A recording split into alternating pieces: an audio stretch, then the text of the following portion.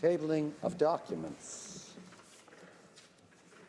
Pursuant to Section 79.22 of the Parliament of Canada Act, it is my duty to present to the House a report from the Parliamentary Budget Officer entitled Labour Market Assessment 2018. The Honourable Parliamentary Secretary to the Government House Leader. Yes, Mr. Speaker, pursuant to Standing Order 36(8), I have the honour to table in both official languages the government's response to 3 petitions. Introduction of government bills.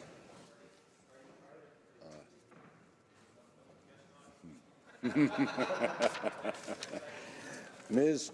Chager for Mr. Carr, seconded by Ms. Bibeau, moves for leave to introduce a bill entitled An Act to Amend the Canada-Israel Free Trade Agreement Implementation Act and to make related amendments to other acts. This motion is deemed adopted. Ms. Chager for Mr. Carr, seconded by Ms. Bibeau, moves that the bill be now read a first time and be printed. This motion is deemed adopted. First reading of this bill, première lecture de ce projet de loi. When shall the bill be read a second time? At the next sitting of the House. Déclaration de ministre. Statements by ministers. Report de délégation. Reports from interparliamentary delegations. Presenting reports from committees. Introduction of private members' bills. First reading of Senate public bills. Motions. The Honourable Member for Oshawa. Thank you very much, Mr. Speaker. This petition is from my constituents in Oshawa. They're concerned about the Liberals' manipulation of the summer jobs program, and this attestation test in Oshawa primarily affects faith-based organizations who hire summer students to provide summer camps, day camps, things along these lines. It's a huge precedent denying funding for Canadians simply because they have a different belief of the government of the day, and there's a concern of what's next. So we're calling on the government to end this discrimination against faith-based organizations. Thank you, Mr. Speaker. Honourable Member for Saskatoon West. It's an honour to be able to table a petition. The petitioners are asking for the government to adopt the motion M166 on postal banking. They point out the fact that many people are relying on payday lenders, that Canada Post has over 3,800 outlets where they could, in regions that are rural and in the northern part of Canada, that they be able to service people who generally are unbanked. Thank you, Mr. Speaker. Yes. The Honourable Member for Perth Wellington. Thank you, Mr. Speaker. I'm pleased to table this petition in which the petitioners are calling on Parliament to pass Bill C-350 and Bill S-240 to deal with the practice of organ harvesting. Thank you, Mr. Speaker. The Honourable Member for Hochelaga. Thank you, Mr. Speaker. I have the honour to table a petition signed by hundreds of petitioners, especially from Quebec, but also from across Canada. The petitioners state that there is too much plastic in our rivers and our oceans, and they're calling on the government to adopt a national strategy to tackle plastic pollution in collaboration with the First Nations, provinces, and municipalities. Thank you, Mr. Speaker. Honourable Member for Oxford. Thank you, Mr. Speaker. And this petition is supporting 2 bills before the House, Bill C-350 and S-240, dealing with international trafficking in human organs, and they would appreciate government passing this quickly. Halliburton, Kawartha Lakes Brock. Thank you, Speaker. It's an honour to stand and present this petition signed by many from Quebec in support of Bill C-350 in the House and Bill S-240 in the other place, calling on the government to speed up passage of these bills and prohibiting the use of organ harvesting. The Honourable Member for Port Moody, Coquitlam. Thank you, Mr. Speaker. I rise today to present a petition from many petitioners throughout Quebec and the country, and they are very concerned with the purchase of Kinder Morgan, that the government would purchase this and make such a poor decision with the investment of tax dollars. So I rise to present this petition today. Thank you. Member for Peace River Westlaw. Thank you, Mr. Speaker. Mr. Speaker, it's my privilege to rise today to present a petition, in addition to my colleagues, condemning the thing of organ harvesting, and these petitioners are calling for the House to adopt C-350 and Bill S-240. Thank you, Mr. Speaker. The honourable member for Bow River. Thank you, Mr. Speaker. I'd like to present a petition today encouraging the House to get Bill C-350 passed and also Bill S-240 in the Senate, opposing organ harvest transplants. Thank you. The honourable member for Abitibi-Témiscamingue. Thank you, Mr. Speaker. Today I'm tabling a petition that opposes the excise tax on wine and alcohol, and that was set out in the previous government's budget. Small wineries and craft breweries are suffering from this tax, and the petitioners are opposed to this tax. Member for Sherwood Park, Fort Saskatchewan. Thank you, Mr. Speaker. I'm pleased to also table a petition in support of Bill C-350 and S-240. These are important bills that would address the issue of international organ harvesting, make it a criminal offense for a Canadian to go abroad and obtain an organ for which there has not been consent, and also deal with inadmissibility to Canada people who have been involved in international organ trafficking. Thank you. The honourable member for Fort McMurray Cold Lake. Mr. Speaker, I'm also standing here today to present a petition regarding Bill C-350 regarding international harvesting of organs, and I'd like to present this bill now. Thank you, sir. Honourable member for St. Albert, Edmonton. Mr. Speaker, I rise to present a petition signed by dozens of Canadians right across Canada. They wish to draw to the attention of this House concern about international trafficking in human organs and call for the speedy passage of Bill C-350 as well as Bill S-240. Member for Lanark, Frontenac, Kingston. Mr. Speaker, I too am rising with a petition in support of these two bills, one from the Senate, one from the House.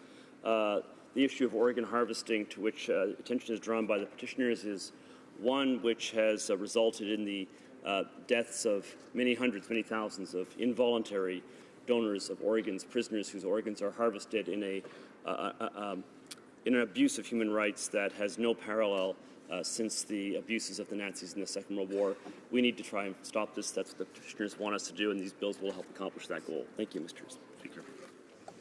Presenting petitions, présentation de pétitions. Questions on the order paper, the Honourable Parliamentary Secretary to the Government House Leader. Yes, thank you, Mr. Speaker. I would ask that all questions be allowed to stand at this time, please. Is it agreed?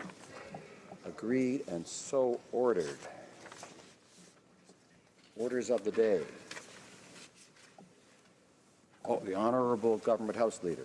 Mr. Speaker, I move, seconded by the Minister of Intergovernmental and Northern Affairs and Internal Trade, that in relation to Bill C-83, an act to amend the Corrections and Conditional Release Act and another act, not more than one further sitting day, shall be allotted to the consideration at second reading stage of the bill, and that 15 minutes before the expiry of the time provided for government orders on the day allotted to the consideration at second reading stage of the said bill, any proceedings before the House shall be interrupted if required for the purpose of this order, and in turn every question necessary for the disposal of the said stage of the bill shall be put forthwith and successfully without further debate or amendment.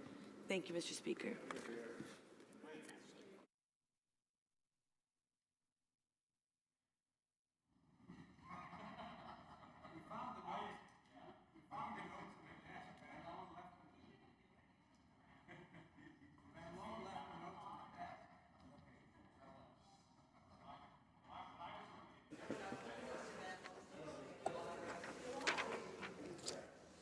Well, the House is having a little debate, but they're in a good mood, so that's good to see. Ms. Chager, seconded by Mr. LeBlanc, moves that in relation to Bill C-83, an act to amend the Corrections and Conditional Release Act and another act, not more than one further sitting day shall be allotted to the consideration at second reading stage of the bill, and that 15 minutes before the expiry of the time provided for government orders on the day allotted to the consideration at second reading stage of the said bill, any proceedings before the House shall be interrupted if required for the purpose of this order, and in turn every question necessary for the disposal of the said stage of the bill shall be put forthwith and successively without further debate or amendment. Pursuant to Standing Order 67-1, there will now be a 30-minute question period, and I would invite those members who wish to put questions to rise so that the Speaker has an idea of the number of members who wish to participate in this 30-minute question period. The Honourable Member for Charlebourg-Haute-Saint-Charles. Yes. The Honourable Opposition House Leader. Thank you very much, Mr. Speaker. Well, Mr. Speaker, this is indicative of what the Liberals have been doing overall on this bill, which is very disturbing to see. This is a bill that has a direct effect on the men and women who put their life on the line every day dealing with the most dangerous, horrific criminals in Canada. And corrections officers don't like this bill. The government has not talked with them about this bill. They have not talked with them or consulted with them on the very dangerous and very real implications that it's going to have on the men and women who serve as corrections officers. This bill is taking away the ability for corrections officers to put individuals into solitary confinement, either for the protection of other inmates, for the protection of themselves, or for the protection of guards. So, Mr. Speaker, we are again seeing the Liberals focus on protecting criminals, focus on worrying about the comfort of criminals who are serving their time in federal penitentiaries, and shutting down any discussion, any debate. It's shameful to see, Mr. Speaker. The Honourable Minister of Intergovernmental Affairs. Well, thank you, Mr. Speaker, and I thank my honourable colleague, the Opposition House Leader, for those comments. It won't surprise you or shock you, Mr. Speaker, that I disagree with most, if not all, of those comments. Firstly, what we're seeking to do, Mr. Speaker, is send this legislation to committee. This legislation will have been before the House for 3 days. My honourable colleague refers to the importance, for example, of hearing from correctional officers. I personally have a large federal correctional institution in my riding. In fact, 3 institutions. I've had a chance to meet with the union representatives representing correctional officers on a number of occasions. I think it's always important to listen to those men and women who work in the system. Having the legislation, Mr. Speaker, at committee will allow us to do exactly that. As my honourable colleague noted, this legislation has been before the House for some time. And, Mr. Speaker, if we fail to enact legislation by December of this year or January next year in a few months, because of court decisions in 2 jurisdictions, we could very well find ourselves in a situation where, in fact, the institutions have no recourse to the proper tools to ensure safety. Questions? The Honourable Member for Belleuil-Chambly. Thank you, Mr. Speaker. If I'm not mistaken, this is the 48th time that this government has used time allocation. Now, 1 year before elections, I guess they're trying to speed up to be able to catch up. But on the substantive matter of the bill itself, we have a bill here that is simply a cosmetic change to what solitary confinement was. It doesn't really resolve the situation that was deemed to be anti-constitutional by the courts in British Columbia and Ontario. Now, the minister just referred to the 2 rulings and the fact that they need to expedite their actions, but I would like the minister to explain why he should expedite a process that does not address what was raised in the courts. And I would also like you to explain why we have a government that, despite this bill, is appealing a ruling in British Columbia. I don't understand this. Why not simply respect the rulings of the court and bring forward a bill that truly does reflect the court's rulings? The Honourable Minister of Intergovernmental Affairs. Thank you, Mr. Speaker, and I'd like to thank my colleague from Belleuil-Chambly for his comments. I want to reassure him. I know he must be particularly concerned about the use of time allocation, and I want to assure him that we are never going to catch up with the record of the previous government when it comes to time allocation. I think he would agree with me that they probably will hold this record for a long time. Now, we do accept the need to have this bill before a committee where these kinds of issues can be considered and where these questions can be asked. I agree with my colleague in saying that not adopting a bill over the coming months actually runs the risk of not providing our correctional services with the tools that they need and that are compliant with the Constitution.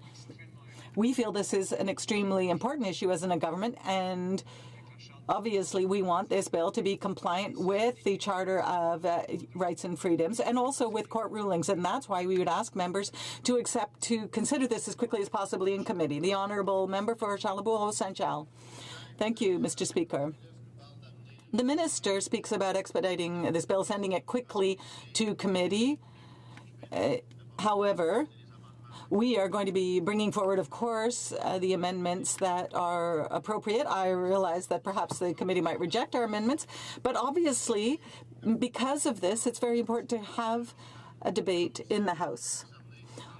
All members are concerned about the issues of solitary confinement. Yes, rulings have been made, and that should be a consideration. But fundamentally, Mr. Speaker, unions representing correctional officers have said that these officers have not been listened to. There are 3 prisons in my riding. I met the correctional services in Donnacona, also the president of one of the unions mentioned that this is going to lead to a bloodbath in prisons if Bill C-83 is passed. This government has not listened to us, wants to expedite the process, but there are still many outstanding issues and questions. And the questions that we put in the House received really completely illogical answers. I'd like to know what the advantage to expediting this is. The Honourable Minister for Intergovernmental Affairs. Thank you, Mr. Speaker, and I'd like to thank my colleague from Charlebourg-Saint-Charles for his remarks.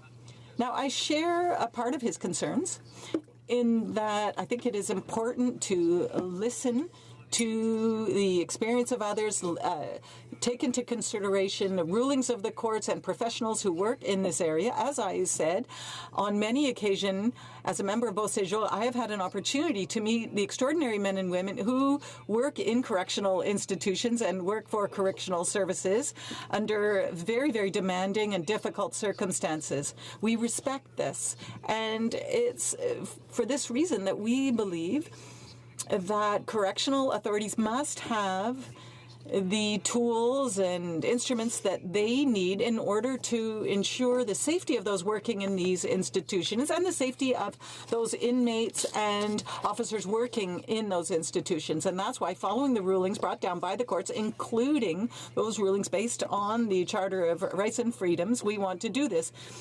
These are rulings that not only were made in one jurisdiction, but across the country. And so we feel that, therefore, it's the appropriate time to renew instruments that correctional services have access to, precisely to respect the rights of those who are incarcerated and also, and above all, the safety of the institutions themselves and those working in it.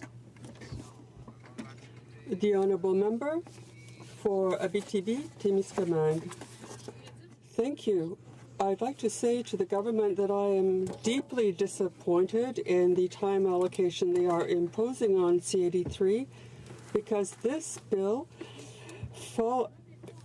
was something that followed the rulings of courts. I think we should discuss the possibility of other things, other means of going about this. I'm very worried because it seems to me that this does not respond to the concerns voiced by the courts. This is we need a solution that does respond to the concerns stated by the superior courts. This does not respond to the rulings of these courts, so why rush through this?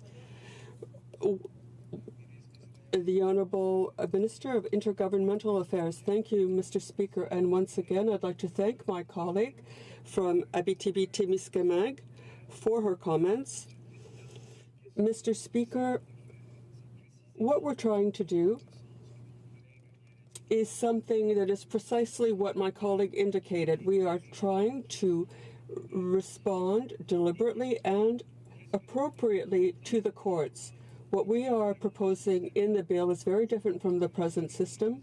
As you know, Mr. Speaker, We have structured intervention units. We are doubling the number of hours outside the cell. We're guaranteeing at least 2 hours of human interaction, be it with staff, volunteers, or healthcare workers, with pastoral workers. So we are responding very precisely to the courts. Mr. Speaker, I would recall the tragic story of Ashley Smith, who comes from very close to where I'm from. We want something that respects the Charter and which also guarantees people working in prisons that the institution is secure and that their work is secure, that they are secure. That is a priority for our government. Edmonton. Thank you, Mr. Speaker. And the Minister for Intergovernmental Affairs makes reference time and time again to responding to the courts. And yet, whether you look at the Ontario Superior Court decision or the British Columbia Supreme Court decision or the Mandela Rules or the 1996 Arbour Commission, none of those commissions, none of the two decisions at hand take away or call upon the government to take away, in all circumstances, administrative and disciplinary segregation. It's this government that is moving ahead with that unilaterally to take away a vital tool for our correctional officers to use to protect the security of upper inmates, to protect the security of correctional officers, to protect the integrity of criminal investigations, and to protect the security of inmates themselves. Why would the government do that? Honourable Minister of Intergovernmental Affairs. Well, Mr. Speaker, I thank my colleague from St. Albert, Edmonton. He asks why the government would do that. Actually, Mr. Speaker, the government would not do that, and that's not what we're doing. My honourable colleague knows very well that this government takes the safety and security of correctional institutions extremely seriously. We agree that correctional institutions must always have a way of separating inmates who pose a risk to the safety of other inmates, of the staff, of visitors who are in these facilities, and in some cases, Mr. Speaker, to their own safety as well. The new secure intervention units will allow for those offenders to be removed from the general population. That way, Mr. Speaker, we're ensuring that even while they're separated, unlike the previous system, they retain access to rehabilitative programs, to health programs, to mental health treatment as well. Mr. Speaker, our main priority is to ensure, as I said, the safety of these correctional institutions, and all the respect I have for my colleague from St. Albert, Edmonton, I think he arrives at a conclusion which is not entirely accurate. The government would never proceed in the way that he described in his comment. The honourable member for Avalon. Thank you, Mr. Speaker. I would, through you, Mr. Speaker, I would ask the Minister, could he highlight the benefits that, or what he sees as the key benefits of getting this to committee, where witnesses can come in, people involved in the correctional system can come in and testify at committee, tell their stories, and let the committee make any amendments necessary as deemed from those witnesses appearing and giving information. Thank you. Intergovernmental Affairs. Mr. Speaker, thank you, and through you, I want to thank my colleague from Avalon. We can see that in spite, Mr. Speaker, of having only been elected to this Parliament 3 years ago, he is a very insightful parliamentarian who understands deliberately and profoundly our parliamentary system and the procedures of this House of Commons. It's certainly my hope, Mr. Speaker, that he'll continue to serve in this place for many decades to come.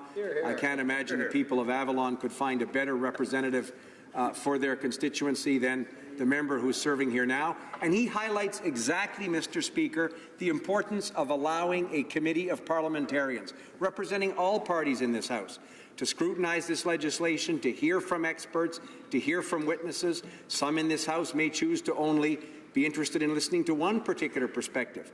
Mr. Speaker, I would urge members on that committee to listen to all perspectives and to help us craft the best legislation possible to ensure the safety of the correctional institutions, the remarkable women and men who work in those institutions, but also, Mr. Speaker, comply with the Charter of Rights and Freedoms. I can't imagine any member of Parliament would want otherwise.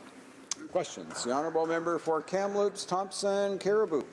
Thank you, Mr. Speaker. And I think it's important to remember what we're debating today is time allocation. And I want to go back to 2015, and this government made a number of commitments in 2015. They promised electoral reform. What happened? They ditched it. They promised to get back to balanced budget, and the budget would balance itself. What happened? They just blew through $20 billion. So there is no plan to get back to balanced budget. Ethics, they promised an open and transparent government, and what have we had? We've had a rotating door to the ethics officer, with the Prime Minister for the first time ever being found guilty of violating the Ethics Act. And they promise to respect Parliament. How is not coming to an agreement with the opposition around the time that is required to debate, which is a simple thing to do if it's broached in good faith, respecting Parliament? Honourable Minister of Intergovernmental Affairs. Mr. Speaker, I thank my honourable colleague from Kamloops for her comments. I'm not sure all members will agree with me, but perhaps some might, Mr. Speaker. It's somewhat ironic for a member of the Conservative Party to be feigning indignation in terms of parliamentary process that wasn't allowed to run its course over and over again. My colleague from the NDP, I think, highlighted the historic record in terms of time allocation and closure used by her party when they were in power some short three years ago. So, Mr. Speaker, I think we can discount that comment. But what we can retain from my honourable colleague's intervention is our government's concern for public safety. Mr. Speaker, when people are incarcerated in federal correctional institutions, it's incumbent on any government to ensure that they receive the mental health services, the rehabilitative services, they receive what is needed for them, because the vast majority, Mr. Speaker, of people who are incarcerated in federal institutions also return to society. And all of us want those people to return to society healthier and in a position where they will not reoffend. That's what makes communities safer. And we believe, Mr. Speaker, with significant financial investments that our government is prepared to make and these new measures, we're going to strike exactly that balance and keep both those in the institutions, obviously safe, but focus also on the safety of communities and the safety of Canadians. That's our priority. Question. Alors, la députée de Belleau. The honourable member for Belleuil-Chambly. Thank you, Mr. Speaker. The minister used the justification of the court decisions that have come out as a reason for rushing through this legislation, cutting short debate and using time allocation. But the question I have for him is this. The BC Supreme Court found that the abusive use of solitary confinement in federal penitentiaries is unconstitutional. And so now he's saying that this legislation will respond to the court's decision and make this practice constitutional. But the reality is the federal government is appealing that decision. So can the minister tell me why, on the one hand, they're rushing through legislation that they say addresses the court's concerns, but then on the other hand, they're appealing the court and saying, no, you're wrong, everything is fine and dandy. It just doesn't make sense, Mr. Speaker. Moreover, it looks even sillier when you consider that there was a piece of legislation that actually made corrections more accountable and probably came closer while not being good enough, that was already on the order paper from June of 2017 that hasn't even been debated. This is a new piece of legislation. They're just all over the map on this, Mr. Speaker. Perhaps the minister can enlighten me a little bit. Minister of Intergovernmental Affairs. I'd obviously be very happy to enlighten my colleague from Belleuil-Chambly. He asked a number of important questions. He is correct that the practice of administrative segregation, both in provincial institutions, but obviously of concern to us is the practice in federal institutions, has been the subject of a number of court cases. He referred to the court case in British Columbia. It's been before superior and appeal courts in other jurisdictions. My honourable colleague will also know that this matter is also subject to a number of potential class action lawsuits. Mr. Speaker, while the court rulings in British Columbia and in Ontario, as my colleague properly noted, are under appeal, one is under appeal by our government, one is under appeal by another party. As we sit here today, Mr. Speaker, those rulings declaring segregation as currently practiced to be unconstitutional will take effect at the end of this year, and we have to be ready for that. Our position, Mr. Speaker, is it would be irresponsible to leave the correctional authorities without the appropriate tools that respect the Charter of Rights and Freedoms, but also allow them to ensure the safety of the institutions in which they serve, and also, of course, Mr. Speaker, as I noted, ensure the public safety of all Canadians. Questions? The honourable member for Calgary, Rocky Ridge. Thank you, Mr. Speaker. As we're debating time allocation, we've heard the argument, which seems to come up virtually every time, this sort of tired piece that, well, wouldn't it be better if we could just get this bill to committee, as if that is an excuse or a substitution for fulsome debate in this House.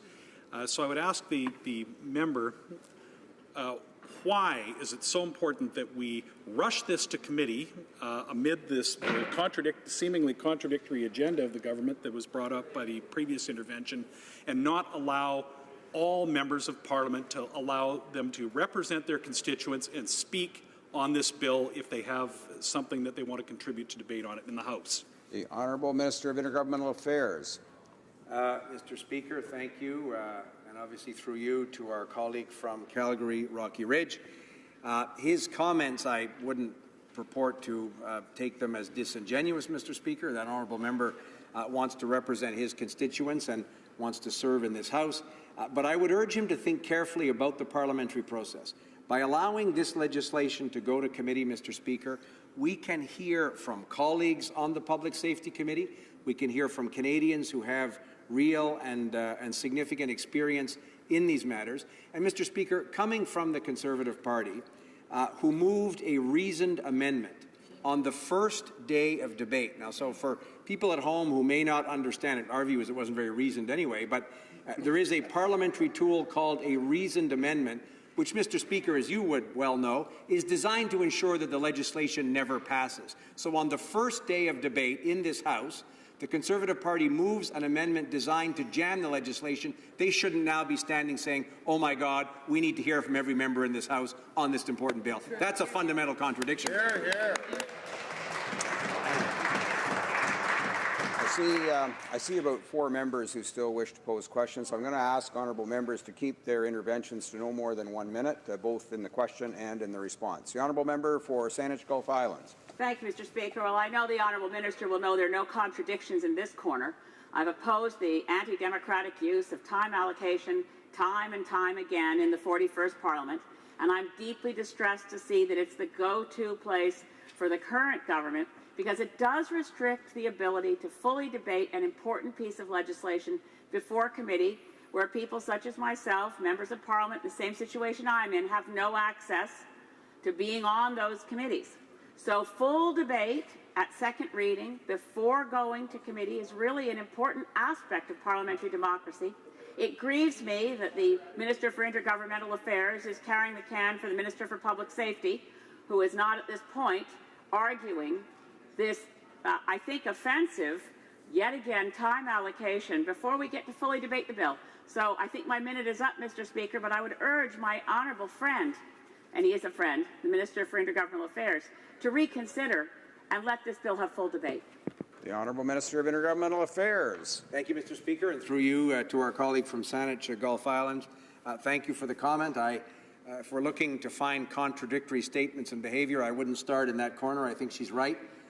She has the virtue of being able to be consistent on all these matters, Mr. Speaker, and for that she has my respect and my affection.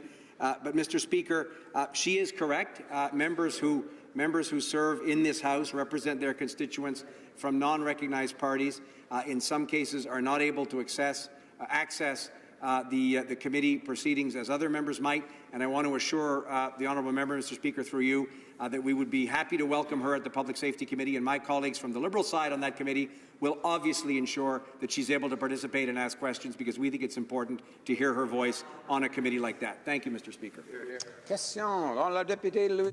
The Honourable Member for Louis Saint Laurent. Thank you very much, Mr. Speaker. I think everyone recognizes that this is a delicate topic and we have to give it our full attention. And I think any member who wants to speak to this bill should be able to. Now, the minister in charge of this subject has been here for 18 years. The Minister of Intergovernmental Affairs.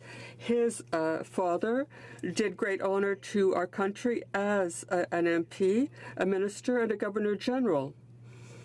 Now, if we look, just to put my glasses on, I don't want to mislead the House. In the French version, on page 32, third paragraph, we will not use legislative subterfuge to go against the will of Parliament. But they have been doing so. Is the Honourable Minister proud of this record?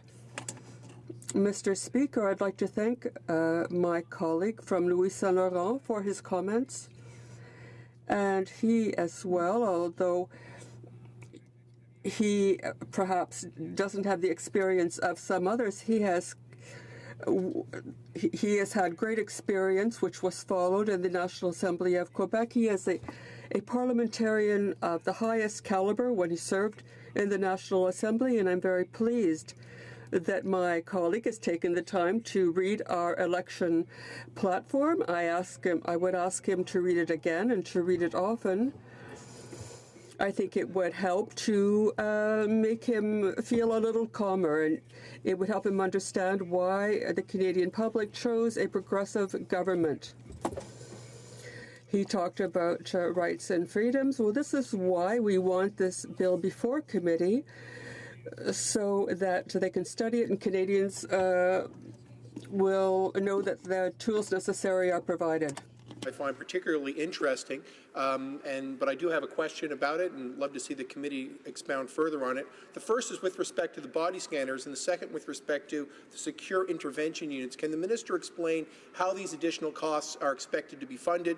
Because, of course, without the appropriate funding, as we've learned from previous governments, without funding the change, it's not going to be effective. So how has the government assured in this bill that there will be appropriate funding for the changes for body scanners and for the secure intervention units? The Honourable Minister of Intergovernmental Affairs.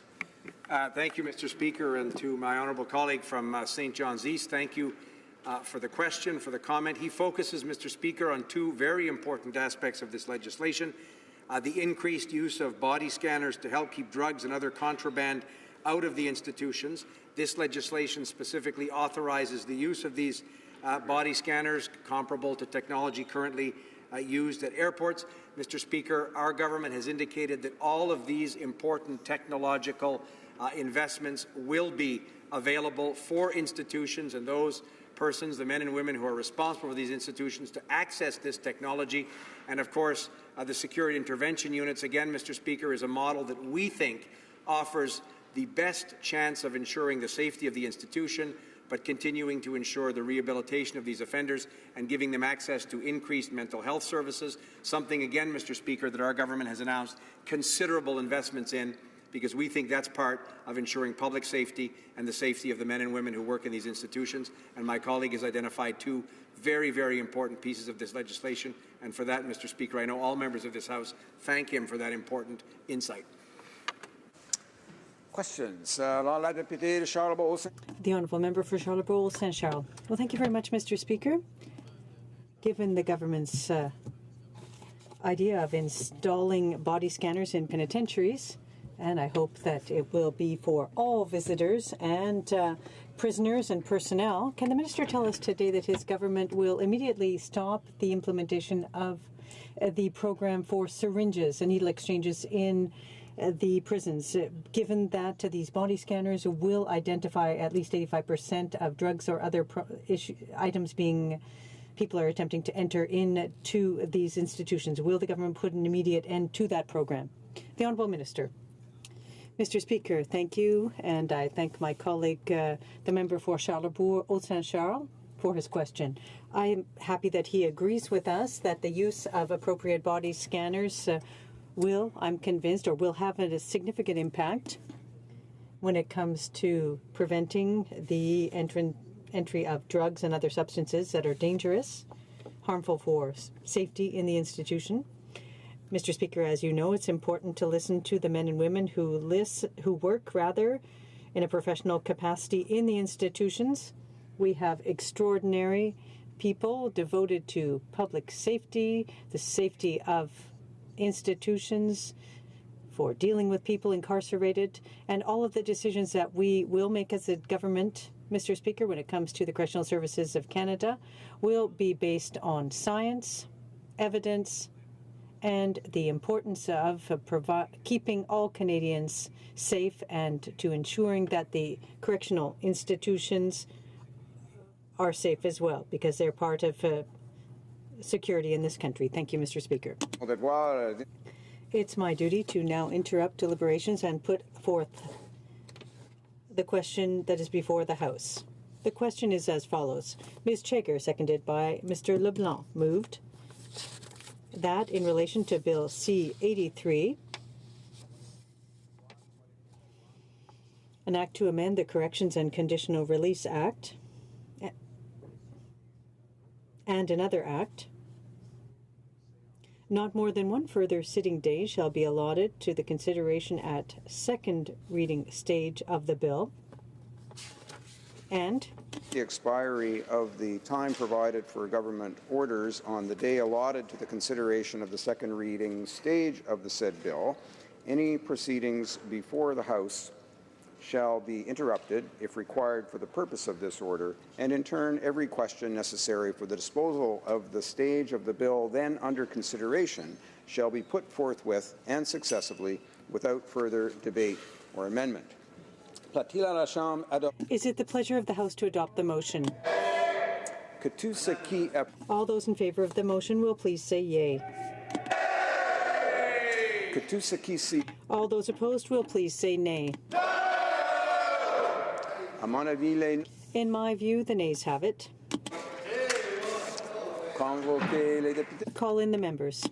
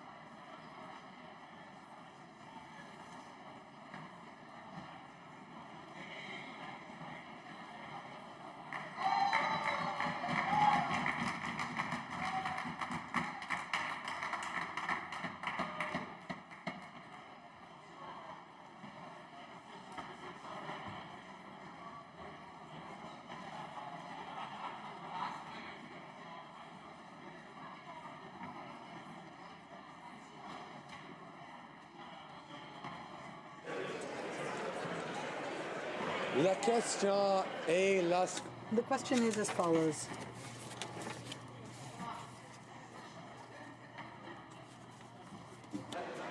Alors... Order. Ms. Chagger, seconded by Mr. LeBlanc, moved that in relation to Bill C-83, an act to amend the Corrections and Conditional Release Act and another act, not more than one further sitting day shall be allotted to the consideration at second reading stage of the bill, and that 15 minutes before the expiry of the time provided for government orders on the day allotted to the consideration of the second reading stage of the said bill, any proceedings before the House shall be interrupted, if required, for the purpose of this order, and in turn, every question necessary for the disposal of the stage of the bill then under consideration shall be put forthwith and successively without further debate or amendment. All those in favour of the motion will please rise. O'Regan. Mr. O'Regan. Mr. Sajjan. Mr. Sajjan. Monsieur Rodriguez. Monsieur Rodriguez. Monsieur Leblanc. Monsieur Leblanc. Ms. Qualtrough. Ms. Qualtrough. Mr. Bryson. Mr. Bryson. Ms. Wilson-Raybould. Ms. Wilson-Raybould. Mr. Macaulay Cardigan. Mr. Macaulay Cardigan. Ms. Bennett. Ms. Bennett. Ms. Haidu. Ms. Haidu. Mr. Hussain. Mr. Hussain. Mrs. Philpott. Mrs. Philpott. Mr. Blair. Mr. Blair. Ms. Tassie. Ms. Tassie. Ms. Ing. Ms. Ing. Ms. Mahichuk. Ms. Mahichuk. Mr. Casey Cumberland Colchester. Mr. Casey Cumberland Colchester. Mr. Easter. Mr. Easter. Ms. Fry. Ms. Fry. Mr. Nault. Mr. Nault. Ms. Scrow. Ms. Scrow. Monsieur Lausanne-Argentin, La Petite Nation. Monsieur Lausanne-Argentin, La Petite Nation. Mrs. McCrimmon. Ms. Ms. Jones. Ms. Jones. Ms. Gould. Ms. Gould. Mr. Sohi. Mr. Sohi. Monsieur Champagne. Mr. Champagne. Mr. Holland. Mr. Holland. Ms. Monsef. Ms. Monsef. Monsieur Garneau. Monsieur Garneau. Madame Le Boutillier. Madame Le Boutillier. Madame Bibeau. Madame Bibeau. Mr. Cuzner. Mr. Cuzner. Ms. Murray. Ms. Murray. Mr. Casey Charlottetown. Mr. Casey Charlottetown. Mr. Vaughan. Mr. Vaughan. Monsieur Lemetti. Monsieur Lemetti. Monsieur Miller, Ville-Marie, le Sud-Ouest, Île-des-Sœurs. Monsieur Miller, Ville-Marie, le Sud-Est, Île-des-Sœurs. Mrs. Lockhart. Mrs. Lockhart. Monsieur Schiffke. Monsieur Schiffke. Mrs. Romanado. Mrs. Romanado. Monsieur Hébert. Monsieur Hébert. Mr. Iking. Mr. Iking. Mr. Bagnall. Mr. Bagnall. Mr. McGinty. Mr. McGinty. Mr. Hernandez Sangre. Mr. Hernandez Sangre. Mr. Fillmore. Mr. Fillmore. Mrs. Jordan. Mrs. Jordan. Ms. Goldsmith-Jones. Ms. Goldsmith-Jones. Mr. Oliver. Mr. Oliver. Mr. Mendocino. Mr. Mendocino. Mr. Duguid. Mr. Duguid. Mr. Lamoureux. Mr. Lamoureux. Mr. McKinnon-Gatineau. Mr. McKinnon-Gatineau. Monsieur Lightbound. Mr. Lightbound. Mr. Varani. Mr. Varani. Monsieur Poisson. Mr. Poisson. Mr. Fraser Central Nova. Mr. Fraser Central Nova. Ms. Young. Ms. Young. Mrs. Schultz. Mrs. Schultz. Monsieur Vandal. Mr. Vandal. Ms. Kara. Ms. Kara. Mr. De Courcy. Mr. De Courcy. Mr. Scarpalegia. Mr. Scarpalegia. Mr. Sims. Mr. Sims. Mr. Tansey. Mr. Tansey. Mr. Disnevsky. Mr. Disnevsky. Mr. Dollywall. Mr. Dollywall. Madame Mendez. Madame Mendez. Mr. Oliphant. Mr. Oliphant. Mr. Dubourg. Mr. Dubourg. Mr. Aldag. Mr. Aldag. Mr. Amos. Mr. Amos. Monsieur Arsenault. Mr. Arsenault. Mr. Area. Mr. Area. Monsieur Ayoub. Mr. Ayoub. Mr. Badaway. Mr. Badaway. Monsieur Bayless. Mr. Bayless. Mr. Boissonneau. Mr. Boissonneau. Mr. Bossio. Mr. Bossio. Monsieur Breton. Mr. Breton. Mrs. Cesar Chauvin. Mrs. Cesar Chauvin. Mr. Biddle. Mr. Biddle. Madame Lapointe. Madame Lapointe. Mr. Bruson. Mr. Bruson. Mr. Moff. Mr. Moff. Ms. Dillon. Ms. Dillon. Ms. Zerowitz. Ms. Zerowitz. Mr. Assassi. Mr. Assassi. Mr. Ed Courty. Mr. El Khoury. Mr. Erskine Smith. Mr. Erskine Smith. Monsieur Fergus. Mr. Fergus. Mr. Finnegan. Mr. Finnegan. Mr. Fisher. Mr. Fisher. Mr. Fragascados. Mr. Fragascados. Mr. Fraser Central Nova. West Nova. Mr. Fraser West Nova. Mr. Fuhr. Mr. Fuhr. Mr. Gerritsen. Mr. Gerritsen. Mr. Graham. Mr. Graham. Mr. Greywall. Mr. Greywall. Mr. Hardy. Mr. Hardy. Mr. Harvey. Mr. Harvey. Mr. Housefather. Mr. Housefather. Ms. Hutchings. Ms. Hutchings. Mr. Yakino. Mr. Yakino. Mr. Johari. Mr. Johari. Ms. Khalid. Ms. Khalid. Mr. Levitt. Mr. Levitt. Mr. Long. Mr. Long. Mr. Longfield. Mr. Longfield. Ms. Ludwig. Ms. Ludwig. Mr. Maloney. Mr. Maloney. Monsieur Massé, Avignon, Le Métis, Matane, Matapédia. Mr. Massé, Avignon, Le Métis, Matane, Matapédia. Mr. May, Cambridge. Mr. May, Cambridge. Mr. McDonald. Mr. McDonald. Mr. McKinnon, Coquitlam, Port Coquitlam. Mr. McKinnon, Coquitlam, Port Coquitlam. Mr. McLeod, Northwest Territories. Mr. McLeod, Northwest Territories. Mr. Morrissey. Mr. Morrissey. Madame Nassif. Madame Nassif. Monsieur Willett. Mr. Willett. Mr. Peterson. Mr. Peterson. Monsieur Picard. Mr. Picard. Monsieur Rioux. Monsieur Rioux. Monsieur Robillard. Mr. Robillard. Ms. Rudd. Ms. Rudd. Mr. Rumi. Mr. Rumi. Mr. Rusnak. Mr. Rusnak. Ms. Sahota. Mr. Hota. Mr. Saini. Mr. Saini. Mr. Sanga.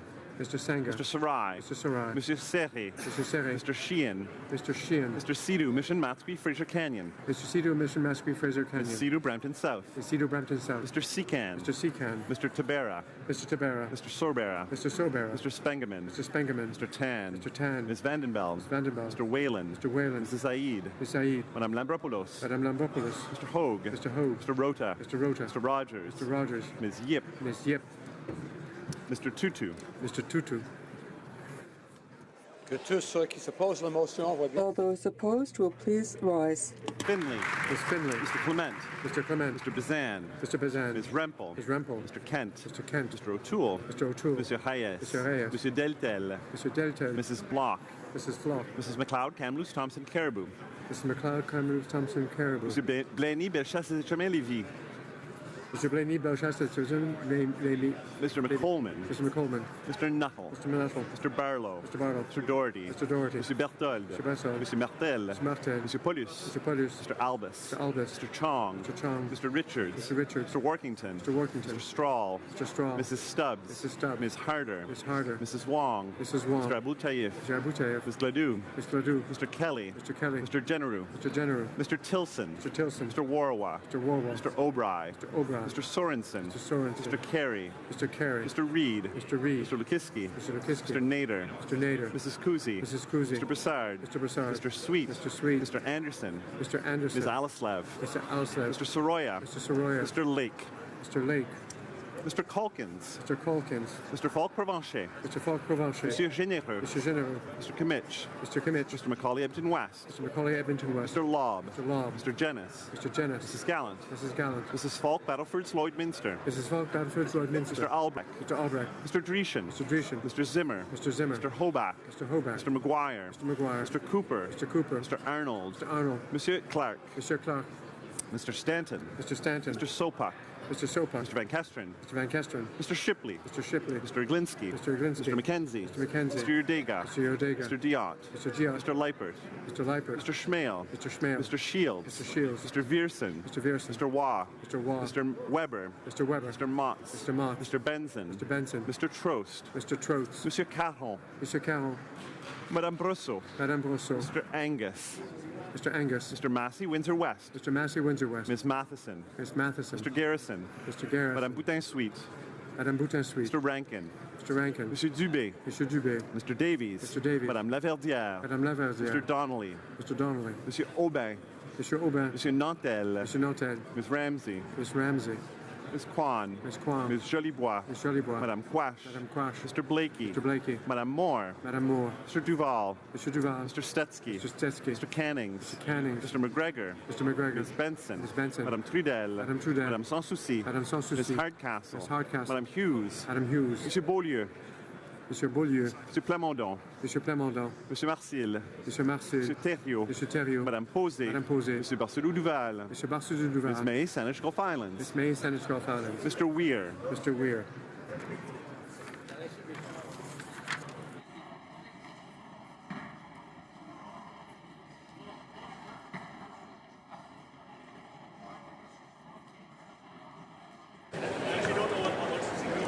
Yeas pour 150, 150.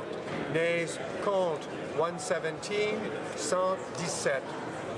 Je déclare. I declare the motion carried. Orders of the day.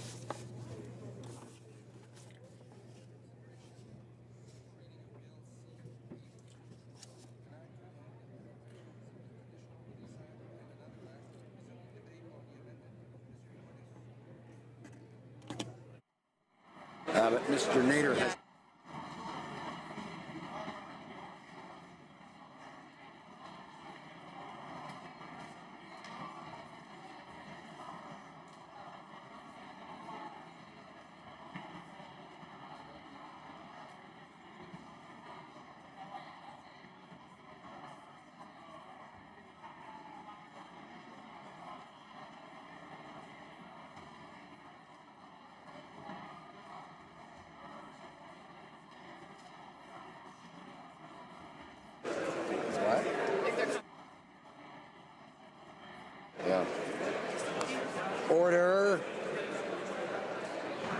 Order. I'd ask honourable members to take their conversations into the hallway, into the lobbies or elsewhere. And I thank colleagues for foreseeing what I was going to ask them to do. The honourable member for Perth Wellington is rising on a point of order. Thank you, Mr. Speaker. I rise on a point of order to ask that you rule new clause 344.1 in Bill C-76, reported back from Procedure and House Affairs Committee yesterday afternoon, as being out of order for offending the so-called Parent Act rule. Before getting into the substance of my argument, I want to acknowledge that this is essentially an appeal of a committee chair's ruling. However, this falls within the allowable categories of such points of order.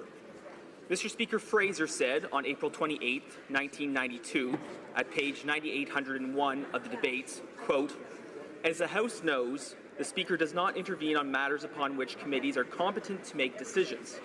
However, in cases where a committee has exceeded its authority, particularly in relation to bills, the Speaker has been called upon to deal with such matters after a report has been presented to the House." End quote. Your immediate predecessor, Mr. Speaker, cited this passage as of authority in a ruling he delivered in relation to the Parent Act rule on May 1, 2014, at page 4787 of the debates. Turning to the substance of my point of order, the Parent Act rule, page 771 of House of Commons Procedure and Practice, 3rd edition, states, quote, "In the case of a bill referred to committee after second reading, an amendment is inadmissible if it proposes to amend a statute that is not before the committee or a section of the Parent Act unless the latter is specifically amended by a clause of the bill." End quote. The latter point traces back to citation 698, subsection 8b of Beauchene's Parliamentary Rules and Forms, 6th edition, edited by Fraser, Dawson, and Holtby.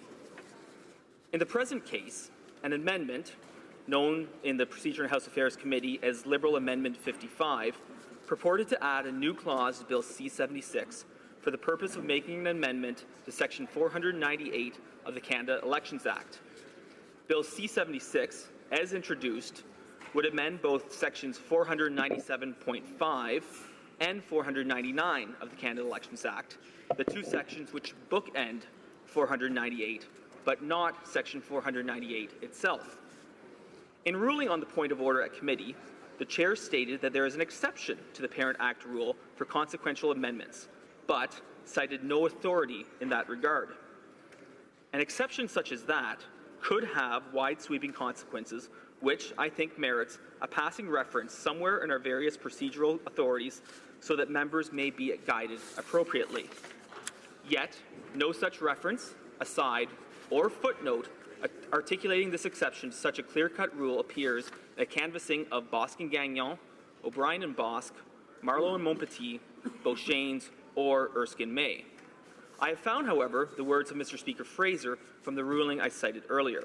Quote, "When a bill is referred to a standing or legislative committee of the House, that committee is only empowered to adopt, amend, or negative the clauses found in that piece of legislation, and to report the bill to the House with or without amendments. The committee is restricted in its examination in a number of ways. It cannot infringe on the financial initiative of the Crown, it cannot go beyond the scope of the bill as passed at second reading, and it cannot reach back to the Parent Act to make further amendments not contemplated in the bill, no matter how tempting this may be." End quote. This sentiment was reiterated much more recently by no less an authority than this House's esteemed former law clerk, Rob Walsh. Mr. Walsh, at page 115 of his book, On the House, an Inside Look at the House of Commons, published just last autumn, offered this perspective from a drafter's point of view. Quote, "An amendment to a bill amending an existing Act of Parliament, if passed, cannot amend a section in the Parent Act that may be implicated in the change but is not being amended as in the bill. As a lawyer, I found this rule problematic at times. Occasionally, it seemed clear that a section of the Parent Act, untouched in the amending bill, would need to be amended if the bill's amendments were passed. This is a consequential amendment. An amendment is a consequence of another amendment. The lawyer drafting an amendment for a private member might see that another section in the Parent Act would also need to be amended if the member's amendment is to work effectively. But the procedural rules won't allow the consequential amendment to be proposed." End quote. These citations are, I submit, quite clear that consequential amendments, no matter how tempting, cannot be made to a bill if such amendments run afoul of our clear rules and procedures. Accordingly, Mr. Speaker, I would ask that you find new clause 344.1 to be out of order and struck from Bill C-76. Nonetheless, should you, Mr. Speaker, find favour with the analysis of the member for Yukon, the chair of the committee, I would ask that the chair's ruling, in consideration of Standing Order 10, quote, state the authority applicable to the case, end quote, so that all members will understand the applicable limits when contemplating amendments which we might like to propose to the legislation in the future. Thank you, Mr. Speaker. I thank the honourable member for Perth Wellington for his point of order, for his in-depth analysis, and I will come back to the House in due course with the ruling. I would like to inform the House, because of time allocation, government orders will be extended by 30 minutes. Orders of the day. Albert Edmonton has 4 minutes remaining in his speech. Thank you, Mr. Speaker, and I rise to continue discussing Bill C-83, an act to amend the Corrections and Conditional Release Act. When I last spoke on Friday, I made reference to the fact that this government's justification for rushing this bill forward is that the courts made us do it. The courts made us, in all circumstances, ban both segregation for administrative and disciplinary purposes. The problem with that, Mr. Speaker, is that is simply not so. Neither the British Columbia Supreme Court decision or the Ontario Superior Court decision provide for that. Indeed, in the case of the Ontario Superior Court decision, the primary basis of that decision related to the independence of the review upon the determination made by the institutional head to put an inmate into segregation. The Ontario Court determined that the lack of an independent review mechanism contravened fundamental justice under Section 7 of the Charters. So that was the basis of the Ontario decision. And I need not remind the government that aside from these two court decisions, neither the Mandela Rules nor the Arbour Commission of 1996 called for the elimination of segregation in all circumstances. It's simply this government that is doing that with this rush legislation where there was no real meaningful consultation with the men and women who work in correctional institutions, who work in among the most dangerous and difficult and stressful workplace environments, Mr. Speaker. So it's really quite unfortunate, but what's worse, Mr. Speaker, is that the changes that the government is proposing to make are going to require a lot more resources in order to handle inmates. Each time that an inmate is removed from their cell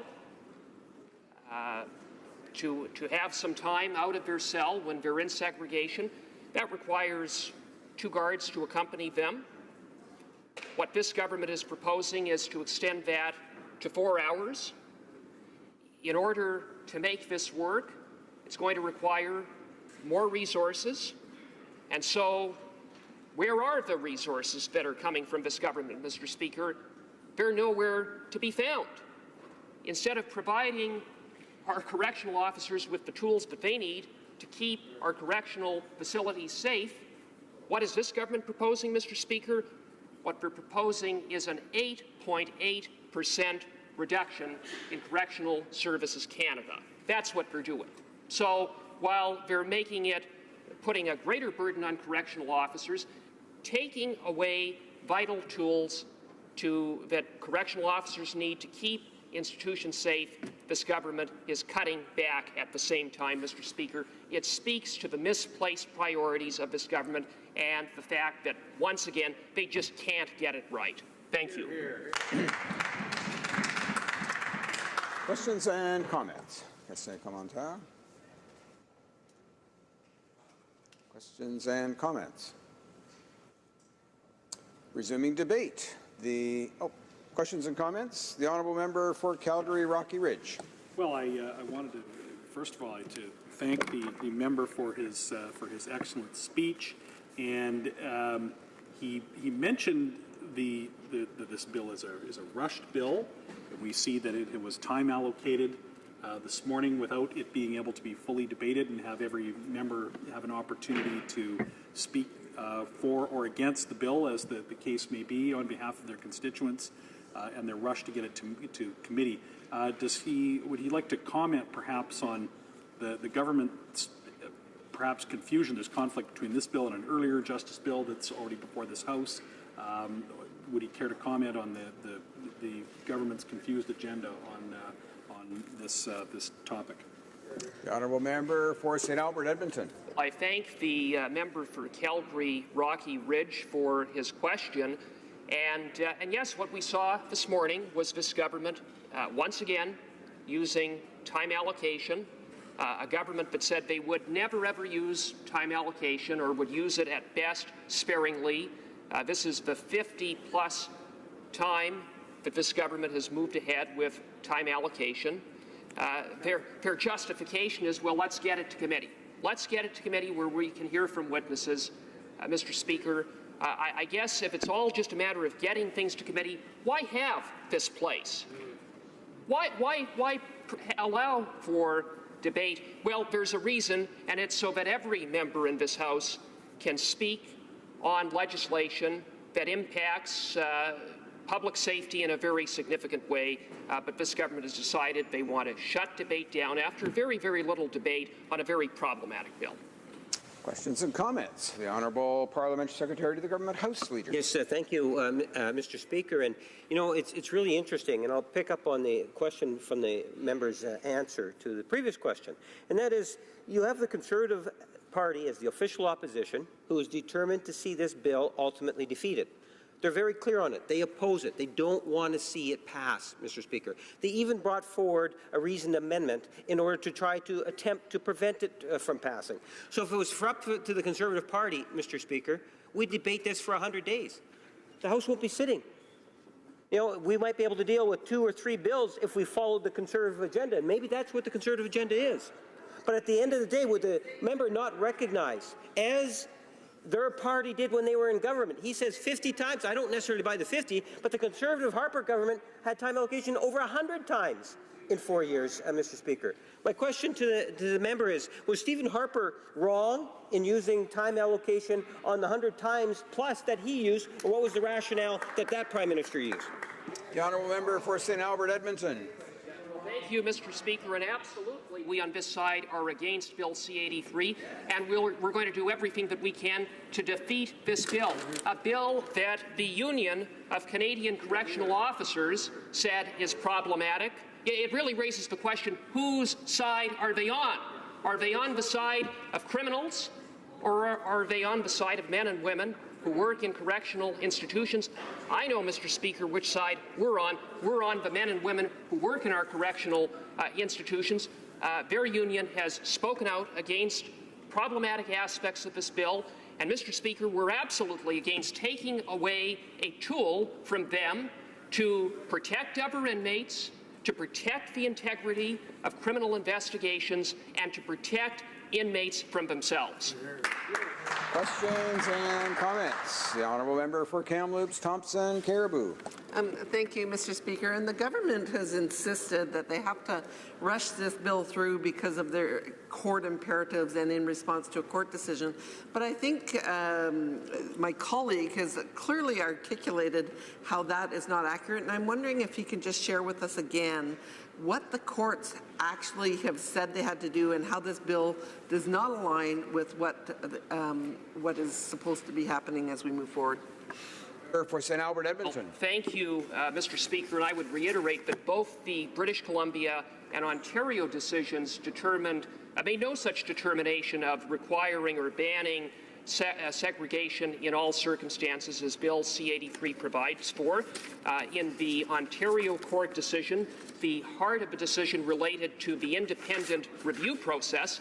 So instead of fixing the independent review process, this government instead has decided to eliminate a tool that is necessary to keep our institutions safe. And on the issue of whether segregation violated Section 12 of the Charter or whether it violated or targeted inmates with mental illness disproportionately and so on and so forth, the court ruled against all of those arguments against segregation.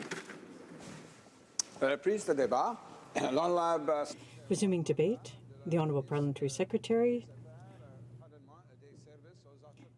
to the Minister for Indigenous Services. To rise on behalf of the citizens I represent in St. Boniface. Saint Vital, c'est un grand plaisir de me lever au nom de... It's a great pleasure to rise today on behalf of the citizens of Saint Boniface and Saint Vital who I represent. And I'm pleased to rise today to speak in support of Bill C-83. This is a revolutionary bill when it comes to correctional services. As the Minister of Public Safety said so well, the government acknowledges two things. First of all, safety in correctional institutions is an imperative that CSC must always respect. Secondly, safety of Canadian communities depends on the rehabilitation work that is done in safe penal institutions, as the Minister said. Speaker, we know that some inmates are simply too dangerous or too destructive to be managed within the mainstream inmate population. Our correctional officials must therefore have a way to separate them from fellow inmates. The current practice is to place those inmates into segregation, or as our American friends call it, solitary confinement. However, two court rulings have found that practice unconstitutional. Those rulings are being appealed, one by the government, one by the other party, but the facts remain that they are scheduled to take effect in the coming months. And as a parliament, we have a responsibility to ensure that the correctional service has the legal authorities it needs to keep its staff safe, as well as the people in their custody, in a way that adheres to our Constitution. We can do that by adopting this bill, which proposes to eliminate segregation from federal institutions and replace it with a safe but fundamentally different approach. Under C-83, structured intervention units, or SIUs, will be created at institutions across the country. These units will allow offenders to be separated from the mainstream inmate population when and if required. But they will also preserve offenders' access to rehabilitation programming, interventions, and mental health care. Inmates in an SIU will receive structured interventions and programmings tailored to address their specific risks as well as their specific needs. They will be outside their cell for at least 4 hours a day, which is double the number of hours under the current system. And 4 hours, Mr. Speaker, is an absolute minimum. And I need to stress that it's a minimum. It could be more. They will also get at least 2 hours. They will also get at least 2 hours of meaningful human interaction with other people each day, including staff, volunteers, elders, chaplains, visitors, and other compatible inmates. This is something that hardly exists under the current system. And a registered healthcare professional will visit them at least once a day. In other words, this bill introduces a new and more effective approach to managing the most challenging cases in our federal correctional system. And it will promote not only the safety of correctional institutions, but the safety of Canadian communities all across our country. Rappelons que presque tous les... Bear in mind that almost all inmates under federal jurisdiction will finish serving their sentences and be released. So giving them an opportunity to pursue their treatment and their work on rehabilitation will increase the possibility for successful reintegration, first of all in the general inmate population and ultimately in society. Reducing the risk of reoffending will protect Canadians and our communities, our cities and towns. Important measures in this bill complement the proposed creation of SIUs. For example, the bill will enshrine in law the Correctional Services obligation to consider systemic and background factors when making decisions related to Indigenous offenders. This flows from the Supreme Court's Gladue decision in 1999, and it is something that has been part of correctional policy for many years. But we are now giving this principle the full force of law. This is part of achieving the mandate commitments the Prime Minister gave the Ministers of Justice and the Minister of Public Safety to address gaps in service to Indigenous people throughout the criminal justice system. The two ministers have likewise been mandated to address gaps in services to people with mental illness in the criminal justice system. And as I noted earlier, inmates with an SIU will receive daily visits from a healthcare professional. But more than that, the proposed reforms in Bill C-83 will require the Correctional Service to support the autonomy and clinical independence of healthcare professionals working in correctional facilities. The legislation also allows for patient advocacy services to help people in federal custody understand their healthcare rights and to ensure they receive the medical care they need. This was recommended by the coroner's inquest into the death of Ashley Smith. There is also an important measure in this bill to better support victims of crime, Mr. Speaker. Currently, victims are entitled to receive audio recordings of parole hearings, but only if they attend. If they show up, they are not allowed to receive a recording. That, Mr. Speaker, does not make sense. Victims' advocacy groups have said that attending a hearing is sometimes so emotionally difficult that victims simply cannot always remember what was discussed, what was said, which is entirely understandable. Under Bill C-83, victims will have the right to a recording of the hearing whether they were present or not. They will then be able to listen to it again later on at a more comfortable setting whenever it is convenient for them. Monsieur le Président, Mr. Speaker, the main priority for any government is to protect citizens. When someone breaks the law, there are consequences. But in the interest of public security and safety, we need a correctional system able to address factors that lead to crime. In doing so,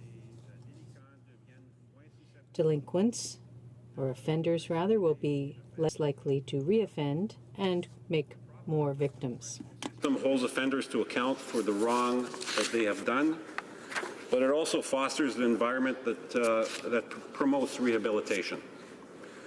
Canada's correctional system already does an excellent job of providing rehabilitation and reintegration support for inmates under very, very challenging circumstances. Bill C-83 will strengthen that system, and public safety will be improved with safer institutions for staff and for inmates, fewer repeat offenders, and fewer victims in the long run. For all these reasons, Mr. Speaker, I fully support this important and transformative piece of legislation, and I invite all honourable members to do the same. Thank you, Mr. Speaker. Questions and comments? Questions et commentaires? The honourable member for St. Albert, Edmonton. Thank you, Mr. Speaker. I'd thank the Parliamentary Secretary to the Minister of Indigenous Affairs for his speech. One of the issues with this bill is that it's going to require a lot more resources in order to make it work. And yet, under the plan for Correctional Services Canada, there's actually an 8.8% planned reduction. And not only that, Mr. Speaker, nowhere in the 22 priorities of Correctional Services Canada is there any mention about protecting the safety of correctional officers. So, Mr. Speaker, how is this going to work in the face of an 8.8% planned reduction and no mention of putting the safety of correctional officers first? Honourable Parliamentary Secretary to the Minister of Indigenous Services. Mr. Speaker, I thank the honourable member for his question. I find it interesting that after his party was in government for 10 years, they weren't very worried about providing more support for our departments and our public service, who do tremendous work, and all of a sudden they are, Mr. Speaker. This is clearly a priority of this government. I have full confidence in the Finance Minister, the Prime Minister, the Public Safety Minister, that the resources necessary to properly implement this legislation will be there when the time comes. I think first things first, we have to get this to committee. We have to hear from the unions, from the other people that are interested in this legislation. We need to get it to committee, and we need to have those discussions, and we need to get it back here to actually make it law of the land. Thank you. Questions and comments? The honourable member for Lethbridge. Thank you, Mr. Speaker. Mr. Speaker, this bill certainly looks after inmates, those who have committed a crime. But I have a concern with regards to those who are correctional officers. And so when individuals who have committed some of the most heinous crimes possible are allowed to be out of their cell for 4 hours a day and to wander freely, I'm wondering what resources are being put in place on behalf of the correctional officers in order to make sure that they return to their homes at the end of the day safe, sound, and secure, and that they can return to their job the next day feeling that their needs are being met and that they're being looked after as correctional officers who serve our country in an incredible way. The Honourable Parliamentary Secretary to the Minister of Indigenous Services. Mr. Speaker, the very heart of this bill is public safety. Something the other side fails to recognize over and over again is that the vast majority of prisoners, of inmates, end up in our cities, in our villages, in our rural municipalities, and when they end up at the checkout stand of the Safeway next to our aunts, our uncles, our mothers, our fathers, I'd like to know that we've done the best job, the absolute best job we can at rehabilitation, so that our communities, our cities, our rural municipalities are safer rather than focusing on punishment alone. We need to put a focus on rehabilitation so that when they leave the penitentiaries, they make the communities are safer because of the time they have spent. As far as the officers, part of the legislation involves body scanners, which is going to make the unions safer as well. We have time just for one short question and response. The honourable member for Avalon. Mr. Speaker, and I will make it a short question to give my colleague a chance to answer with enough time. Interesting in his speech, he spoke about needing to make sure people come out better on the other end, basically. I wonder, would he please comment on the importance of getting this to committee so as we can hear from the correctional officers, hear from the unions, hear from the people involved in these institutions to make necessary amendments to make sure they are safe going forward. Because I don't think there's anyone on either side of this House that wants our correctional officers to be left in an unsafe position. Honourable Parliamentary Secretary. I thank the honourable member for the question. I agree wholeheartedly, 100%. This has been debated at length already. I think it's important to get it to committee, to hear from the correctional officers, and to hear from other unions, other people, other interest groups that are interested in this policy. I stress that safety, public safety, is at the core of this legislation, and we need to move the legislation forward to get it to committee to hear from the public. Resuming debate, the honourable member for St. John's East. Thank you, Mr. Speaker. While C-83 amends the Corrections and Conditional Release Act in half a dozen ways, the centerpiece of this legislation is really ending the use of segregation in our penitentiaries and the launching of what will be called Structured Intervention Units, or SIUs. I will get into the details of what SIUs are in a little bit, but first I recognize that many stakeholder groups have spent years advocating for a limit to the length of time in administrative segregation. The correctional investigators recommended a 30-day cap, and the UN Mandela rules call for one at 15 days. We asked ourselves, though, doesn't that just leave people without meaningful contact for 15 or 30 days? Doesn't that just keep people from their needed interventions and training for 15 or 30 days, and from the mental health treatment that they may need? Therefore, what if we were able to create a system where, when people need to be placed in separate secure facility within the penitentiary, they could continue to have access to all those things? What if we could ensure the safety of inmates, correctional staff, and security of facilities without having to segregate inmates from all those important points of contact and their treatment regimes? So, what if there were 0 days without meaningful human contact in our penitentiaries? That is what is at the heart of C-83. It is legislation that balances the need for security in our penitentiaries with the need to ensure that we end segregation and create a system that is better able to rehabilitate inmates. Inside an SIU, inmates will have double the time outside their cells compared to the current administrative segregation regime, but it is not unsupervised, as was suggested previously by the member for Lethbridge. Correctional services will be provided with funding to staff up on guards to help ensure the safe and secure movement of inmates inside the SIUs, whether that is to a classroom-type setting or to attend part of their programming or to interact with another compatible inmate. In short, Mr. Speaker, this is a complete revamping of the correctional service in a way that is better for staff and better for inmates, and ultimately better for society. The reason this is so important is that the vast majority of our federal inmates will eventually be released into our communities. And it is safer for our communities when those offenders with mental health issues have been treated and diagnosed properly. It is safer for our communities when they've successfully undergone correctional services rehabilitation programming and had the training they need to help find employment when they finish their sentence, so that they can support themselves and are less likely to reoffend. I've seen some commentary that while this legislation looks promising, there is some skepticism about its implementation. I can assure the House that we intend to ensure that the implementation fulfills the promises of the legislation with all resources required to make this work, and I even asked the Minister earlier in the debate about that fact. Let's be clear, Mr. Speaker, the status quo may not be an option any longer. Courts in both Ontario and Quebec have struck down large portions of the Correctional Conditional Release Act that legally allow for an inmate to be placed in administrative segregation. While both of these cases are being appealed, one appellant and one by the government, come December and January, administrative segregation may not exist as an option in those provinces. Without a system to replace it, that will be a dangerous situation for correctional services staff and will also be dangerous for offenders. And effective rehabilitation can't happen in a dangerous environment, so it will be a danger for all of us upon release. So let me now turn to some other parts of C-83.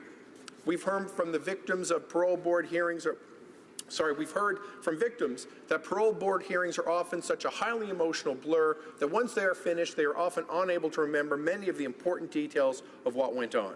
This legislation will allow victims who have attended parole board hearings to receive an audio copy of the hearing. Currently, registered victims who are unable to attend can request and receive such a copy. However, if you are there in person, the legislation does not allow for that. It's simply not right, and that's why C-83 amends the law to ensure that all registered victims, whether they attend the parole hearing or not, are able to receive the audio copy. The bill will also allow for correctional services to acquire and use body scanners on those entering the prisons. From drugs to cell phones, the phenomenon of contraband inside prisons is a problem worldwide. New technologies now allow for better and easier searches of those entering correctional facilities that are less invasive than traditional methods such as strip searches. Mr. Speaker, I'm sure we all remember the tragic death of Ashley Smith, who took her own life while under suicide watch in 2007. Her death and the subsequent coroner's inquest was a wake-up call that tremendous improvements were needed in our women's correctional facilities. Bill C-83 delivers on one of the most important recommendations from that inquest. The legislation will require correctional services to provide patient advocacy services to inmates to help them better understand their health care rights and responsibilities. It will also create a statutory obligation for correctional services to support healthcare professionals in maintaining their professional autonomy and clinical independence as a founding principle of the medical profession. The bill will also enshrine in law the principles of the landmark 1998 Gladue Supreme Court decision that will ensure that from intake, Indigenous offenders programming and treatment incorporates the systemic and background factors unique to Indigenous offenders. And ultimately, all of this will advance the cause of public safety in all of our communities. When our correction system works effectively to rehabilitate offenders within a secure custodial environment, we all benefit. I'm proud of Bill C-83, and I encourage all members to vote in support of it. Now, Mr. Speaker, if I guess I have a few more moments here, I will talk a bit about Newfoundland and Labrador. Newfoundland and Labrador, its primary penitentiary is not a federal facility, so it wouldn't be governed under the rules of this proposed legislation, but we can see in media reports, we can see in the damning history of Her Majesty's Royal Penitentiary in St. John's, what can happen in penitentiaries where the right supports and services are not put in place to protect both inmates and the people who work in the prisons. PTSD is a huge problem for people who work in corrections. PTSD is a huge problem for people incarcerated in these facilities. We need to find a better way to manage inmates through their periods of trouble while they're incarcerated so that they can continue to receive the supports they need.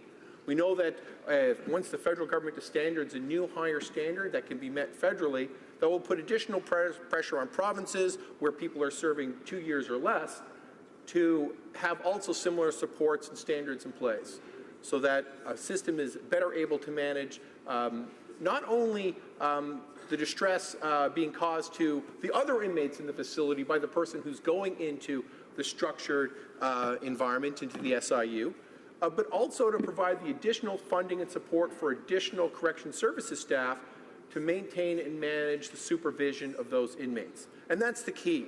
One of the things that we've seen throughout our first 3 years in office is that many of the proposed changes that were brought by the previous government, whether it be Phoenix, whether it be in IT transportation, whether it be in correction services, that unless you fund the transition, unless you fund the additional requirements of your legislation, you're going to be doomed to fail. And one of the things that we've seen here today, and the Minister mentioned, is that $80 million will be available for the additional mental health supports within prisons over the next 2 budgets. That's extremely important, and that funding will be available for additional correction staff. Funding will be available for the very body scanner technology that will help reduce, if not eliminate, the problem of contraband in our prisons, which is so pervasive. And so I guess in connection with this, I know we've heard a lot in the debate from opposition members today about their concern that we're not having sufficient time to debate the topic. And yet, it seems to me that many of the points that have been circulating in the room today have started to retread similar ground. We haven't heard a lot of new arguments, even the short amount of debate that we've had. It'll be great to see this legislation go to committee where any of the legitimate concerns that were raised by the opposition regarding sufficient feedback from stakeholder groups can be addressed, their comments can be incorporated, and if there's constructive ways in which the legislation can be amended at committee, that's the best place to do it. In light of the fact that December and January present real significant deadlines for making sure that there's a replacement to segregation, administrative segregation in our prisons, it's going to be very important that we get this legislation finalized and passed through this House and the Senate in order to avoid a type of doomsday scenario that could arise without the ability to properly manage and maintain security in prisons in British Columbia and Ontario in the next year. And so for all these reasons, Mr. Speaker, I encourage that all members of the House vote in favour of the legislation to send it to committee. Thank you very much. Questions and comments. The honourable member for St. Albert, Edmonton. Thank you, Mr. Speaker, and I thank the member for St. John's East for his question. And the member just made reference to how it's so important that this bill get to committee for the purpose of consultation, Mr. Speaker. Mr. Speaker, where was this government up until now? Should there not have been consultation in drafting the bill in the first place, Mr. Speaker, instead of drafting a ramshackle bill that will be criticized at committee, that will require amendment at committee, Mr. Speaker? Mr. Speaker, the Union of Canadian Correctional Officers, on one key aspect of this bill, which is to eliminate segregation in all circumstances, stated that, quote, the new bill C-83 must not sacrifice disciplinary segregation as a tool to deter violent behavior, unquote. Mr. Speaker, why would the government not have consulted the Union of Canadian Correctional Officers before they introduced Bill C-83? Why are they waiting for it to get to committee to hear from the union? And future recommendation. The honourable member for St. John's East. Thank you very much, Mr. Speaker. It's my understanding that the views of both the Union of Safety and Justice employees that represents parole officers and program staff have been consulted on the legislation. They're very supportive, and that, as mentioned by my honourable colleague, the Union of Canadian Correctional Officers, why they would have preferred to use administrative segregation, notwithstanding the fact that it's been struck, which they view as an important safety tool, that they're actually supportive of the introduction of the body scanners. So their views are taken into account, at least in part, but it's because the legislation is so important and that there are different stakeholder groups that both agree with some aspects and don't agree with other aspects, but they have been consulted on the legislation. But as with all things, so it's an iterative process to make sure that legislation is right, and the committee is the best place to take the next step in this iterative process. Thank you, Mr. Speaker. Questions and comments. The honourable member for Costa Bay Central, Notre Dame.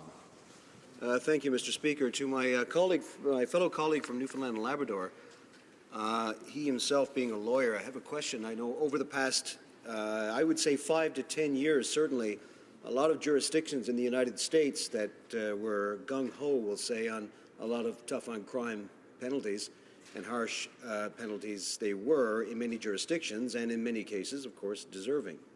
But one of the issues, if you talk to a lot of public servants and politicians in the United States of either side of the ideological scale, whether that be Democrat or Republican, even the Republicans would say that the rehabilitative services provided were insufficient in many jurisdictions. I was wondering if the member would comment on that in places where it's tried and true that rehabilitative services do work for society as a whole.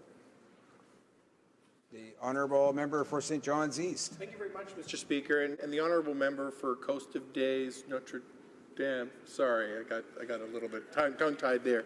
My honourable colleague did raise an important point, and that's the fact that throughout North America, jurisdictions are moving away from being only tough on crime to being smart on crime.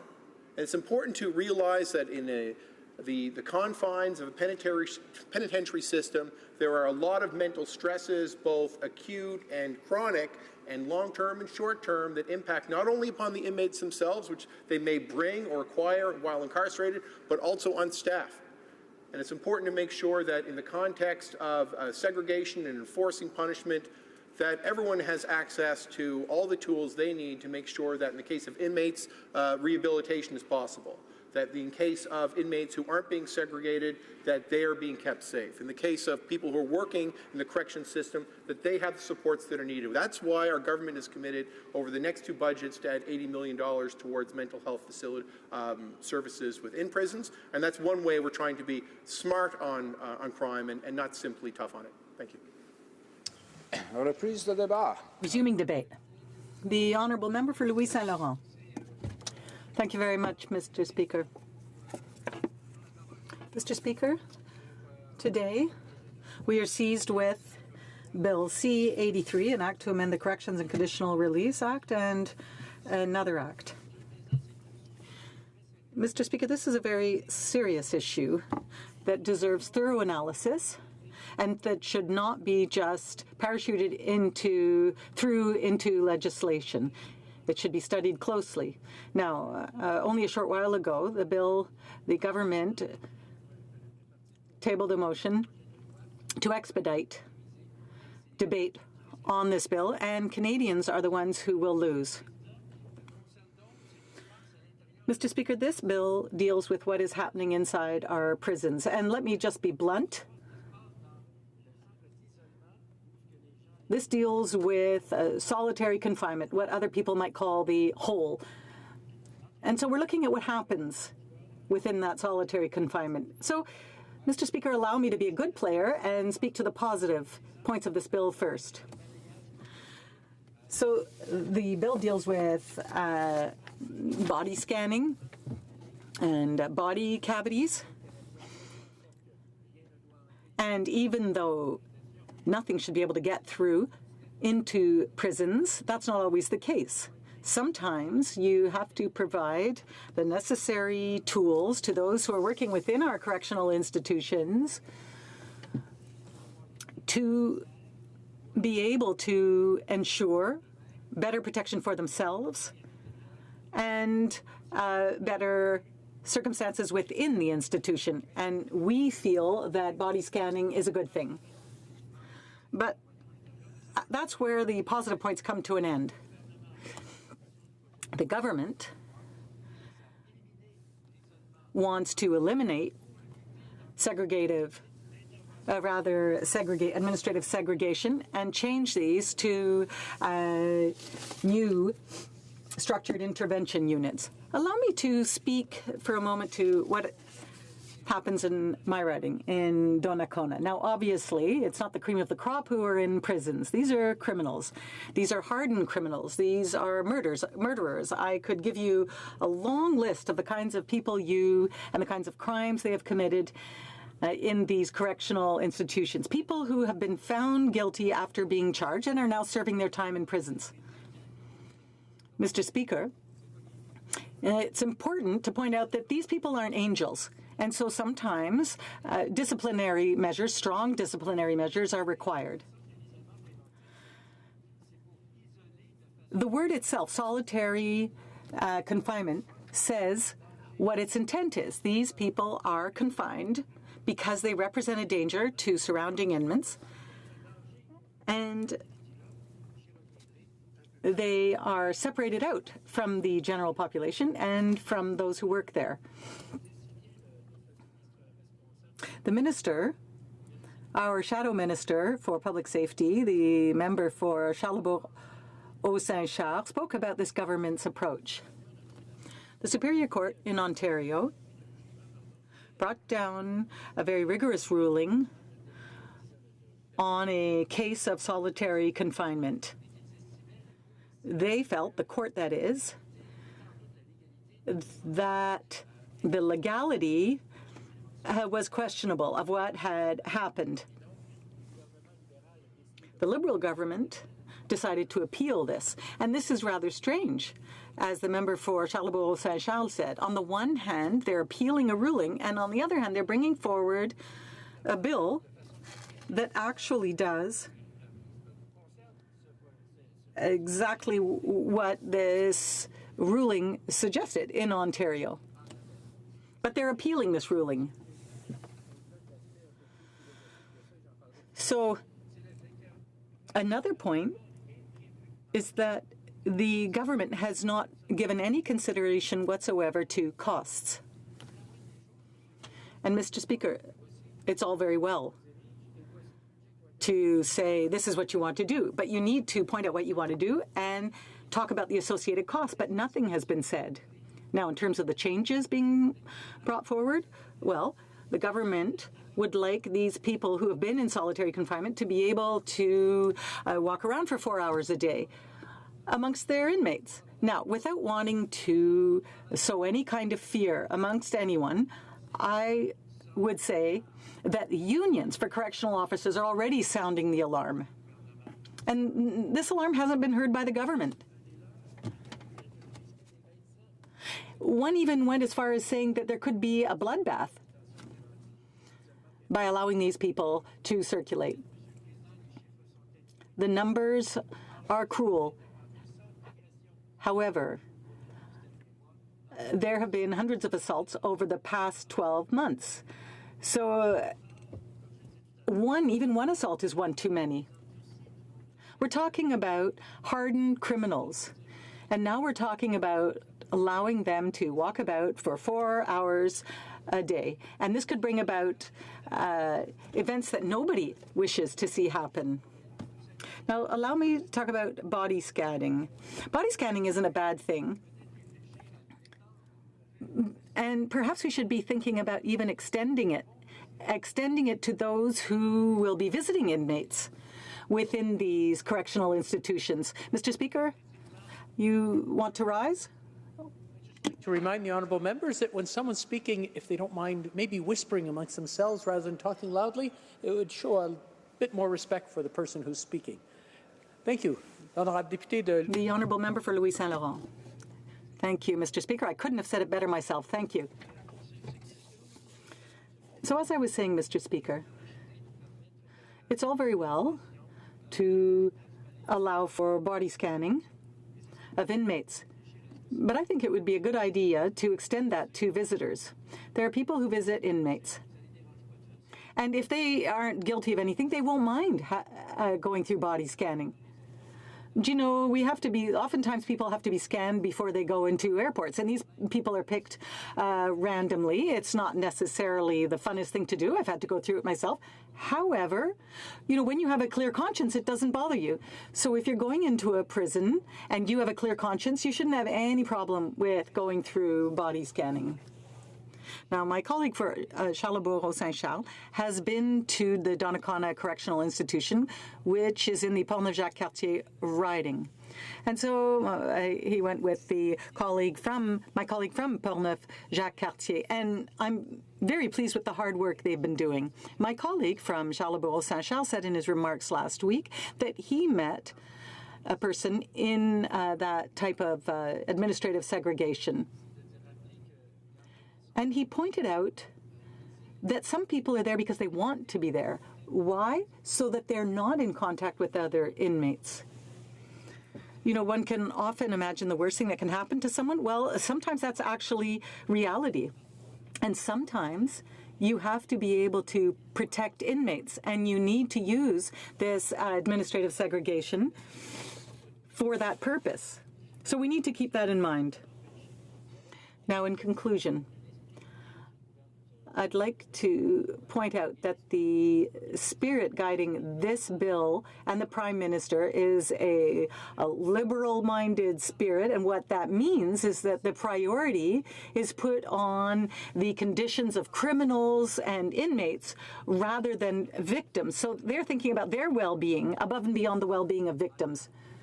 They took 10 months to appoint a victims ombudsman. 10 months, Mr. Speaker.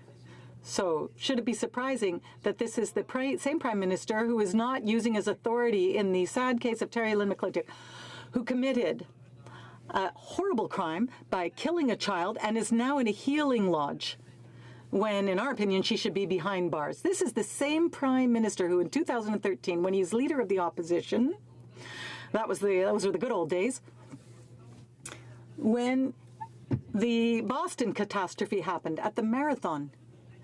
And he said, well, perhaps we should think about why people do these kinds of things. That's their mentality. That's a liberal mentality. First, they think about those who are committing the assault and the crime before thinking about victims. And that's why, Mr. Speaker, in its current form, this bill is not satisfactory, and we will not support it, and we object to being gagged. The honourable member for Winnipeg North.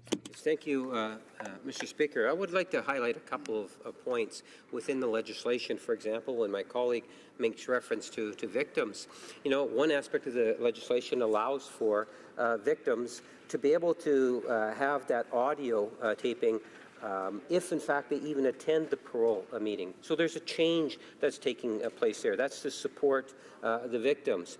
The member across the way, Mr. Speaker, made reference to the body scans. within this legislation, that body scan, which is a good idea, is in fact something that would be applicable to whomever it is that they deem would warrant having to go through the body scan. That includes individuals that might be visiting correctional facilities or correctional officers themselves. It allows for that to take place, Mr. Speaker. So the Conservatives are giving misinformation on that particular point. In regards to the segregation issue, my question is related to that, and that is why when you look at it, Mr. Speaker, and you say a vast majority of people that are going into prisons will someday go out of prison, that means programming is something that's really important. Brian Mulroney even recognized that, Mr. Speaker. My question is, why would the Conservatives oppose any form of programming, whether it's mental health or whatever it might be, even for those individuals that might be set aside, referring to segregation by the member opposite? Why would they oppose that? The Honourable Member for Louis Saint Laurent. Maybe I was not very clear when I had to speak, maybe because the member could not hear me because some other member talks that have some fun elsewhere. But I want just to be clear. On the case of the, how do you say that in French? On appelle ça It's called body search. That's one of the things that I said first, that we do support. This is one of the few elements that we support in that bill, is that yes, we do support what the government would like to do when you go to jail, and to be sure that the people who is into the jail is correct. And for sure, it's not very funny to have that kind of stuff, but we need that kind of intervention when you go to a jail. Maintenant, Monsieur le Président, dans la question... Now, Mr. Speaker, with respect to rehabilitation, there are already programs. The member for Winnipeg North may remember that was talking about Brian Mulroney. These programs of rehabilitation have been around for decades. Now, but there are people who do deserve to be in administrative segregation. The Honourable Member for Abitibi-Témiscamingue. Thank you, Mr. Speaker. As my colleague mentioned in his speech, there are various reasons for which administrative segregation is used. But the court said that the way in which this kind of thing is done now is not right. Now, our Liberal colleagues have made an exhaustive study of administrative segregation to find when this kind of thing would be appropriate. There was an analysis of all kinds of cases. Now, did they look at all possible cases, or did they simply change the name, call it administrative segregation, without taking into account the various circumstances that might necessitate a different approach? The Honourable Member for Louis Saint Laurent. Thank you, Mr. Speaker, and I thank my colleague for her very relevant question. The member for Charlebourg-Haute-Saint-Charles said that here is a court decision which might be liberal with respect to certain measures. Now, the Liberals are appealing this, but at the same time they brought in this bill, which in our opinion is simply not a very well done bill. From our point of view, this bill is animated by the Prime Minister, who just really wants to look good. Parliamentary Secretary to the Minister of the Environment. Thank you very much, Mr. Speaker. It's my honor and privilege to rise today to speak to Bill C-83. This bill does a number of things. I think at the core, what it seeks to do is abolish the use of administrative segregation in Canada and replace it with structured intervention units. But it does more than that as well. It also has a serious change to the way we deal with the right of victims to obtain audio recordings at parole hearings. It takes certain steps to consider in particular the unique circumstances that pertain to Indigenous inmates. It has serious changes to the way that we deal with patient care amongst the inmate population. And it introduces certain changes to the use of body scanners when we're dealing with institutions run by the Correctional Services of Canada.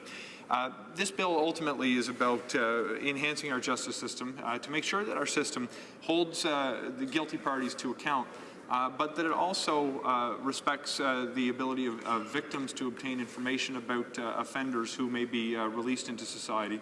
But importantly, it also deals with certain measures that help make our communities more safe by ensuring that during a period of incarceration, individuals have access to services that actually help them reintegrate more effectively into society on the back end.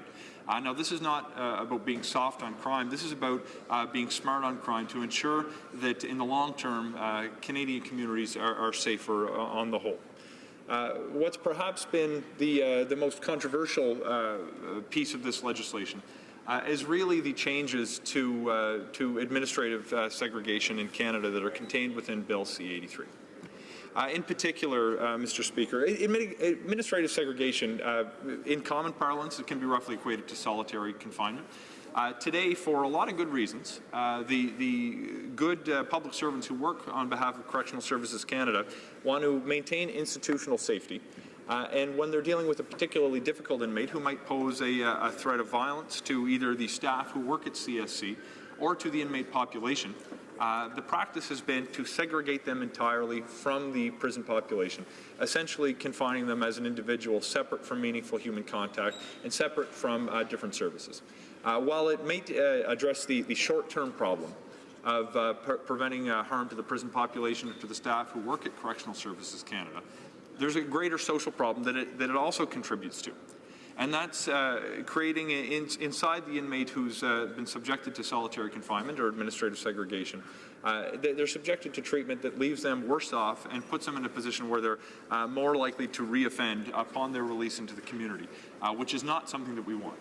We want to aim to reduce recidivism to ensure that our communities are safer when inmates are inevitably released back into society. Now, we all know there are certain incredibly heinous crimes that will result in a person potentially being in the custody of Correctional Services Canada for their entire life. But there are many circumstances, in fact, the vast majority of circumstances, where a person who commits a crime is eventually going to be released back into society.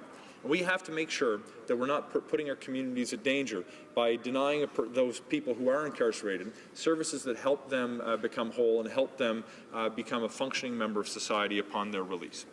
Mr. Speaker, I think most members of this House would be familiar with the details of the Ashley Smith case. It to me, illustrates tragically the problems that exist within our current system.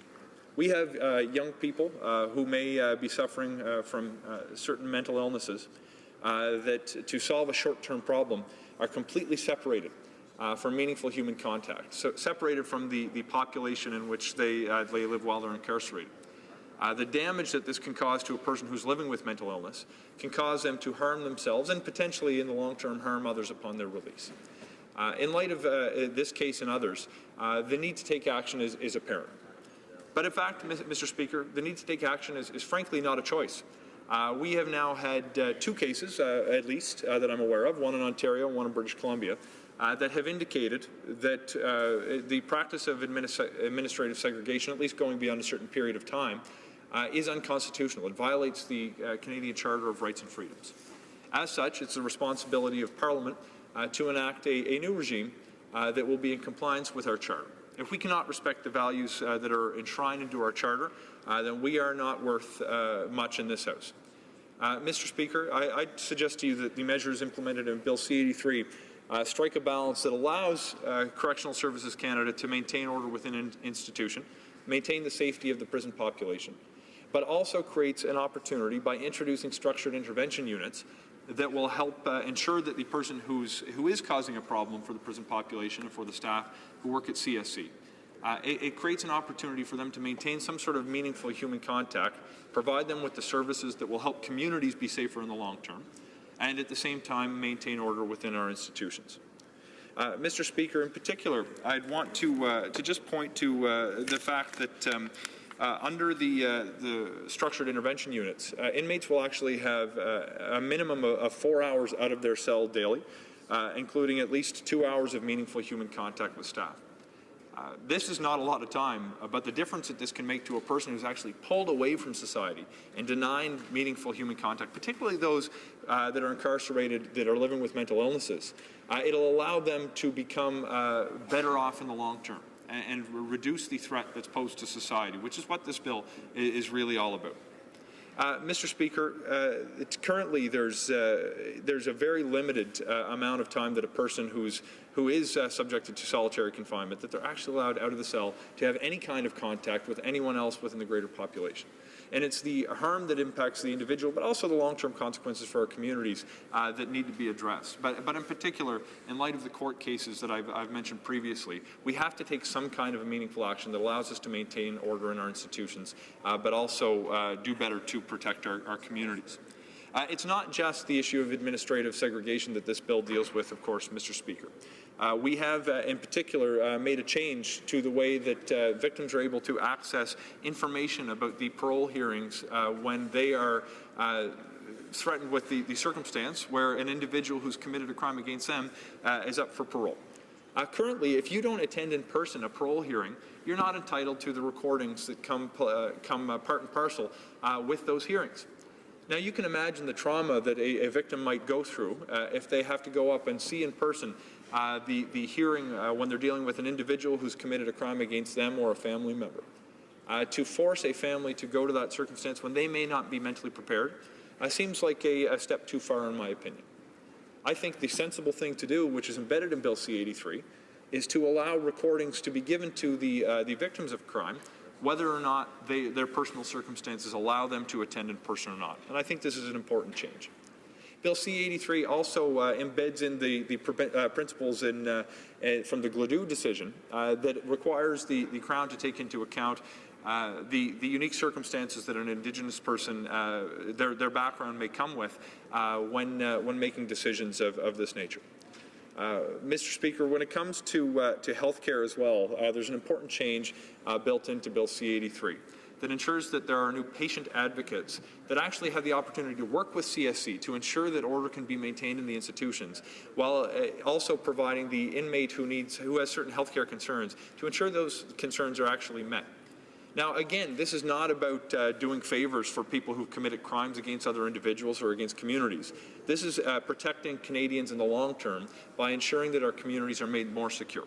If we deny basic basic mental health care to people who are separated from society, not only by being put in prison, but being completely separated to be left on their own, the damage that person may cause to our communities in the long term upon their release, when their sentence comes to an end, is something incredibly important that we need to address. Mr. Speaker, the final element that I'd like to turn our attention to today is the use of body scanners. This is similar to the technology that you and I pass through when we go to an airport to come to Ottawa every week to advocate on behalf of our constituents. The introduction of contraband, drugs, weapons, the like, into prison communities can be a very serious problem. The use of body scanners, which I understand certain members on different sides of the aisle may actually support, is an important step that's not very invasive but still protects the prison populations. The suite of changes that's included in Bill C-83, Mr. Speaker, are important ones. I think in conclusion, I'd like to just reiterate the essential point that the changes to the administrative segregation regime that exists in Canada today are coming with or without Parliament's action because a court has deemed them unconstitutional. We need to take steps that not only protect the rights of the individual who might be incarcerated, respects the rights of victims, keeps our community safe, and in the long term ensures that people who are released from prisons into our society don't cause greater harm to our community than they already have. Thank you, Mr. Speaker.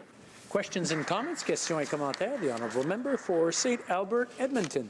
Thank you, Mr. Speaker, and I want to thank the Parliamentary Secretary to the Minister of the Environment for his thoughtful speech.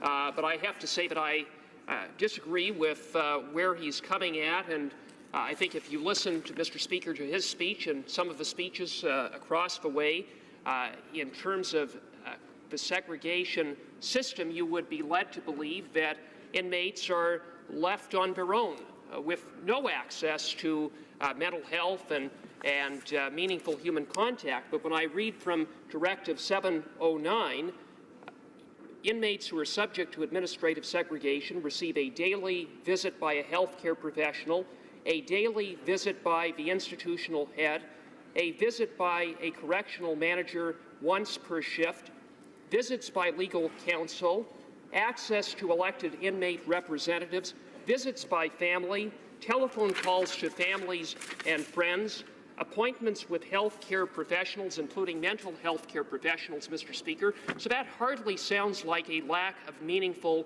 human contact. It seems, Mr. Speaker, what this is really about, this bill is really about, is not about that issue, but about taking away a tool that is only used as a last resort and only when there are three grounds that can be established, namely that an inmate or another person in that facility could be put at risk. Secondly, where it's necessary to protect the integrity of an investigation. Or thirdly, when it's necessary to protect the inmate from themselves. Why would the government take away that important tool that can only be used as a last resort? Honourable Parliamentary Secretary. Thank you, Mr. Speaker. And I think this is an important question. I expect over the course of the long term, we'd realize that the outcome that we're seeking to achieve on this side is probably in accordance with what a lot of members in different parties may come to expect should be the case. The difference in position is not necessarily a difference in principle. I think we need to empower the Correctional Services of Canada to maintain order within their institution. This should only be used as a last resort. But currently, the list of elements of access to society are things that may be eligible for a person who's subjected to administrative segregation. In many cases, the individuals who are subject to solitary confinement are not receiving some of the access to people or the world at large that the member suggests might be the case. Under the new regime, they'll be entitled to at least 4 hours outside of the cell daily with 2 hours of meaningful human contact. This is based on evidence from medical professionals that suggest there could be real harm that could befall a person that would cause them to be worse off upon their release. If I can just use a personal anecdote, I myself have been the victim of a violent crime before. I've been attacked in the street by a person wielding a piece of lumber who took my knee out and I couldn't walk for months. What troubled me most greatly is the individual wasn't incarcerated, wasn't given the mental health supports that he needed, and I know had a severe addiction problem. And within a matter of a few months later, he was actually incarcerated for doing harm to someone else. What I would like to see happen is that when somebody commits a wrong in our society, they're given the care they need to be well, so upon their reintegration, they don't repeat the offence and cause harm to further individuals. Questions and comments. Questions et commentaires. A brief question, the Honourable Member for Avalon. Thank you, Mr. Speaker. And through you, I'll ask my honourable colleague. He mentioned the Indigenous group when it comes to the correctional facilities, and we all hear often about the rate of Indigenous people that are incarcerated compared to others. Could he expand on what this bill does to recognise that issue of Indigenous people being incarcerated and the services available to them? The Honourable Parliamentary Secretary. Certainly, I thank my colleague for the important question. I think most people understand now across Canada that Indigenous Canadians are incarcerated at a disproportionately high rate compared to the general population. Mr. Speaker, there's a number of reasons this might be the case, but we know from the court's decision in, I believe it was 1999, the Gladue decision, there's certain factors that we have to consider to determine whether there are alternatives to incarceration that will actually leave an Indigenous offender better off, not only for themselves, but in terms of how they will pose a reduced danger to the community.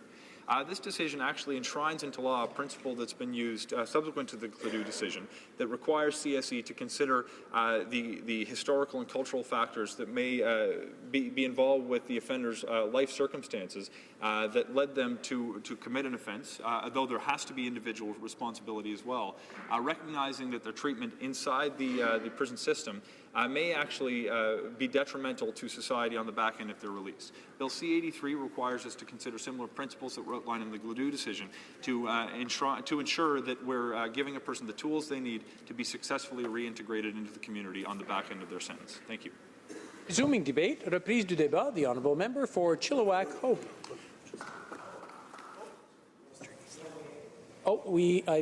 I'm afraid we have a little discrepancy here. My apologies to the honourable member for Chilliwack Hope. The information I'm getting is a little bit muddled. The honourable member for Malpeque. It'd be extremely unusual for information to get muddled in this place, Mr. Speaker. And I am pleased to stand on Bill C-83, which is an act to amend the Corrections and Conditional Release Act and another act.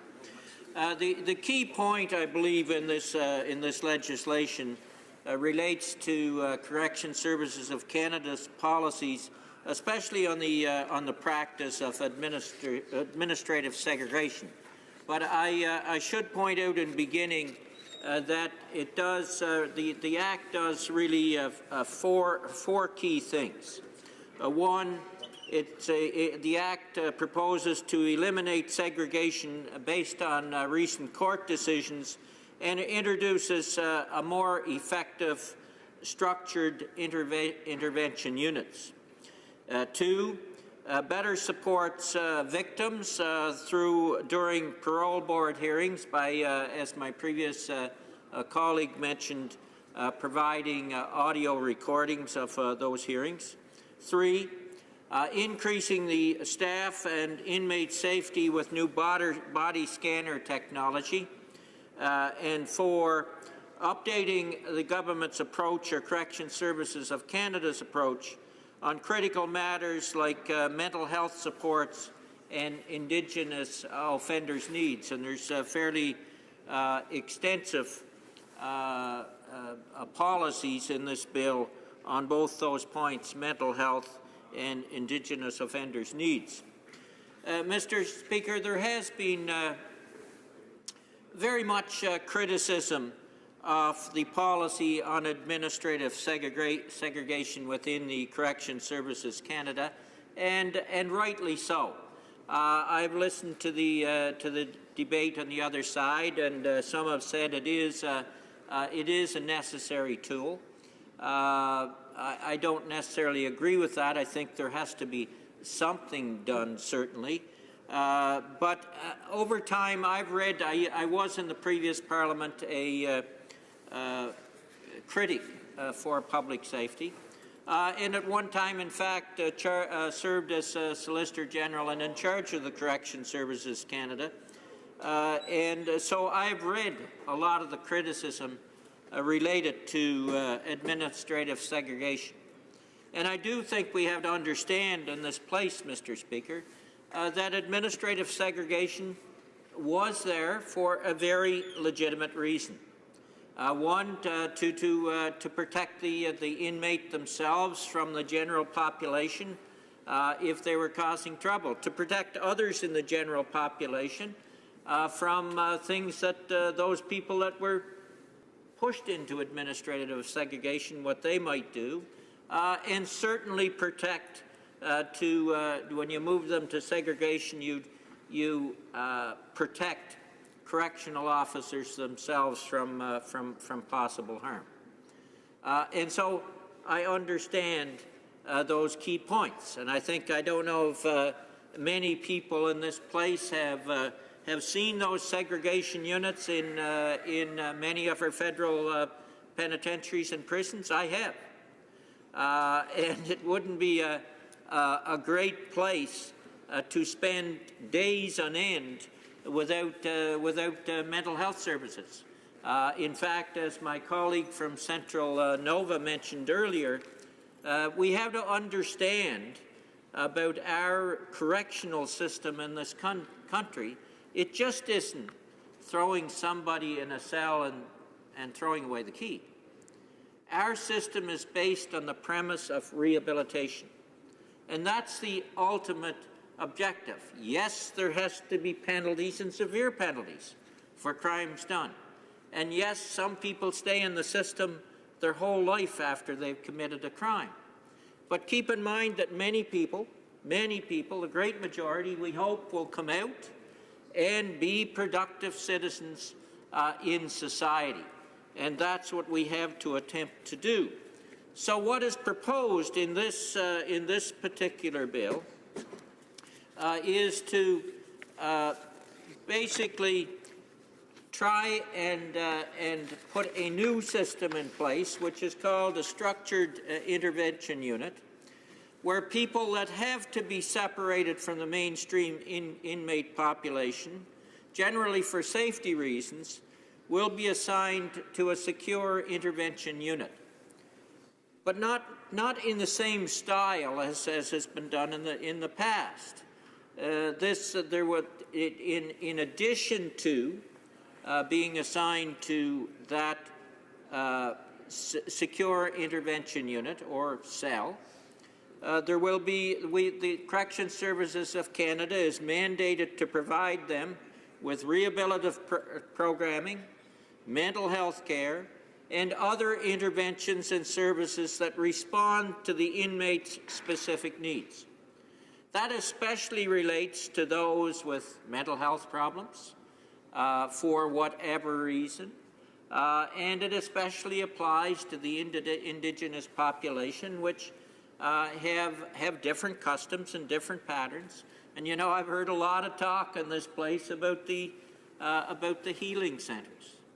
Well, you know, the fact of the matter is they work, and we need to keep that in mind too.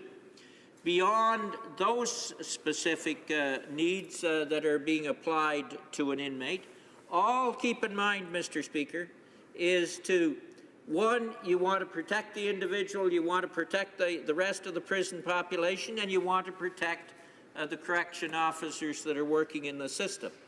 And under this approach, to try and do it in a way that's different from what's currently in place. And so you try and address the mental health care and intervene with other services where appropriate. But beyond all that as well, in terms, there's a number of reviews that have to take place. And you know, I can understand, I've talked to a lot of correction officers, Mr. Speaker, and you know, when somebody challenges you, when an inmate challenges you within the prison system, it really has to be hard not to not lose your temper and want to be vindictive. And this is supposed to prevent, to work against preventing that from happening as well. But for the inmate, there's several reviews that will take place. There will be a review by the warden within 5 days, and there's a couple. I know I'm running out of time. There's a couple of other reviews in place as well. So what is trying to be done in this bill is to move away from a system that we know is challenged in the courts. And yes, we've appealed this decision because we want to keep all options open. But move away from a system that is challenged in the courts, has been strongly criticized by the congressional investigator, and coming up with a better system that works. That's in part what this bill is about.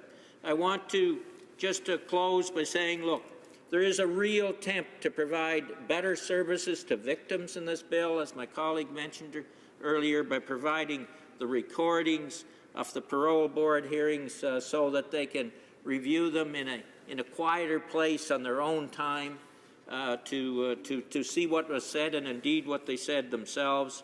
And there is, this legislation would add a guiding principle to the law to affirm the need for Correction Services Canada to consider systematic and background factors unique to Indigenous offenders in all the decision-making that is done within the system.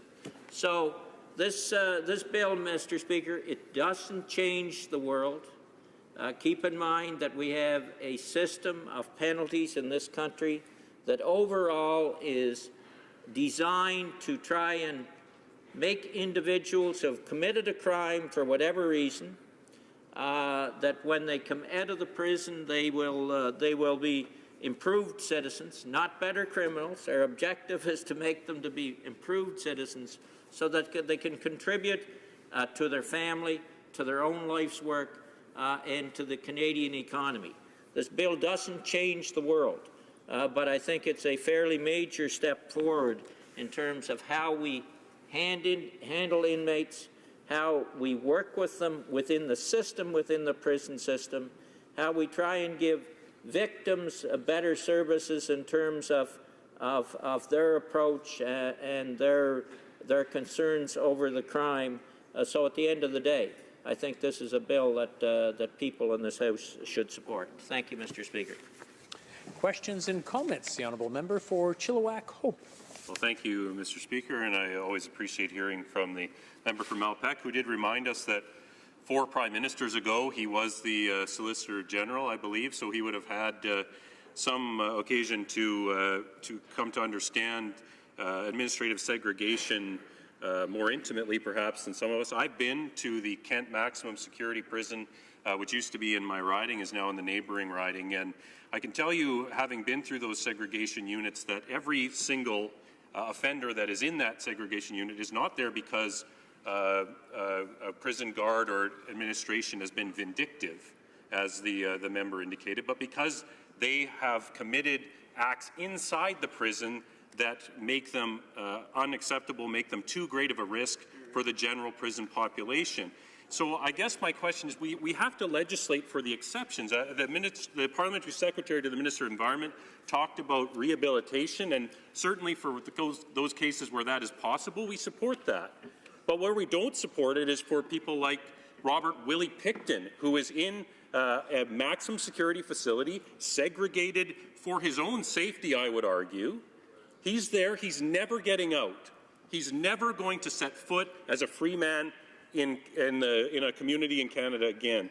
What tools would the prison guard have to deal with someone like that? We have to legislate for those exceptional cases where these people are not going to be cascaded down through the system and released. So why does someone like Willie Picton, Canada's worst serial killer, deserve 4 or 2 hours of meaningful human contact? What benefit does that have for him other than to put people in the prison system who have to deal with him at significant risk? I just don't see how this legislation addresses those exceptional situations. The honourable member for Malpeque. I guess that's the difference in approach that we take on this side versus that side at the other end of the House, is we don't make laws based on the 1 or 2 exceptions. We make laws on the population as a whole, and I think that's what we have to do. There is exceptional cases. There is no question about that, and I agree. The member made a point on the Pickering case, and it's a valid point.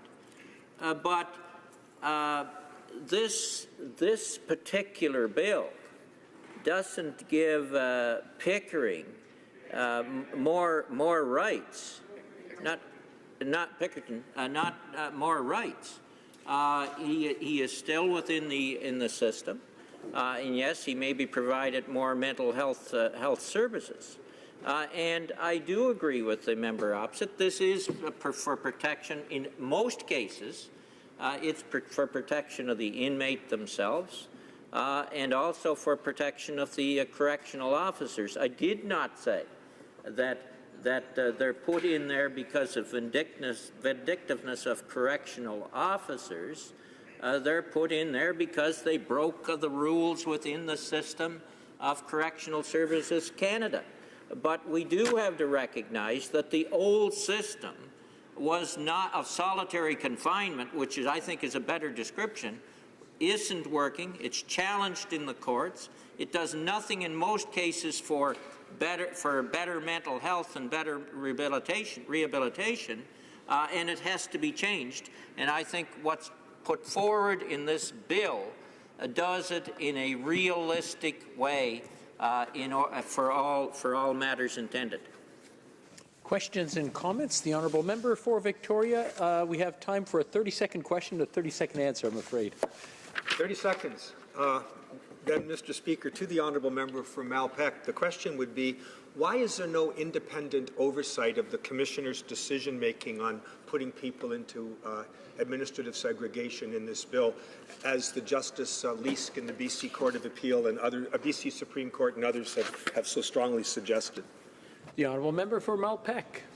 Mr. Speaker, this is one bill and one step forward.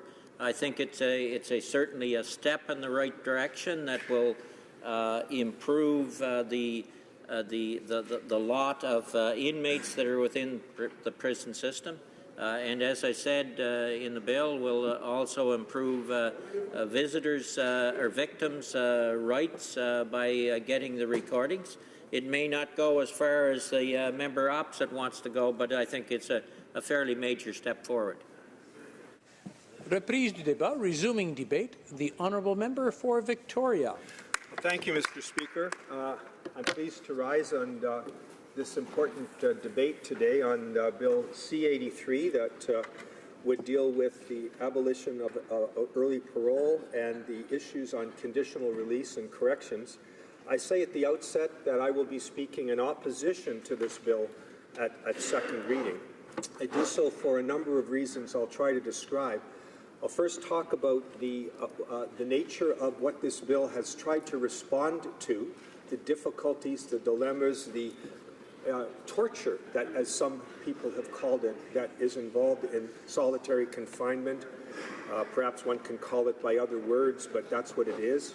And then I'll talk about what a couple of our superior courts have said about this practice and the constitutionality of it, the fact that the government has continued with the appeals of those judgments and yet brought in a bill which by all measure is a very modest response to the very, very strong language of our courts in addressing the issue of solitary confinement. I would say that this is a modest improvement. I don't want to be misunderstood.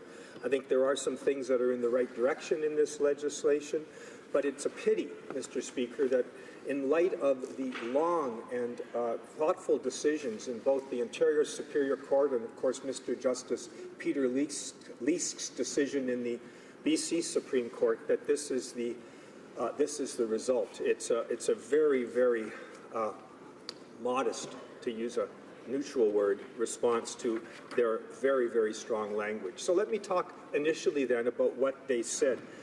The BC Civil Liberties Association and others brought a constitutional case to the BC Supreme Court, and in a landmark decision that was handed down in January of this year, Mr. Justice Leask, I think in his last judgment before leaving the bench, provided what can only be described as a blockbuster decision. And among the things that he talked about, to build on what I asked my friend a moment ago, is that there needs to be an independent review of segregation placements. And that, of course, is entirely lacking in this decision. What did he decide? He decided that the practice of solitary confinement as it was practiced at that point in time breached the security of the person. He said, and I quote, "I find as a fact that administrative segregation, as enacted by the statute, is a form of solitary confinement that places all Canadian federal inmates subject to it at significant risk of serious psychological harm, including mental pain and suffering and increased incidence of self-harm and suicide."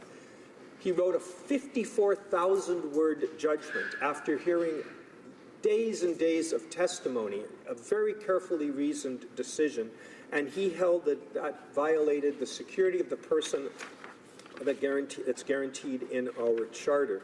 He also said that it discriminated against First Nations, disabled, and mentally ill individuals. And the findings for that, again, are based on a thorough analysis of the situation at hand. He said thousands of people, thousands of prisoners have been subjected to solitary segregation over the years, isolated for up to 23 hours a day, sometimes for months and sometimes for years.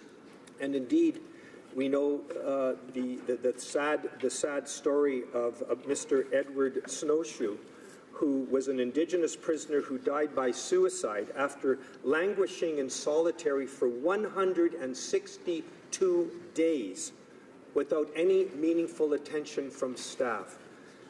That this is akin to a form of torture.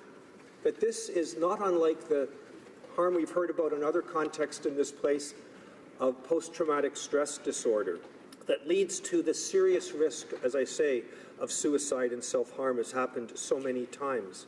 And thousands of prisoners have been subjected to that isolation for so long and for so many hours a day and for so many days in the year. It's interesting, Mr. Speaker, there are about 14,000 inmates in federal institutions, 679 of them women, and 1 in 4 of the incarcerated men spend some time in segregation. And to my surprise, more than 40% of women do. So this is a prevalent problem across our institutions. And it's not just limited to some prisoners and some institutions, but it's endemic across the country. And so those who believe that the prisons are there to provide punishment, of course, but also for rehabilitation purposes, should listen to what the judge concluded after days and days of testimony. I quote, "I have no hesitation in concluding that rather than prepare inmates for their return to the general population, prolonged placements in segregation have the opposite effect of making them more dangerous, both within the institution's walls and in the community outside." Close quote.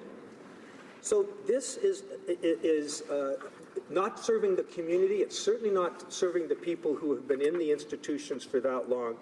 And the kind of concerns that he talked about include anxiety, withdrawal, hypersensitivity, hallucinations, aggression, rage, paranoia, hopelessness, self-mutilation, and suicide ideation behavior. So there's no question that we've dealt with a serious, serious problem. It's not just the judge who said this, the correctional investigator of Canada and the United Nations Committee Against Torture have looked at that and concluded that there were serious issues that had to be addressed. And indeed, Justice Leask said there should be time limits of 15 days in solitary.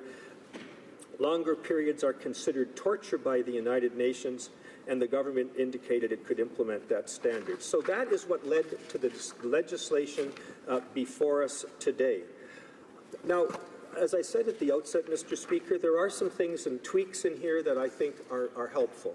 The administrative segregation or solitary confinement has been rebranded as structured integration units. Sort of an Orwellian term, I suppose, but maybe maybe the language will change things to some degree. Importantly, instead of spending up to 22 or 23 hours in segregation, the new scheme proposes up to 20 hours a day, but for an indefinite period of time. And the Ontario Superior Court found harmful effects can manifest in as little as 48 hours. So I ask you, Mr. Speaker, is that likely to change anything in a significant fashion? I think not. One of the things that the Justice League spent pages on in his decision was the need that so many have said to have an independent check on the discretion of the prison head or the Correctional Service of Canada top official. And that's lacking entirely in this bill.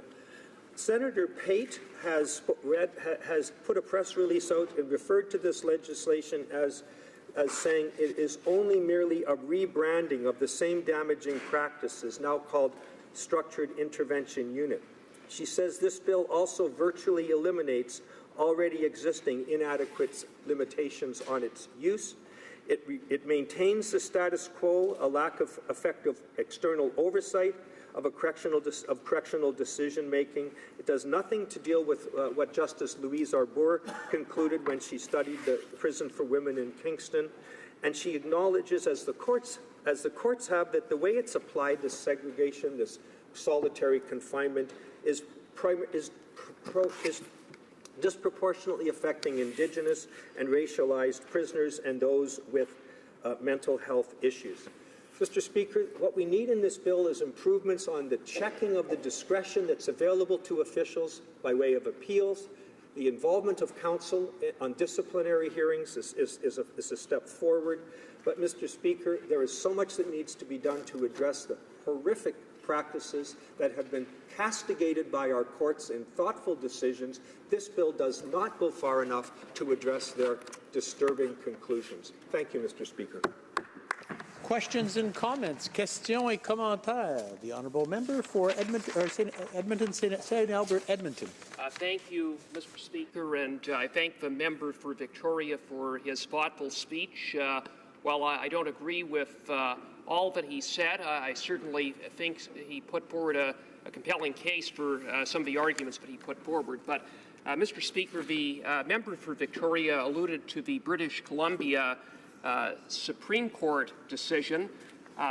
We also have, as he alluded to, the Ontario Superior Court decision. He noted that in the British Columbia Supreme Court decision, there was a fair bit of elaboration on the part of a judge about the lack of an independent review. Going through the Ontario decision, that seems to be one of the key elements of that decision. The Ontario decision was the lack of an independent review. Meanwhile, we have a government that is saying that we're introducing this legislation to respond to these court decisions. But if that is true, it seems that one of the key elements of both of those decisions is lacking in Bill C-83. Would the honourable member agree? The honourable member for Victoria. Well, I thank my friend from St. Albert, Edmonton, and he's absolutely right. And I'd go further. Both judgments talked about the lack of external review. There's no independent party, third party, to review the discretion of the CSC administrator. And it is a shocking thing that was one of the key elements of both decisions, as the member correctly pointed out. And what's also shocking is that despite the government losing both of these decisions so dramatically, they see fit to bring in a halfway measure in Bill C-83 and to continue the appeals to the Court of Appeal and the Supreme Court, costing lots of money. For what purpose? Why can't they accept what the courts have said so dramatically, improve the bill, and no longer require people to go all the way to the Supreme Court for the government to be told external oversight is required? Questions and comments. Questions et commentaires. The honourable member for Winnipeg North. Yes, thank you, Mr. Speaker. I'm somewhat surprised with the positioning the NDP have taken on this piece of legislation. If you take a look at the legislation, as I know my colleague has, there's absolutely no doubt it improves the current system that's currently in place. It deals with the issue of segregation. It deals with some, even through the audios for victims. It has the body scans. I would ultimately argue it's a progressive piece of legislation. Why wouldn't the NDP support this legislation? Maybe attempt to get some amendments in committee stage or something of this nature, but at least would they not acknowledge that it does improve what we currently have in place, even by NDP standards? Honourable member for Victoria. I'm not interested, Mr. Speaker, in NDP standards. I'm interested in constitutional standards. Two courts have told us that the government needs to go well beyond what they've done in this bill. Not explicitly, I acknowledge, but there's none of the key elements that the courts have referred to are dealt with here. My friend from St. Albert, Edmonton has pointed out the fact that they have not decided to have any third party review the discretion, which is a key element of this, and the constitutionality, the disproportionate impact on Indigenous people, blacks, people with mental disabilities. How is this bill going to address that? Yes, there's less time in solitary. Yes, they've got a new name to describe the practice. Yes, there's been some changes my friend referred to. It's not NDP versus Conservative versus Liberal. It's about the Constitution of Canada. And I ask any fair-minded person to read this legislation, read the two judgments at issue, and see whether they've gone far enough. And I ask that, through you, Mr. Speaker, to the member, why would you continue an appeal in the face of this? Questions et commentaires. Questions and comments. The honourable député de. The honourable member for Abitibi-Témiscamingue. You have 30 seconds for your question and 30 seconds for the answer. My colleague referred to British Columbia's Supreme Court's rulings. Now, from what I understood, the judge was asking for a broad review of the use of segregative isolation. And I don't see that broad review, that really comprehensive review of administrative segregation. Mr. Speaker, my friend from Abitibi-Temiskaming is absolutely right, and the broad review that the judge was calling for is simply not found in this legislation. There's been some tinkering, there's been some modest improvements. I think the Liberals have referred to them in those terms. It's unclear whether or not higher courts are going to confirm the unconstitutionality of the past system. It's unclear to me whether C-83 goes the distance in achieving the justice that the courts required for those in solitary confinement. Resuming debate, reprise du débat, the honourable member for Kildonan St. Paul. Thank you, Mr. Speaker. It's my pleasure to stand today and speak to Bill C-83 when it comes to corrections and the impacts of the correction facility and our justice system on people, real people from, in particular, my interest is on Indigenous people and how they are treated by the justice system and how they are treated in our correctional facilities. Mr. Speaker, we're going to look at a bill which actually does what it promised it needed to do: eliminate solitary confinement. That was the major goal, and that is what this bill will do. It's going to also hold guilty parties accountable for breaking the law.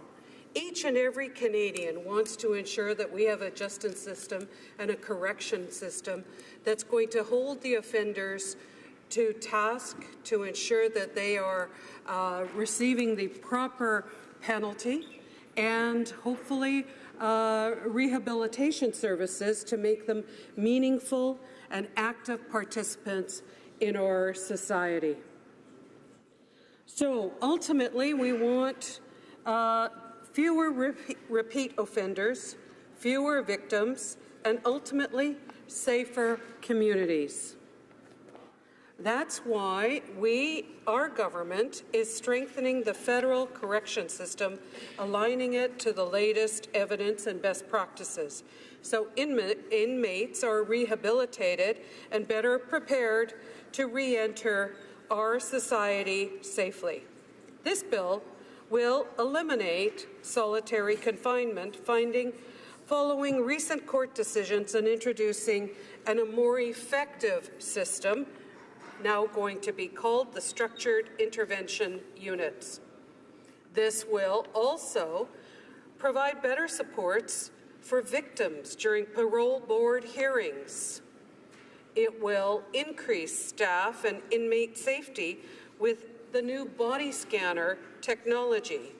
And, Mr. Speaker, updating our approach on critical matters like mental health supports and becoming more sensitive to Indigenous offenders' needs. There is no stronger case, I think, to reflect on than the Ashley Smith case, where a young girl was throwing crab apples at a mailman. She then ended up in a youth facility, which then compounded with various acts of aggression, hostility, because she felt she wasn't being treated fairly. And as a young person is faced with a situation of hopelessness, they reach out in any way they can. Ultimately, Ashley hung herself in a correctional facility operated by the Government of Canada. It's hard to understand how a young woman would feel so hopeless when she's in a facility that is supposed to be providing rehabilitative services. Ashley Smith's story is one that we should all reflect on. Reflect on the fact that here was a young girl at the age of 14 who was placed in a youth facility for a month in 2003 after throwing crab apples at the mailman. I'm sorry, Mr. Speaker, this does hardly seem like a reason to end up in confinement, whether it's in a youth facility or not. I have had 3 children.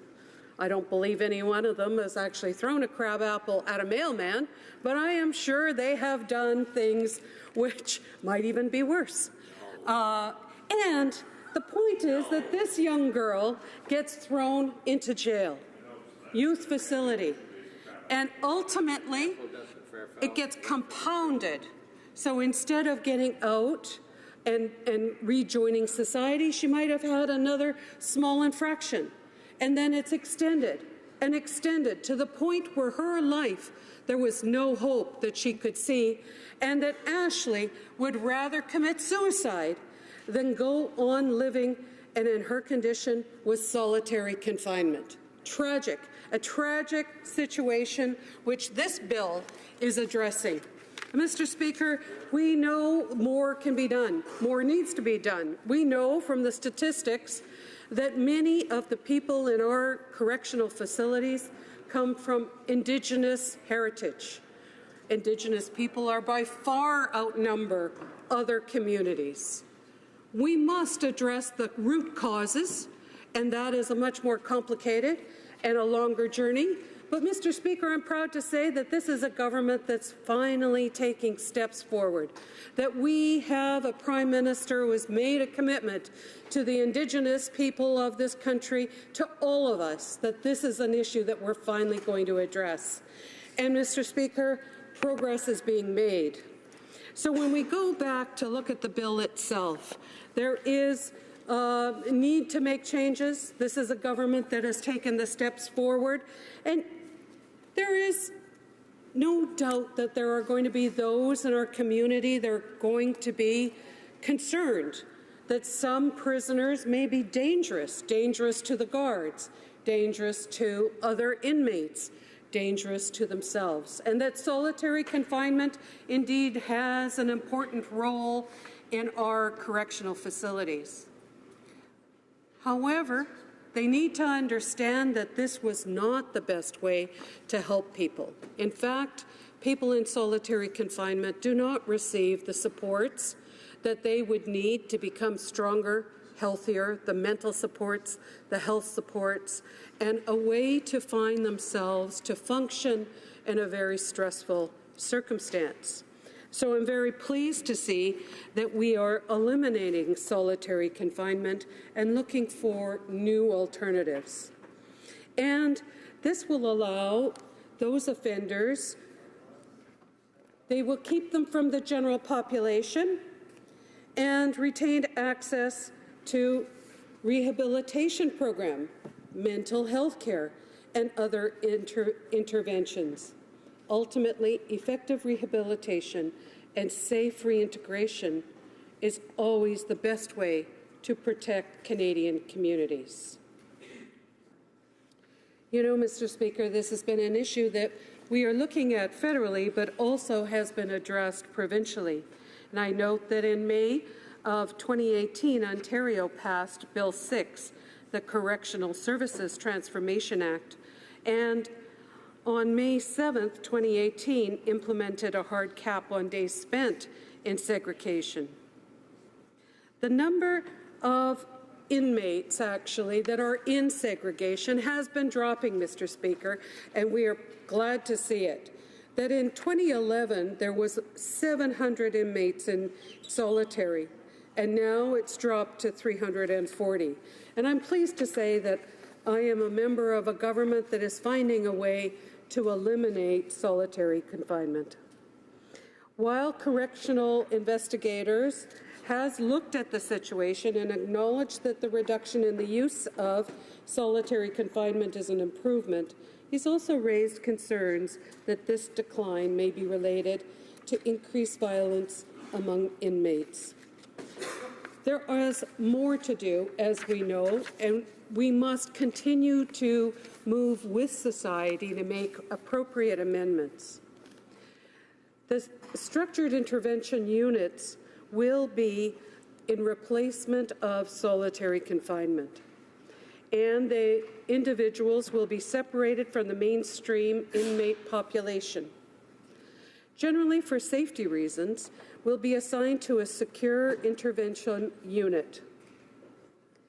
This will separate inmates when necessary while continuing to provide them with rehabilitative programming, mental health care, and other interventions and services that respond to the inmate's specific needs.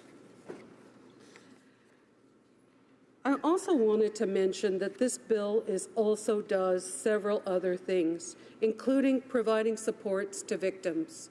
And this will allow audio recordings of parole hearings. Especially at this point, it's only if they don't attend. They will be available to any victims, even if they do attend, and will be an important record for them to review for the future. The bill also puts in law the guiding principles to affirm the need for CSC to consider systemic and background factors unique to Indigenous offenders. This is an important, positive step for all Canadians, in particular our Indigenous members of our society. Thank you, Mr. Speaker. Questions and comments. Questions et commentaires. L'honorable député d'Hochelaga. The honourable member for Hochelaga. Thank you, Mr. Speaker. Mr. Speaker, if I listen to the news and the radio, what I hear is that the Liberals will be getting rid of administrative segregation. Now, when I hear this, what I understand is that no one ever will end up isolated in a cell for several hours a day, during most of the day, for several days in a row. But under C-83, it's not the case. The name has been changed. Now it's called a structured intervention unit. And the number of hours spent in that unit will be reduced from 22 to 23 to 20. So inmates may have contact, but they could still be isolated for up to 20 hours over an indeterminate number of days. So how can you say to people then that you're doing something when actually you're misleading them because you're doing something by a different name? For Kildonan St. Paul. Thank you, Mr. Speaker. There is going to be a fundamental change in the way of people are treated who are in an isolated cell, and that includes a minimum of 4 hours out of their cell daily, include at least 2 hours of meaningful human contact with staff, volunteers, visitors, or other compatible inmates. There will also be a daily visit by a medical professional. By contrast, people currently in solitary confinement are only entitled to 2 hours daily out of the cell with minimum human contact and access to programming. This doesn't go as far as the NDP is advocating, but it goes much farther than what the Conservatives are advocating. I think the Liberals have made a positive step in the right direction. Questions and comments. Questions et commentaires. The honourable member for Avalon. Thank you, Mr. Speaker, and I want to thank my honourable colleague for her speech here today. My question to her would be, could she please comment on the importance of getting the debate finished here in this place and get it to committee where experts can present amendments and testimony that may see some amendments come forward before the bill returns to the House. Thank you. The honourable member for Kildonan St. Paul. I want to thank my friend for that question. And we know that when we work well together, our committees can be extremely effective. We will hear from those that have worked in the system, that have studied the system, that can provide expert advice. And the committees have the ability to bring amendments that can better the bill for all of us. I look forward to seeing whether the committee is actually looking at amending it or not, but committees have an extremely important role, and I urge all members in this House to conclude the first debates on this bill and actually move it forward to committee where there are active representatives from the Conservative side and the NDP side and we often allow those that are independent to participate. So I do look forward to the results of the committee and urge members to move forward. Questions and comments? Resuming debate, the honourable member for Chilliwack, Hope. Well, thank you very much, Mr. Speaker. And the last question and comment gives me an opportunity to talk about something I was going to talk about anyways, but we just had the spectacle of two Liberal members of Parliament actually bragging about the fact that they're cutting off the debate in the House of Commons. There's just been too much debate, they say. It's gone on too long. Well, Mr. Speaker, this bill hasn't even been printed for a week. That's right. The bill has been before this House for less than 3 days. After the second day, that was enough. They'd heard enough from members of Parliament and the Canadians that we represent. It was just too much, and now we need to get it out of this House as quickly as possible. This from a party and a government that cried every time the previous government allocated the time for debate. They would never do it if they ever were in government, Mr. Speaker. The hypocrisy of the member from Avalon is a spectacle we can all see here today. He campaigned on it. Today he's cheerleading for the fact, and he's heckling me during my speech while I try to talk about the concerns of my constituents, Mr. Speaker. That's right. 2 days in the House before they cut off debate. The bill hasn't even been available to be studied for an entire week, and here we are under time allocation. But why should we be surprised they don't want to consult with members of Parliament on this? They haven't consulted with the very members of the Union of Canadian Correctional Officers who will be directly impacted by this bill. They have not consulted with the guards who will be the ones, and I continue to get heckled from the other side who can't seem to, they don't even want to hear any debate apparently, let alone cutting it off after just 3 days. Mr. Speaker, the members of HoC have been very clear that it's not a politician, not a Liberal politician in Ottawa who has to go in and break up the fight when members of a, what do they call it now, structured intervention unit. Wow. When members of a structured intervention unit inevitably will have conflict because these are people that cannot manage themselves in the general population of a prison. These are typically people that are not only the worst of the worst. I mentioned in the debate talking about people like Willie Pickton. Clifford Olson also spent his life in segregation, where he should have been. That's where Willie Pickton should be. And instead of talking about that, they're talking about, oh, we should be talking about reintegrating these people into society. Some people can be reintegrated, and we support that, Mr. Speaker. Some people need to stay in segregation for the rest of their natural lives. And when you propose legislation that does not allow for that and blame it on the courts, blame it on the courts that this has to come forward while you're appealing a decision, Mr. Speaker, they haven't even said that this court ruling will stand. They're trying to have it overturned at higher levels, yet here we are with legislation jammed down our throats, legislation that the Union of Correctional Officers is very concerned about because it's them. It is they that will be put at risk. It is they that have to deal with the most prolific offenders, the offenders that have committed additional crimes inside of the prison and are often placed in segregation for their own protection. And the member for St. Albert Edmonton laid out very clearly the substantial supports that are available for people in segregation.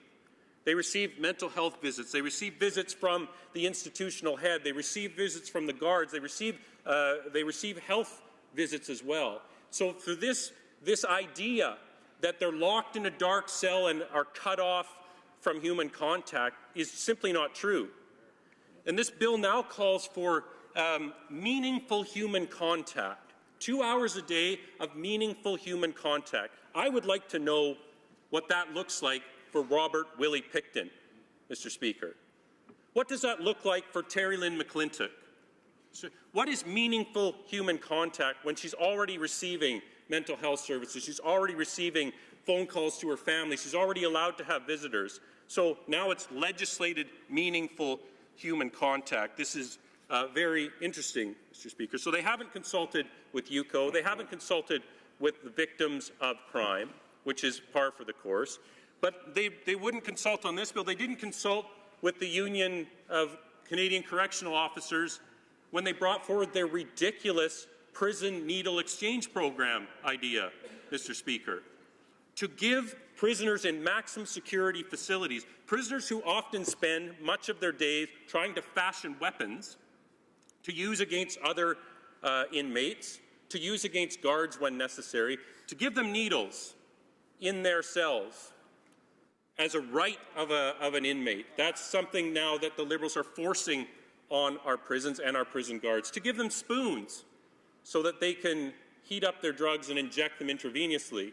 Spoons that no doubt are part of a kit that has to stay in the cell, but can be used as a weapon again, Mr. Speaker. None of those, all of these things are clear to anyone who's been in a prison, who's had a tour of a prison, who's talked to a single prison guard, knows that that is a ridiculous proposition, but the Liberals don't care because they don't consult with the actual frontline workers. Instead, they come up with these pie-in-the-sky ideas in their ivory towers in Ottawa and tell the workers on the ground, the people that are dealing with sharps in the prison, you're just going to have to deal with that now. Never mind that it's the mandate of a prison guard to ensure that there's no illegal drugs in the prison. So you'll now have a situation where there'll be illegal drugs in a cell. The guard will say, I believe I'm going to search that cell.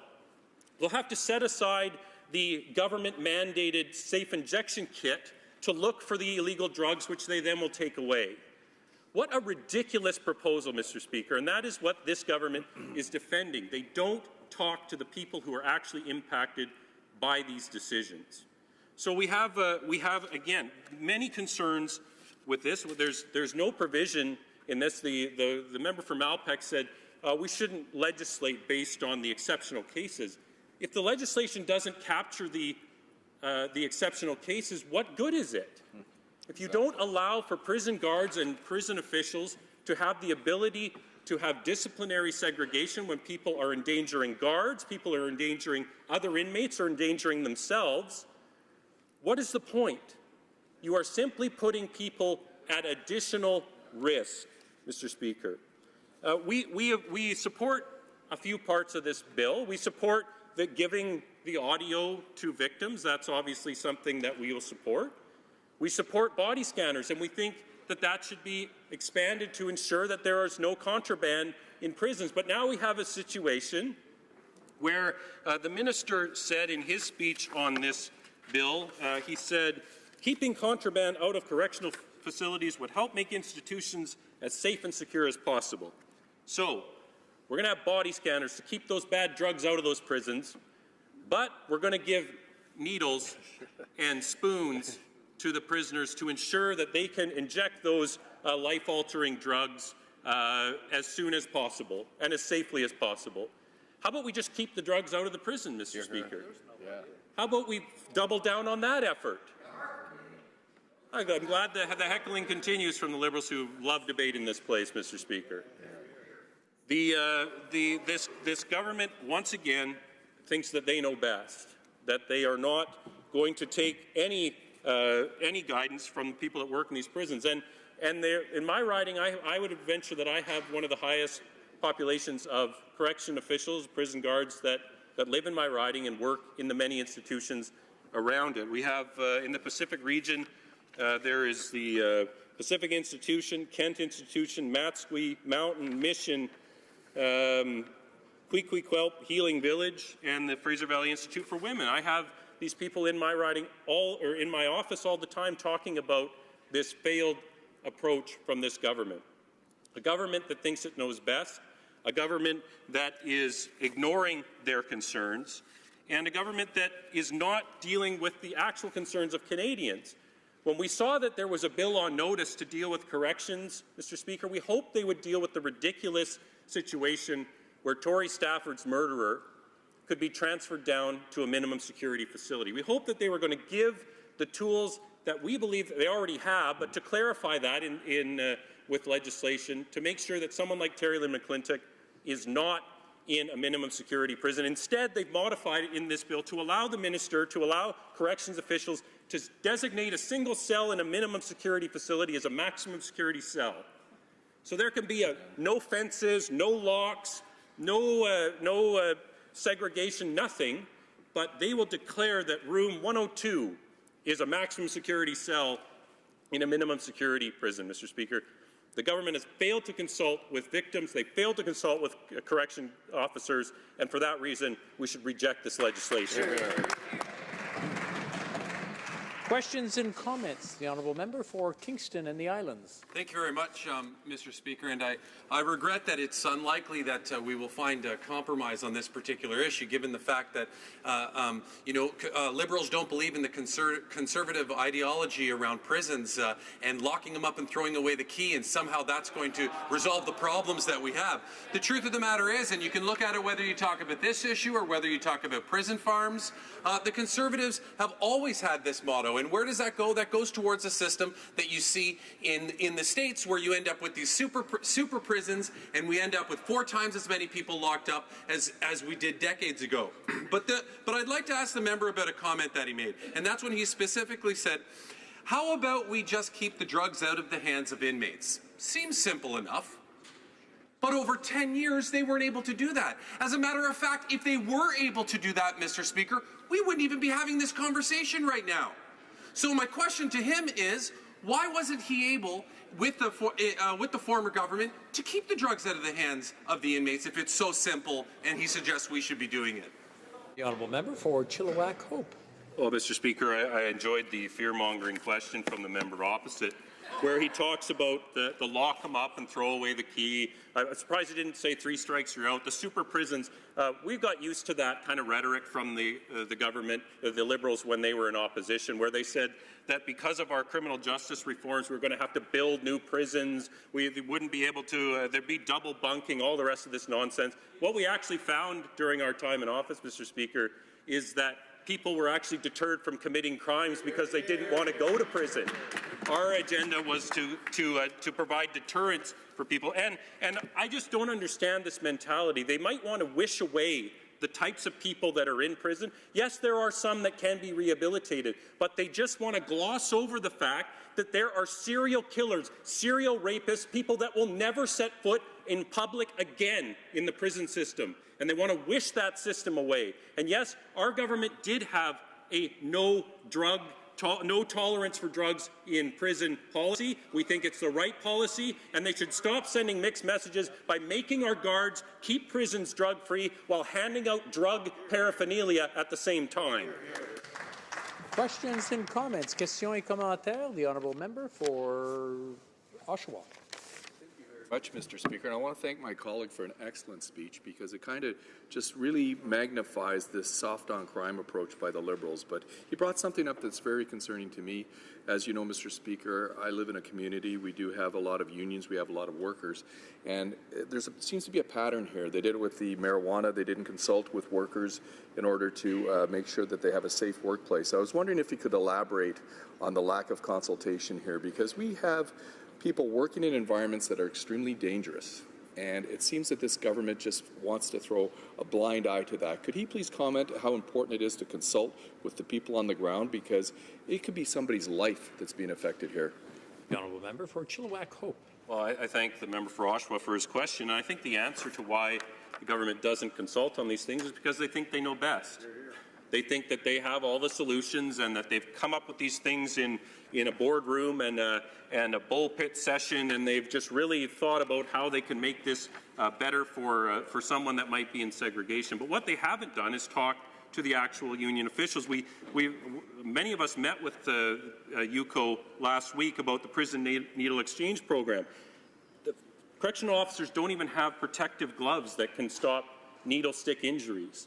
They are not protected from inmates who would weaponize a contaminated needle to use against them or somebody else. But this is being forced on correctional facilities. It's being jammed down their throats because, again, these Ottawa Liberals know best. They've come up with these policies in a vacuum. They should talk to the people who are actually going to be impacted and put at risk before they come up with these cockamamie schemes. Resuming debate, the honourable member for Coast of Bays Central, Notre Dame. Thank you, Mr. Speaker. Appreciate the time in this. I bring to this debate some perspective dating back to I'll say October, when I first came into this House, October of 2004. And at the time, it was the tail end of a minority government. And we didn't deal too much with the legislation dealing with crime and other matters as such. But I remember when the Conservatives came in 2006, they came in on a wave of getting tough on crime, getting tough on criminals. And over the years, to say it's been a mixed bag of success, I'm being somewhat overly generous. And I don't mean that in a way that's being harsh or partisan. I mean that in a way that is somewhat disappointing, in the sense that we never had a decent conversation about crime, and certainly not about rehabilitation. Crime had become basically a superficial way of trying to gain popularity and votes, and this is not to the Conservatives specifically, but the debate sort of it drifted in that direction. I think their tagline was "Do the crime and do the time," or something of that nature.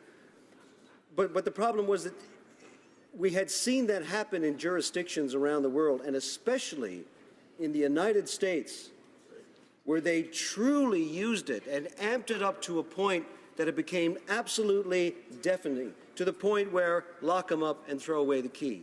I mean nothing specific by it. But I will say this, it was used quite a bit.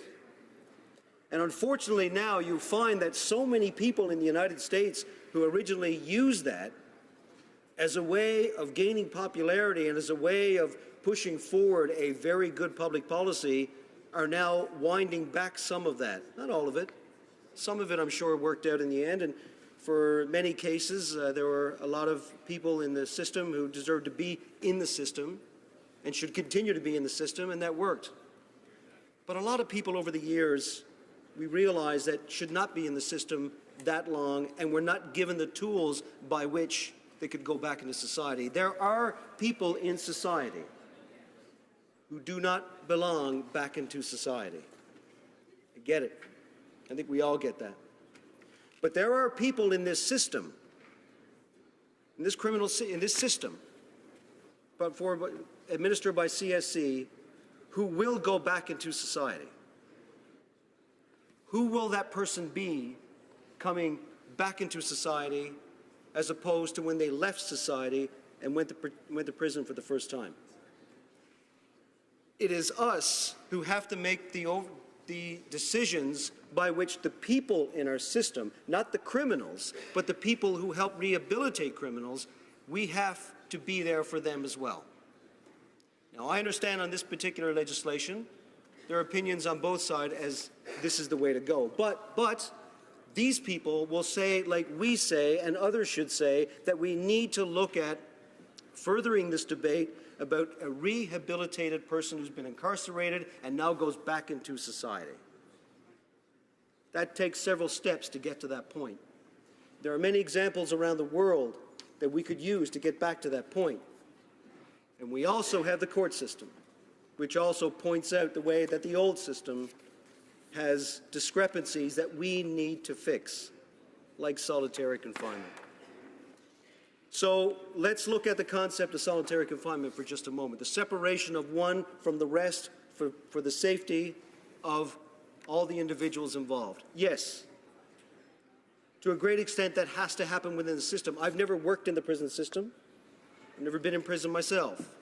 But I certainly know enough about the situation where, over the past 14 years, I have certainly heard enough about those who feel that rehabilitation into the prison service is deficient in many ways and in many provinces. So I think that C-83, in my opinion, is a way by which that we can take a step so that when people go back into society, it's certainly not the same person that went in. It's incumbent upon us to have that wide debate to do such. So now, in this particular bill, we want to do several things, and I point them out.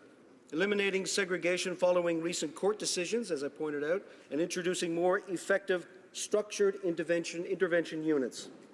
Better supporting victims during parole board hearings, increasing staff and inmate safety with new body scanner technology, updating our approach on critical matters like mental health supports and Indigenous offenders' needs.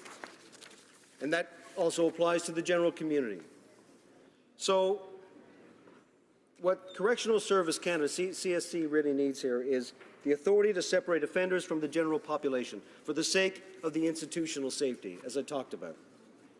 But in this particular situation, the segregation by which someone is in solitary confinement alone by themselves, there is a way by which that we can reach that person while still in that type of situation where we can effect change, and some major change. So there is a minimum. In other words, yes, we segregate that person from the rest for the institutional safety. However, we also need to provide the structure by which that we can tackle the problem in a responsible and mature manner. And that's what the ISU, which is being introduced in this legislation, is about. 4 hours of that human contact by which that we can alleviate the problem. We know that the problem may started with that particular person. I'm not blaming anybody else. However, we must look to the problem by which that person needs to be segregated. Why are they like that? And to make sure it does not happen again. In order to do that, as the courts pointed out, we need that type of human contact by which it makes it that much more better for the institution itself and for our prison population in general. So the practice of administrative segregation, that's solitary confinement, CSC has been criticized for many years. The case of Ashley Smith, died in custody in 2007. That highlights issues related to segregation and mental health care in the Canadian correctional system. In 2013, a coroner's inquest into the death of Ashley Smith resulted in recommendations including instituting a cap on the amount of time an inmate can spend in segregation. So we realized from that case alone in 2007 that there is a problem. We need to go further. We know that we need to protect institutions and instill institutional safety by taking this person away from the general population. But then what? What is the right answer? The right answer involves us listening to the experts by which we have to deal with these people every day. And I know they're on different sides of this particular step that we want to take, but I think it is irresponsible for us to have this debate and now send it to committee so that opposition members who have some of these concerns can make the proper amendments to do this. Remember, what's key here is a lot of these people will face society yet once again. We want to make sure that that person that goes back into society was not the person that went into prison and was taken out of society. We know these people through family, through friends, through contacts who've been in the prison, who had a rough time in prison. We hear about this all the time. And that's one of the major things that happened in 2007 with the case that I just spoke of, but Ashley Smith. So the number of inmates in segregation on any given day in 2011 was over 700. There's now about 340. So why is that the case? We need to explore the reason as to why. As we look to answers to this particular situation, I realize that these units are not the perfect answer for everybody involved in the system, including the guards, as well as the people involved in dealing with the prisoners. But I will say this, that is that I do believe my support on this, on C-83, comes from an area where we need to take that step for the human contact in order to protect society at large.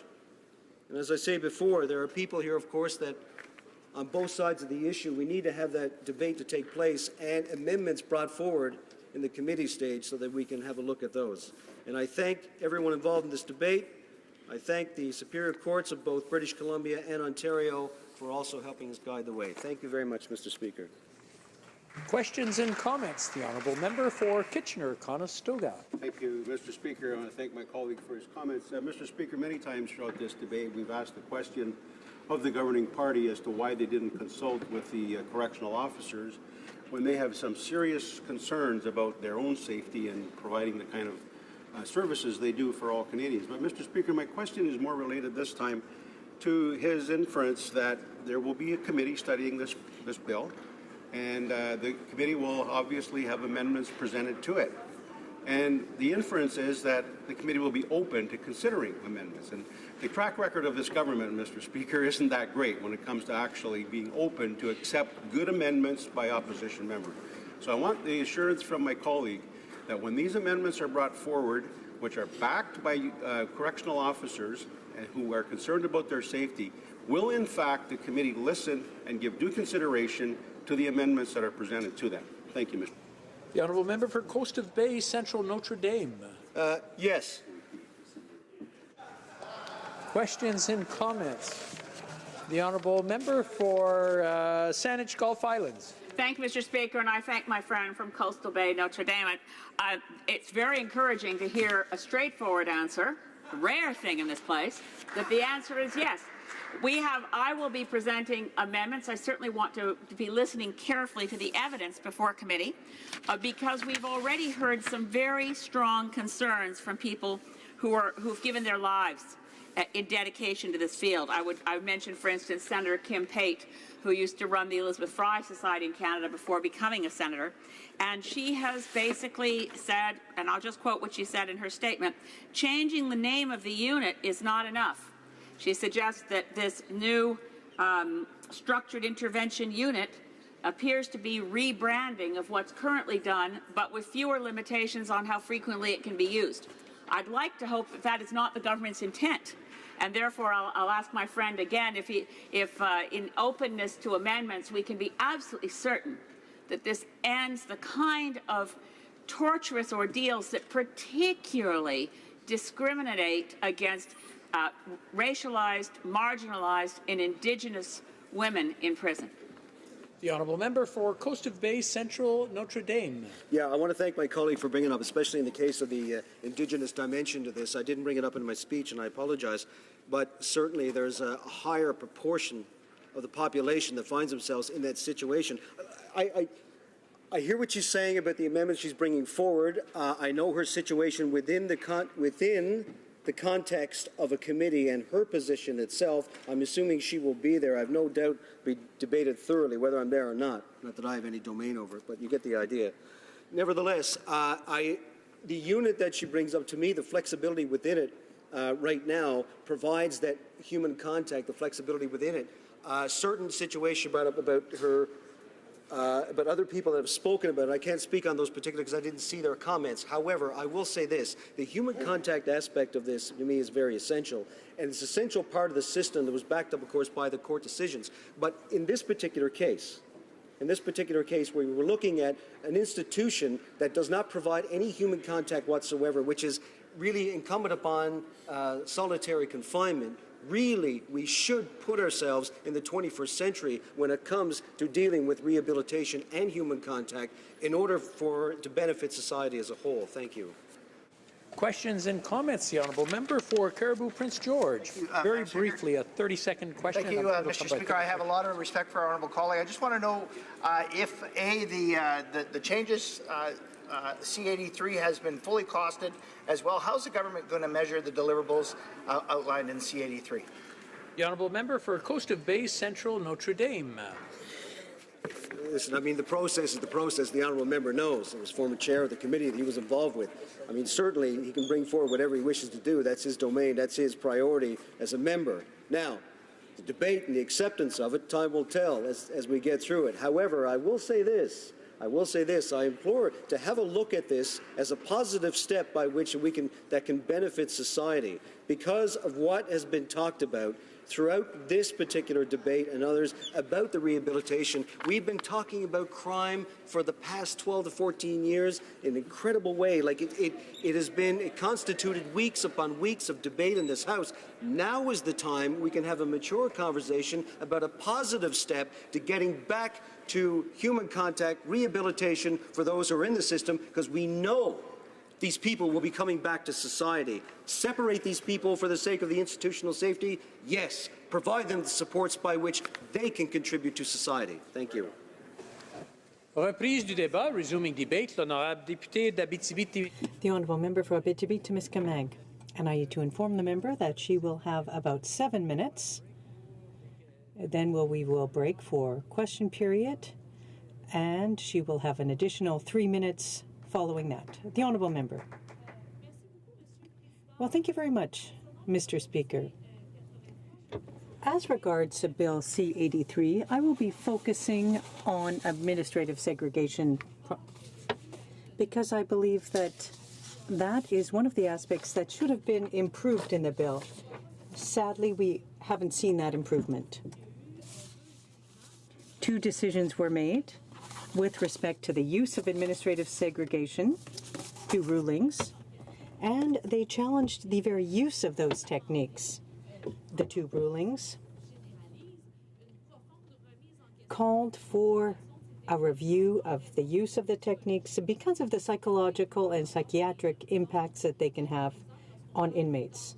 For example, when we talk about the dangers relating to administrative segregation, some studies have shown that it can worsen situations where people have panic, paranoia, hallucinations, impulsiveness, hypersensitivity, self-harm, insomnia, as well as problems focusing, concentrating, and thinking.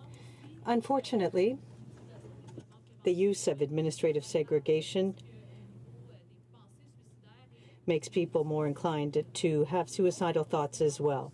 So in light of all of that, what we should have seen from the government is a review of the use of administrative segregation, a review of the situations.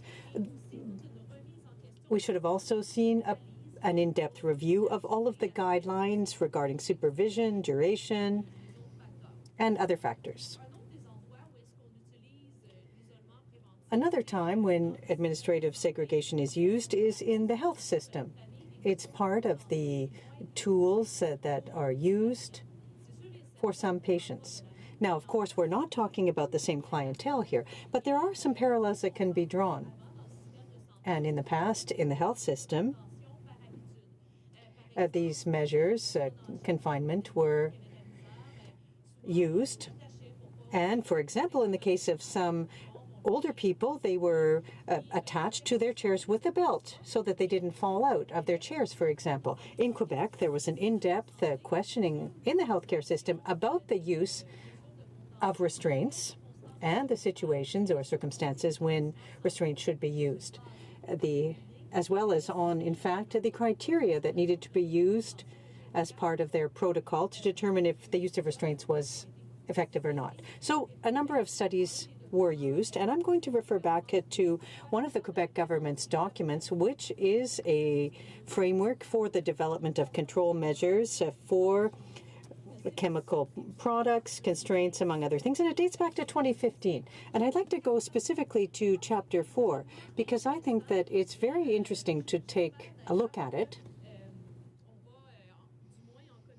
And I hope that at committee, we will have an opportunity to focus on this document. In Chapter 4, it talks about the clinical and ethical guidelines that should be used by establishments to put in place their protocols. The first principle states that control measures are used solely as a safety feature in a situation involving an imminent risk. The protocol needs to include the use of these controls for therapeutic use. They are never to be used as punishment for intimidation or to remedy a behavior or to respond to organizational constraints. If the control measures are used, they must be with a view to preventing the person from being subjected to injury, to self-harm themselves, or to injure someone else. So there are a number of important points in this document. And one of the points that I think is particularly important is the use of segregation, or not using it, rather, when administrative constraints exist or organizational constraints. So, if it were possible to avoid segregation by doubling staff, then ethically speaking, the number of staff on site should be doubled before simply saying, we don't have a choice, we have to put this person in segregation.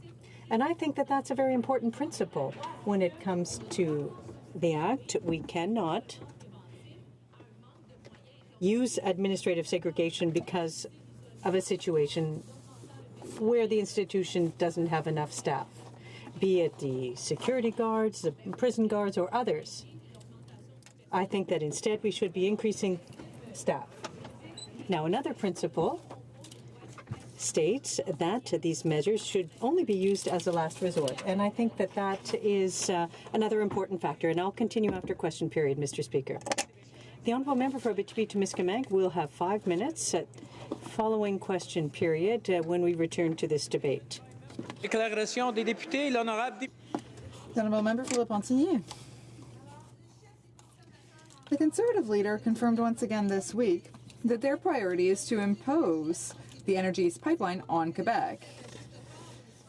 It's not that the federal government pays its fair share for health care costs, and it's certainly not that they're doing their fair share on climate change. No, their priority is to force a pipeline down our throats that no one wants. A pipeline that will endanger 800 of our waterways without generating any economic spin-offs.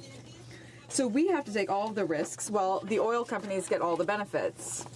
The Montreal metropolitan area is against it, but to be clear, the Conservative leader should know that there are 3 times more people there than in his province. First Nations are against it, unions are against it, environmentalists are against it, municipalities are against it. Well, so the Conservative Party is going to find a lot of opposition to this in Quebec, including the Bloc Québécois. Thank you, Mr. Speaker. Member for Oakville North Burlington. Thank you, Mr. Speaker. Our community recently lost a very special person with the passing of my dear friend Veronica Tyrell. Veronica made an enormous contribution to Halton Region by promoting, protecting, and celebrating diversity. Veronica was tireless in educating all of us about Oakville's Black history and our ties to the Underground Railroad. I will never forget leading a Black History bike tour to an Emancipation Day picnic she organized and arriving to the sounds of a choir singing Freedom. I worked with her to have our Oakville Civic Holiday renamed Emancipation Day, and she was thrilled. As president of the Canadian Caribbean Association of Halton, Veronica organized galas, Black History events, Christmas concerts, and so much more. She founded a cross-generational steel pan band and youth programs with Halton Police. Veronica dedicated herself to improving the community, but mostly she was a loving wife, mother, grandmother, and friend. One we will miss terribly. Thank you, Mr. Speaker. The Honourable Member for Halton Norfolk. Mr. Speaker, I rise today to highlight this summer's many great festivals and celebrations in my riding of Halton Norfolk. We started out the season with the Dunnville Mudcat Festival and the Delhi Strawberry Festival, followed by all-day Canada Day celebrations in Caledonia and Port Dover, who hasn't missed a year since Confederation.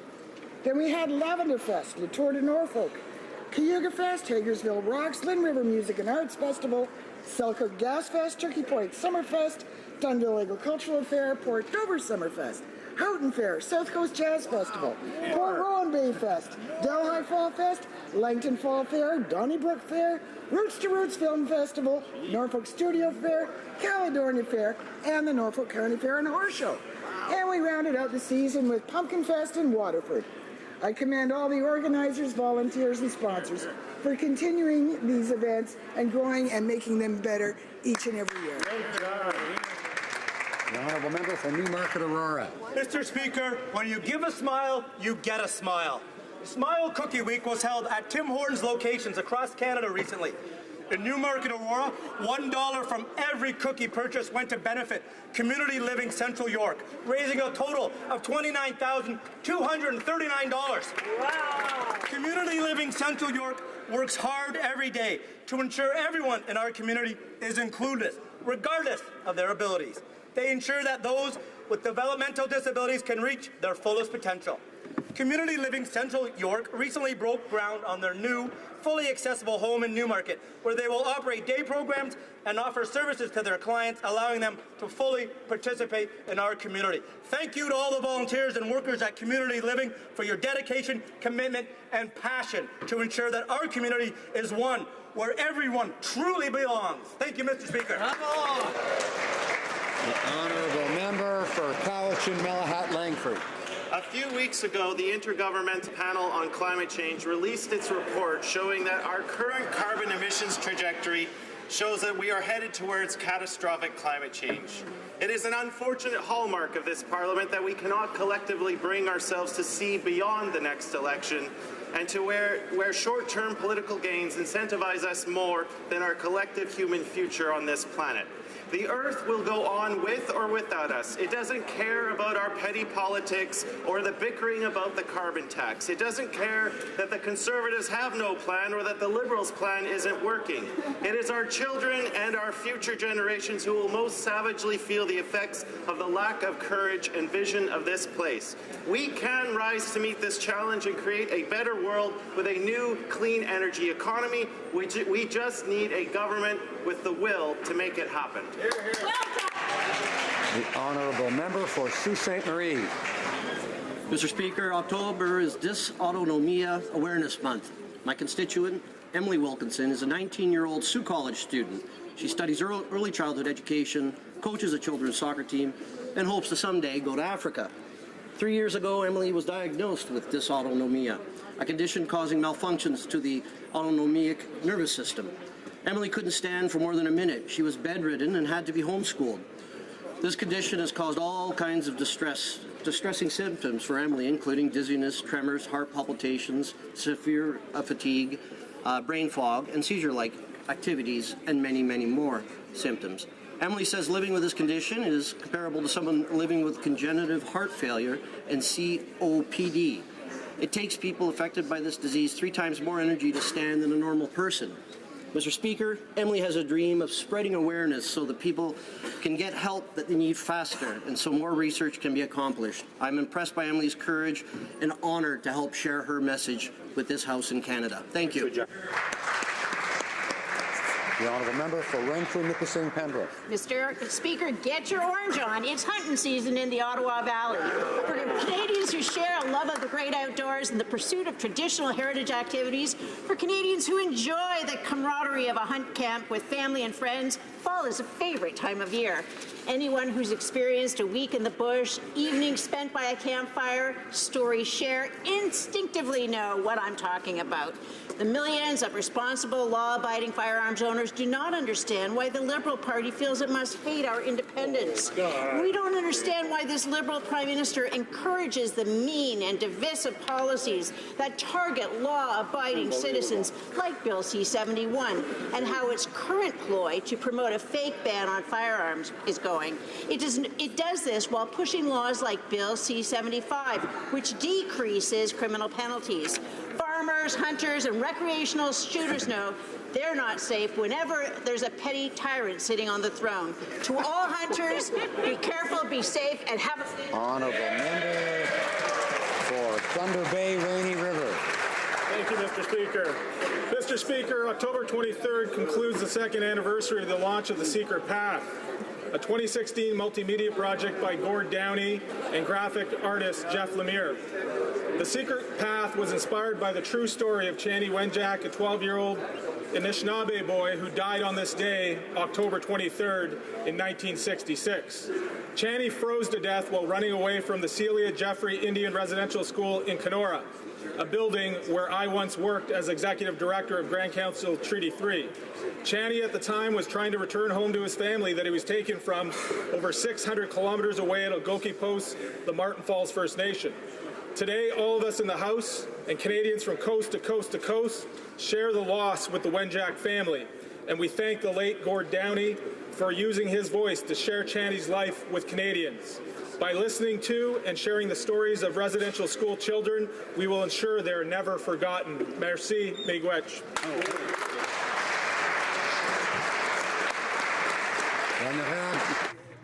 The Honourable Member for Shefford.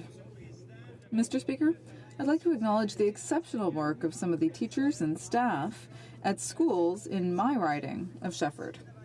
They work hard to set up extracurricular activities that teach students the importance of community engagement and demystify our system of parliamentary democracy. At PG Ostigi Secondary School in Saint-Césaire, students are invited to form a real parliament of elected students who want to get involved in student democracy. These young representatives are named ministers, and a prime minister is also elected. Their tasks are to represent the students and make proposals that would improve the quality of life at the school. Hats off to the students who have shown leadership in participating in this great initiative. Thank you. The Honourable Member for Haliburton, Kawartha Lakes, Brock. Mr. Speaker, each year, 2 students from each of the 7 high schools in my riding are selected to participate in a program I call the Capital Experience. During their 3-day visit to Ottawa, they'll learn about various career opportunities that await them following their graduation from post-secondary education. They'll meet an ambassador, members of the media, lawyers from the Supreme Court, and executives from Summa Strategies. I'd like to introduce this year's participants: Josie Quigley and Curtis Adams from Haliburton Highlands, Zach Schumer and Haley Canavan from Brock, Jordan Metro and Maria Fernanda Hero from Crestwood, Sean Suter and Charlotte Newman from Fenland Falls, Sam Collis and Tiana Henshaw from LCVI, Bethany Johnson and Jonah Grignon from IU Weldon, Dahlia Shariza and Ethan Bain from St. Thomas Aquinas. I'd also like to thank the sponsors, the Lions Clubs, the Rotary Clubs, local legions, and small businesses who contributed. It's my hope that these students will be inspired as they consider future opportunities. I'd like to invite my colleagues to welcome these students to Ottawa. Yes, yes.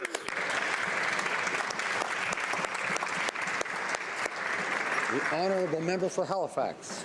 Mr. Speaker, in Halifax, Nova Scotia, October 23rd is HMCS Kootenay Day. HMCS Kootenay was commissioned into the Royal Canadian Navy in 1959 as a Restigouche-class destroyer, serving until 1995. Kootenay and her crew demonstrated great courage and ability. Sadly, she also faced moments of tragedy, like on the morning of October 23rd, 1969. 49 years ago today, HMCS Kootenay was passing through the English Channel when she began to perform a full-power trial. 11 minutes in, a mechanical failure caused a deadly explosion in the starboard gearbox. The devastation took 9 lives, injuring 53 more. This tragedy is still considered the worst peacetime accident in the Royal Canadian Navy. Mr. Speaker, I'd like to invite all the members in this House to join me in expressing our utmost respect and gratitude for the crew of HMCS Kootenay and their loved ones. May we always be reminded of their sacrifice and valor. Thank you.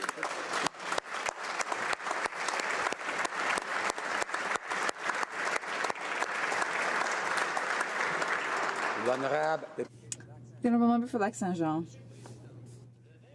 Mr. Speaker, on October 20th, in the historic village of Val-Jalbert, the Festin du Centenaire was held to celebrate the 100th anniversary of the Hôtel-Dieu in Roberval, which was founded by the Augustines of the Mercy of Jesus. This activity brought together the entire population of Roberval and celebrated events at the end of the month. There were various activities to celebrate this history, including an exhibition entitled The Hôtel-Dieu of Roberval and the Augustines of the Mercy of Jesus, 100 Years of History and Devotion. All these activities aim to commemorate the arrival of 6 nuns in Roberval in 1918 at the Hôtel-Dieu in Chicoutimi. They founded what is now the Hôtel-Dieu, which is a very important institution for residents of Roberval. I'd like to thank Régent Perron, the president of the organizing committee, and his entire team for having honored these men and women who look out for our health and well-being. Thank you, Mr. Speaker. The Honourable Member for Foothills. Today, the Liberals unveiled their job-killing carbon tax scheme in its attempt to buy votes, and Canadians are not buying. The Liberal tax grab will make everything more expensive, especially for those families who can afford it the least. This is Liberal math at its finest, tossing Canadians a few coins that will not cover the higher costs of heating our homes, feeding our families, or filling up our cars. Opposition to Liberal carbon tax has been harsh. For example, today in the Financial Pulse, and I quote, "The federal plan involves adding even more regulations to the mix than sticking a carbon tax on top. This looks nothing like what economists have recommended." The Liberals are also giving a sweetheart deal to the biggest emitters. Shame. That means the financial burden of the carbon tax rests solely on the backs of hardworking Canadians, our farmers, and our small businesses. Conservatives will fight for lower taxes, defend Canadian jobs, everything the Liberal carbon tax threatens. Conservatives will repeal the carbon tax, and it won't cost Canadians a nickel. The The honourable member for Kingston and the Islands. Thank you very much, Mr. Speaker. Today I am honoured to stand and recognize all those who ran in the Ontario municipal elections yesterday. Congratulations not just to those who won, but to everyone who put their name forward to make our cities and towns better places to live. A big thank you to those who volunteered and helped out. Volunteers are the backbone of our elections, and without your dedication, elections would not happen. To those who were successful last night, I can tell you as a former mayor and city councillor, there's nothing quite as humbling as representing a community as municipal elected officials do, where the day-to-day lives of constituents are affected with every decision you make. In my riding, the City of Kingston and Frontenac Islands have bright futures ahead under the renewed leadership of Mayors Brian Patterson and Dennis Doyle. I look forward to working with them and their new councils to continue to make our region of Canada thrive. Congratulations to all. The honourable member for Trois-Rivières. Mr. Speaker, if you don't believe in miracles, let me tell you a story about what happened in my riding last weekend. During the 5th annual Holy Spirit race in Nicolet, Marisol Saint-Ange, who is a quadruple amputee since she contracted flesh-eating disease in 2012, reached her goal of walking 3 kilometers with her prosthetic limbs.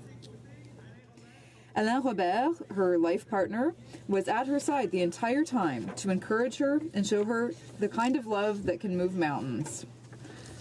As she crossed the finish line, she summed up her life philosophy in this way: with everything I've been through, if I can just show people that it's worth fighting, it's worth continuing on, because life is so precious, far more precious than any problems that you might meet. Thank you to Marisol Saint-Ange and Alain Robert for their inspiring story and for showing such resilience, selflessness, and love. You're an inspiration not only to the Suicide Prevention Foundation, which will receive the proceeds of the race, but to everyone around you. The honourable member for Barrie-Innisfil. On a Quebec TV show Sunday night, the Prime Minister said this about greenhouse gas emissions: even if Canada stopped everything tomorrow and the other countries didn't have any solutions, it wouldn't make a big difference. Mr. Speaker, the Prime Minister actually said Canada can't make a difference without other countries doing the same, and the reality is those countries are not doing a thing. Yet this morning, the Prime Minister announced a gimmicky carbon tax plan that will do nothing for the environment and nothing to reduce emissions. What it does do, however, is ensure that hardworking Canadian families and seniors who've contributed so much to this country will pay more in tax for just about everything. It will continue to make Canadian businesses less competitive and continue to drive investment away from Canada. How can anyone in this country believe, after all of the promises made and broken by this Prime Minister and all of his failures, that Canadian families will come out ahead with this tax? It's a laughable proposal meant to buy votes, and Canadians will see it for what it is: an election vote-buying gimmick.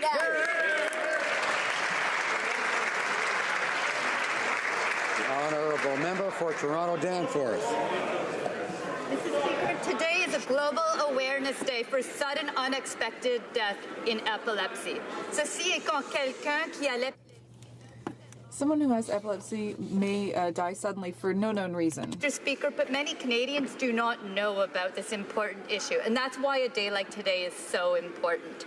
The goal of today is to raise awareness, increase education about sudden unexpected death in epilepsy, and to recognize the lives lost because of this issue.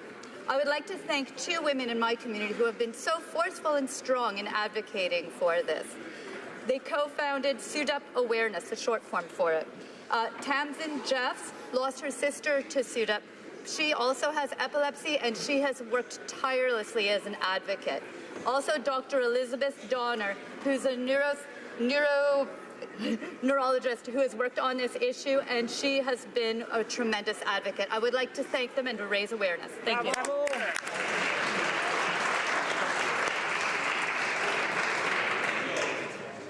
Questions orales, oral questions. The honourable leader of the opposition.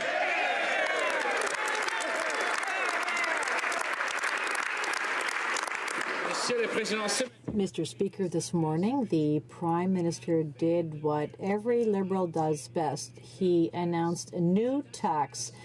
This tax on carbon will increase the price of everything: groceries, gas, heating. Not only will Canadians pay more, but it will not help the environment. How can the Prime Minister, how does he intend to bring down GHGs by increasing taxes?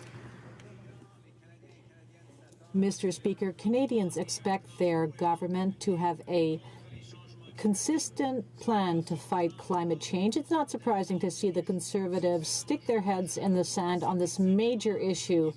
And that's exactly what they did for 10 years under Stephen Harper. Mr. Speaker, climate change is real, and we must act urgently, and this urgency is increasing in order to protect the future of our children, our grandchildren, and we have a plan to do exactly that. The Honourable Leader of the Opposition. Well, Mr. Speaker, Halloween has come early for this Prime Minister.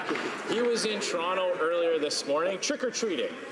For hardworking Canadian families, he's going to raise their cost of gas and home heating. That's the trick. For large industrial polluters, they will get a complete exemption from the new carbon tax plan. That's the treat. Why is it that under this Prime Minister, every time he comes up with a new scheme, there are treats for large corporate polluters and tricks for hardworking Canadians? The Honourable Minister of Intergovernmental Affairs. Mr. Speaker, my honourable friend knows very well that it's exactly the opposite of what our government's doing. Mr. Speaker, our government has a plan to fight climate change. The Conservative Party have, for over a decade under Mr. Harper, refused to do anything meaningful about climate change. Mr. Speaker, we made a commitment to Canadians in 2015 that we would have a robust plan, including putting a price on pollution. That's exactly what the Prime Minister announced today. It's the most effective measure, and I'm sorry that the Conservative Party has absolutely nothing to say about their plan because they don't have one. The Honourable Leader of the Opposition. Mr. Speaker, the Minister knows that that is simply not the case. Large industrial polluters are not subject to this carbon tax plan. But hard-working Canadian families, moms who have to drive their kids to soccer practice, small businesses trying to compete in a more competitive global economy, they'll pay the burden of this new carbon tax. But large corporate polluters get off scot-free. How does the Prime Minister think that that's fair? The Minister of Intergovernmental Affairs. Mr. Speaker, again, I think my honourable friend perhaps is somewhat confused with Stephen Harper's lack of a plan for 10 years. Mr. Speaker, we've been very clear. We've been very clear that putting a price on pollution is one of the most effective ways to reduce greenhouse gas emissions. My honourable friend thinks that pollution should be free, and he would take back money from hard-working middle-class Canadians that we will be giving them by putting a price on pollution. Mr. Speaker, this will make our economy more competitive and will create good jobs for middle-class Canadians.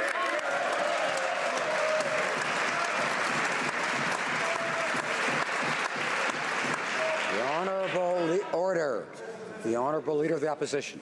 Mr. Speaker, it's this Prime Minister's plan that has made pollution free for large industrial polluters who can afford well-paid government relations experts. But you know who can't, Mr. Speaker? Hard-working Canadian families. Moms and dads trying to pay their heating bill and bring their kids to hockey practice. It's people living in rural areas that have to drive long distances to get to work. They don't have well-connected Liberal government relations experts. Why is the government raising the cost of living for hardworking families and giving special breaks to large polluters? Honourable Minister of Intergovernmental Affairs.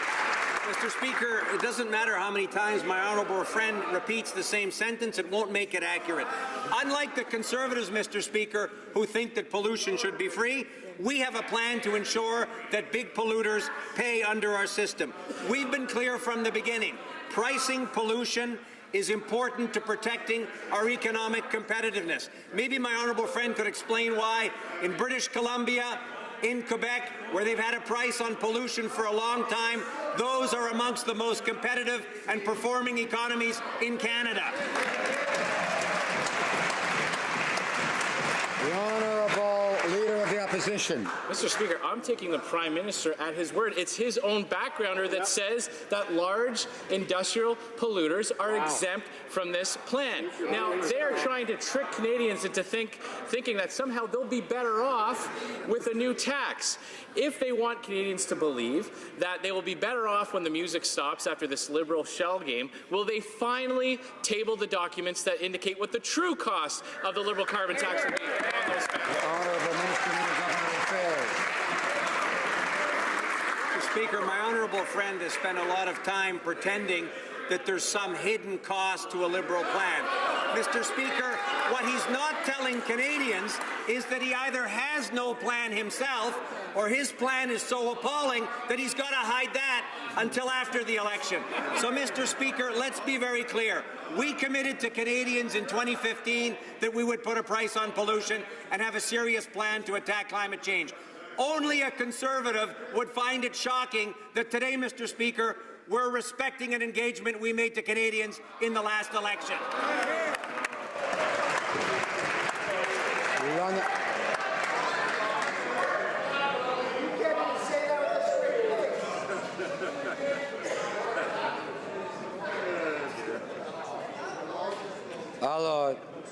Order, please. The member for Rimouski, Nejet, Témiscouata, Les Basques. And we get to know more about the USMCA, Canadians are quickly coming to the conclusion that Liberals did not get a good deal. Because of the drug cost increases it will bring, because of the yet another breach in the supply management system it will create, and because there is no guarantee that steel and aluminum tariffs will be gone.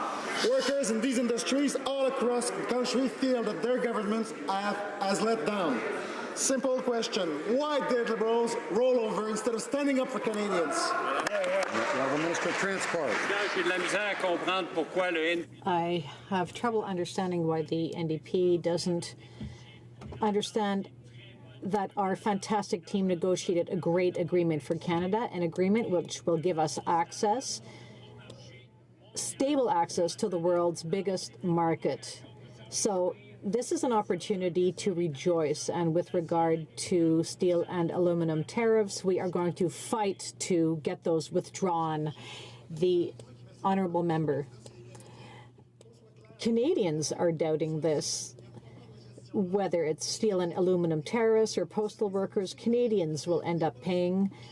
Postal workers will end up paying. Why? Because the new agreement will reduce custom fees on U.S. goods purchased online, but only if they're shipped by a private shipper, such as UPS or FedEx. So what the heck is that all about? This provision is going to benefit American companies rather than Canada's public service. So I'll ask the question again. Why have the Liberals rolled over rather than stand up for Canadians? The Minister for Transport.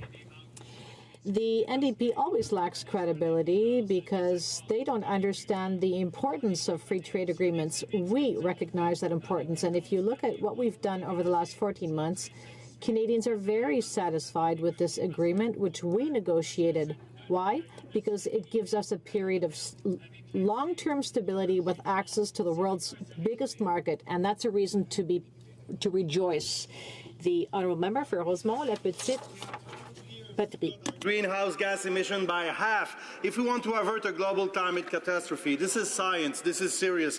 We're not doing enough to fight climate change, and everybody knows that the Liberals will never meet their targets. In fact, Greenpeace considers that the Prime Minister didn't tell the truth last Sunday when he said we will meet our targets in 2030. He's trying to defend the indefensible, his own failure. Will he admit that Canada is not back, but is falling behind? The Minister for Government Affairs. Happy to tell Canadians is that Canada is taking serious action to fight climate change. We said to Canadians in the last election we would have a plan that would reduce our emissions and respect international obligations we made as a country. Mr. Speaker, we also said, and in fact there was a Nobel Prize in economics given recently for this exact premise, that putting a price on pollution is amongst the most effective measures to reduce pollution. Unlike the Conservatives, Mr. Speaker, who think pollution should be free, we have a plan, it's working, and it will benefit the Canadian economy and middle-class Canadians. The honourable member for Rosemont-la-Petite-Patrie. Mr. Speaker, yes, carbon pricing is important, but the Liberal plan is not working. The IPCC says it's 1 minute to midnight, but the Liberal Conservative Pipeline Coalition does not believe in science. It's like a competition. The Conservatives want to revive the Energy East zombie. The Liberals have bought Trans Mountain and have left the door open to Energy East. If it continues, we'll end up in a desert, as in Mad Max. But the Prime Minister will be happy about that because there are only sunny ways in the desert. Seriously, when will they finally get it? The honourable member for Intergovernmental Affairs. Mr. Speaker, we've understood that Canadians expect their government to work seriously to fight climate change. Canadians clearly understand, maybe not the NDP, but Canadians understand that we have a serious plan to fight climate change, and that's in the interest of the Canadian economy. It will benefit jobs for the middle class, and it'll benefit the province of Quebec, where my colleague was elected, and it is starting to work well. Speaker, earlier today we found out that the Liberal Environment Plan is to buy the votes of Canadians. As more and more provinces bail out of the Prime Minister's failed carbon tax plan, he's decided to bribe Canadians with their own money, and today the Prime Minister admitted as much. How can we trust this government to give us back our own money when they've broken so many other promises? Canadians know they're going to pay more taxes than they'll ever get back from this Liberal government. When will the Liberals stop insulting us and admit that this is simply a massive tax grab? Thank you. Mr. Speaker, what the Prime Minister said today in Toronto is that our government made a commitment to Canadians in 2015 that we would have a robust plan to tackle climate change. And, Mr. Speaker, we've said from the beginning that putting a price on pollution is one of the most effective measures to reduce pollution. We've also said, Mr. Speaker, that we would reinvest by reimbursing Canadians the money that they're paying in the price on pollution. And in fact, Mr. Speaker, middle-class Canadians on average will receive more money than they're paying from the price on pollution. The honourable member, order. The honourable member for Barrie, Springwater, Oro-Medonte. Thank you, Mr. Speaker. The Prime Minister's carbon tax isn't a tax on the Canadian provinces. It is a tax on the Canadian people who don't have any more to give. Canadians who are single parents, Canadians who are struggling with young families, Canadians who are retired and have paid Liberal tax after Liberal tax after Liberal tax, and they don't have any more to give. And now they get to be hit with this new Liberal carbon tax. Canadians are fed up with this Prime Minister's new taxes and want to know, when will he stop demanding more? Honourable Minister of Intergovernmental Affairs. Mr. Speaker, again, I think it's important to remind members that the Conservative Party voted against a middle-class tax cut, which was important to Canadians. He talks about vulnerable seniors, Mr. Speaker. They voted against increasing the guaranteed income supplement to help the most vulnerable seniors. Mr. Speaker, they want to talk about seniors. They were going to raise the age of eligibility to 67 for the old age security. We brought it back to 65. Mr. Speaker, they have no plan to fight climate change. We have a plan that is going to make a difference for Canadians and improve the Canadian economy at the same time.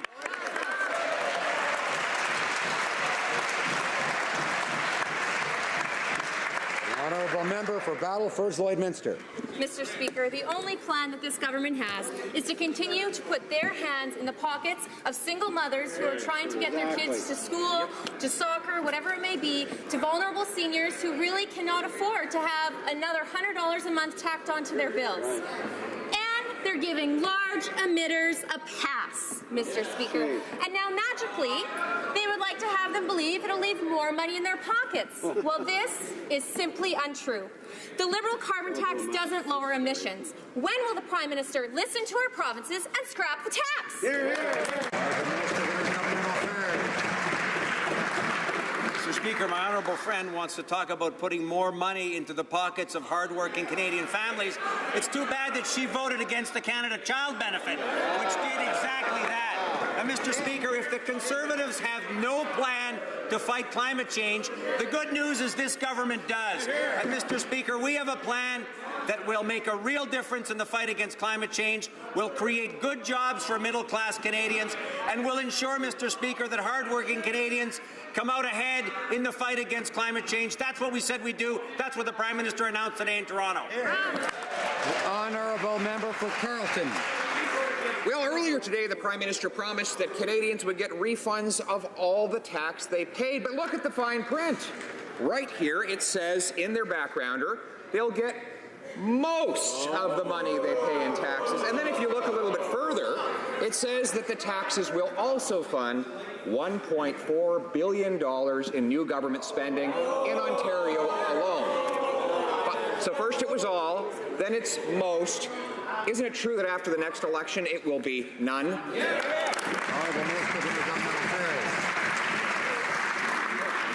Mr. Speaker, my honourable friend knows that that is exactly not true. Mr. Speaker, we said from the beginning that asking large emitters to pay a price on pollution would give them an incentive to reduce pollution. That's exactly what our government is doing, Mr. Speaker. And if my honourable friend thinks it's a mistake to work with the hospital sector, with the education sector, with low-income housing advocates to ensure that they are also able to reduce their emissions and be more efficient, then he should stand up and say so. Member for Carleton. Well, of course, we all support money for hospitals and schools and helping the vulnerable. That's why we already pay taxes. Yes. This is not a justification for imposing yet another layer of taxation on top of what Canadians already pay. But the government's own documents, which I have in my hand, clearly lay out that large industrial polluters will pay nothing whatsoever, while middle-class families will pay more. Isn't this just a tax grab to fund more out-of-control Liberal spending? The Honourable Minister of Intergovernmental Affairs. Mr. Speaker, my honourable friend knows that that is not the case. He knows that his party does not have a plan to fight climate change. He knows that his party for 10 years under Stephen Harper did absolutely nothing to respect Canada's obligations globally and domestically to fight climate change. Mr. Speaker, Canadians know this is real. We saw in my province of New Brunswick historic floods this spring. We've seen the same across the country. We've seen wildfires out west. Mr. Speaker, we need a coherent plan to fight climate change, even if the Conservative Party doesn't have one.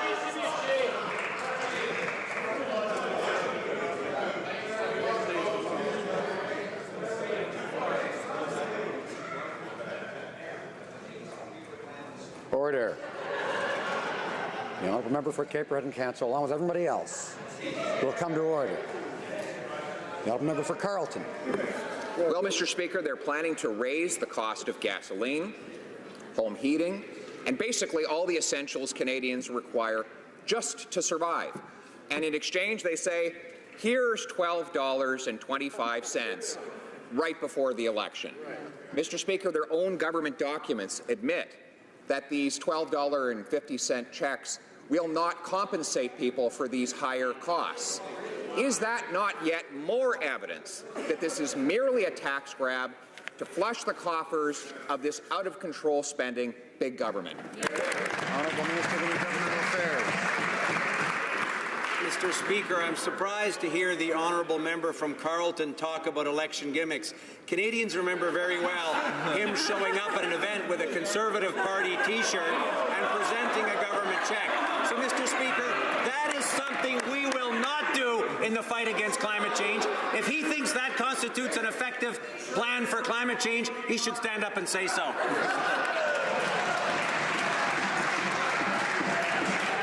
The honourable member.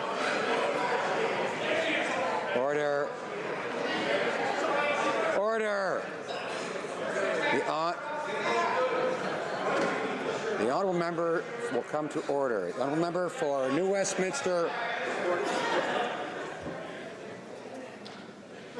The honourable member for New Westminster Burnaby.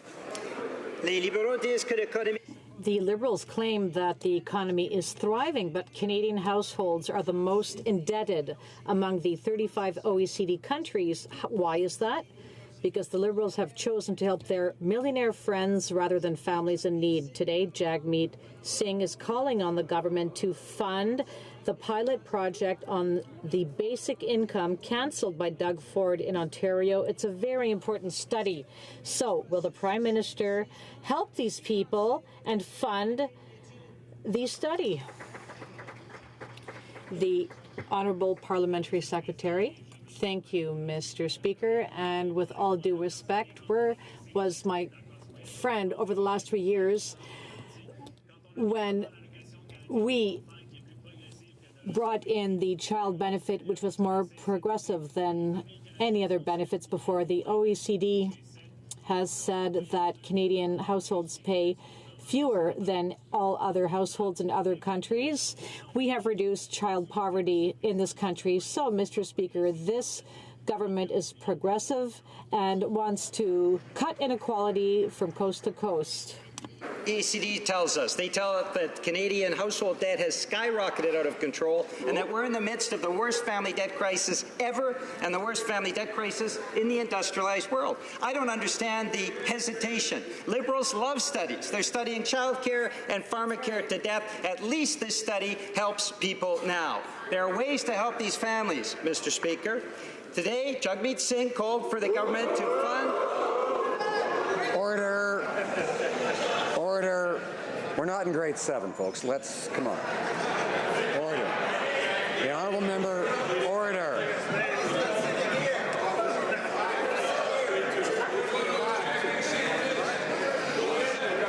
Order.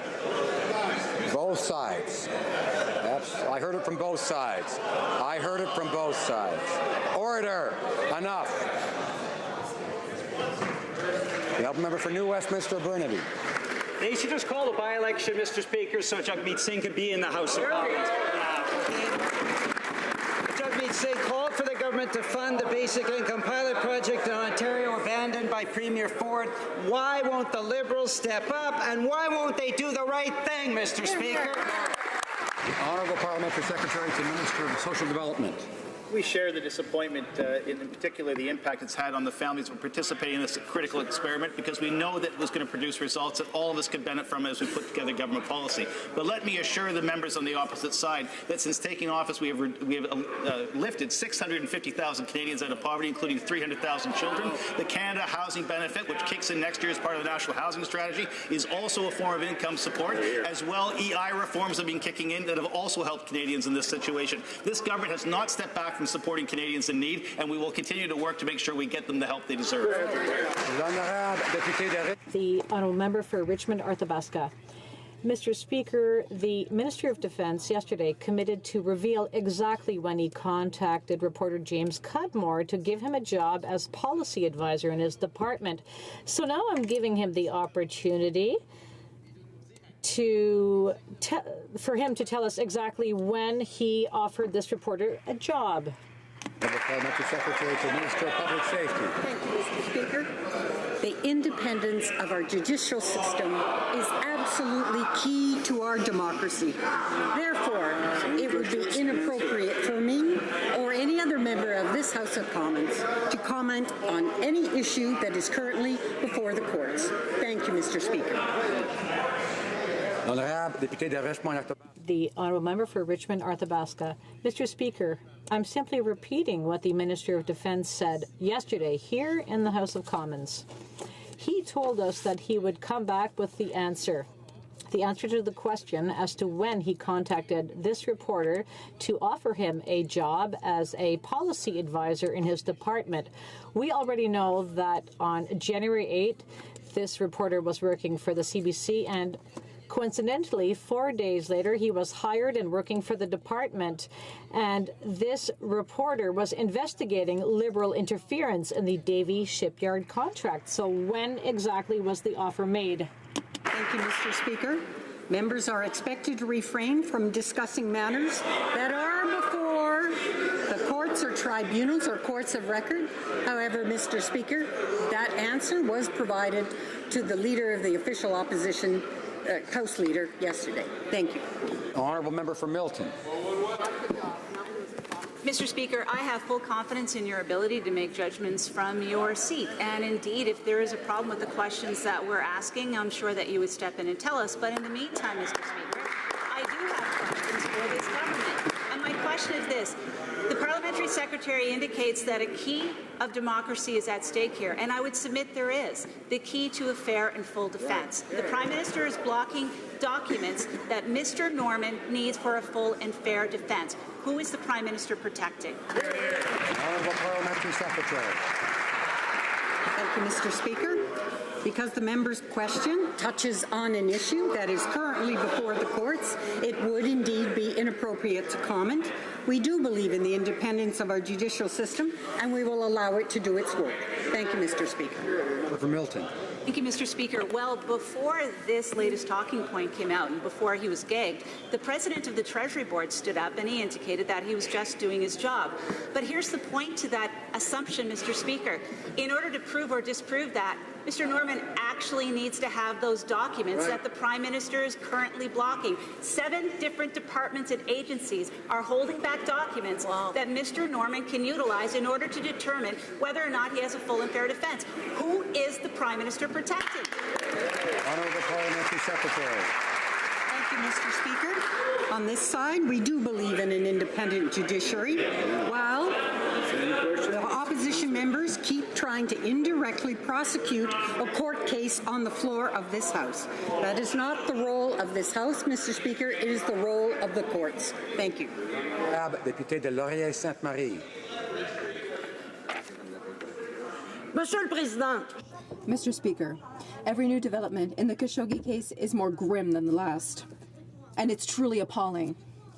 But what is also appalling is the treatment of women, dissidents, and minorities by the Saudi regime. What is appalling are the war crimes and famine in Yemen. So, Mr. Speaker, how much is the defense of human rights worth in the eyes of the Prime Minister? How much are the lives of millions of women and children worth? The Honourable Parliamentary Secretary. Led our allies in putting out a G7 statement condemning the murder of journalist Jamal Khashoggi. Yesterday, the Prime Minister convened an incident response group to address this serious situation. The explanations offered by Saudi Arabia are inconsistent and lack credibility. We continue to call for a thorough, accountable, transparent, and prompt investigation in full collaboration with the Turkish authorities on the circumstances surrounding Mr. Khashoggi's death. Those responsible for the killing must be held to account and must face justice. Thank you very much. For Essex. At committee last week, we heard from finance and CBSA officials who told us out of 74 applications, only 36 companies have been approved for duty drawback or relief. The support promised by this government is not reaching those who desperately need it. Some businesses are giving up altogether because of the long wait times and red tape. This government is ignoring the reality of steelworkers, and they are being laid off as small businesses are struggling to keep their doors open. Will the government finally do the right thing and strike a national tariff task force? Honourable Parliamentary Secretary of the Minister of Economic Development. Speaker, our Canadian steel and aluminum producers are world leaders and important contributors to international supply chains. We're making available, Mr. Speaker, up to $2 billion to defend and protect our Canadian workers in the steel and aluminum industries, 1.7 of which is through EDC and BDC, $250 million through the Strategic Innovation Fund, Mr. Speaker, and $50 million to help companies diversify in order to take advantage of CETA and the CPTPP. Mr. Speaker, we have the backs of the Canadian steel and aluminum workers. Honorable député d'Aylmer.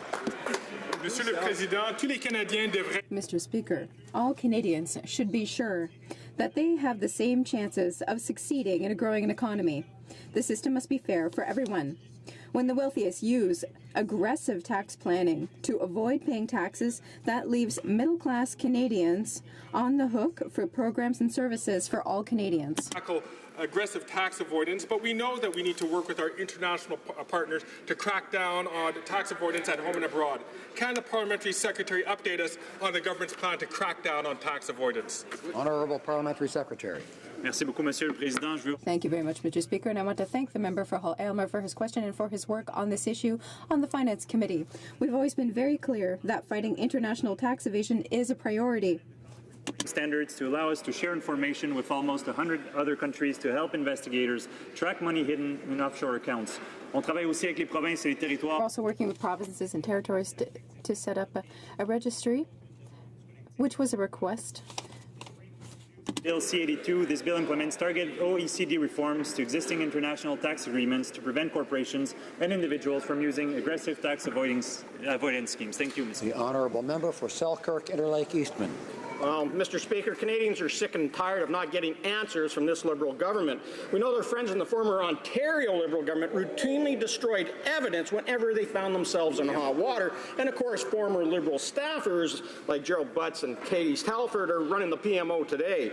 So Canadians have the right to know if this government is following the example set by their Ontario Liberal cousins. Has this government destroyed any evidence in the Vice Admiral Mark Norman case? Honourable Parliamentary Secretary to the Minister of Public Safety.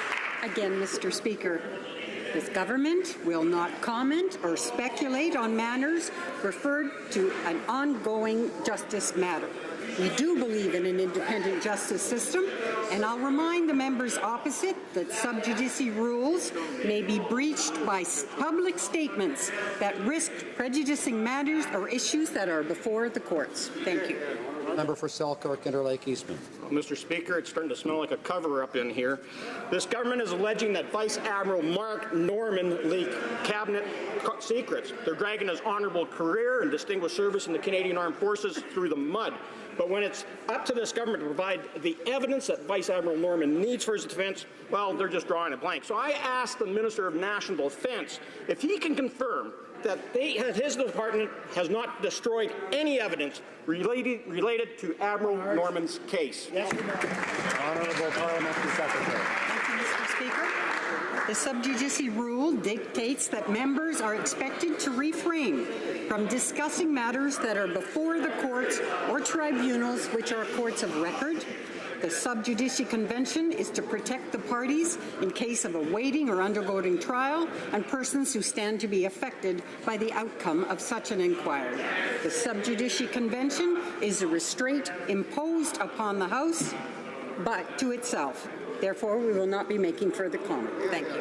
Honourable member for Durham. Mr. Speaker, in late November 2015, the Privy Council Office launched an investigation into supposed leaks from the Liberal Cabinet meeting that suspended the Davie shipbuilding contract. The PCO engaged the RCMP largely based on the James Cudmore story, and the Minister of the Environment and the President of the Treasury Board were interviewed as part of the investigation.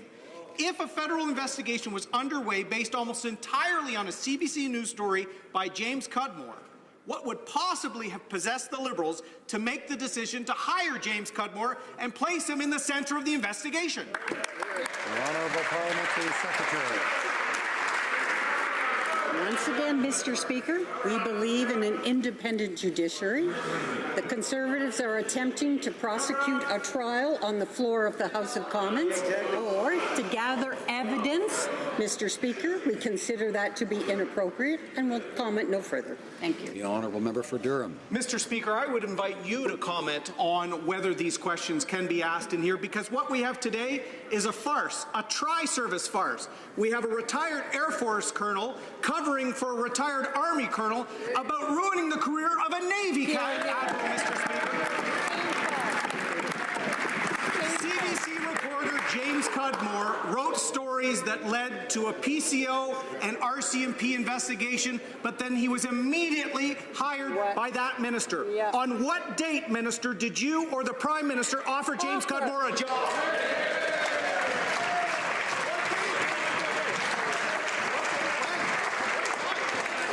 Order. Order. Order. First of all, the member for Durham is an experienced member and should know that he should direct his comments to the chair, and I think he will also know that question period is not when there are points of order raised. The Honourable Parliamentary Secretary. Thank you, Mr. Speaker. Mr. Speaker, the answer remains the same. We do believe in an independent judiciary. We do believe in following the sub judice principle, Mr. Speaker, and we will not be commenting on any matter that is before the courts. Thank you. Député de Jean-Pierre. Mr. Speaker, can you believe that I still have to get up to ask questions about the Phoenix fiasco? Of course, if the Liberals had listened to their employees, unions, IBM, basically everyone, we could have avoided all this. It doesn't make any sense. Yesterday, the Auditor General revealed that the number of people affected by payroll errors went up again.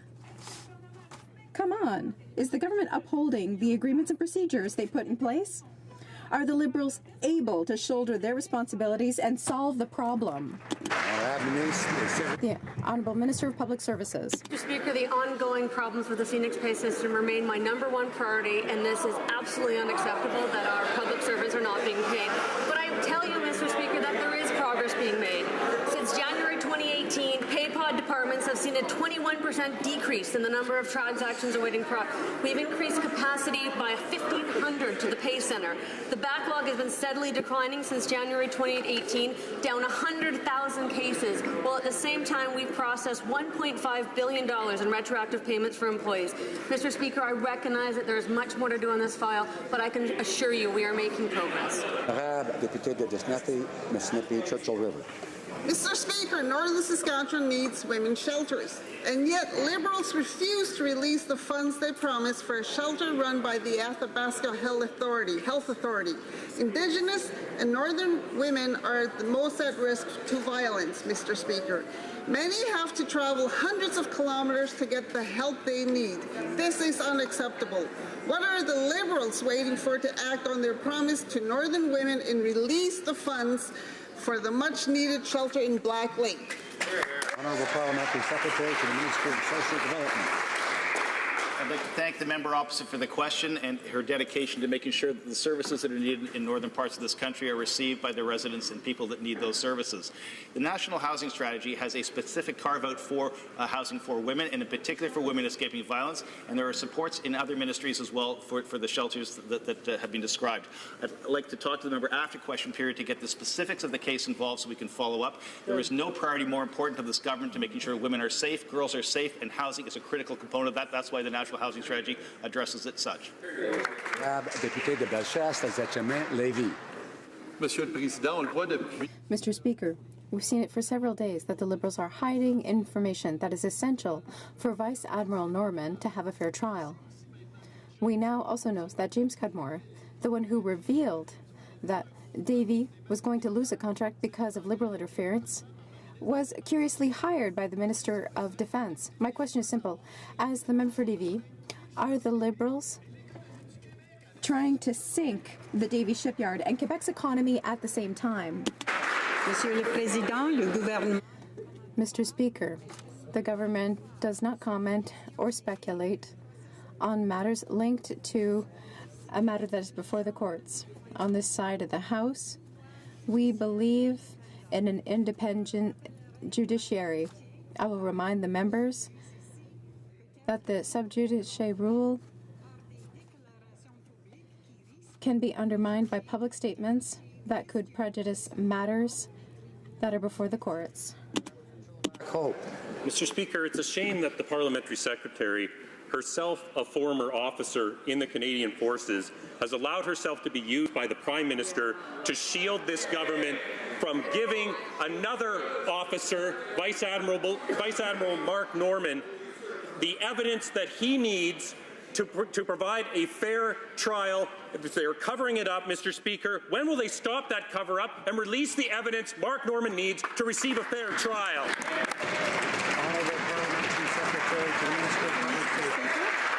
Mr. Speaker, he knows not of what he speaks. Mr. Speaker, I believe in an independent judiciary.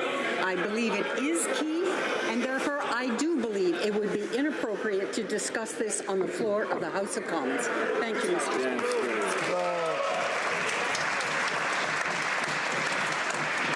The member for Chilliwack Hope. Mr. Speaker, what I speak of is this government withholding evidence that Mark Norman needs to get a fair trial. Answering questions in the House of Commons will not impact the trial of Mark Norman, but withholding the critical evidence he needs to mount a defense certainly will. The more the Liberals hide, the more this looks like a cover-up. Who are they protecting? What are they trying to hide? Why don't they just release the evidence today? Honourable Parliamentary Secretary to the Minister of Public Safety. Mr. Speaker, this is not a courtroom. This is the floor of the House of Commons. And attempts to indirectly prosecute a case on the floor of this House of Commons, we believe is inappropriate, Mr. Speaker. Thank you very much. I have to remind members that the time to answer someone is not when they're speaking, it's when one has their turn. The Honourable Member for Don Valley North. Mr. Speaker, improving energy efficiency is one of the simplest and most cost-effective ways to address climate change, while also helping the pocketbooks of hard-working Canadians. Today, we celebrate the 3rd annual Energy Star Day here in Canada. Could the Minister of Natural Resources please tell the House what this means for Canadian families? Minister. Mr. Speaker, I would like to thank the member from Don Valley North for his question and for his hard work. Energy efficiency is an important part of our plan to tackle climate change. That is why we're proud to partner with Energy Star to help Canadians save money on their utility bills, create good middle-class jobs, and protect our environment. This Energy Star Day encourages Canadians to make a simple change to be more energy efficient and save money by reducing their energy bills. This simple change will help make a big difference. Thank you, Mr. Speaker. Mr. Speaker, unlike the Liberal members for Quebec, the Canadian Federation of Independent Business considers that there really is a labour shortage in Quebec. The Vice President of the Federation considers that some businesses will have to cut down on their operations or even close temporarily. In other words, in Quebec, the labour shortage is being felt on the ground. There's a wide range of solutions that are available to the federal level of government. Why is the Liberal government not taking real action right now, proposing real solutions to this problem? Well, Mr. Speaker, the Minister of Labour. Every time this member gets up and talks about how our economy is growing so quickly, how our unemployment rate is so low, that we have record numbers of people in the workforce, that we have a new challenge. So thank you very much for the opportunity. Thank the member very much for the opportunity to talk about this. As we work to make sure that everyone has the skills they need, that every Canadian has the opportunities to gain employment in whatever sector is experiencing shortages, we also know that having a strong immigration policy is an important part of our growth strategy here in Canada. So I'd encourage the member to talk to his colleagues about their attitude. Honourable Member for Port Moody Coquitlam. More than 4 years ago, Imperial Metals Mount Poly mine disaster sent 25 million cubic meters of water and toxic mine waste rushing through Hazeltine Creek into Quesnel Lake. Mine tailings containing arsenic, cadmium, mercury, and selenium still sit at the bottom of the lake. Not only is this a major sockeye salmon rearing lake in the Fraser watershed, but it supplies drinking water to local communities. This was the largest environmental disaster in Canadian history. When will the Liberals do their job, take action, and lay charges? Hear, hear. Honourable Parliamentary Secretary to the Minister of Environment. Mr. Speaker, the health of our oceans and lakes is a top priority of this government. We have faith in the enforcement mechanisms that we have in place within the Department of Fisheries and Oceans to address measures such as this. We will continue to monitor this situation and take the steps that are necessary to keep our oceans and waterways safe, clean, and healthy. Thank you, Mr. Speaker. Member for Davenport. Our government is proud to be taking action to grow and strengthen our armed forces, and we know that diversity is an essential factor in mission success. Women have proudly been been serving in Canada's military for a century, and today they play a pivotal role in defending Canada's safety and security.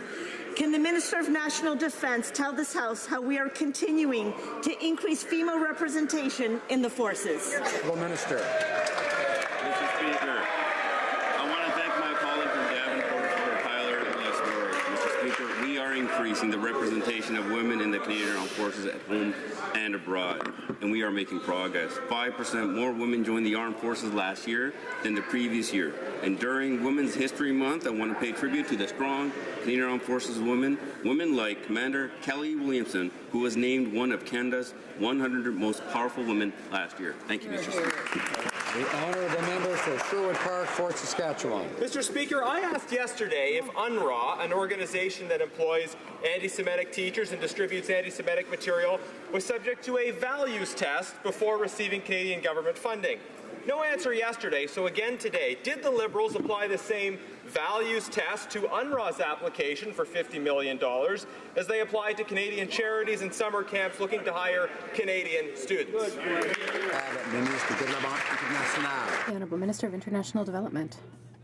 Mr. Speaker, I can assure you that my team and I followed all the steps necessary to make sure that the United Nations Organization for Palestinian Refugees is doing its work in a transparent manner and is upholding human rights and is working also. Mr. Speaker, I visited Palestine this summer.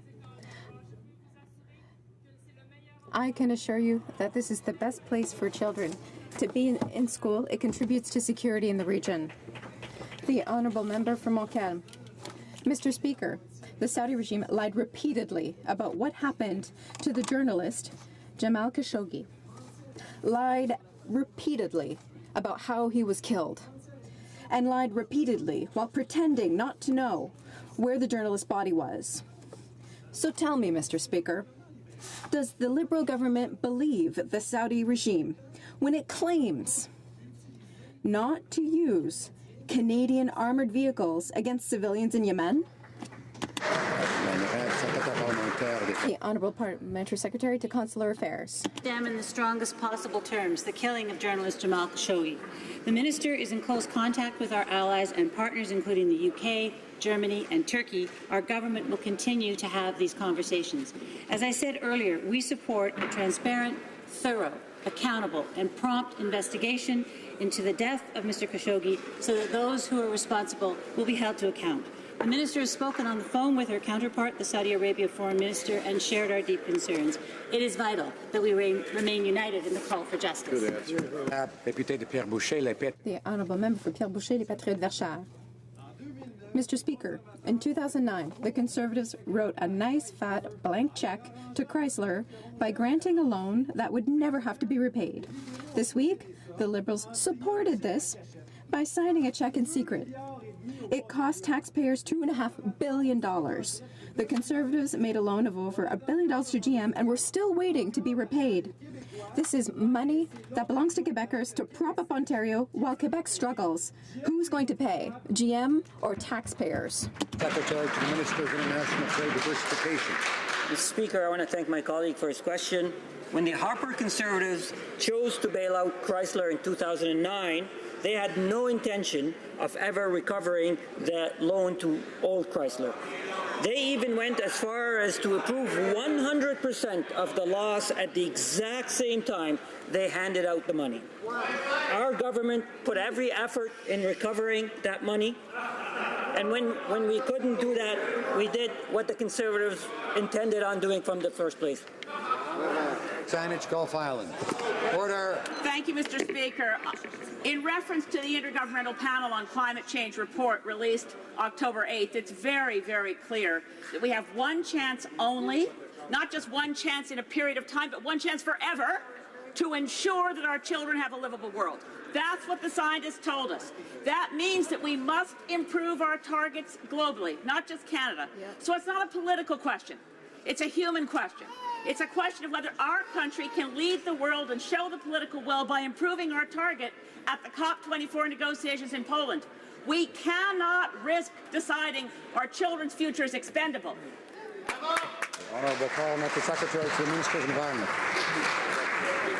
I'd like to begin by thanking the honourable member for a thoughtful question. In the wake of the IPCC report, we all need to work collectively to improve our record on the environment, to preserve our planet for future generations. I was so proud when we achieved the Paris Agreement, and we're going to meet or exceed the targets by putting a price on pollution that protects the interests of middle-class families. We're developing a clean fuel standard. We're putting regulations on methane and HFCs. We're investing in clean energy and taking a number of different steps. My sincere hope is that we can work collectively, regardless of partisan affiliation, for once, to achieve targets, to do better by our planet, and I wish that everyone cared as much as the honourable.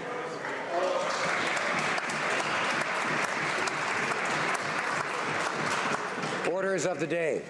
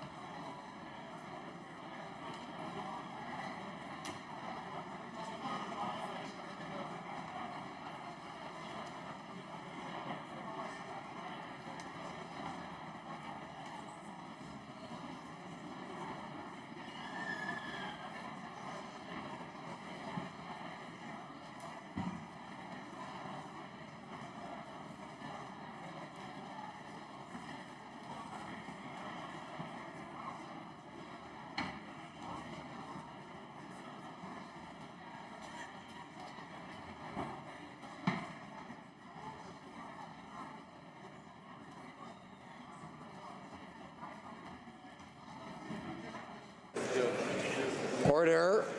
I encourage colleagues to take their conversations into the hall, into the lobbies or elsewhere, and perhaps members could assist me by saying shh. Let's try that again. I thank colleagues for their assistance. Je suis maintenant prêt. I'm now prepared to rule on the question of privilege raised on October 5th, 2018 by the Honourable Member for Repentigny concerning the number of questions allotted to independent members during oral questions. I would like to thank the Honourable Member for having raised the matter. In speaking to her question of privilege, the member for Repentigny argued that when the number of independent members recently increased from 14 to 15, they were entitled to have an additional question per week during question period. Without it, she claims, there is an unacceptable inequity between independent members and members from recognized parties. While some may see this issue as simply mathematical, the Honourable Member for Repentigny raises a question that goes directly to the matter of how our parliamentary institutions are structured. As honourable members are aware, our modern parliamentary system has been developed largely around the existence of recognized political parties. The procedures and practices that guide much of our deliberations revolve around these recognized parties and are, in a lot of ways, the result of negotiations agreed to by them. For example, recognized political parties have certain benefits in our proceedings that are not necessarily shared, or not to the same extent, with unrecognized parties and independent members. This is the case with respect to such matters as the order of participation in debate, the granting of opposition days, committee membership, and, of course, the conduct of question period. Undeniably, these distinctions guide the Speaker in exercising his duties. En outre, furthermore, the Parliament of Canada Act and the bylaws of the Board of Internal Economy make a clear distinction between recognized and unrecognized political parties, giving them different funding. These distinctions have not been static. They have evolved over time through changes in tradition and usage, including the rules and practices adopted by the House itself. Many of these changes are founded on the principles of supporting the fair and active participation of each member in the work of the House. Speaker Fraser addressed the role of the Speaker in this regard when he stated on September 24, 1990, at page 13216 of the debates, quote, "I have some discretion in dealing with the rights of every person in this House who is in a minority position. I think we have a great tradition of protecting the rights of minorities, and I can assure the honourable member that the rights of minorities will be protected by the Speaker in a way that is fair and equitable for all other members," unquote. Safeguarding the fair and equitable rights of the minority is no less a concern for the Speaker during question period. The Speaker's interpretation of the rules, principles, and practices put in place by the House itself must balance the rights and interests of both the majority and minority. This is why successive Speakers have progressively opened up the floor to independent members during question period, even though the allotment of the different speaking slots under this rubric in our daily agenda has historically been determined through the extensive discussions among the recognized political parties. For instance, not so long ago, the practice was that when time permitted, and only when time permitted, the chair would allow an independent member to ask questions during question period. The member for Repentigny rightfully acknowledged that in more recent years, Speakers have endeavored to call on independent members to ask questions that roughly matched their proportion in the House. In fact, recent successive Speakers have made significant efforts to find a delicate balance in the allotment of questions between the recognized political parties and the independent members. This has been brought to a new and unprecedented level in the present Parliament. Never have independent members been recognized as much during question period. Cela a eu un The impact of this has been significant. The time now spent on question period has increased, so that it rarely ends within the fixed time prescribed by the standing orders. As Speaker, I believe that adding another question, as the honourable member for Repentigny suggests, would simply aggravate the pressure on the limited number of hours at the disposal of all members. Delivered on April 23, 2013, at page 15800 of the debates, my predecessor had the opportunity to speak of the notion of equity when referring to the rights of members. Quote, "Hence, while many members in this instance have spoken of the right to speak, the member for Langley acknowledged this inherent limitation and spoke more precisely of the equal right to speak. It is this qualifier of rights, equity, that carries great significance and to which the chair must pay close attention," unquote. Le principe de l'équité. The principle of equity applies to the allotment of questions to independent members for question period.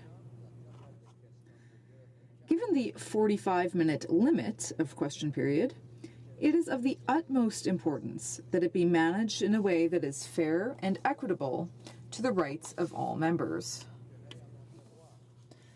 I would be remiss if I looked at this matter only through the lens of just one group of members and their right to speak. Instead, I must manage all proceedings, including question period, effectively for the benefit of all members. It is the view of the Chair that the current allotment of 14 questions per week for independent members maintains an appropriate balance with respect to the management of time, the rights of independent members, and the long-standing practices of the House. The Chair notes that recently some of the time slots made available to independent members have not been used. I would therefore encourage independent members to consult table officers who remain available to assist in any way necessary with a view to ensuring that these opportunities are optimized for the benefit of all. Étant donné que As the Chair cannot find evidence that the rights of independent members have been breached, or that they have been unduly impeded in fulfilling their parliamentary duties, there is no prima facie question of privilege in this case. As a final note, the complaint raised through this question of privilege challenges the management and control of House business, which is itself protected by privilege. In recent years, the distinction between questions of privilege and points of order have become somewhat blurred. This matter is more properly a point of order. Nevertheless, the Chair realizes how important this question is for many of us. As the Speaker often looks to the House for guidance and direction, particularly for changes in how business is conducted in this place, I welcome any direction on this matter that the House wishes to offer, perhaps through negotiation between the parties and independent members, or by way of the Standing Committee on Procedure and House Affairs.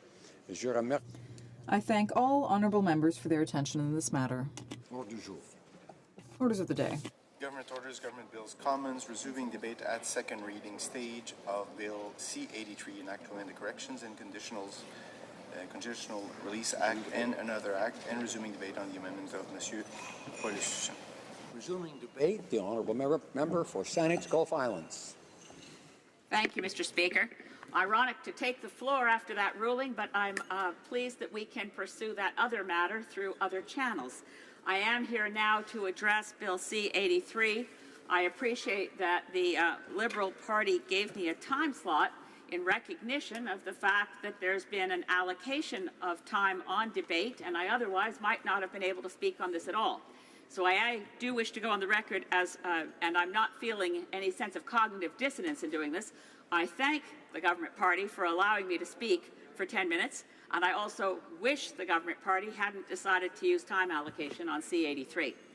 In any case, this bill comes to us in a context that I want to address first, which is a political context, a political climate that's been created by recent debates in this place, in which I regret to say I've felt demeaned, I've felt this place demeaned and diminished by a tactic of the official opposition to turn the House of Commons into sort of a secondary chamber for review of punishments meted out through the proper system, the courts of law, where we've taken days and had people's names, the horrors of gruesome, cruel murders repeated on the floor of this place, because there's clearly some thought in some quarters here that it's a good campaign tactic to talk about punishment a lot and to regret when our correctional system responds in ways that might appear to some lenient.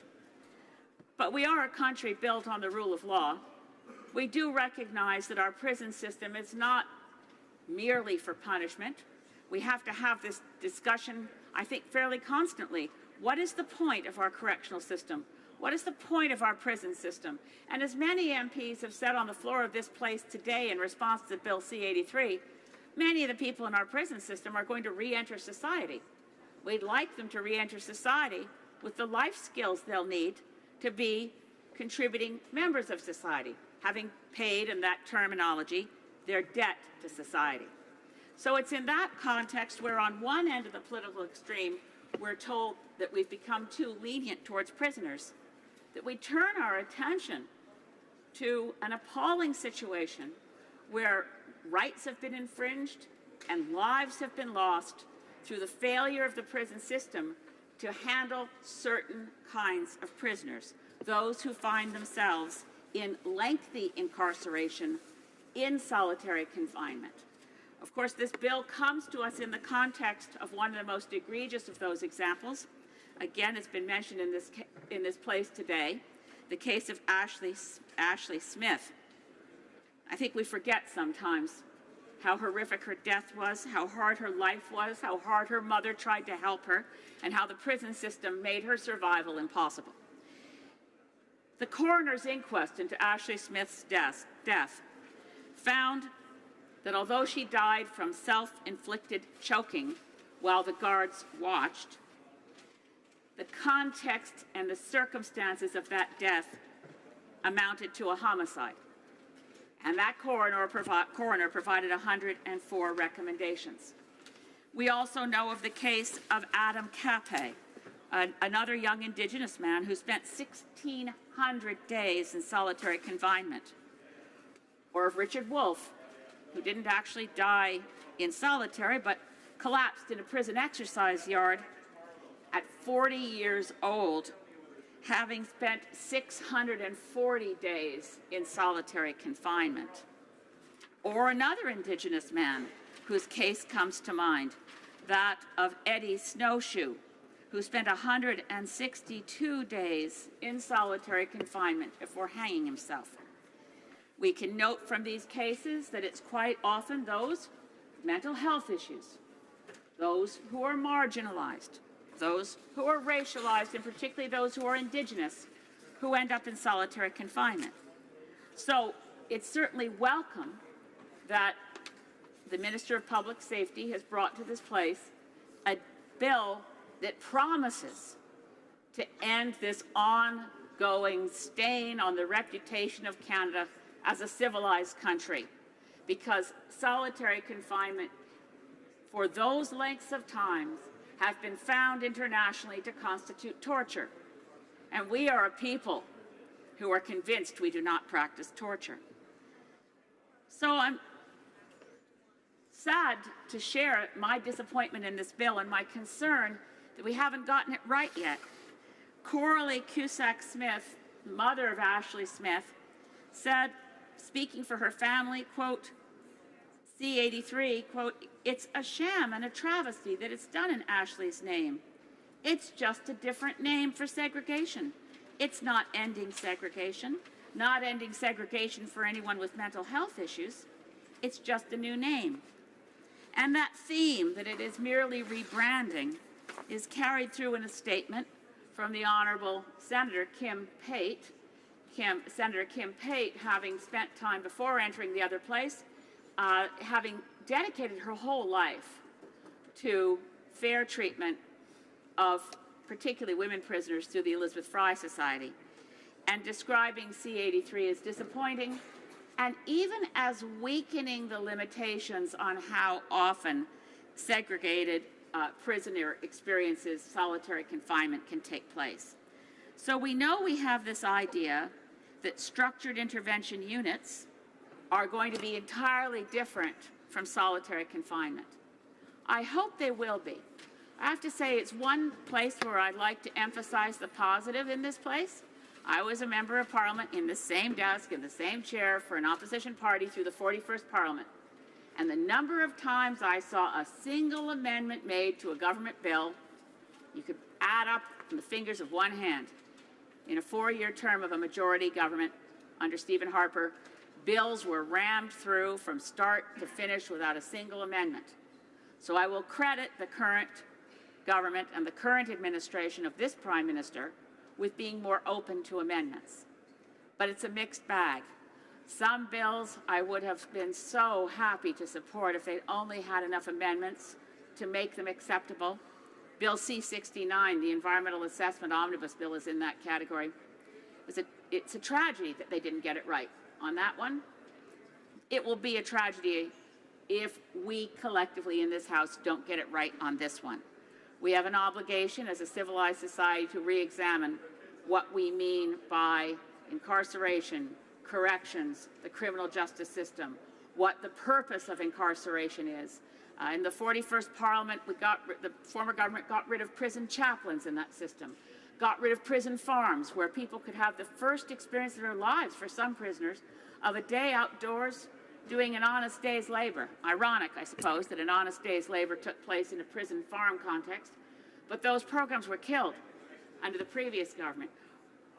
The prison system of our country cannot just be seen as a place on which some parts of the political spectrum want to score political points by talking about life being too easy there for people who've committed, as the language always is, heinous crimes. But I'm not sympathizing with criminals. I support the rights of victims, but it is not an effective prison system if it kills people who committed minor crimes but are stuck in a Mobius loop where they can't get help. We have to break that cycle now. We have to find ways to focus our prison system on fairness, respect, reconciliation, and rehabilitation. And this is not bleeding heart stuff. This is what makes a society whole. This is what allows people who've been in prisons to come back out and function in a civilized society and not pass on the patterns of behavior to their family and their children that they experienced. So I have hopes for Bill C-83. I will do everything I can in committee, and I will do everything I can by working with the groups that have given their lives to this, whether Elizabeth Fry Society, the John Howard Society, the BC Civil Liberties Association, the Canadian Civil Liberties Association, and those very brave people who've been incarcerated and who are willing to come forward and say, this is what would have helped me, this is how it didn't help me. And yes, a prison system is to ensure that people pay their debt to society and are punished for things that are morally indefensible, a huge assault to our society. But there are also a lot of people in prison who've committed relatively minor crimes. And if they had wealth and they had better lawyers, they might not be there. But for the grace of God go you or I, so let's fix Bill C-83. Thank you. Questions and comments? The Honourable Member for Oakville North Burlington. Thank you, Madam Speaker. And I first would like to thank the member for Saanich Gulf Island for her speech on this bill and for her comments, all of which I agree with. She's passionate about this issue. She's well researched, and I couldn't agree more that we need to start looking at our prison system in a different way.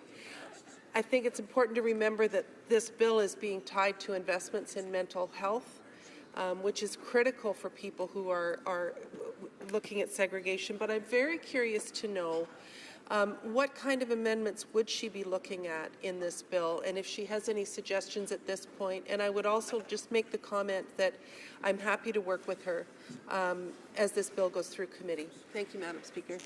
The Honourable Member for Saanich Gulf Islands. I want to thank my colleague for Oakville North Burlington. We have worked together to amend other pieces of legislation, and I can share with her constituents that they have an MP who keeps her word and is as good as her word, and I love working with her. I would love to see some amendments to this now, and I am conscious of the fact that the correctional officers who have to deal with potentially dangerous prisoners, that their unions are also deeply concerned. So I know the government's trying to achieve some kind of balance here. But I think we need amendments to ensure that we don't weaken the limitations on the use of any form of segregation. Yes, I'm very pleased that there will be increases in funding for mental health and assistance. I'd like to see more done to ensure that in keeping a prisoner separate from a prison population that may pose a threat to that prisoner, they are not placed in a situation where they lose human contact. I think much more could be done to increase family access, as one example. But we will work through this through committee. Questions and comments? Questions et commentaires? Questions and comments. Kingston and the Islands. Thank you very much, Madam Speaker. And I thank the member from Saanich Gulf Islands for her speech today. I think that she is passionate about this subject, knows it well, and provides a great insight into it.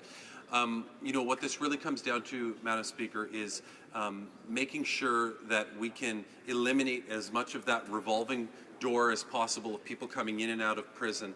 And the way that we do that is by making sure that the system that we have is one that promotes rehabilitation and reintegration into society. And to that end, where this bill leads is making sure that those who are responsible to complete that process have the necessary tools that they need in order to make sure that as we rehabilitate people, it's done so in a meaningful way that can transform them into productive members of society. I'm wondering if the member would agree with that and would agree with the fact that in order to make this transition back into society, it is key that we give those who are charged with rehabilitating our inmates the tools that they require to do that.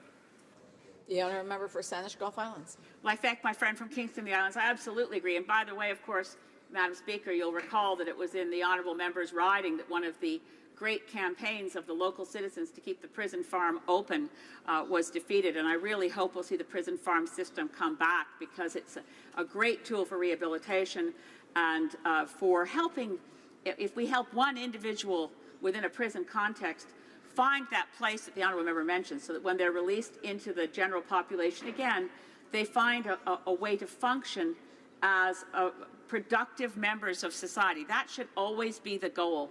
And I hope that this legislation will help us get there. We have time for a brief question. The honourable member for Whitby.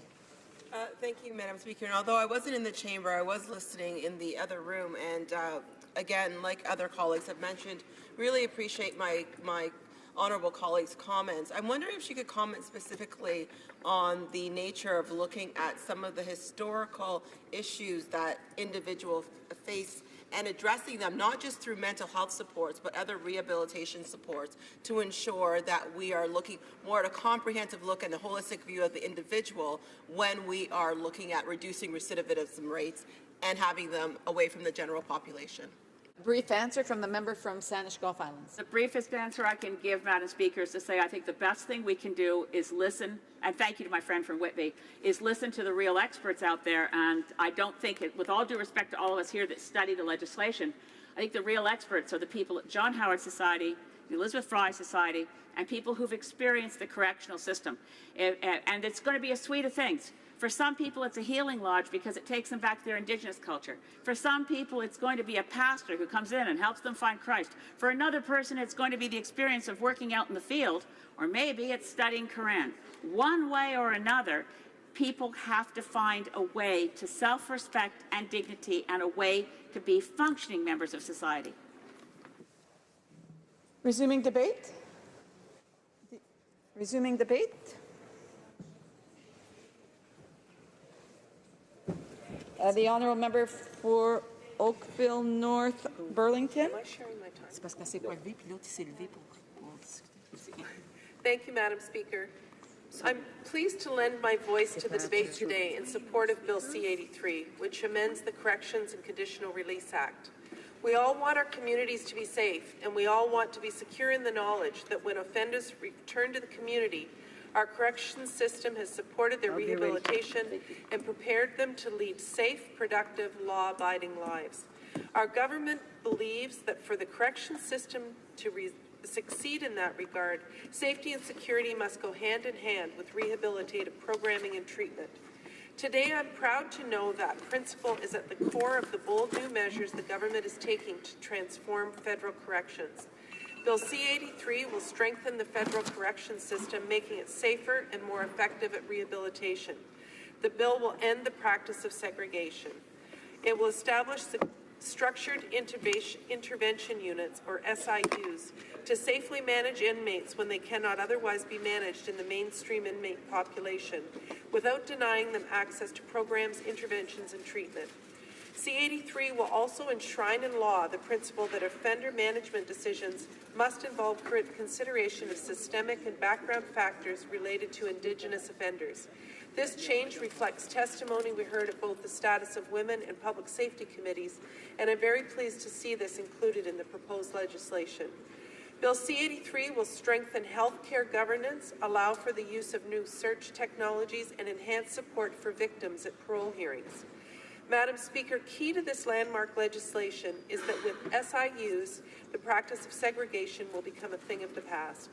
Currently, if an offender is considered dangerous to themselves or others, or is at risk of being harmed, they can be placed in segregation if there's no other reasonable alternative. Segregation has remained a common practice over the years. Recently, policy changes by the Correctional Service of Canada led to a significant decline in segregation placements, from over 700 on any given day a few years ago to just over 300 today. But we cannot ignore the fact that stakeholders, including the Office of the Corrections Investigator and offender advocacy groups, the Ashley Smith Inquest, and the courts, have raised concern about its effects, particularly on inmates suffering from mental health issues. Madam Speaker, I've seen a segregation unit in a maximum security prison. I cannot imagine a human being left in there hour upon hour, day after day. Imagine a room with a bed, actually more like a cot, a toilet and a sink, and maybe a small desk attached to the wall. It might or might not have a seat. And being confined there for 22 hours a day with limited to no human contact. In the courts, recent decisions in both Ontario and British Columbia called for legislative reform to the practice. And they have called for improvements to the provision of mental health services within corrections. At the same time, others have argued segregation is necessary to ensure that correctional institutions remain safe for employees and for people in custody. The safety of correctional staff must always be an overarching consideration. Our correctional institutions are full of dedicated staff that work long hours in challenging circumstances to make a positive difference by promoting rehabilitation and protecting communities. As a member of the Public Safety Committee, I've had the opportunity to tour a number of corrections facilities across the country and get to know many of the men and women who work in the corrections system, from the Commissioner and Correctional Investigator, regional managers to wardens, corrections officers, parole officers, Aboriginal liaison officers, program officers, nurses, and more. They are people who work incredibly hard with very little recognition and who work day in and day out in an effort to rehabilitate those in our correction system. They develop correctional plans for offenders to ensure that they are receiving programming throughout their sentence. They are passionate about their work and often make a real difference in the lives of offenders so that they can become more productive and healthy members of our society upon their release. Until now, correctional staff had few alternatives to segregation when isolating an inmate is necessary for safety reasons.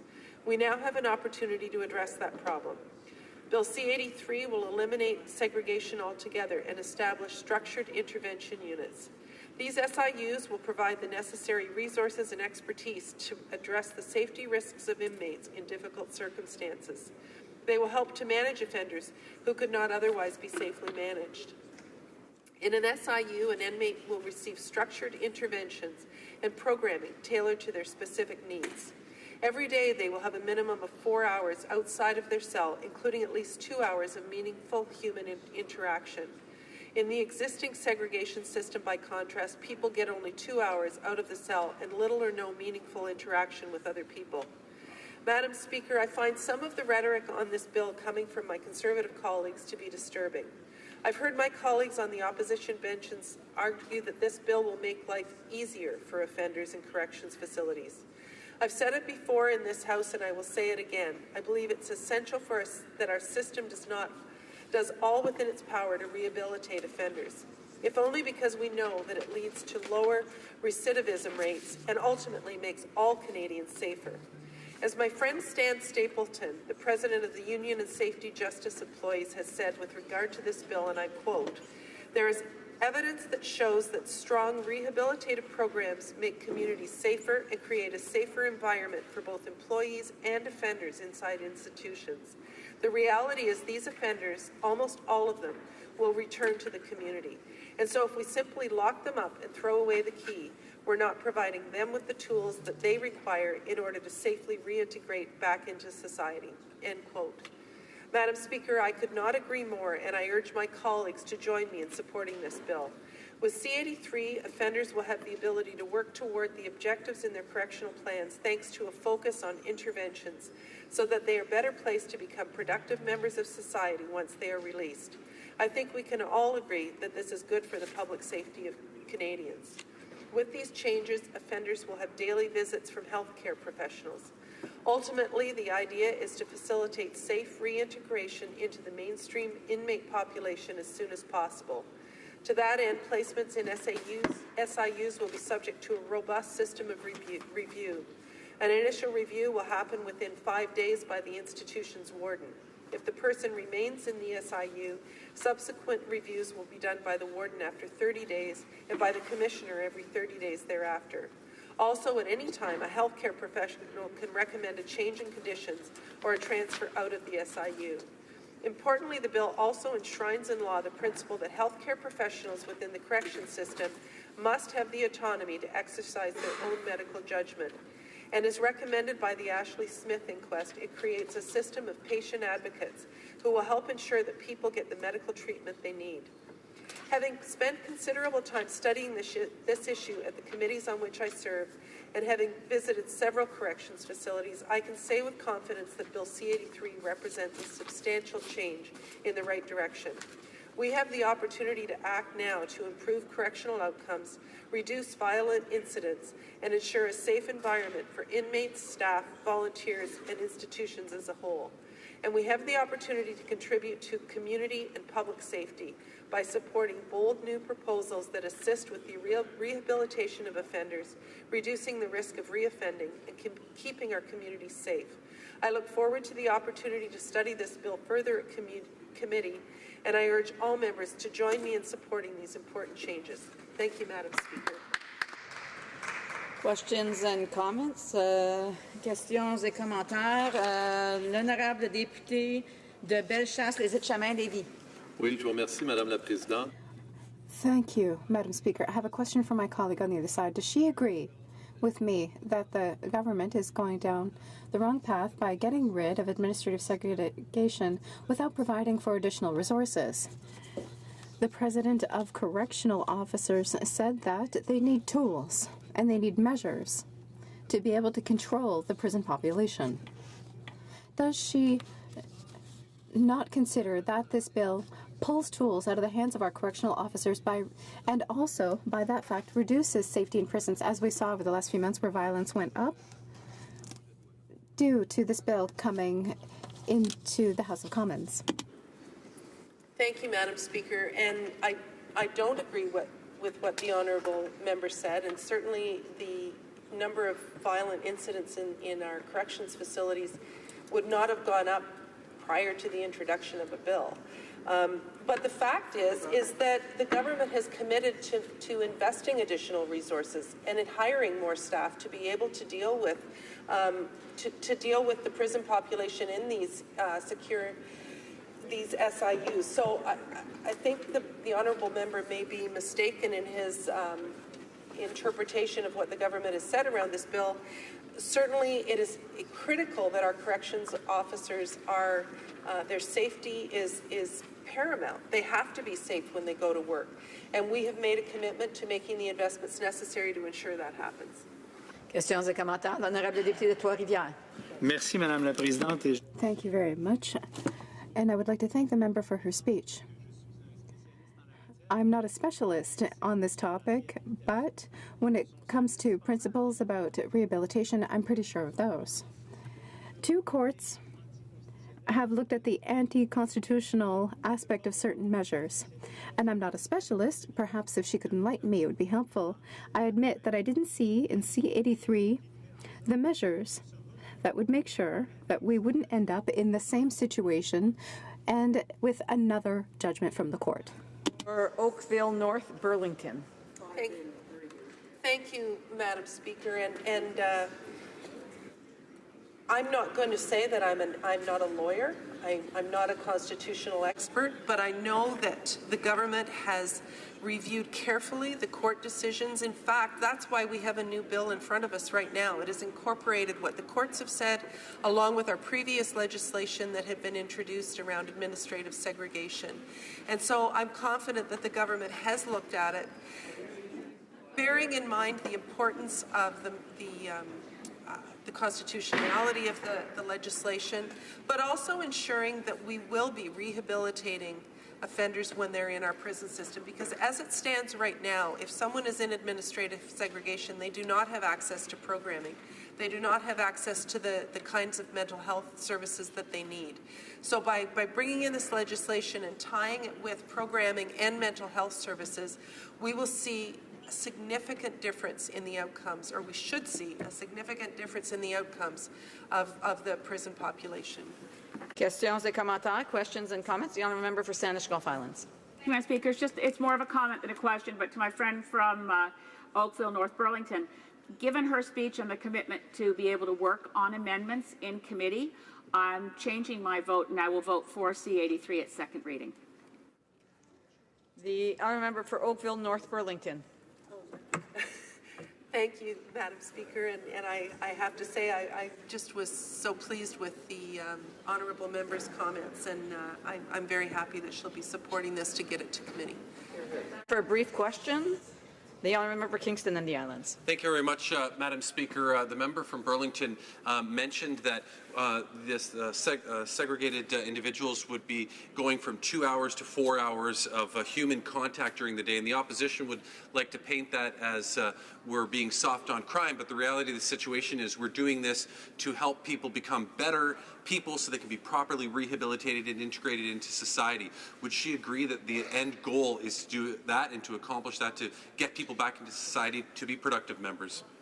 The honourable member for Oakville, North Burlington, a brief answer, please. Thank you, Madam Speaker, and I absolutely agree with my colleague who I know is quite passionate about ensuring not only public safety, but ensuring the safety of people who work in the correction system and ensuring that those that are in the prison system are able to live law-abiding lives when they get out of prison. Resuming debate. Reprise de débat. L'honorable député de Bellechasse-les-Etchemins-Lévis. Oui, merci beaucoup, Madame la... Thank you very much, Madam Speaker, for giving me the opportunity to speak today to Bill C-83, which amends the Corrections and Conditional Release Act, among other acts, which was presented by my successor, if I dare say it that way, the Honourable Ralph Goodale, Minister of Public Safety and Emergency Protection. First of all, I want to announce that I vigorously oppose this bill. And with regards to the point raised by my colleague just now, I would like to remind her that the President of Correctional Officers indicated that this will have a negative impact on the safety of those who work in our correctional facilities. The number of attacks on guards in prisons by inmates has increased because of the reduced use of segregation due to the new legislation that has been tabled. And so, Madam Speaker, I firmly oppose this measure, this bill. Its principles are erroneous. As I indicated, the government's going down the wrong path. They're going to reduce the safety of those in our correctional facilities. Regardless of what side of the House you sit on, I want to highlight the work of correctional officers. Like parents who are raising their children, they need respect. And in Parliament, it is up to us to give correctional officers tools so that they can ensure respect. That is essential to ensure the safety of those who are in our correctional facilities. Unfortunately, this bill is going to weaken the tools that we give to our correctional officers. So I would like to congratulate them for their work, but I also must say that I oppose this bill. By that fact, correctional facilities are going to be less safe. And that means that our correctional officers, both men and women, will be incurring greater risks. The other reason that I oppose this bill is that when we set up a legislative measure to improve our correctional system, we need to uphold a basic principle, which is that the conditions of detention must reflect the crime committed, and we also need to take into account how dangerous individuals are. This bill is going down the wrong path because we're taking tools away that would allow our correctional officers to better ensure a safe environment. The third reason that I oppose this bill is that there is no significant rehabilitative measures. The goals of our correctional facilities is to ensure that individuals, when they return to society, are able to contribute. And so there's less respect, there's less safety, and there'll be more violence in our correctional facilities. Inmates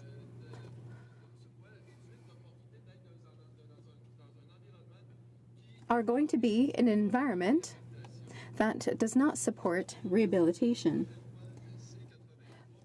Bill C-83 proposes to eliminate the use of preventative or disciplinary segregation.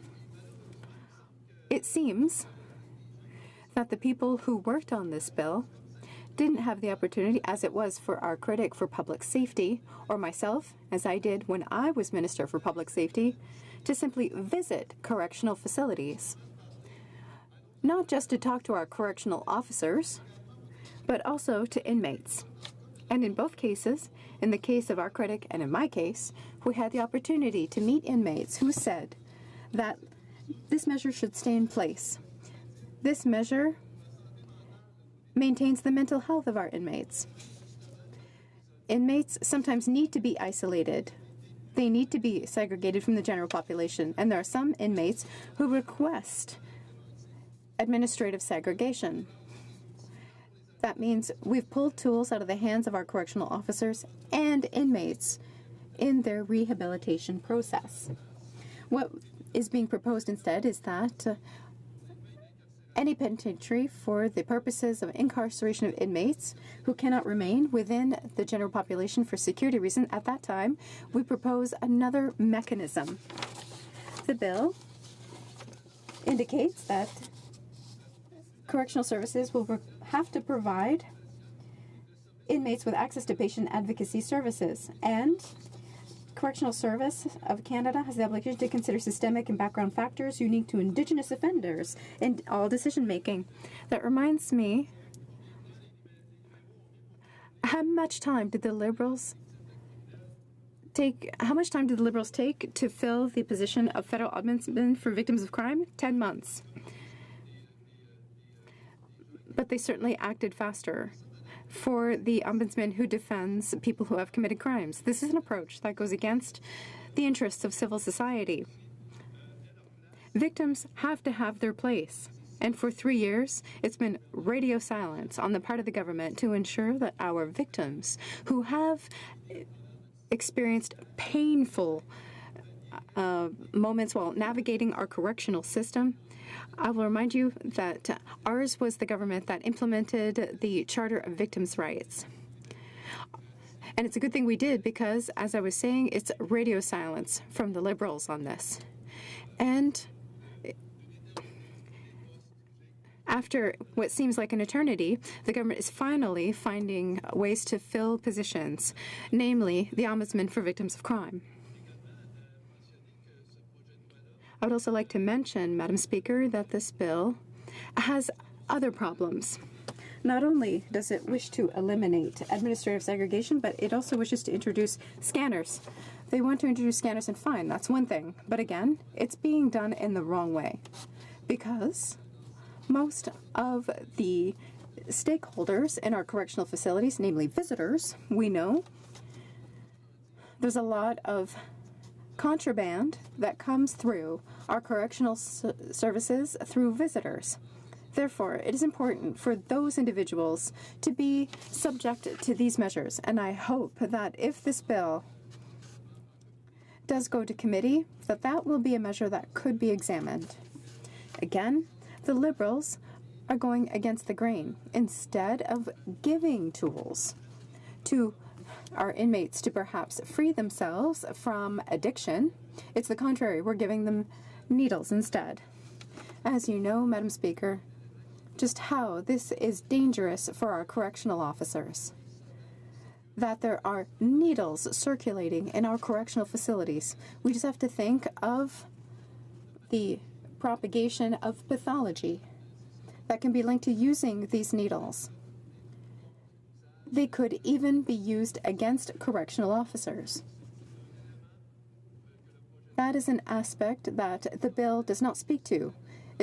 And I hope that the government will come back to its senses and ensure that, like our government did, to have zero tolerance for this and not to become a dispensary to aggravate the health problems that inmates in correctional facilities are going through. And we can see, Madam Speaker, it's important for the government to send clear signals as legislators. For example, when it comes to the presence of drugs in our correctional facilities, our government took steps to deal with that. Recently, there were judges on the superior courts have spoken to the impact or the relevance of administrative segregation. The question that I have is, did they not take the time to go and talk with correctional officers? During the day, my colleagues raised the question to the minister and to representatives of the government. They asked repeatedly, did you consult correctional officers? This is going to have a major impact on their workplace. And the answer we got was silence. Madam Speaker, I have a great deal more to say, but I see that my time to speak is running out. And so my friends on IFOMAN have raised some of the points that I have raised today. I just want to remind everyone that Jason Godin has said that this legislative measure is likely to aggravate the conditions in our correctional facilities, to increase violence, and not only that, it will lead to a deterioration of the situation. The government is going down the wrong path, and I invite the government to correct the direction that it's heading in. And for the moment, I oppose this bill. Very much, Madam Speaker, and I thank my colleague from the Conservative Party for his intervention today. However, while he was Minister of Public Safety, he promoted and was very comfortable with the widespread use of double bunking, which not only led to unsafe conditions for inmates, but was widely opposed by prison guards throughout the correctional system. So, I mean, I'm leery to take his position, in particular when it comes to an issue like this. But can he at least not acknowledge and accept the fact that what's so critically important is that, and he would know this from his previous position, that we have a revolving door cycle of people coming in and out of prison over and over, and we need to properly rehabilitate people so that when they come back into society, they can be productive members of society, to be introduced and contributors to their communities. Would he not agree that we have to give the proper tools, and that this is one of those tools that we can give to our guards so that they have what they need in order to make productive members of society when they come out on the other side? L'honorable député de Bellechasse des Etchemins-Lévis. Oui, Madame la Présidente, Yes, Madam Speaker, I would like to thank my colleague for his question.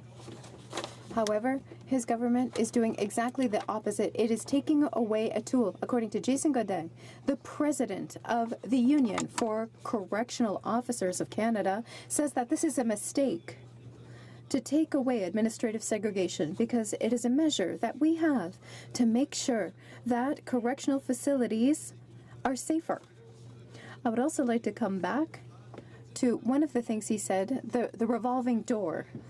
The Liberals are contributing to turning our correctional facilities into revolving doors where people come in and out, because they are reducing the measures available, and they're ensuring that conditions of detention are going to deteriorate by facilitating the exit of inmates before they're done their rehabilitation process. Two measures that could have resupported or set up administrative segregation is being taken away. Unfortunately, this is going to make our communities less safe. Questions and comments? And thank you, Madam Speaker. I'd like to thank my honourable colleague for his speech. He spoke quite a bit about the fact that removing segregation from the system will create an unsafe work environment. And I want Canadians to know that everybody in this chamber, I could think on all sides, support the fact that our correctional workers do a tremendous job and should be kept safe. So while we are in this particular piece of legislation removing administrative segregation, and the capacity for people to be placed in them, we are assigning people to secure intervention units, and usually when they're removed, it's for safety reasons. So I'm not sure how he could describe this as weakening a system when we are placing them in the secured units. We are giving them the tools necessary to help rehabilitate while they're in that population, possibly with those interventions, reducing the amount of violence that does happen within them and providing them a separate a place to house those inmates. So it's not like we're just getting rid of it altogether. We're having the secure units, and we're also giving them the mental health supports, the rehabilitative supports to help them reduce violence and correct themselves, thereby adding to the safety of our correctional officers. L'honorable député de Bellechasse. The honourable member for Bellechasse-les-Échemins-Lévis. But as I've mentioned, I've seen not much in that bill regarding rehabilitation, but let me quote for the member, and I'm sure she wants to have safe community and safe correctional facility, but Jason Godin, the national president of the Union of Canadian Correctional Officers, what did he say? He said the National Prison Guards Union is predicting increased violence behind bars as the federal government moves to end solitary confinement, and even on to say when this goes through, the bloodbath will start, he predicted. So, Madam Speaker, I hope that while we review this bill eventually in second reading or eventually at committee, we will be able to work together, reinstate those tools that are needed by our correctional officer to ensure that those facilities are safe. And this is the way to make sure that inmates eventually will return to society and not pose a risk to their fellow Canadian citizens. Thank you. Resuming debate, the honourable member for Cumberland, Colchester. Thank you very much, Madam Speaker. And it's certainly a pleasure for me today to stand and speak in support of Bill C-83, an act to amend the Corrections and Conditional Release Act. And it's amazing to me how things connect here in the House of Commons in our parliamentary duties. Bill C-83 today ended up in a discussion with the Canadian Association of Suicide Prevention. And C-83 also has a direct connection to a town in my riding. It has direct connections to First Nations issues as well. So I'm going to talk about a few different things. I'm going to talk about how this affects my own community, and I'm also going to talk about a little bit about the health impact of C-83. But in my own community, in my riding of Cumberland Colchester, I have two correctional facilities. One is the Spring Hill Institution, and one is the Nova Institute in Truro, Nova Scotia. And I want to talk about Spring Hill first. The Spring Hill Institution was built in 1967, and partly in response to a natural disaster that happened at a coal mine there on October the 23rd, 1958, 60 years ago today. 60 years ago today in Spring Hill, 174 miners went to work. And at 8:06 in the evening, there was an underground earthquake, sometimes called a bump. It was the most severe bump in North American history in one of the deepest coal mines in North America. Of the 174 that went to work that day, 75 lost their lives. There were 99 survivors. Many of them were trapped underground for many days at a time. And then 6 days after the bump, 12 survivors were rescued by creating a tunnel to get them. And then later on in November, a second group was saved. So that's 60 years ago today, and I want everybody to know that Spring Hill is remembering that bump today as we speak. And so many people that work at the Spring Hill Correctional Institute or correctional facility are relatives and descendants of the actual miners that were lost 60 years ago today. And they never forget in Spring Hill. They never forget about the people that were lost. They've got built a beautiful memorial with a number of stones with every name of every miner that lost his or her life in the mines. They have a day every year. They have a Davis Day to make sure that people do not forget the lives lost in the Spring Hill mines. And tonight at 7 o'clock in the St. Andrews Wesley United Church, there's a hymn sing led by three daughters of one of the miners, Morris Reddick. Morris Reddick was a miner, and he was one of the ones trapped underground, and he's often credited with helping the other survivors underground survive that ordeal, being trapped 4,000 feet underground. He led them in song and prayer, and he was actually cited as Citizen of the Year for Canada at the time. And just a month ago, Herb Pepperdine, one of the last men in the mine, was trapped for 8 days. He died at the age of 95. So for me, today is a special day. It's 60 years ago, and I remember the day. I remember the ambulances. I remember the police cars. I remember the turmoil. I remember the TV. And even just 2 years before that, there was another explosion when 39 Spring Hillers were lost. So in just 2 years, Spring Hill lost 114 miners. And so the Spring Hill Correctional Institution was built and opened in 1967. It's been very successful since. It's expanded several times, and it provides correctional facilities for medium and minimum security prisoners. And I mentioned the connections about connections with the Canadian Association of Suicide Prevention. I talked to them today about suicide prevention and what causes people to attempt suicide. And then earlier on this morning, I was talking to my seatmate from Kildona and St. Paul, and she was telling me about a First Nation in her riding in Manitoba, Barons River First Nation. And she gave me this document, and it says, isolation with no road access kills. Isolation causes a feeling of entrapment, resulting in high suicides. And that's exactly what we're talking about today. Isolation, confinement, solitary confinement, and the impact it has on prisoners. And not all prisoners should be in prison for their whole life, as some opposition members would lead you to believe. I've visited my prison several times, and often I'm struck by the prisoners are just regular people who have made a mistake. They want to get back into society. They want to be rehabilitated. They want a second chance, and they're certainly entitled to it, and they're certainly worth the effort to try to help. And this bill, C-83, will take steps to eliminate solitary confinement, which is harmful to people. I mean, one of the members just said that prisoners need solitary confinement, and I just don't believe that.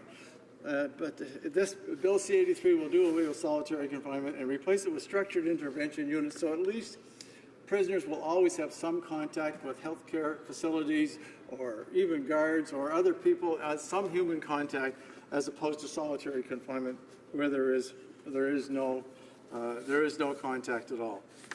Also in my area, I have, in just a short way away in the next riding to mine, is Dorchester Penitentiary, Westmoreland Institute, and the Shepherd Healing Center.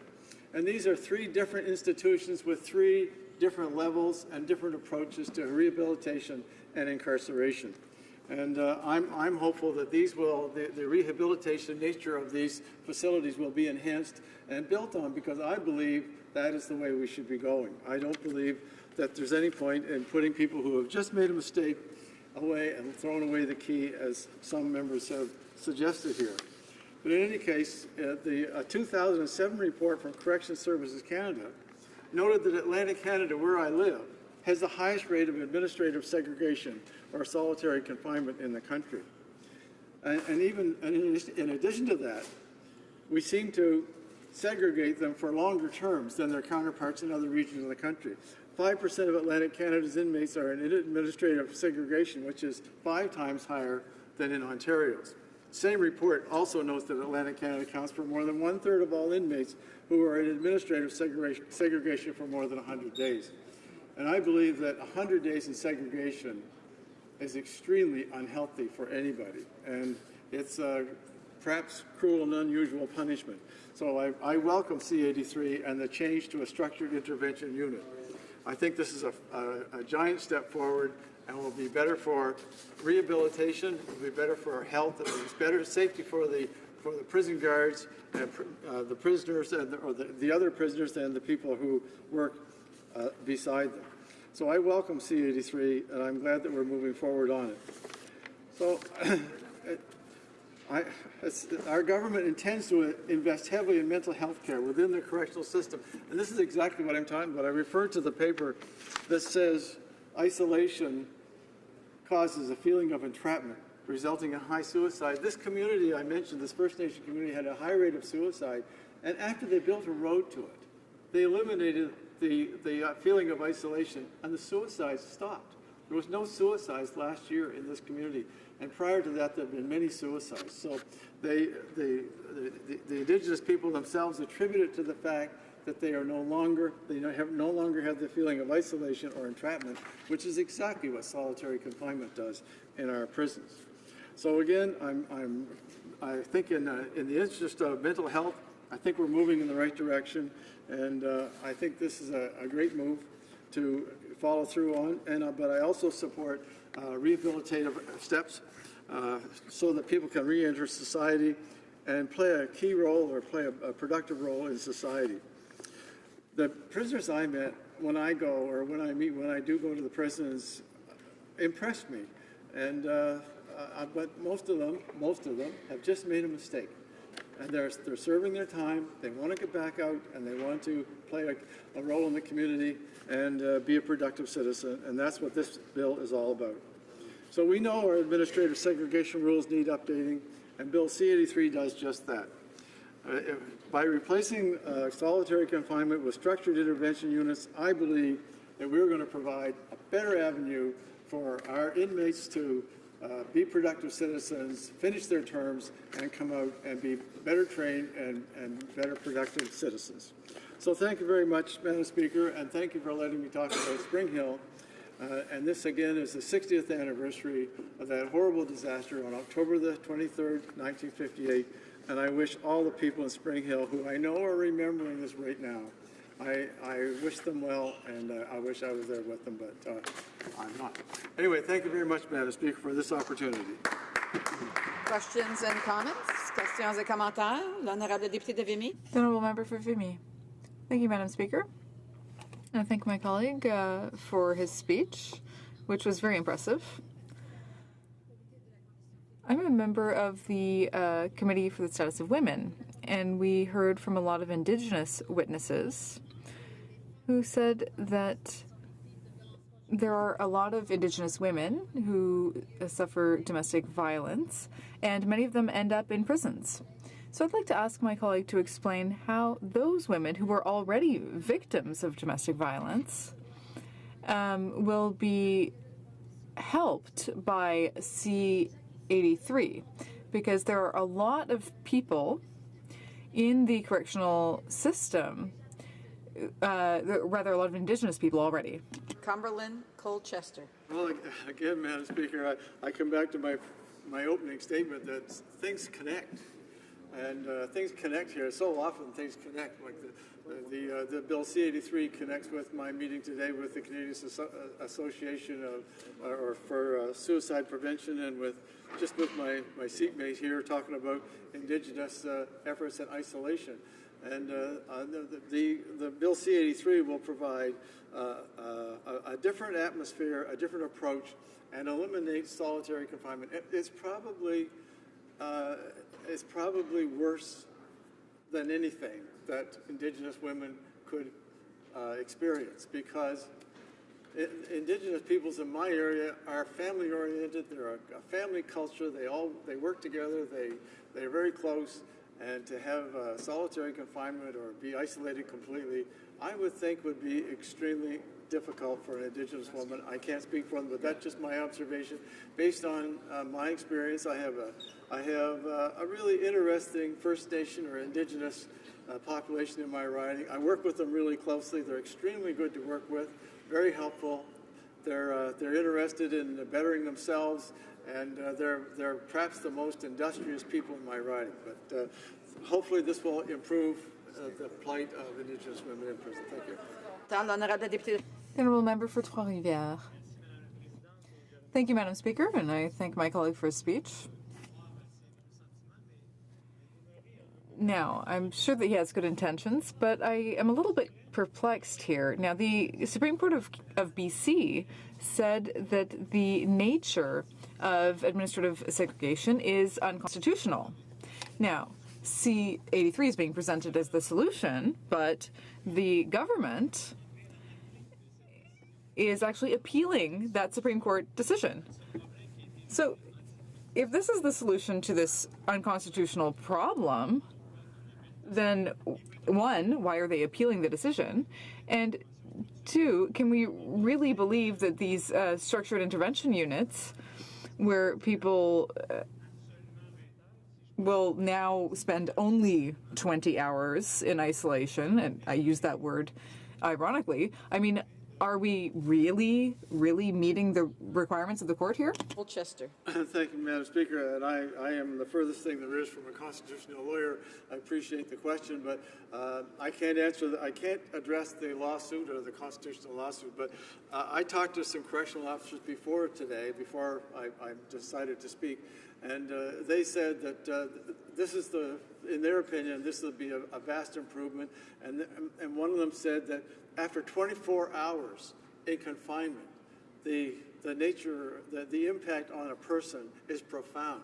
And then one week, it gets even more profound, and 1 month, and sometimes 100 days, more than 3 months in solitary confinement.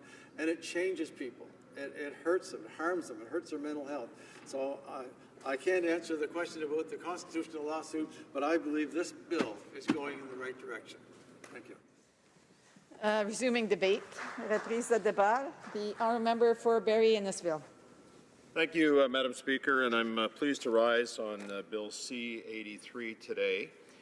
And I think I'll start off by saying it should come as no surprise that this side of the House feels quite differently than the government side with respect to this legislation.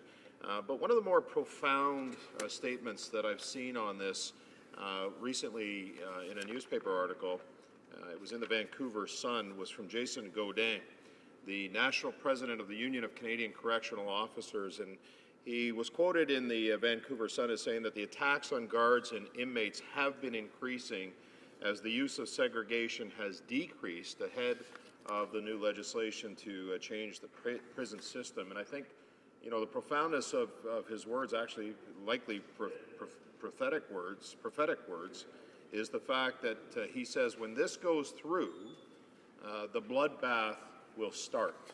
And that was his prediction with respect to this particular piece of legislation. I think we should all heed the advice of somebody like Mr. Godin as we look at enacting a piece of legislation that has some serious flaws with respect to the protection of prison guards and what the implications of that could mean for them and their families. And so, again, I rise today to speak to C-83, which is an act to amend the Correctionals and Conditional Release Act, and this bill will make changes to how inmates are treated and how they're treated when incarcerated. It also makes changes to that will affect the safety, as I mentioned, of corrections staff, guards, healthcare providers, and others. And we must remember as well, Madam Speaker, that it's not just guards that are in the prison system. There are healthcare providers and staff and resource staff that work there as well, and it should be the ultimate goal of any piece of legislation to make sure that we protect them. The bill proposes that new safety procedures be put in place and that the government believes that it will keep an inmate safe and prevent any unwanted items from getting into correctional facilities. And in saying that, the government is also planning on introducing body scanners to federal penitentiaries. And the government is also very keen to discuss the SIU, the new model for the structured intervention units, a replacement for solitary confinement, formalize exceptions for Indigenous offenders, female offenders, and offenders with mental health issues.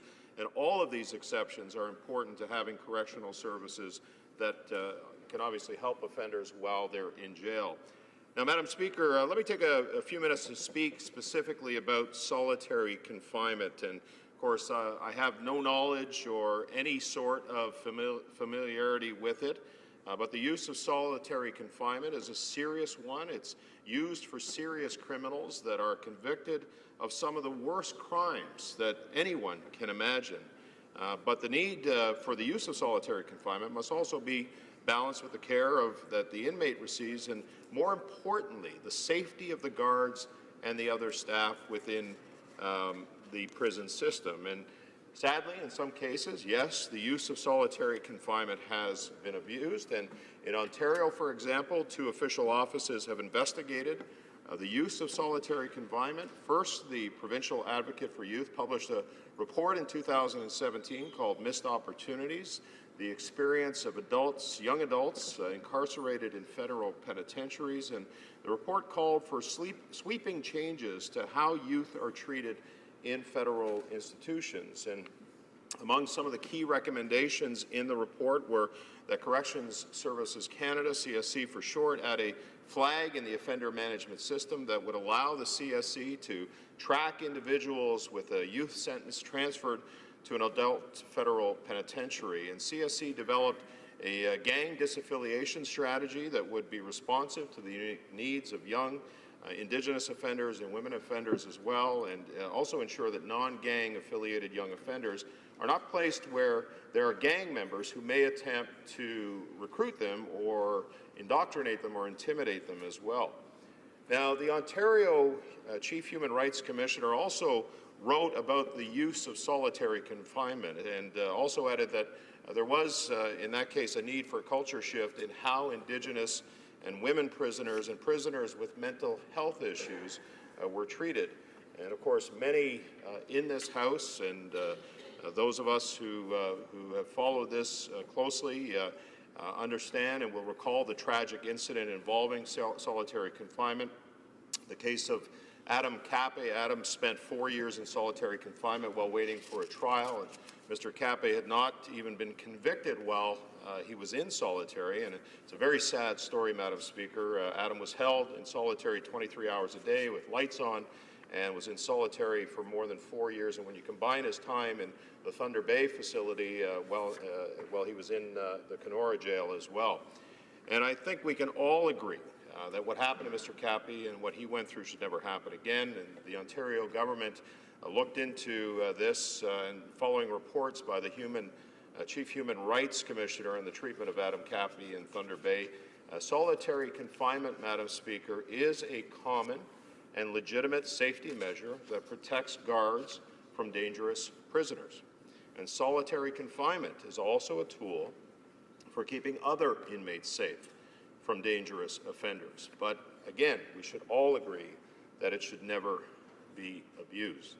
Now, what about the guards? What about the healthcare providers? What about the staff and those that work within the prison system, whether they're mental health professionals, for example?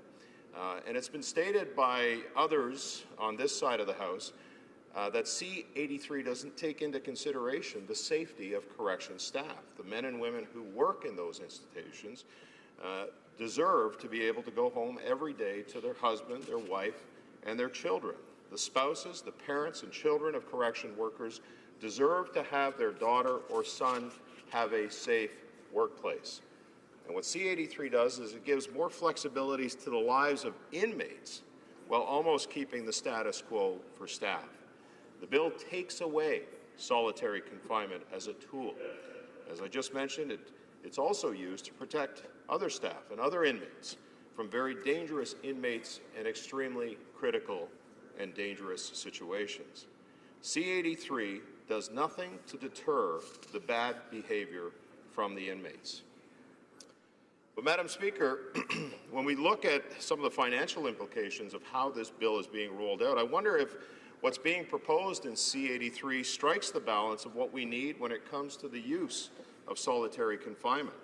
There's been no cost assigned or studied to C-83, and I wonder if what the government wants to achieve with this bill can be fully met considering the reduction on funding to federal correctional services. There will be a very large impact, an impact of up to 150 full-time employees lost through reductions in budgets.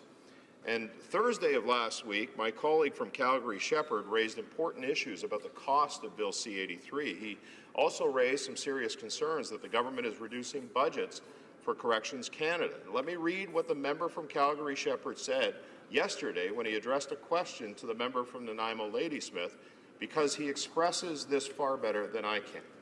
In reading the British Columbia decision rendered by Justice Leaks, he looked at the cruel and unusual punishment provision and said in paragraph 534 that it is actually not cruel and unusual. He declines to rule against it as a Section 12 violation, and he finds that it's not unconstitutional to have solitary confinement only when it is indefinite and prolonged. Now, the member from Calgary Shepherd continued, I want to talk about the budgetary impacts to this legislation. In the Public Safety's departmental plan, there is a projected reduction of 8.8% in real terms. In actual financial resources, Madam Speaker, being given to correctional services, there will be a reduction of 150 FTEs over the next few years. Now, Madam Speaker, this bill does seem rushed, and it's thin in concrete actions and needs to be looked at long and hard at committee. Now, I know that when we vote on this later tonight, there's a strong likelihood that it will pass at this reading and end up at committee. But when we do get there, there will be serious work that needs to be done, in particular in relation to making sure that correctional facility staff are better protected. So members of the opposition and the NDP have all expressed concerns with respect to C-83 that need to be discussed in committee. The Conservatives are very concerned that the government again is giving priority to dangerous offenders, and this needs the public scrutiny to be talked about at committee. And so, Madam Speaker, as I close, I'll quote the words of wisdom from the member from Spadina, Fort York, who said last week in this House, no one wants to be in jail. Well, Madam Speaker, some people do deserve to be in jail. Thank you, Madam Speaker.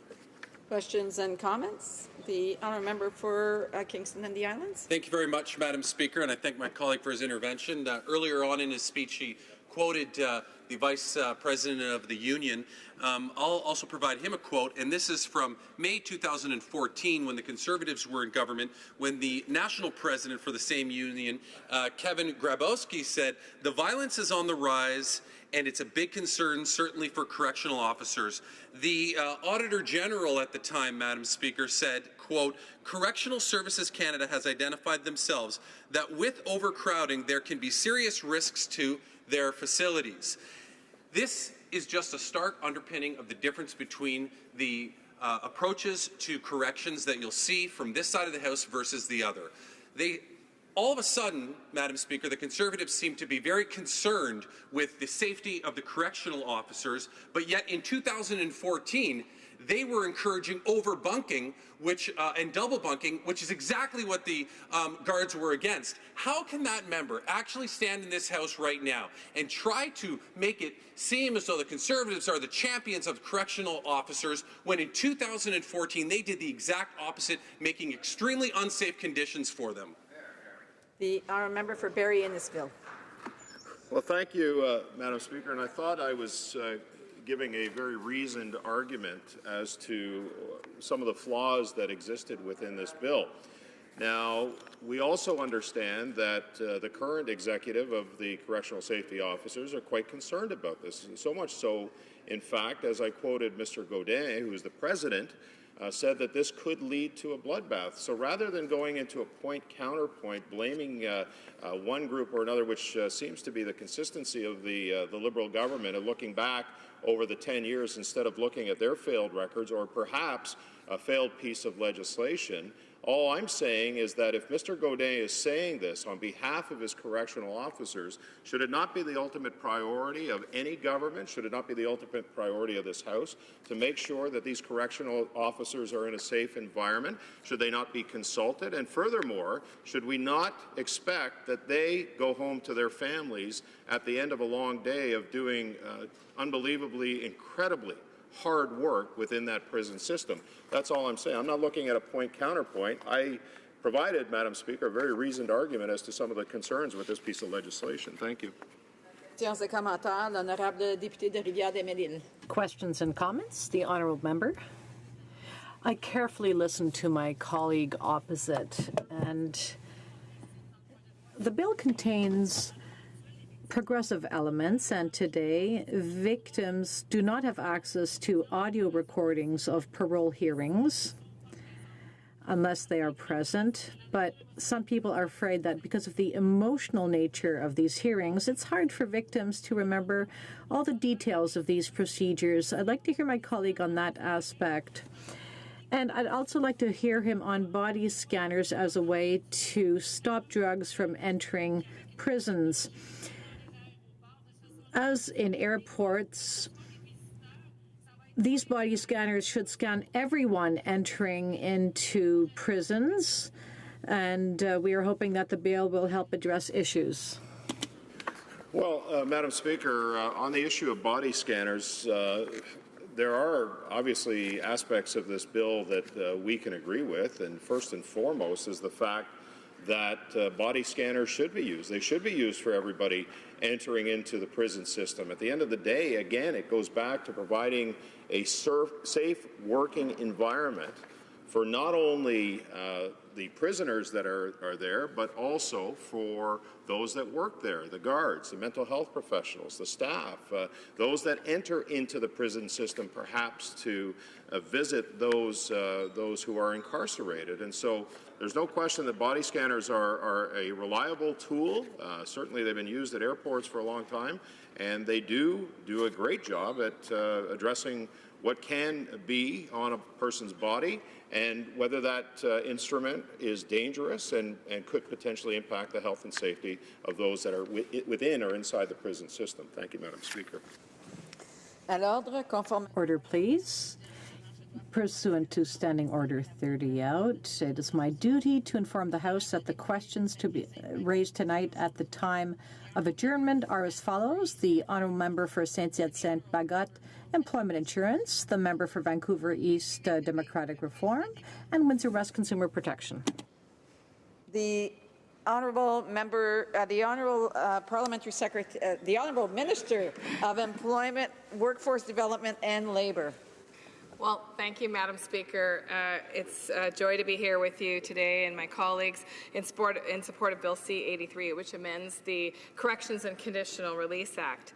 And I've heard some of the debate this afternoon, and I would say that we all share the goal of safe communities, and we all want to be secure in the knowledge that when an offender returns to their community, our correction system has done their job, supported their rehabilitation, prepared them to lead safe, productive, law-abiding lives. And for the correction system to succeed in that regard, safety and security have to go hand in hand with rehabilitative programming and treatment. So today, I'm proud to stand here and know that that principle is at the core of the bold new measures that the government is taking to transform federal corrections. Bill C-83 will strengthen the federal corrections system, making it safer and more effective at rehabilitation, and the bill will end the practice of segregation. It will establish structured intervention units, or SIUs, to safely manage inmates when they cannot otherwise be managed in the mainstream inmate population without denying them access to programs, intervention, and treatment. And C-83 will also enshrine in law the principle that offender management decisions must involve consideration of systemic and background factors related to Indigenous offenders. And it will strengthen healthcare governance, allow for the use of new search technologies, and enhance support for victims at parole hearings. Madam Speaker, key to this landmark legislation is that with SIUs, the practice of segregation will become a thing of the past. Currently, if an offender is considered dangerous to themselves or others, or is at risk of being harmed, they can be placed in segregation if there's no other reasonable alternative. And segregation has remained a common practice over the years. In fact, recent policy changes by the Correctional Service of Canada led to a significant decline in segregation placements from over 700 on any given day a few years ago to just over 300 today. But we can't ignore the fact that the practice remains subject to criticism in and out of the courts. Stakeholders, including the Office of Correctional Investigator and Offender Advocacy Groups, have raised concerns about its effects, particularly on inmates suffering from mental health issues. In the court's recent decisions in both Ontario and British Columbia called for legislative reform to the practice. And they've called for the improvement of provision for mental health services within corrections institutions. And all of this is on top of class actions and human rights complaints. At the same time, others have argued segregation is necessary to ensure that correctional institutions remain safe for employees and for people in custody. The safety of correctional staff must always be an overarching consideration. Our correctional institutions are full of dedicated, hardworking staff who work long hours in sometimes very challenging circumstances to make a positive difference by promoting rehabilitation and protecting communities. And until now, they've had very few alternatives to segregation when isolating an inmate for security or safety reasons. But we now have an opportunity to address this problem. Bill C-83 will eliminate segregation altogether and establish structured intervention units. And these SIUs will provide the necessary resources and expertise that can address the safety risks of inmates in difficult circumstances. They will help to manage offenders who could not otherwise be managed safely. In an SIU, an inmate will receive structured interventions and programming tailored to their specific needs. Every day they will have a minimum of 4 hours outside of their cell, and that will include at least 2 hours of meaningful human interaction. In the existing segregation system, by contrast, people only get 2 hours out of their cell and little or no meaningful interaction with other people. With C-83, offenders will have the ability to work towards the objectives in their correctional plans thanks to a focus on interventions, and they will have daily visits from healthcare professionals. Ultimately, the idea is to facilitate safe reintegration into the mainstream inmate population as soon as possible. And to that end, placement in SIUs will be subject to a robust system of review. An initial review will happen within 5 days by the institution's warden. And if the person remains in the SIU, subsequent reviews will be done by the warden after 30 days and by the commissioner every 30 days thereafter. Also, at any time, a healthcare professional can recommend a change in conditions or a transfer out of the SIU. And importantly, the bill also enshrines in law the principle that healthcare professionals within correctional systems must have the autonomy to exercise their own medical judgment. And as recommended by the Ashley Smith inquest, it creates a system of patient advocates who will help ensure that people get the medical treatment that they need. And so for all these reasons, Madam Speaker, Bill C-83 represents a substantial change in the right direction. We have an opportunity to act now to improve correctional outcomes, to reduce violent incidents, and to ensure a safe environment for inmates, staff, volunteers, and the institutions as a whole. And we have the opportunity to contribute to community and to public safety by supporting new bold proposals that assist with the rehabilitation of offenders, reducing the risk of reoffending, and keeping our community safe. So I urge all members to join me in supporting these very important changes. Thank you, Madam Speaker. Questions and comments? The honourable member for Foothills. Thank you very much, Madam Speaker, and I appreciate the intervention from the Minister. But she spoke quite a bit in her speech about the importance of safety. But the aspect of segregation and solitary confinement is about safety. It's about safety for that inmate, if he is or she is a target from other inmates, but also the safety of other inmates who may be at risk from that man or woman. But also, it's a safety issue for the guards and the personnel who work in those facilities. And I'm curious as to what measures that they have taken, and we've certainly heard from the unions that are involved, from the employees and their unions who are involved, who have a lot of great concerns about the steps of parts of C-83. I'd like to ask her what steps have they taken to ensure the safety of those guards, and if there are some steps that are taken to ensure their safety, why are they so concerned about the steps being taken in C-83 to eliminate solitary confinement? The Honourable Minister. Well, thank you, Madam Speaker. And I can tell you that I come to this debate with a considerable amount of experience working with very vulnerable populations. I ran the largest homeless shelter in northwestern Ontario for a number of years, and in fact, the shelter was where many released inmates landed after their experience in prison. And I can tell you that I learned while working in that extremely volatile environment that one of the best ways to protect the staff that served those people day in and day out, often in very difficult situations with very little support from the external community, was to ensure that we had the best opportunity for mental health for those people that we supported in that shelter. To make sure that our staff worked with healthcare professionals to assess mental health and to encourage better mental health for those folks. I can tell you that through Budget 2017 and 18, we've dedicated significant amount of money towards mental health for inmates, and I can tell you that when people feel more positive about their future, they're less violent. They are less aggressive. They actually feel when they have inclusion and the ability to actually see another human being and work on the challenges that have led them to incarceration, they have an opportunity to reduce their violent tendencies. Thank you, Madam Speaker. Questions et commentaires. L'honorable député. The Honourable Member for Louis Saint Laurent. Thank you very much, Madam Speaker, and thank you to the Minister for her comments. It's always interesting to hear different opinions, especially from someone who sits on the Council of Ministers. To that effect, this opinion is shared by everyone, that we have respect for those who work in these extremely difficult environments.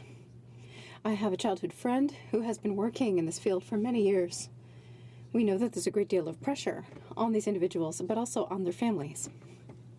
The Minister said that the concerns of workers must be taken into account because they are the first to be targeted by criminals in prison.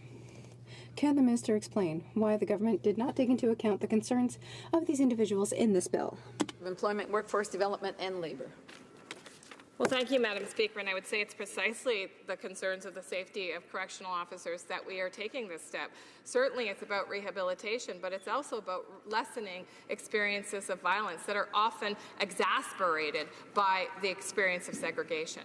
When people don't have access to other human beings, when people don't see that they are even considered as human, in fact, it increases the risk of violence. It increases the risk of violent tendencies. And we saw that in the shelter that I ran day in and day out. When people feel that they do not have any hope for any interaction with human beings, they have no sense of how long they're going to remain in that state, they are not getting the mental health supports that they need. In fact, they become increasingly unpredictable. What we want to do is ensure that our correction system is safe for those that work in the system, that when offenders are released, that they have rehabilitation, so they go back to communities with the capacity to function in a way that's improved, and that they have the supports that they need to be rehabilitated into society. Thank you very much. Resuming debate. Reprise de débat. The Honourable Member for Elgin, Middlesex, London. And thank you very much, Madam Speaker. I had the opportunity to sit here through last Friday's debate, where I got to listen to some of the best lawyers and legal minds that are members of Parliament, including the member from St. Albert, Edmonton. When you start listening to the statistics, when we're talking about all of these things that are occurring, in our correctional systems, there's many different things that we have to look at, and I think we're going to see that we have extremely diverse opinions as we're in here. But one thing that we talked about was the fact that correctional officers and that group has not been talked to. And so I'm going to start off with something that I put on last week, and this was a quote that I had brought forward from my friend Jason, who is a correctional officer. This is his quote, and I'm going to begin by quoting him. So he is saying, and quote, "No profession has hit the toilet like corrections in the last several years. Violence, contraband, assault on staff are skyrocketing. Why? Total lack of consequence for behavior. Eliminating segregation has handcuffed us. Now, no question segregation exacerbates mental health, but we have no choice. Assaultive offenders continue assaulting, and easy victims continue being preyed upon. We continually have people making changes based on concepts and not reality," unquote. So today we're discussing Bill C-83, an act to amend the Corrections and Conditional Release Act and another act. With the members in this House, I recognize that these views are greatly diverse, and I'm listening to the questions and answers today, and I can tell you that what one member may say is going against my entire moral code on this. And we have different ideas on what the rights of criminals are versus what the rights of victims are, and it depends on what side you're on this debate. The use of segregation versus proposed intervention units and drugs in prison, that's become a huge issue. It's not just been an issue that's come about in the last 10 years, but we can find studies that have been made decades and decades ago that are saying the same results and the same things are occurring. While the Liberals put forward policies for needle exchange programs in the jail, I believe we should focus on getting the drugs out of the jail altogether. We can talk about safe injection sites, and a lot of times, I know this was a huge debate in Ontario, what safe injection sites do to communities, what we should be doing to help those who have got long-term addictions. And one of the biggest things they say is, you know, it's about saving their lives and getting them back on track and making sure that people do not die in those back alleys. Well, I'm going to remind this government that prisons are not those dark alleys. That when we talk about safe injection sites, we're talking about getting the people off the streets, putting them into an area where they can have these safe injections, and truly hoping that those wraparound services are available to them. I question why we are actually starting at step one of providing the safe injection in the first place in a prison. To me, yes, it's a very, very difficult thing, but this is not a back alley. It is a prison. It is a prison where there are well-educated, well-skilled, and well-trained staff that deal with these issues. So we should actually be going in a trajectory that is moving forward and not just compensating for the drugs. There's been so many concerns about this, and this is about talking about convicted criminals and the illegal use of drugs. And I think we always have to put this into mind. We are talking about convicted criminals. We're talking about people that have been put into jail due to summary or felony offenses, and what should their lives be like? We have talked very much about Tori Stafford, and that discussion has been talked about, you know, looking at the fact that her abuser, the person who actually murdered her, was going from a place where, you know, you're talking about maximum security, you're talking about minimum security, but we're talking about taking a place where this horrific murder is going from a place where there may be institutional walls into a healing lodge. And I think I know I've heard from hundreds of constituents of Elgin Middlesex London saying that she is living a better life than they are. And I think a lot of times when you're talking to Canadians, that is one of the things that they're going to sit there and say, people in jail have a better life than we do. They get meals, they get all of these things, they get their hydro paid for. All of those things that some of our people who are living in poverty and especially in our middle class are all having to deal with each and every day. But I want to continue with the segregation part. And yes, I do believe that there are extreme situations that we must look at the use of segregation. Sometimes protecting the criminal from the rest of the population, and other times used because this actual offender is a danger to the rest of the population, including the guards there.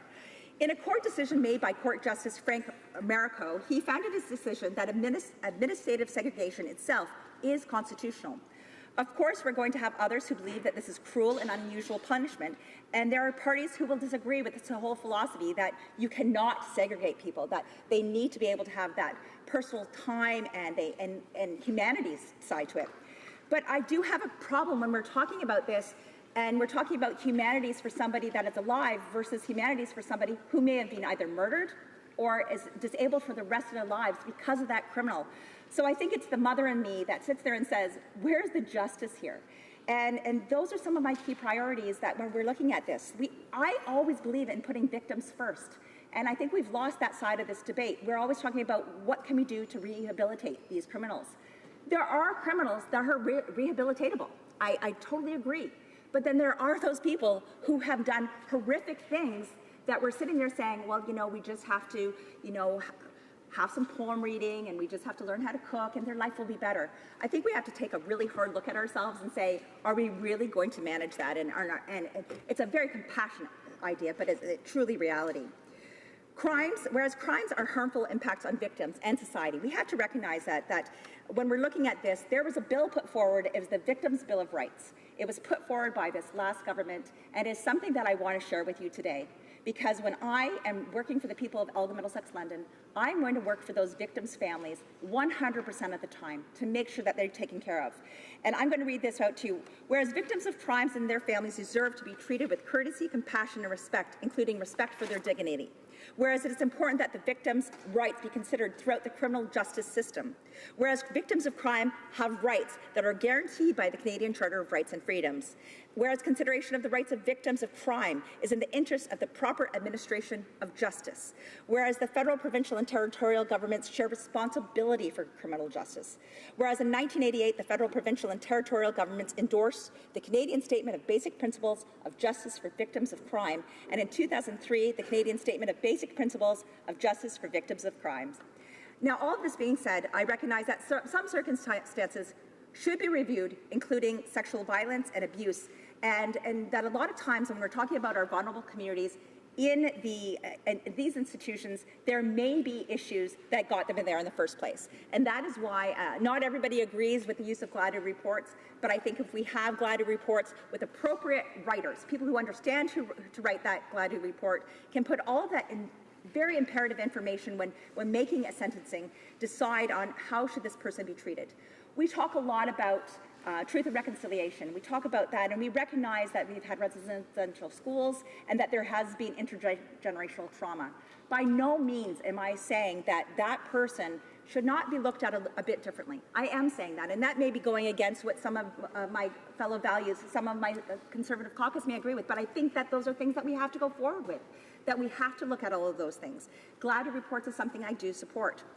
And returning to my friend's quote, and I want to go back to the concern with drugs, and returning my friend's quote and concerns with drugs and contrabands in the jails, we need to find a solution. Is the solution making sure that we are giving needle exchange programs?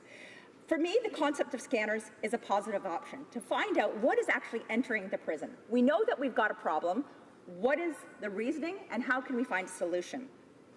The concept of these scanners is really positive. I look at this as a solution, and I want to go back to my daughter who has graduated from correctionals and she from the Protection, Security, and Investigations. She's had the opportunity to work in some different facilities, and currently she's working security with a large company, as well as working on a hotline to deal with people who are victims of crime.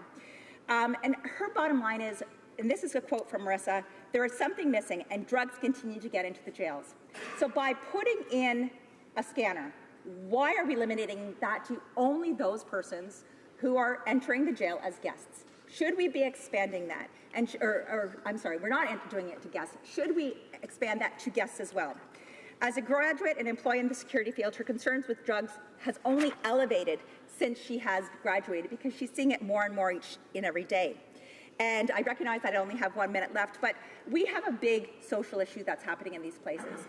But I think we always have to remind ourselves, we have to be there for the victims. They are the victims of crime. They've had their rights taken away.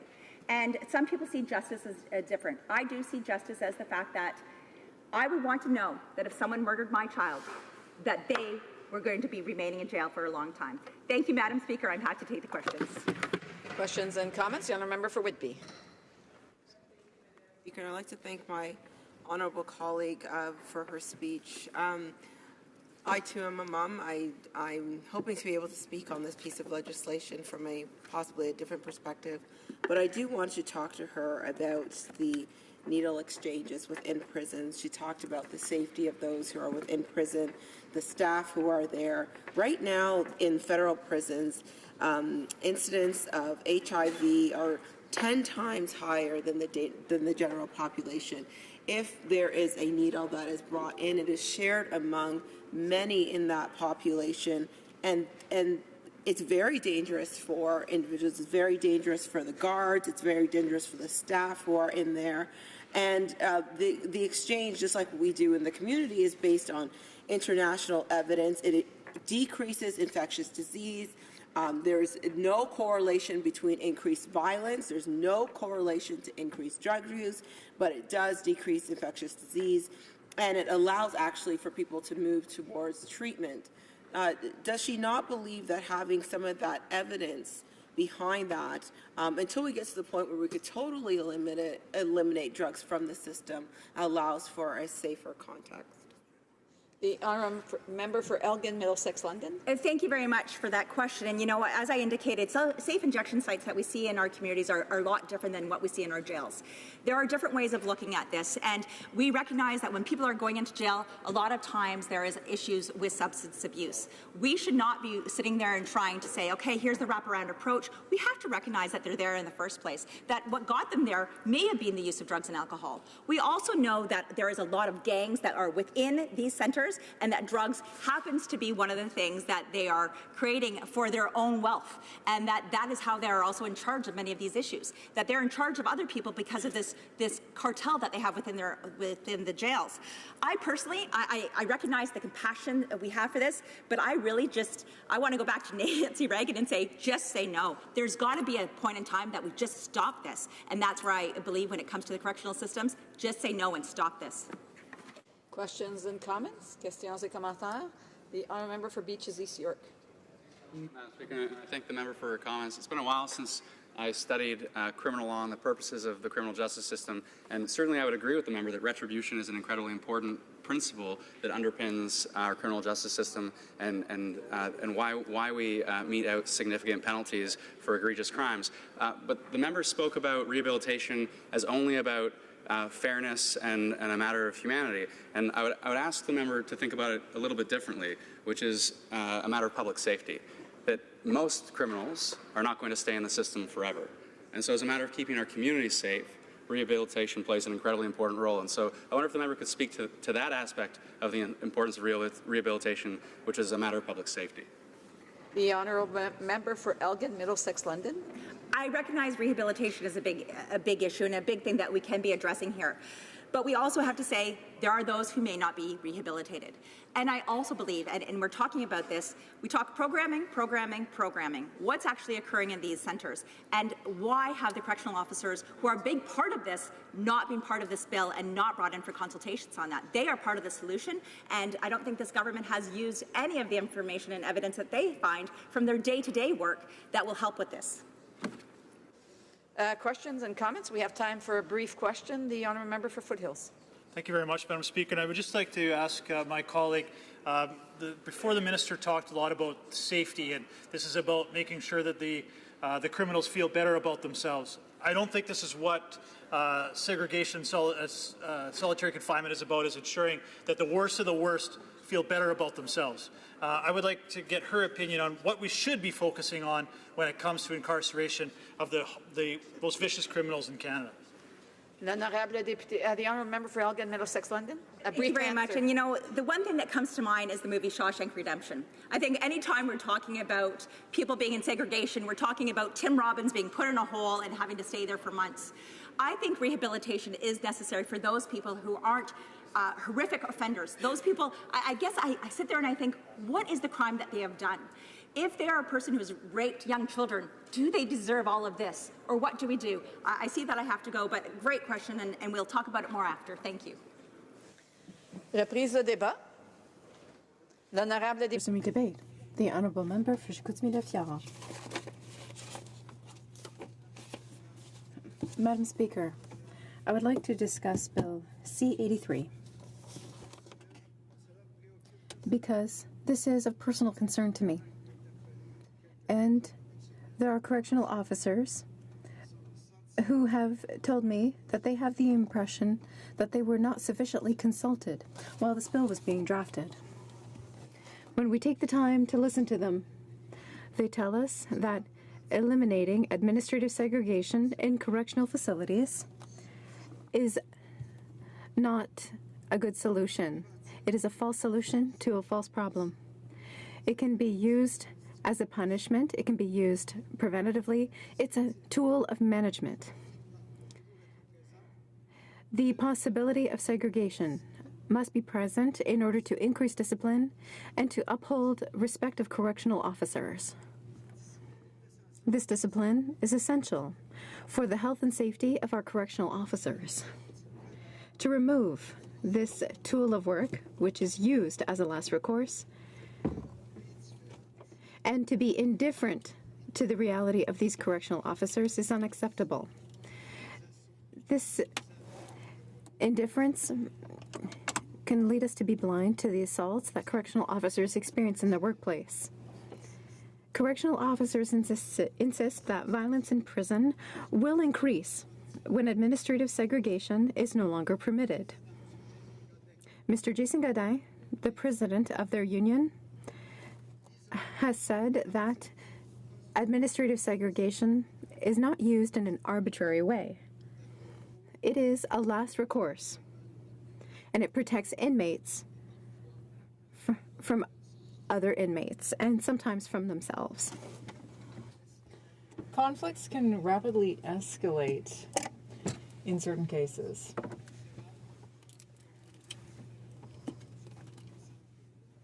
Inmates, the inmate population may be different depending on the center.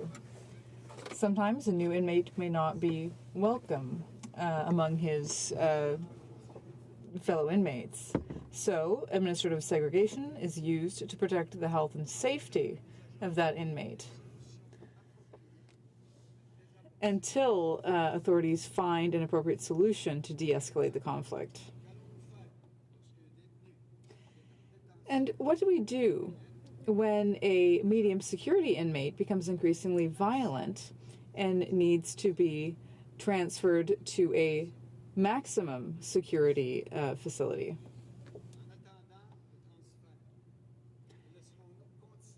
Before the transfer, should we let them continue to set their own law for 4 hours a day? For me, that doesn't make sense.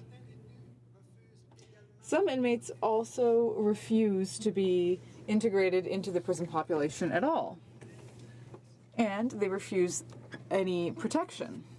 So how can we accommodate these inmates who want to be left alone and in a calm fashion? What should I say to my citizens who say that they would prefer to be in prison than in a senior's residence? Prison guards are legitimately wondering what tools they will have available after administrative segregation ends. They fear escalating violence. They fear for their health and safety. And they also fear for the health and safety of criminals. Once again, what tools will they have to diffuse situations of violence that they may have heard about? Should they let the inmates set their own justice? Prison guards can only turn a blind eye. Can't turn a blind eye to this and ignore everything that's happening despite the warnings. So how can they show respect when false solutions are being proposed to false problems? There are already regulations for Indigenous inmates, women, and inmates with mental health issues. Mental health is taken very seriously in prisons. Inmates have access to care, and prison guards are quickly made aware of any violations against inmates with mental health issues.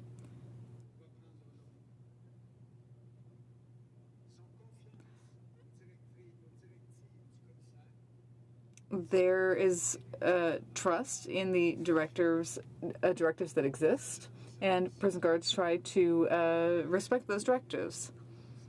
They take mental health issues seriously because they understand their effects.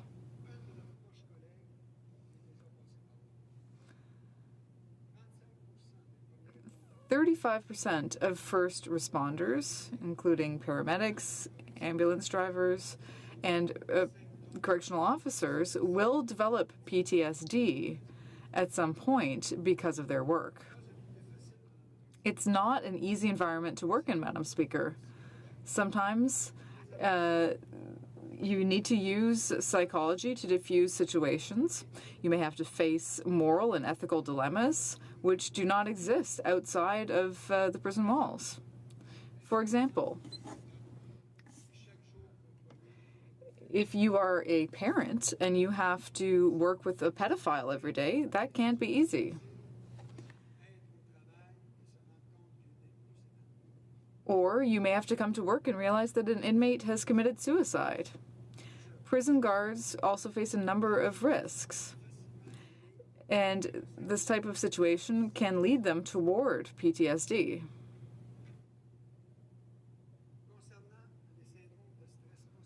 As far as PTSD is concerned, last week I met with veterans and first responders who spoke about the Trauma Support Program, a new Canadian program that treats PTSD and other stresses related to operational duty among veterans, as well as paramedics and first responders. I was really moved by their stories. The centre, which is based in Ontario, has really done exceptional work to help these people get a new lease on life. It's an essential service for anyone suffering from PTSD, and it's essential that people have access to this professional service and protection against occupational hazards. It's important that they have access to compensation, and if they have to wait, they shouldn't have to wait too long before obtaining advice or treatment, because we know that the earlier symptoms are treated, the more likely people are to have successful treatment and to avoid having their families suffer as well. I sincerely hope that all of my colleagues will agree that Bill C-211 will provide solutions to this scourge. But I wonder why this bill, C-83, that we're currently discussing, doesn't deal more with the health and safety of our prison guards. But the Liberal government tends to prioritize criminals over victims, and that shouldn't be surprising. They prefer helping criminals than protecting the health and safety of our correctional officers. The government also did not consult the unions or employees when they announced their new pilot project.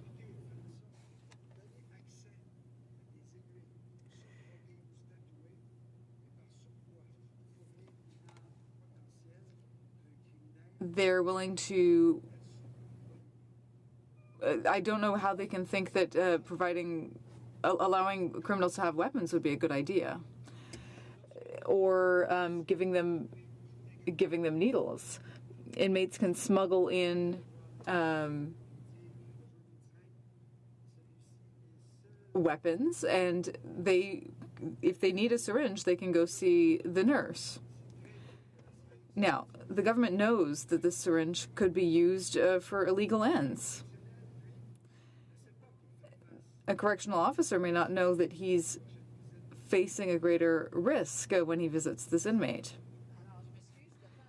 I'm sorry, your time has expired, but I'm sure that the member can add more to his comments during the question period. Questions and comments? The Honourable Member for Rivière-des-Mille.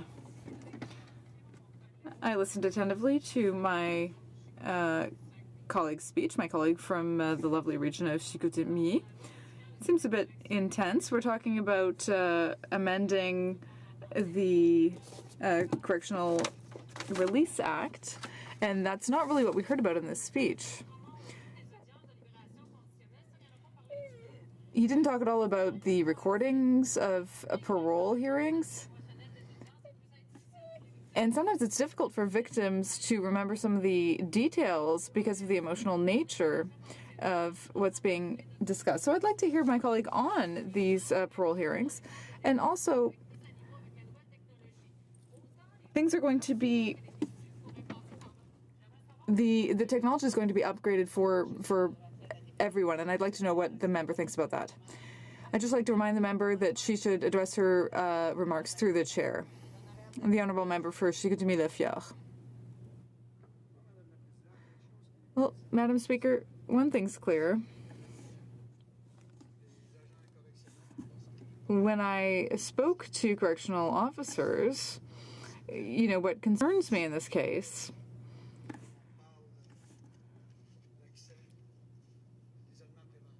is that if administrative segregation ends, it's going to be very difficult for our correctional officers. And, you know, there are first responders.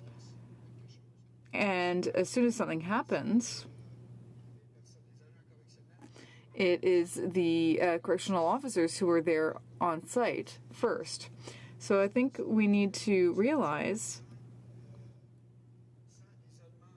that without administrative segregation, it can be very difficult for the officer to control the situation. If the prisoner knows that there's no administrative segregation that exists, he may feel that he's able to do things that otherwise he wouldn't feel able to do. So I think it is very important. Questions and comments? The Honourable Member for Trois-Rivières. Thank you, Madam Speaker. I listened to my colleague's speech, my Conservative colleague's speech. We often have different opinions on a range of subjects, and I don't think we really line up here either. Now, I am sensitive to some of his arguments, but I'd like to know how he would react to a statement saying that administrative segregation is unconstitutional. Now, despite all of the concerns about protecting prison workers, administrative segregation is not a way to deal with someone who has mental health issues, for example.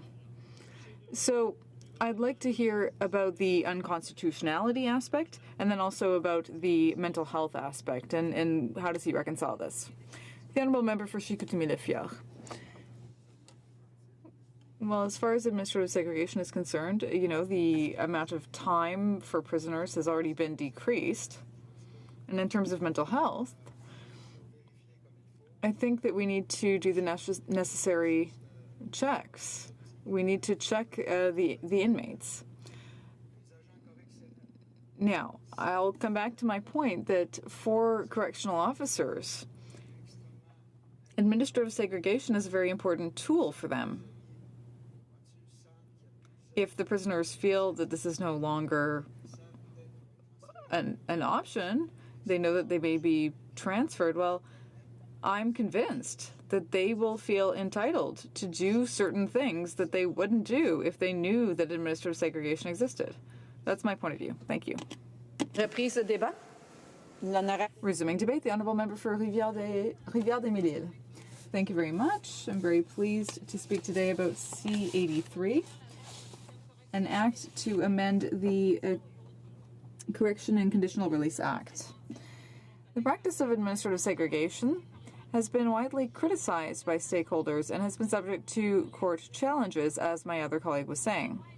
This bill would eliminate administrative segregation and replace it by structured intervention units, which would offer inmates separation from the other inmates and would also provide them with human interaction. The act would also amend things related to health care, Indigenous offenders, recordings of parole hearings, as I was mentioning earlier, and search technology to prevent contraband from entering prisons. Those are the goals of the amendments in C83. I was here last Friday, as were other colleagues. I was here for the second reading stage. And earlier, one of my other colleagues was saying that the detention centers let people reintegrate. So yes, they are in detention centers, they committed a crime, but we need to help them reintegrate back into society so that they can make a positive contribution to our society eventually, once they've gone through all of these steps. Now, Madam Speaker, I'm sure you know, our unemployment is at the lowest rate in 40 years. We need all of the workers that we have in our society. So once inmates have done their time, they need to be able to reintegrate into society. And when they are in prison, we need to get them ready to participate in training. If they have mental health issues, they need to see a professional. Now, before I was a member of parliament, I worked in business, and I had procurement contracts where we provided food to detention centers in my region. Near Sainte-Anne-des-Plaines, the center in Laval, and another one in Leclerc. Now, in these prisons, there were medium and maximum security facilities, but there were people nearing the end of their sentence who were preparing to reintegrate into society. And yes, there are people who can do that. Now, in those contracts, some were with family units where people worked in a team to prepare food. Now, when you come out of a prison, of course, you need to be able to be independent. We also provided food to family visiting units. So I sometimes interacted with these people, and the ultimate goal was really for these people to be able to reintegrate into society and be functioning members of society. As I said earlier, there are places where there are maximum security facilities because people were not able to go to medium security or lower security prisons. So, as I said, we also need mental health support if someone has issues. Of course, we need to identify that right away. We need to prepare things so that they can reintegrate society. We need to help them get training. In the bill, administrative segregation, I mean, there's a change here. They'll have fewer hours in administrative segregation. There are 4 hours where they'll have to have access to health professionals and to visitors. I mean, people have to continue to see their families if they want to be able to reintegrate into society. You have to be able to talk to people outside of prison. And, of course, you always need to have access to training programs. My colleague who spoke earlier said that this bill needs to go even further. We need to continue the debate. We need to have every colleague in this House move this bill forward. I'm going to talk a little bit more about this bill's objective. As a government, our priority is protecting Canadians' safety. It seems to me that Conservatives should be happy to rather that they would be happy to keep people in administrative segregation for years. So that's what I'm hearing. So the best way to protect Canadians, in our opinion, is to ensure that while people are serving their sentences in a prison, whether it's a maximum security prison or not, that they receive the treatment they need to reduce the chance that they reoffend. Now, also, what we are proposing is very different from the current system. With these structured intervention units, we are doubling the number of hours that inmates spend outside of their cell. We're guaranteeing at least 2 hours per day of real human interaction, either with staff, volunteers, healthcare professionals, seniors, ombudsmen, or other compatible inmates. There will be daily visits from health professionals and access to mental health programs, which is very important. All of this is designed to tackle the factors that really do create risks so that people can reintegrate in society. Now, another point. In these structured intervention units, the resources available will be different from what exists in the current system. But this program will set up a rigorous review process. This will be reviewed by the prison director within 5 days. There will be a review after 30 days and every 30 days following that. This will also allow for healthcare professionals to recommend a transfer or a change in conditions if necessary. The goal is always to have the person reintegrate the general prison population as soon as possible, and in a safe manner, of course. Another thing, we are formalizing the process to have maximum and medium security facilities on the same site. For several years, as I said earlier, I had experiences with maximum and medium security inmates, and they always have the infrastructure necessary to maintain that level of security. Madam Speaker, a little bit earlier I was asking questions.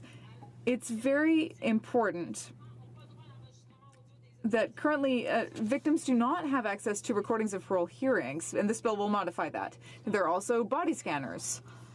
So when visitors come to the prison, or when inmates enter the prison, or the employees enter the prison, things will be less invasive. And that way we can also ensure that nothing enters the prison that is not allowed. Madam Speaker, I'm very pleased to support C-83, and I hope that my colleagues will at least have a second thought before they decide that they don't support it. Comments, questions et commentaires? The honourable member Edmonton, St. Albert, Edmonton. Thank you, Madam Speaker, and I would just pose a question in response to the speech from my colleague from Rivière de Mille-Îles. She touched upon the review process. Now, at the heart of the British Columbia Supreme Court decision as well as the Ontario Superior Court decision, both courts called on an independent review process upon a determination being made as to the status of an inmate from an institutional head. That independent review mechanism is noticeably lacking in Bill C-83. If the purported objective of Bill C-83 is to respond to court decisions, why the absence? The honourable member for Rivière-des-Mille-Îles. Thank you very much, Madam Speaker.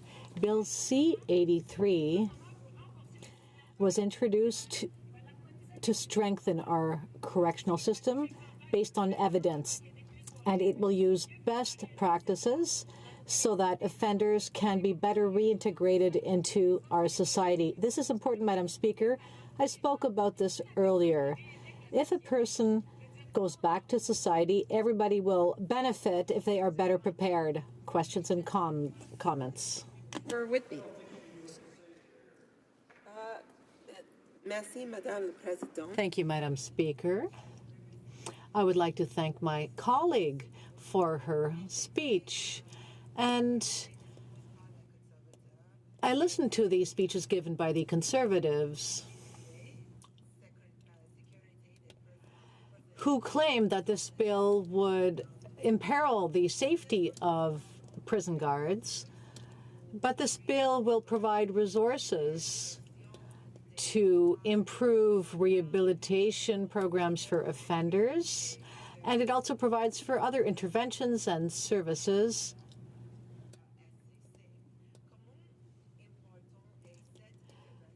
These interventions are important to increase security within correctional services. Can the member please speak to that? Thank you very much, Madam Speaker. It is a great pleasure to work with my colleague, and I thank her for the question. I know that people are concerned with the fact that offenders carry out their sentences, but that they also reintegrate society, and there are several steps that need to be taken to successfully reintegrate them. More services have to be provided, and will more people work in prisons to help offenders? Well, offenders with mental health issues will need the appropriate services as needed. The honourable member for Lachine-LaSalle. Thank you, Madam Speaker. Offenders in solitary confinement get hallucinations, they start imagining things, and they stop distinguishing between reality and fiction. To my dear colleague, do you believe that people in solitary confinement are able to reintegrate society once they leave prison? Is that going to help our society? I would ask you to please speak through the speaker and not address your questions directly to the members. The member for Rivière-des-Mille-Îles. Thank you, Madam Speaker. I realize sometimes I slip up, and I know that we all can improve in that regard. So, being in solitary confinement for too long, certainly that can cut you off from reality.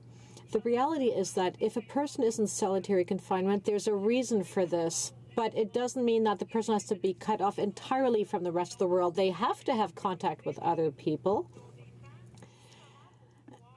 And in fact, they should have time to meet with health professionals or volunteers. And in the bill, there are measures to provide these types of services and interventions for persons in solitary confinement. Let's not forget that an offender has to go through several stages before they can go back to society. Again, there are several steps to be followed. Certainly, there can be negative effects to being isolated all day. That's not normal. A member for Oxford. Thank you, Madam Speaker. Last week, the Minister of Public Safety and Emergency Preparedness introduced Bill C-83, an act to amend the Corrections and Conditional Release Act and other acts. I rise in the House today to address some serious concerns that Conservatives have with regards to Bill C-83. This bill seeks to eliminate the use of administrative segregation in correctional facilities and replace it with structured intervention units to use prescribed body scanners for inmates, to establish parameters for access to health care, and to formalize exceptions for Indigenous offenders, women offenders, and offenders with diagnosed mental health conditions. Now, Madam Speaker, while this bill contains some reasonable measures that are worth considering in order to change and improve the overall prison program, I think we need to examine it closely to ensure we are making the best decisions and changes possible to the prison program. Madam Speaker, in recent Supreme Court decisions, the legality of indefinite stays in solitary confinement has been challenged. However, this government is appealing both of those decisions. This legislation applies to transfers and allows the Commissioner to assign a security classification to each penitentiary or to any area within a penitentiary. In a maximum security penitentiary, nothing gets in or out without the strictest controls. Maximum security means maximum security. Now, Madam Speaker, as I understand it, with this new legislation, a maximum security classification could be assigned to any area of a medium or minimum security penitentiary. If that is not the case, I think we need some clarification.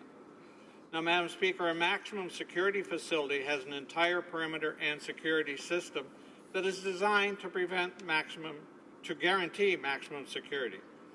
If you were to change a section of a minimum or medium security penitentiary, would these security measures also be put into place? Now, this bill does have one very good idea, and that is using body scanners.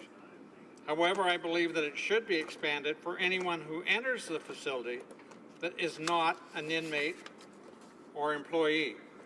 Body scan searches would make it possible to control at least 95% of the substances that individuals bring into prisons because they will show whether there is anything hidden on a person's body. Madam Speaker, it is no secret that all kinds of things are brought into prisons.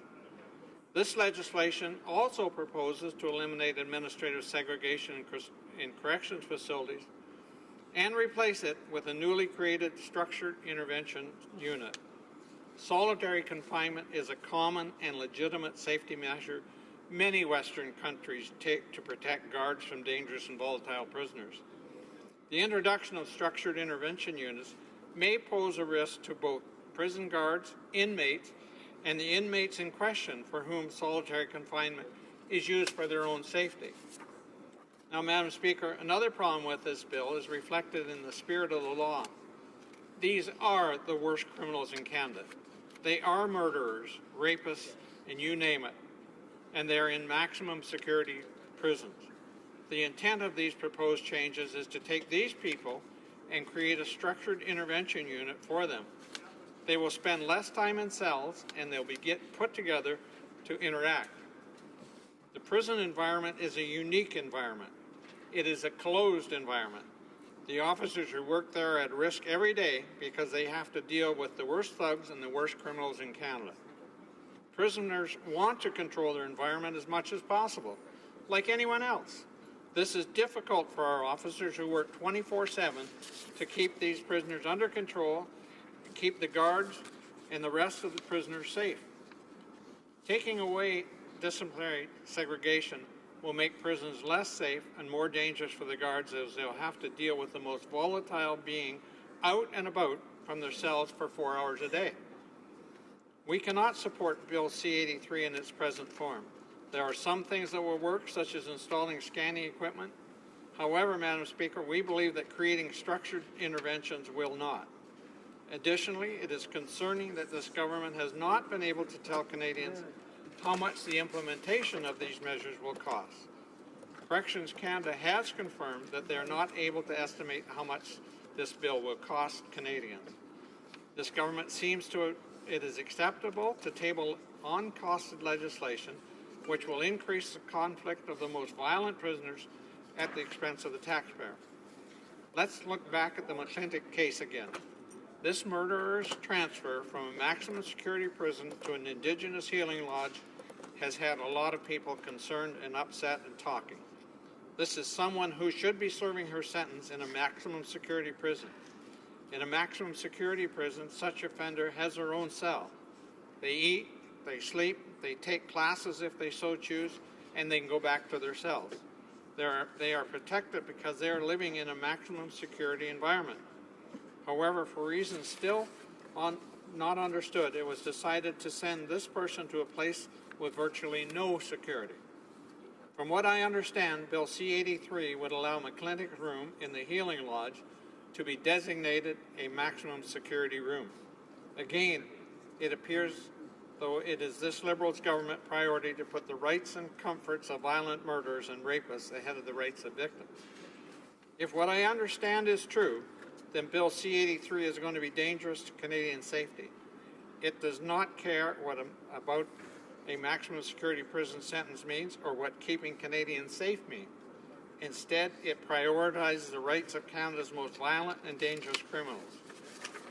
Instead of changing the Corrections and Conditional Release Act to make sure killers like Terry Lynn McClintic are cut behind bars, this bill defines and softens the law to make prison time easier for criminals. I think Canadians know, Madam Speaker, that this government is not serious about being tough on crime, and it puts Canadian safety at risk.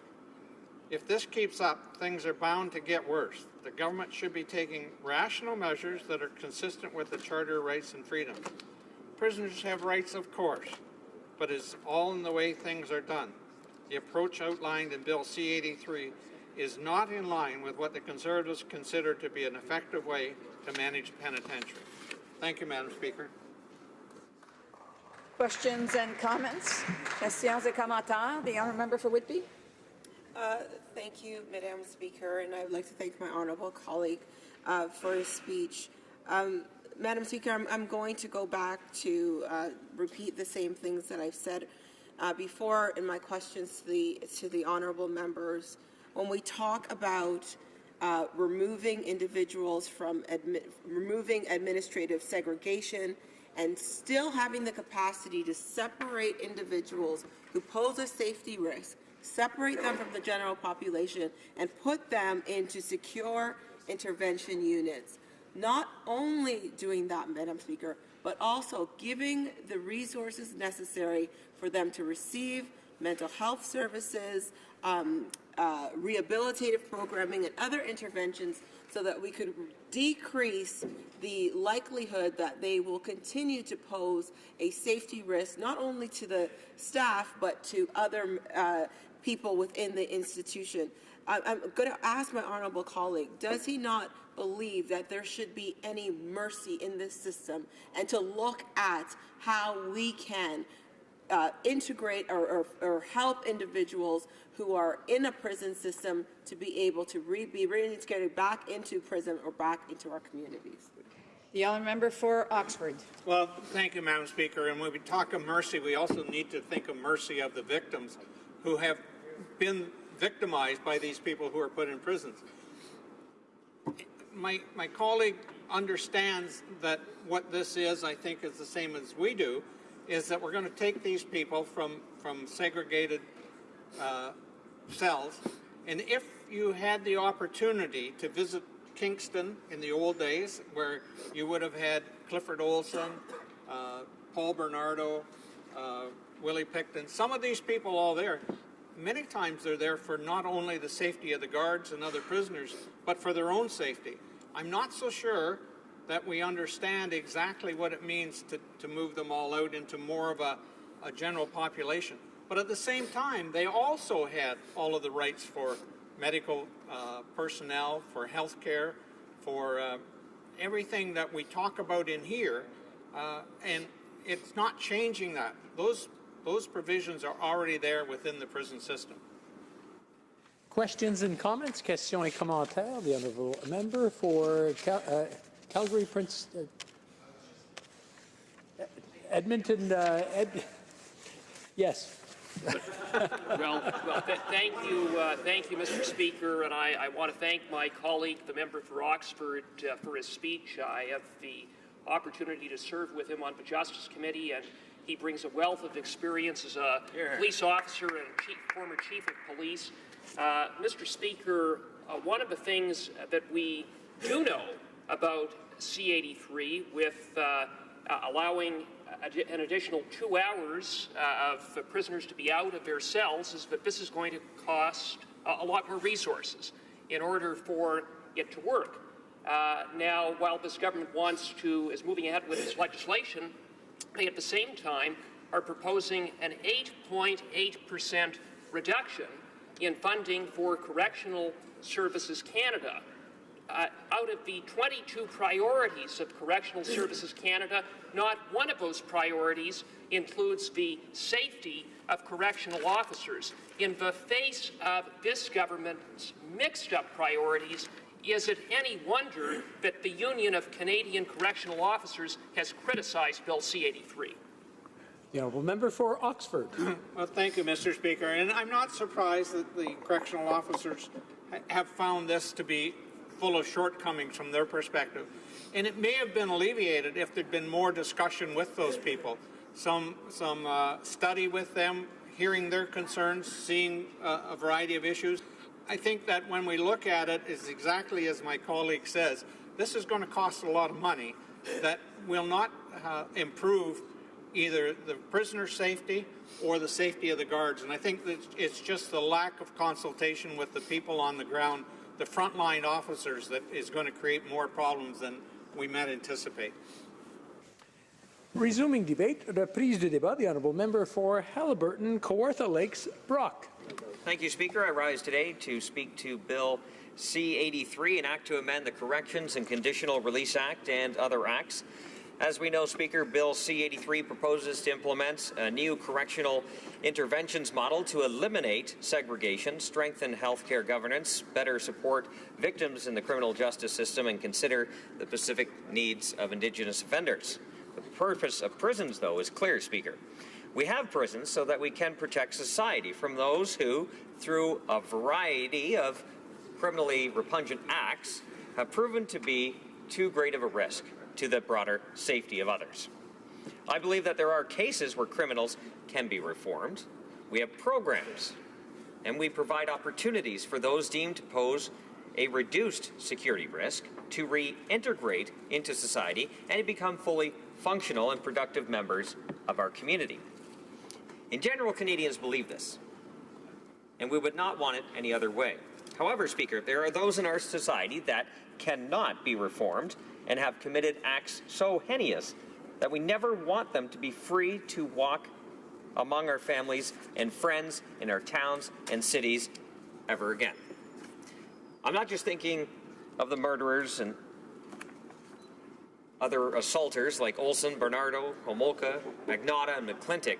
I'm also thinking of those individuals whose names will not make headlines across the country, the nameless violent criminals who beat and steal without remorse from the most vulnerable in our society. Prisons are their own societal microcosm.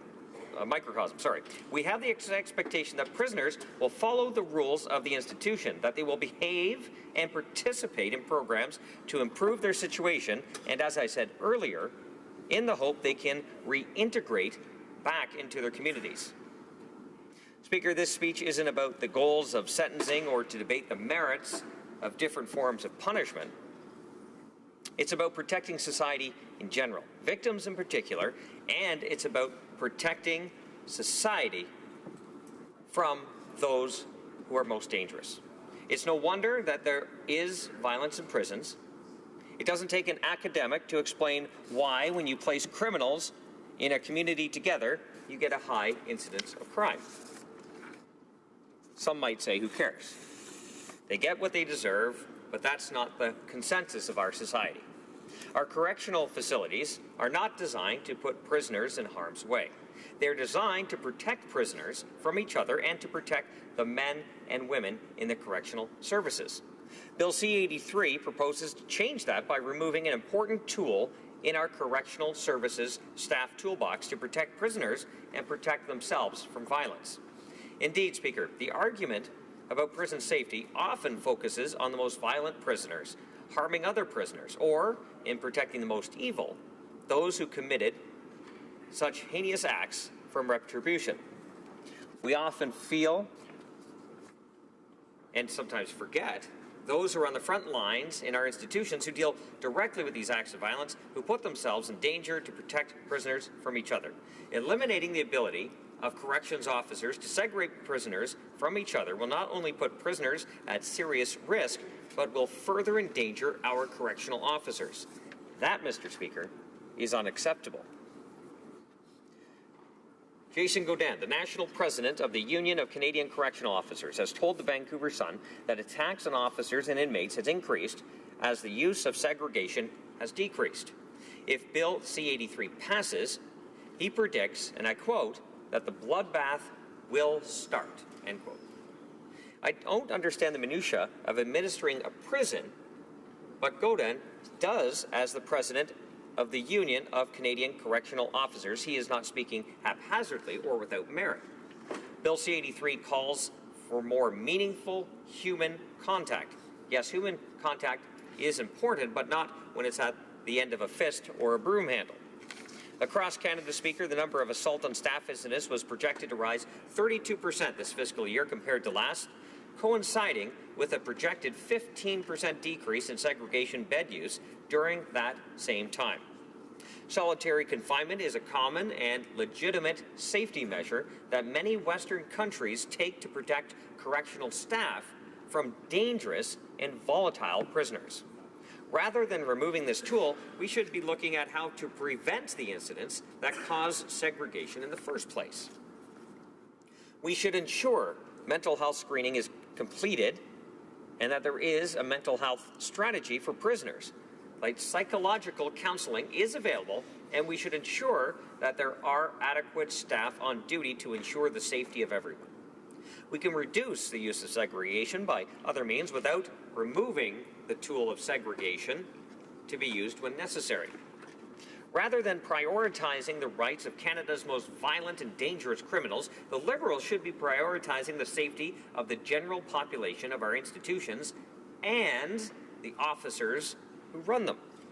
Correctional officers are calling for serious consultation and resources to make it work.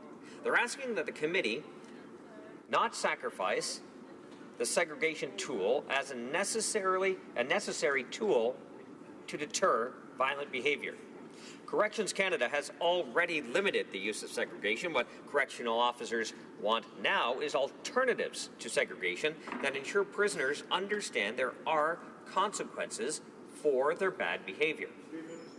Speaker, in that ruling, the recent ruling, the Ontario Superior Court called into question the legality of indefinite solitary confinement, and this government has set its sights on appealing that decision. In this, I have no issue. However, I'm wondering why then, while appealing this decision, this government is moving forward with Bill C-83. Logically, the introduction of major changes that are at the heart of their appeal makes little sense, but that's not the only thing that doesn't make much sense. Under this bill, a maximum security classification could be assigned to any area of a medium or minimum security penitentiary.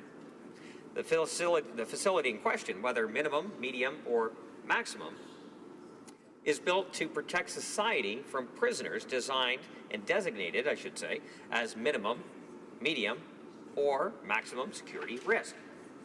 There are different procedures in place. There are different expectations in place. And I see I'm getting the signal there is no more time, which unfortunately is a shame. I had lots more to say, but thank you, Speaker, for the time. It being 5:45, pursuant to order made earlier today, it is my duty to interrupt the proceedings and put forthwith every question necessary to dispose of the second reading stage of the bill now before the House. La question est la suivante. The question is the following one. Mr. Goodale, seconded by Ms. McKenna, moved that Bill C-38, an act to amend the Corrections and Conditional Release Act and another act, be now read a second time and referred to the Standing Committee on Public Safety and National Security. Okay. Monsieur Paulus, appuyé par... Mr. Paulus, seconded by Mr. Doherty, moved the following amendment, that the motion be amended by deleting all the words after the word that and substituting the following. To give second reading to Bill C-38, an act to amend the Corrections and Conditional Release Act. I'm sorry? What did I say? I'm sorry. It's dyslexia setting in. Bill C-83. There we go. An act to amend the Corrections and Conditional Release Act and other acts, since the bill prioritized the rights of Canada's most violent and dangerous criminals over safety and victim rights by eliminating the use of solitary confinement and common measures many Western countries take to protect guards from dangerous and volatile prisoners. And since the principle of the bill fails to end the practice of allowing child killers like Terry Lynn McClintock to be transferred to healing lodges instead of being kept behind bars. The question on the amendment. Is it the pleasure of the House to adopt the amendment? All those in favor of the amendment, please say yay. Yay! All those opposed, please say nay. Nay! In my opinion, the yeas have it. Call in the members.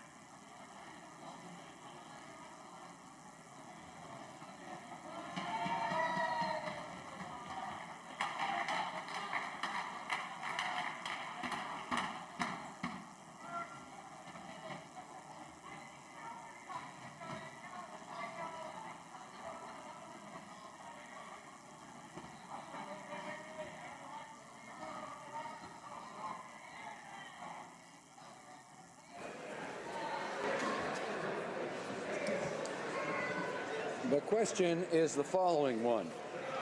Mr. Goodale, seconded by Ms. McKenna, moved that Bill C-83, an act to amend the Corrections and Conditional Release Act and another act, be now read a second time and referred to the Standing Committee on Public Safety and National Security.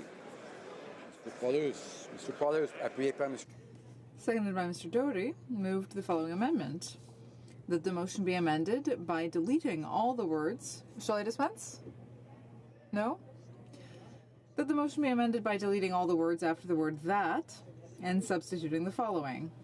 The House decline to give second reading to Bill C-83, an act to amend the Corrections and Conditional Release Act and another act. Since the bill prioritizes the rights of Canada's most violent and dangerous criminals over the safety and victims' rights by eliminating the use of solitary confinement, a common measure many Western countries take to protect guards from dangerous and volatile prisoners.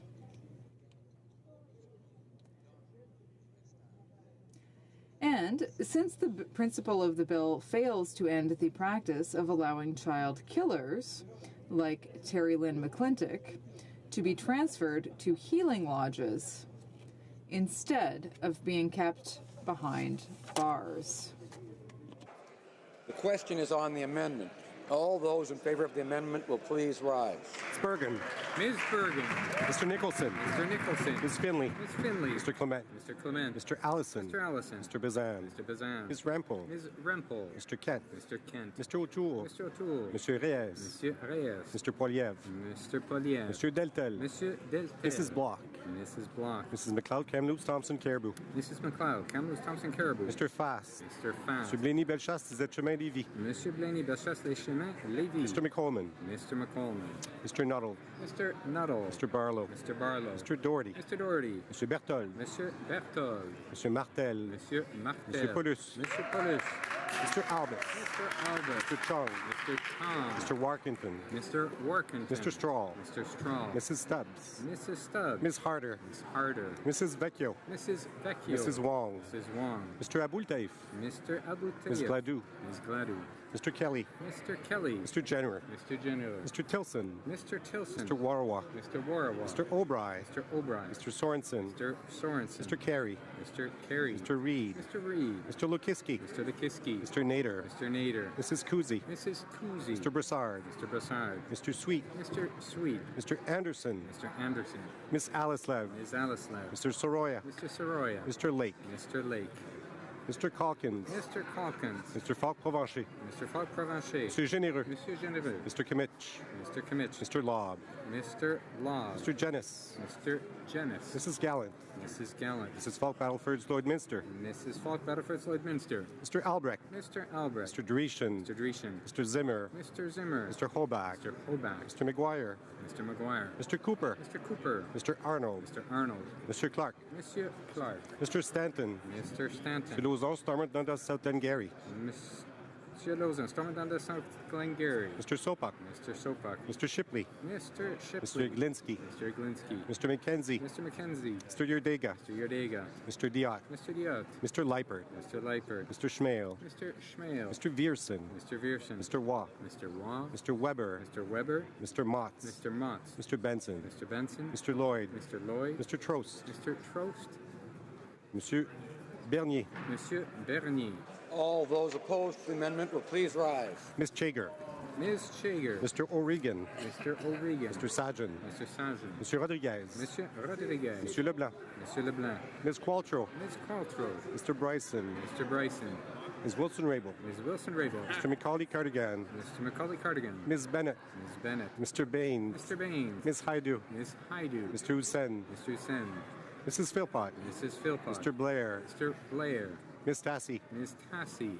Ms. Ng. Ms. Ng. Ms. Mahaichuk. Ms. Mahaichuk. Mr. Casey Cumberland Colchester. Mr. Casey Cumberland Colchester. Mr. Easter. Mr. Easter. Ms. Fry. Ms. Fry. Mr. McKay. Mr. McKay. Mr. Knoll. Mr. Knoll. Ms. Gros. Ms. Gros. Monsieur Lauzon, Argenteuil, La Petite Nation. Monsieur Lauzon, Argenteuil, La Petite Nation. Mrs. McCrimmon. Mrs. McCrimmon. Ms. Jones. Ms. Jones. Mr. Algabra. Mr. Algabra. Ms. Gould. Ms. Gould. Mr. Sohi. Mr. Sohi. Mr. Champagne. Monsieur Champagne. Mr. Holland. Mr. Holland. Ms. Monsef. Ms. Monsef. Ms. Duncan Etobicoke North. Ms. Duncan Etobicoke North. Madame Le Boutillier. Madame Le Boutillier. Madame Bibot. Madame Bibot. Mr. Cosner. Mr. Cosner. Ms. Murray. Ms. Murray. Mr. Casey Charlottetown. Mr. Casey Charlottetown. Mr. Vaughn. Mr. Vaughn. Monsieur Lametti. Monsieur Lametti. Monsieur Miller, Ville-Marie, le Sud-Ouest et les Serres. Monsieur Milleville, Marie, le Sud-Est et des Sœurs. Monsieur Chiffquet. Monsieur Chiffquet. Mrs. Romanado. Mrs. Romanado. Monsieur Hébert. Monsieur Hébert. Mr. Hiking.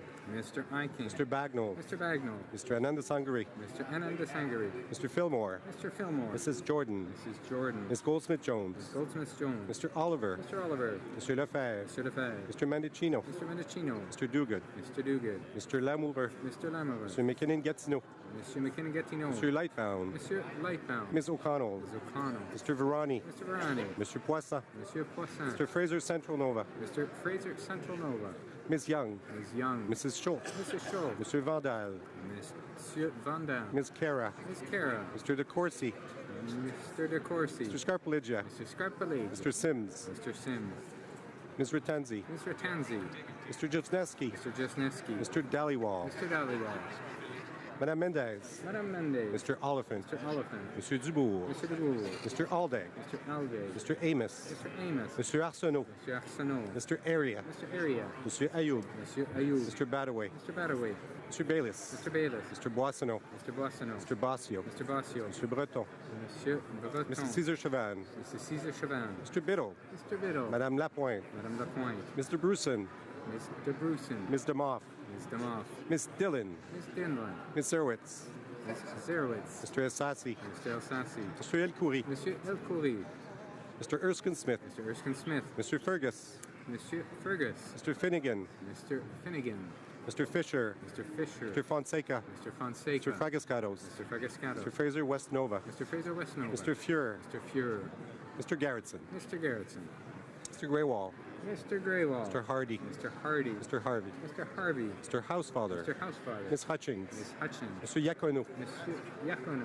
Mr. Johari. Mr. Johari. Miss Khalid. Miss Khalid. Mr. Levitt. Mr. Levitt. Mr. Long. Mr. Long. Mr. Longfield. Mr. Longfield. Miss Ludwig. Miss Ludwig. Mr. Maloney. Mr. Maloney. Mr. Massé Avignon La Métis, Matane Matapédia. Monsieur Massé, Avignon Le Métis, Matin, Matapédia. Mr. May Cambridge. Mr. May Cambridge. Mr. McDonald. Mr. McDonald. Mr. McKinnon, Coquitlam, Port Coquitlam. Mr. McKinnon, Coquitlam. Mr. McLeod, Northwest Territories. Mr. McLeod, Northwest Territories. Mr. Morrissey. Mr. Morrissey. Ms. O'Connell.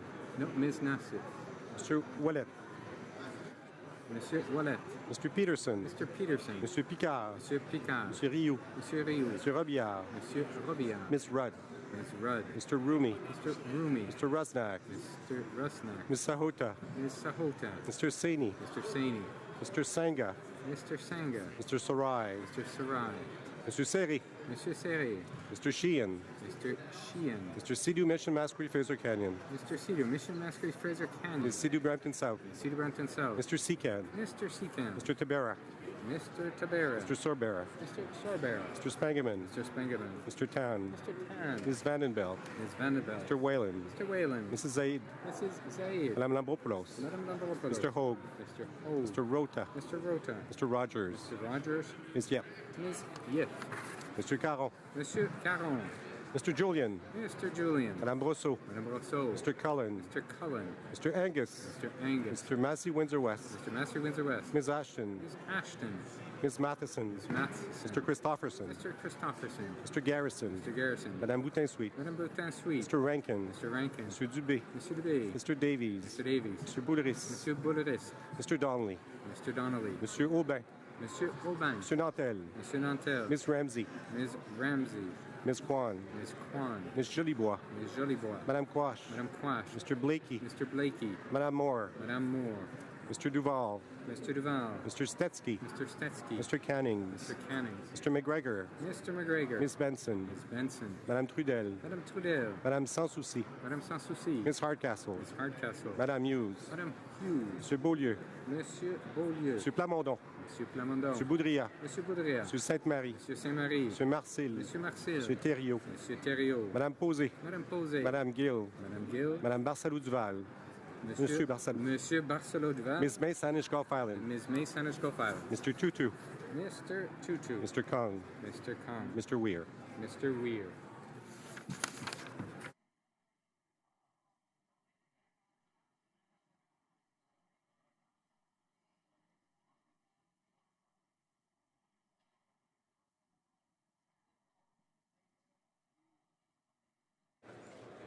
Yeas pour, 84, 84. Yeas contre, 198, 198. I declare the amendment defeated. The main motion, the question is as follows. Mr. Goodale, seconded by Ms. McKenna, moved that Bill C-83. Shall I dispense? Is it the pleasure? No. Mr. Goodale moved by Ms. Mr. Goodale, seconded by Ms. McKenna, moved that Bill C-83, an act to amend the Corrections and Conditional Release Act and another act, be now read a second time and referred to the Standing Committee on Public Safety and National Security. Is it the pleasure of the House to adopt the motion? All those in favor of the motion will please say yay.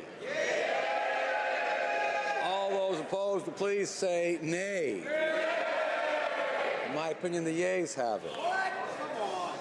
All those in favor of the motion will please rise. Ms. Chager. Ms. Chager. Mr. O'Regan. Mr. O'Regan. Mr. Sajan. Mr. Sajan. Mr. Rodriguez. Monsieur Rodriguez. Monsieur Leblanc. Monsieur Leblanc. Ms. Qualtrough. Ms. Qualtrough. Mr. Bryson. Mr. Bryson.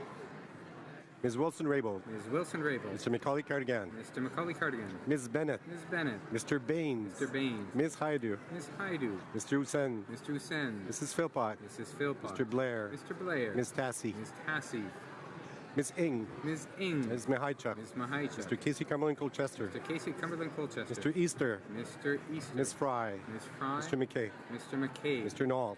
Mr. Nault. Ms. Gros. Ms. Gros. Monsieur Lauzon, Argentin, La Petite Nation. Monsieur Lauzon, Argentin, La Petite Nation. Mrs. McCrimmon. Mrs. McCrimmon. Ms. Jones. Ms. Jones. Mr. Algabra. Mr. Algabra. Ms. Gould. Ms. Gould. Mr. Sohi. Mr. Sohi. Mr. Champagne. Monsieur Champagne. Mr. Holland. Mr. Holland. Ms. Monsef. Ms. Monsef. Ms. Duncan Etobicoke North. Ms. Duncan Etobicoke North. Madame Le Boutillier. Madame Le Boutillier. Madame Bibot. Madame Bibot. Mr. Cosner. Mr. Cosner. Ms. Murray. Ms. Murray. Mr. Casey Charlottetown. Mr. Casey Charlottetown. Mr. Vaughan. Mr. Vaughan. Monsieur Lametti. Monsieur Lametti. Monsieur Miller-Ville-Marie, le Sud-Ouest et les Serres. Monsieur Miller-Ville-Marie, le Sud-Ouest et les Serres. Monsieur Chiffquet. Monsieur Chiffquet. Mrs. Romanado. Mrs. Romanado. Monsieur Hébert. Monsieur Hébert. Mr. Eiking. Mr. Eiking. Mr. Bagnall. Mr. Bagnall. Mr. Ananda Sangari. Mr. Ananda Sangari. Mr. Fillmore. Mr. Fillmore. Mrs. Jordan. Mrs. Jordan.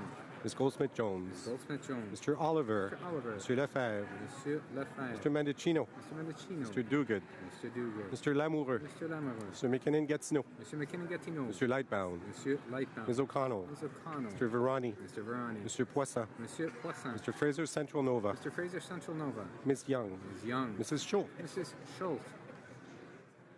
Monsieur Vandal. Monsieur Vandal. Ms. Cara. Ms. Cara. Mr. DeCourcy. Mr. DeCourcy. Mr. Scarpaligia. Mr. Scarpaligia. Mr. Sims. Mr. Sims. Ms. Ratanzi. Ms. Ratanzi. Mr. Jevnesky. Mr. Jesneski. Mr. Dhaliwal. Mr. Dhaliwal.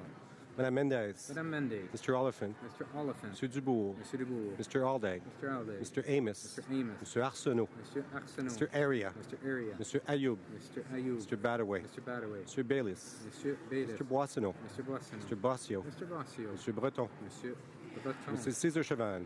Mrs. Cesar Chavan. Mr. Biddle. Mr. Biddle. Madame Lapointe. Madame Lapointe. Mr. Bruson. Ms. de Bruson. Ms. Demoff. Ms. Demoff. Ms. Dillon. Ms. Dillon. Ms. Serwitz. Ms. Zerowitz. Mr. Assassi. Mr. Assassi. Mr. El Khoury. Monsieur El Khoury. Mr. Erskine Smith. Mr. Erskine Smith. Mr. Fergus. Monsieur Fergus. Mr. Finnegan. Mr. Finnegan. Mr. Fisher. Mr. Fisher. Mr. Fonseca. Mr. Fonseca. Mr. Fragascados. Mr. Fragascados. Mr. Fraser Westnova. Mr. Fraser Westnova. Mr. Fuhrer. Mr. Fuhrer. Mr. Garrettson. Mr. Garrettson. Mr. Greywall. Mr. Greywall. Mr. Hardy. Mr. Hardy. Mr. Harvey. Mr. Harvey. Mr. Housefather. Mr. Housefather. Ms. Hutchings. Ms. Hutchings. Mr. Yakono. Monsieur Yakano. Mr. Johari. Mr. Johari. Ms. Khalid. Ms. Khalid. Mr. Levitt. Mr. Levitt. Mr. Long. Mr. Long. Mr. Longfield. Mr. Longfield. Ms. Ludwig. Ms. Ludwig. Mr. Maloney. Mr. Maloney. Mr. Massa Avignon-la-Métis, Matane Matapédia. Monsieur Massé, Avignon-la-Métis, Matane, Metapédia. Mr. May Cambridge. Mr. May Cambridge. Mr. McDonald. Mr. McDonald. Mr. McKinnon, Coquitlam, Port Coquitlam. Mr. McKinnon, Coquitlam. Mr. McLeod, Northwest Territories. McLeod, Northwest Territories. Mr. Morrissey. Mr. Morrissey. Madame Nassif. Madame Nassif. Mr. Wallet. Mr. Wallet. Mr. Peterson. Mr. Peterson. Mr. Picard. Mr. Picard. Mr. Rioux. Mr. Rioux. Mr. Robillard. Mr. Robillard. Ms. Rudd. Ms. Rudd. Mr. Rumi. Mr. Rumi. Mr. Rusnak. Mr. Rusnak. Ms. Sahota. Ms. Sahota. Mr. Saini. Mr. Saini. Mr. Sangha. Mr. Sangha. Mr. Sarai. Mr. Sarai. Mr. Seri. Mr. Serre. Mr. Sheehan. Mr. Sheehan. Mr. Sidhu Mission, Masquerade Fraser Canyon. Mr. Sidhu, Mission Master Fraser Canyon. Ms. Sidhu Brampton South. Ms. Sidhu Brampton South. Mr. Secan. Mr. Secan. Mr. Tibera. Mr. Tabera. Sorbera. Mr. Sorbera. Mr. Spangaman. Mr. Spangaman. Mr. Tan. Mr. Tan. Ms. Vandenbelt. Ms. Vandenbelt. Mr. Whalen. Mr. Whalen. Mrs. Zaid. Mrs. Zaid. Madame Lambropoulos. Madame Lambropoulos. Mr. Hogue. Mr. Hogue. Mr. Rota. Mr. Rota. Mr. Rogers. Mr. Rogers. Ms. Yep. Ms. Yip. All those opposed to the motion will please rise. Oh, 1 second. Oh, pardon me, not yet. Signage Gulf Island. Ms. May, Saanich Gulf Islands. Mr. Tutu. Mr. Tutu. Mr. Kong. Mr. Kung. Monsieur Beaulieu. Monsieur Beaulieu. Monsieur Plamondon. Monsieur Plamondon. Monsieur Boudria. Monsieur Boudria. Monsieur Sainte-Marie. Monsieur Saint-Marie. Monsieur Marcil. Monsieur Marcel. Monsieur Thériault. Monsieur Thériault. Madame Posé. Madame Posé. Madame Gill. Madame Gill. Monsieur Barcelou Duval. Monsieur Barcelo Duval. All those opposed to the motion will please rise. Ms. Bergen. Ms. Bergen. Mr. Nicholson. Mr. Nicholson. Ms. Finley. Ms. Finley. Mr. Clement. Mr. Clement. Mr. Allison. Mr. Allison. Mr. Bazan. Mr. Bazan. Ms. Rampel. Ms. Rempel. Mr. Kent. Mr. Kent. Mr. O'Toole. Mr. Toole. Mr. Reyes. Monsieur Reyes. Mr. Poilievre. Mr. Poilier. Mr. Deltel. Monsieur Deltel. Mrs. Block. Mrs. Block. Mrs. McLeod, Kamloops, Thompson, Caribou. Mrs. McLeod. Campbell Thompson Caribou. Mr. Fass. Mr. Fast. Mr. Blaney, Bellechasse, les Chemin Lévis. Mr. Blaney, Belchester, Chemin Lévy. Mr. McColman. Mr. McColeman. Mr. Nuttall. Mr. Nuttall. Mr. Barlow. Mr. Barlow. Mr. Doherty. Mr. Doherty. Mr. Berthold. Mr. Berthold. Mr. Martel. Mr. Martel. Mr. Paulus. Mr. Paulus. Mr. Albus. Mr. Albus. Mr. Chung. Mr. Chong. Mr. Warkington. Mr. Workington. Mr. Strahl. Mr. Strahl. Mrs. Stubbs. Mrs. Stubbs. Ms. Harder. Ms. Harder. Mrs. Vecchio. Mrs. Vecchio. Mrs. Wong. Mrs. Wong. Mr. Abultaif. Mr. Abultia. Ms. Gladue. Ms. Gladue. Mr. Kelly. Mr. Kelly. Mr. Jenner. Mr. Jenner. Mr. Tilson. Mr. Tilson. Mr. Warwa. Mr. Warwa. Mr. O'Brien. Mr. O'Brien. Mr. Sorensen. Mr. Sorensen. Mr. Carey. Mr. Carey. Mr. Reed. Mr. Reed. Mr. Lukiski. Mr. Lukiski. Mr. Nader. Mr. Nader. Mrs. Kuzi. Mrs. Kuzi. Mr. Broussard. Mr. Brassard. Mr. Sweet. Mr. Sweet. Mr. Anderson. Mr. Anderson. Miss Alislav. Ms. Alislav. Mr. Soroya. Mr. Soroya. Mr. Lake. Mr. Lake. Mr. Calkins. Mr. Calkins. Mr. Falk Provencher. Mr. Falk Provencher. Mr. Généreux. Monsieur Généreux. Mr. Kimmich. Mr. Kimmich. Mr. Lobb. Mr. Law. Mr. Jennis. Mr. Jennis. Mrs. Gallant. Mrs. Gallant. Mrs. Falk Battleford Lloydminster. Mrs. Falk, Battleford Lloydminster. Mr. Albrecht. Mr. Albrecht. Mr. Dreeshen. Mr. Dreeshen. Mr. Zimmer. Mr. Zimmer. Mr. Hobach. Mr. Hobach. Mr. McGuire. Mr. McGuire. Mr. Cooper. Mr. Cooper. Mr. Arnold. Mr. Arnold. Mr. Clark. Monsieur Clark. Mr. Stanton. Mr. Stanton. Mr. Lozon Stormont Dundas Southland Gary. Monsieur Lozon Stormont de South Glengarry. Mr. Sopak. Mr. Sopak. Mr. Shipley. Mr. Shipley. Mr. Iglinski. Mr. Glinsky. Mr. McKenzie. Mr. McKenzie. Mr. Yurdega. Mr. Yurdega. Mr. Diot. Mr. Diot. Mr. Leipert. Mr. Leipert. Mr. Schmale. Mr. Schmale. Mr. Vierson. Mr. Vierson. Mr. Waugh. Mr. Waugh. Mr. Weber. Mr. Weber. Mr. Motz. Mr. Motz. Mr. Benson. Mr. Benson. Mr. Lloyd. Mr. Lloyd. Mr. Trost. Mr. Trost. Mr. Caron. Monsieur Caron. Mr. Julian. Mr. Julian. Madame Brosseau. Madame Brosseau. Mr. Cullen. Mr. Cullen. Mr. Angus. Mr. Angus. Mr. Massey Windsor West. Mr. Massey Windsor West. Ms. Ashton. Ms. Ashton. Ms. Matheson. Ms. Matheson. Mr. Christopherson. Mr. Christopherson. Mr. Garrison. Mr. Garrison. Madame Boutin-Sweet. Madame Boutin-Sweet. Mr. Rankin. Mr. Rankin. Monsieur Dubé. Monsieur Dubé. Mr. Davies. Mr. Davies. Mr. Boulris. Monsieur Boulris. Mr. Donnelly. Mr. Donnelly. Monsieur Aubin. Monsieur Aubin. Monsieur Nantel. Monsieur Nantel. Ms. Ramsey. Ms. Ramsey. Ms. Kwan. Ms. Kwan. Ms. Jolibois. Ms. Jolibois. Madame Quash. Madame Quash. Mr. Blakey. Mr. Blakey. Madame Moore. Madame Moore. Mr. Duval. Mr. Duval. Mr. Stetsky. Mr. Stetsky. Mr. Cannings. Mr. Canning. Mr. McGregor. Mr. McGregor. Ms. Benson. Ms. Benson. Madame Trudel. Madame Trudel. Madame Sanssouci. Madame Sanssouci. Ms. Hardcastle. Ms. Hardcastle. Madame Hughes. Madame Hughes. Monsieur Bernier. Monsieur Bernier.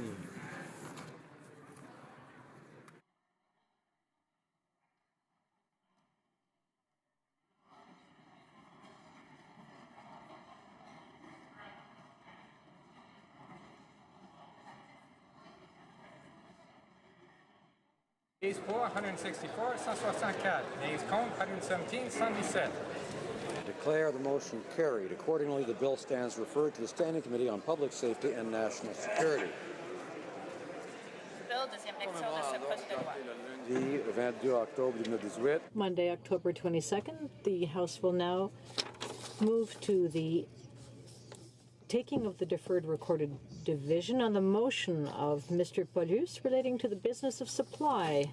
The question is as follows. Mr. Paulus, seconded by Ms. Rempel, moved that the House support the sentiments expressed by Nadia Murad, Nobel Peace Prize laureate, who, in her book entitled The Last Girl, My Story of Captivity and My Fight Against the Islamic State, stated, I dream about one day bringing all the militants to justice, not just the leaders like Abu Bakr al-Baghdadi, but all the guards and slave owners, every man who pulled a trigger and pushed my brothers' bodies into their mass grave, every fighter who tried to brainwash young boys into hating their mothers for being Yazidi, every Iraqi who welcomed the terrorists into their cities and helped them,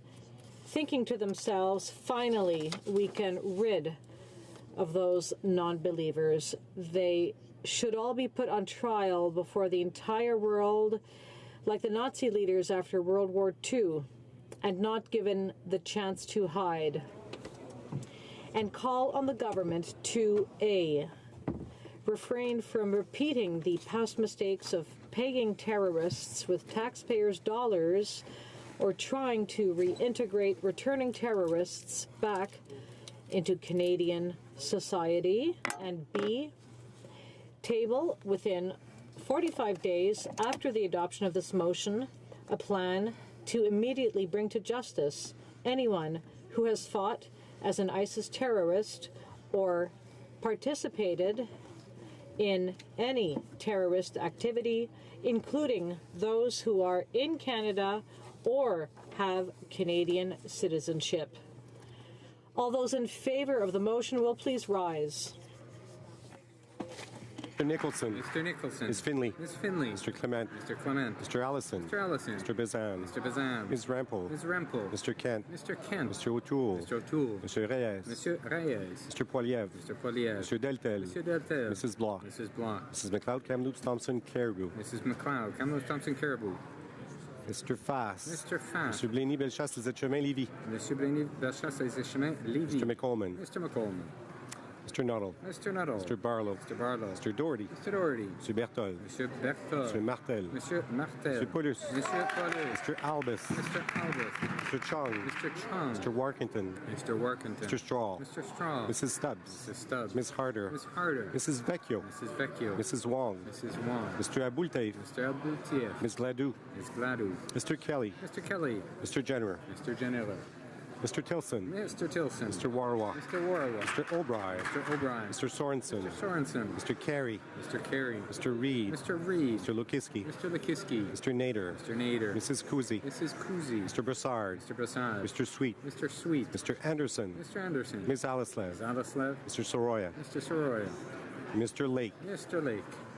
Mr. Calkins. Mr. Calkins. Mr. Falk-Provencher. Mr. Falk-Provencher. Monsieur Généreux. Monsieur Généreux. Mr. Kimmich. Mr. Kimmich. Mr. Laub. Mr. Law. Mr. Jennis. Mr. Jennis. Mrs. Gallant. Mrs. Gallant. Mrs. Falk-Balford Lloydminster. Mrs. Falk-Battleford Lloydminster. Mr. Albrecht. Mr. Albrecht. Mr. Dreeshen. Mr. Dreeshen. Mr. Zimmer. Mr. Zimmer. Mr. Holbach. Mr. Holbach. Mr. McGuire. Mr. McGuire. Mr. Cooper. Mr. Cooper. Mr. Arnold. Mr. Arnold. Mr. Clark. Monsieur Clark. Mr. Stanton. Mr. Stanton. Mr. Lauzon, Stormont, Sutherland, Gary. Monsieur Lauzon, Stormont, Southland Gary. Mr. Sopa. Mr. Sopa. Mr. Shipley. Mr. Shipley. Mr. Glinsky. Mr. Glinsky. Mr. McKenzie. Mr. McKenzie. Mr. Yurdega. Mr. Yudega. Mr. Diot. Mr. Diot. Mr. Leipert. Mr. Leipert. Mr. Schmale. Mr. Schmale. Mr. Vierson. Mr. Vierson. Mr. Waugh. Mr. Waugh. Mr. Weber. Mr. Weber. Mr. Motz. Mr. Mott. Mr. Benson. Mr. Benson. Mr. Lloyd. Mr. Lloyd. Mr. Trost. Mr. Trost. Miss Chigger. Ms. Chager. Mr. O'Regan. Mr. O'Regan. Mr. Sajan. Mr. Sajan. Mr. Rodriguez. Monsieur Rodriguez. Mr. Leblanc. Monsieur Leblanc. Miss Qualtrough. Ms. Qualtrough. Mr. Bryson. Mr. Bryson. Ms. Wilson-Rabel. Ms. Wilson-Rabel. Mr. Macaulay Cardigan. Mr. Macaulay Cardigan. Ms. Bennett. Ms. Bennett. Mr. Baines. Mr. Baines. Ms. Haidu. Ms. Haidu. Mr. Hussein. Mr. Hussein. Mrs. Philpott. Mrs. Philpott. Mr. Blair. Mr. Blair. Ms. Tassie. Miss Tassie. Ms. Ing. Ms. Ing. Ms. Mahaichuk. Ms. Mahaichuk. Mr. Casey Cumberland Colchester. Mr. Casey Cumberland Colchester. Mr. Easter. Mr. Easter. Mr. McKay. Mr. McKay. Mr. North. Mr. North. Ms. Groh. Miss Groh. Monsieur Lauzon, Argentin, La Petite Nation. Monsieur Lauzon, Argentin, La Petite Nation. Mrs. McCrimmon. Mrs. McCrimmon. Ms. Jones. Ms. Jones. Mr. Algabra. Mr. Algabra. Ms. Gould. Ms. Gould. Mr. Sohi. Mr. Sohi. Mr. Champagne. Monsieur Champagne. Mr. Holland. Mr. Holland. Ms. Monsef. Ms. Monsef. Ms. Duncan et Court-North. Ms. Duncan et Tobago North. Madame Le Boutillier. Madame Le Boutier. Madame Bibot. Madame Bigot. Mr. Cosner. Mr. Cosner. Ms. Murray. Ms. Murray. Mr. Casey Charlottetown. Mr. Casey Charlottetown. Mr. Vaughn. Mr. Vaughn. Mr. Lametti. Mr. Lametti. Mr. Miller-Ville-Marie, le Sud-Ouest et les Serres. Mr. Miller-Ville-Marie, le Sud-Ouest et les Mr. Serres. Chiefke.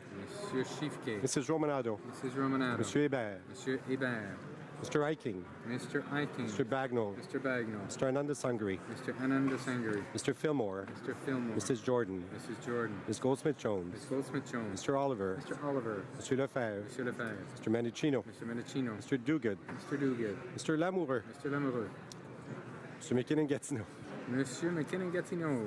Mr. Lightbound. Monsieur Lightbound. Ms. O'Connell. Ms. O'Connell. Mr. Verani. Mr. Verani. Mr. Poisson. Monsieur Poisson. Mr. Fraser Central Nova. Mr. Fraser Central Nova. Ms. Young. Ms. Young. Mrs. Schultz. Mrs. Schultz. Mr. Vandal. Monsieur Vandal. Ms. Cara. Ms. Cara. Mr. De Courcy. Mr. De Courcy. Mr. Scarpeligia. Mr. Scarpelagia. Mr. Sims. Mr. Sims. Ms. Ratanzi. Ms. Ratanzi. Mr. Jevsneski. Mr. Jesneski. Mr. Dallywall. Mr. Dallywall. Madame Mendez. Madame Mendez. Mr. Oliphant. Mr. Oliphant. Mr. Dubourg. Mr. Dubourg. Mr. Aldeg. Mr. Aldeg. Mr. Amos. Mr. Amos. Mr. Arsenault. Mr. Arsenault. Mr. Area. Mr. Area. Mr. Ayoub. Mr. Ayoub. Mr. Badaway. Mr. Badaway. Mr. Bayless. Mr. Bayless. Mr. Boissonneau. Monsieur Boissonneau. Mr. Bassio. Mr. Bassio. Mr. Breton. Monsieur Breton. Mrs. Cesar Chavan. Mrs. Cesar Chavan. Mr. Biddles. Mr. Biddle. Madame Lapointe. Madame Lapointe. Mr. Bruson. Mr. Bruson. Ms. DeMoff. Ms. DeMoff. Ms. Dillon. Ms. Dillon. Ms. Zerwitz. Ms. Zerwitz. Mr. Sassy. Mr. Elsassi. Mr. El Khoury. Monsieur El Khoury. Mr. Erskine Smith. Mr. Erskine Smith. Mr. Fergus. Monsieur Fergus. Mr. Finnegan. Mr. Finnegan. Mr. Fisher. Mr. Fisher. Mr. Fonseca. Mr. Fonseca. Mr. Fragiscatos. Mr. Fergascato. Mr. Fraser Westnova. Mr. Fraser Westnova. Mr. Fuhrer. Mr. Fuhrer. Mr. Garrettson. Mr. Garrettson. Mr. Greywall. Mr. Greywall. Mr. Hardy. Mr. Hardy. Mr. Harvey. Mr. Harvey. Mr. Housefather. Mr. Housefather. Miss Hutchings. Miss Hutchins. Mr. Yakono. Monsieur Yakano. Mr. Johari. Mr. Johari. Miss Khalid. Miss Khalid. Mr. Levitt. Mr. Levitt. Mr. Long. Mr. Long. Mr. Longfield. Mr. Longfield. Ms. Ludwig. Ms. Ludwig. Mr. Maloney. Mr. Maloney. Mr. Massé-Avignon, les métis ce matin de Matapédia. Monsieur Massé, Avignon Lameté ce matin de Matapédia. Mr. May Cambridge. Mr. May Cambridge. Mr. McDonald. Mr. McDonald. Mr. McKinnon, Coquitlam, Port Coquitlam. Mr. McKinnon, Coquitlam, Port Coquitlam. Mr. McLeod, Northwest Territories. Mr. McLeod, Northwest Territories. Mr. Morrissey. Mr. Morrissey. Madame Nassif. Madame Nassif. Mr. Wallet. Monsieur Wallet. Mr. Peterson. Mr. Peterson. Mr. Picard. Monsieur Picard. Mr. Rioux. Monsieur Rioux. Mr. Robillard. Monsieur Robillard. Ms. Rudd. Ms. Rudd. Mr. Rumi. Mr. Rumi. Mr. Rosnar. Mr. Rosner. Ms. Sahota. Ms. Sahota. Mr. Saini. Mr. Saini. Mr. Sanga. Mr. Sanga. Mr. Sarai. Mr. Sarai. Mr. Seri. Monsieur Serré. Mr. Sheehan. Mr. Sheehan. Mr. Sidhu Mishamasqueri Fraser Canyon. Mr. Cedar Mission Masker Fraser Canyon. Ms. Sidhu Brampton South. Ms. Cedar Brampton South. Mr. Secan. Mr. Secan. Mr. Tabera. Mr. Tabera. Mr. Sorbera. Mr. Sorbera. Mr. Spengeman. Mr. Spengeman. Mr. Tan. Mr. Tan. Ms. Vandenbelt. Ms. Vandenbelt. Mr. Whalen. Mr. Whalen. Mrs. Zaid.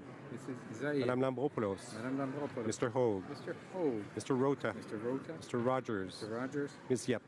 Ms. Yep. Mr. Caron. Monsieur Caron. Mr. Julian.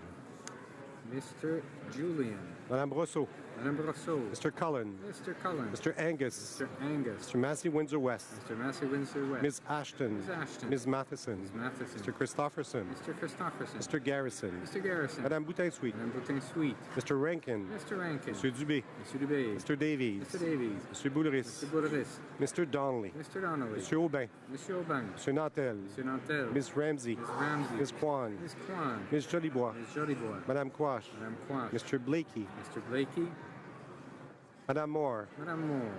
Mr. Duval. Mr. Duval. Mr. Stetsky. Mr. Stetsky. Mr. Canning. Mr. Canning. Mr. McGregor. Mr. McGregor. Ms. Benson. Ms. Benson. Madame Trudel. Madame Trudel. Madame Sans Souci. Madame Sans Souci. Ms. Hardcastle. Ms. Hardcastle. Madame Hughes. Madame Hughes. Monsieur Beaulieu. Monsieur Beaulieu. Monsieur Plamondon. Monsieur Plamondon. Monsieur Boudria. Monsieur Boudria. Monsieur Sainte-Marie. Monsieur Sainte-Marie. Monsieur Marcel. Monsieur Marcel. Monsieur Thériault. Monsieur Thériault. Madame Posé. Madame Posé. Madame Gill. Madame Gill. Monsieur Barsalou-Duval. Monsieur Barcelot-Duval. Monsieur Bernier. Monsieur Bernier. Mr. Tutu. Mr. Tutu. Mr. Kong. Mr. Kong. Mr. Weir. Mr. Weir. Tous ceux qui s'opposent à la motion vont... All those opposed will please rise. Hey, Saanich Golf Island. Ms. May Sanders Gulf Islands.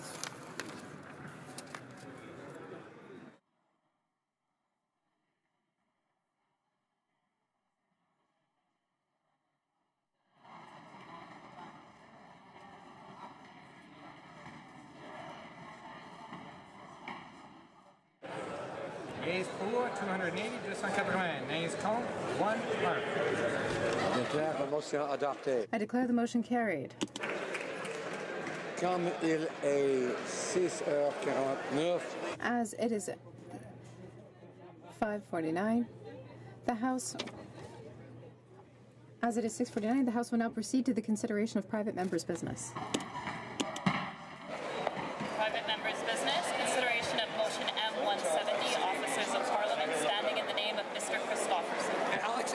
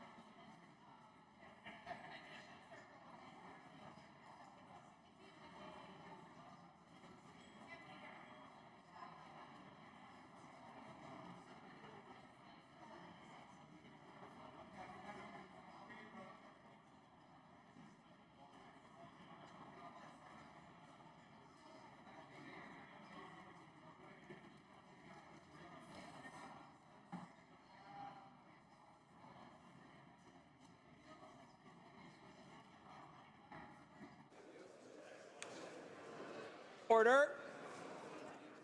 Order. À l'ordre. Shh. There we go. Mr. Christopherson, seconded by Ms. Ramsey, moves that in the opinion of the House, a special committee chaired by the Speaker of the House should be established at the beginning of each new Parliament in order to select all officers of Parliament. Debate. The Honourable Member for Hamilton Centre. Thank you very much, Mr. Speaker. I appreciate the opportunity to place this motion. It's a pretty simple motion, actually. It's a matter of fixing something that is wrong right now, and that is that the officers or agents, the words can be interchanged, of Parliament, our officers, our agents, parliaments, are actually hired by, in terms of the process, the executive. And my motion is deliberately worded so that I'm not calling on the government today to implement it for this Parliament, because quite frankly, I've been around long enough to know that ain't going to happen. But I deliberately did place in here a model, but I want to say to you, Speaker, I'm not married to that model either. The principle is what matters to me. And the principle is Parliament should hire Parliament's agents. It's that simple. And I have to say, I'm going to say right now, I am really looking forward to arguments against, simply because I can't think of any that hold any merit. And I'm very much looking forward to the debate that will ensue for those who don't think that Parliament should stand up for its own rights. Now, I'm going to be making reference during my remarks and as we go on even into the other speakers in the next hour to a public policy forum report that was just issued in April of this year. And what's interesting is that I'd already done my motion by the time this report came out. But guess what? They call for something similar. But first of all, I want to just introduce what this report is very briefly. In this report, the Public Policy Forum analyzes the current and evolving role of agents at the federal and provincial levels to provide recommendations on how oversight and guidance in the administration of policies can be improved while maintaining their autonomy within Canada's Westminster system. Supported by an advisory group of former agents, senior public servants, and other experts, Public Policy Forum conducted 20 interviews and organized 3 roundtable discussions between October and December 2017. I want to mention, if I can, Speaker, I don't want to take the time to mention everyone, but just to give colleagues just a taste of the caliber of the people that were on this, and there's going to be at least one name that'll twig with everybody, I suspect. So I'm just going to pick some of them. Margaret Bloodworth. Robert Marlowe, of course, a former clerk of the House of Commons. Jody White, David Sussman, Richard Discerny, Paul Dubé, Janet Ecker, Christine Elliott, Graham Fraser, the amazing Sheila Fraser. That alone should be enough for this House to follow the recommendations. Edward Greenspan, Bonnie Lissick, John Malloy, Kevin Page. We all remember Kevin Page and the work that he's still doing at the University of Ottawa. James Brogette, well-known member to colleagues. Wayne Wooders, of course, former clerk of the Privy Council. That's the caliber of people that were involved in this report. And what do they say as their number one recommendation out of 9? And I quote, "The creation of new agents is the purview of Parliament and legislatures, not the executive." Their third recommendation says, and I quote, "Legislators must be responsible for the appointment of agents with the aim of having all party support for the final selection. The Privy Council office and the Prime Minister's office should withdraw entirely from the appointments process. A special parliamentary committee should consider the kinds of selection processes operating in provinces such as Alberta and Saskatchewan." And may I also add that the United Kingdom, the mothership, when they hire their Auditor General, guess who takes the lead? I mean, it's really radical about who takes the lead in hiring the UK's Parliament's Auditor General. Guess who it is? It's the Public Accounts Committee, which is the home committee to the Auditor General. How can that not make sense? Further, the government, oh, here we go.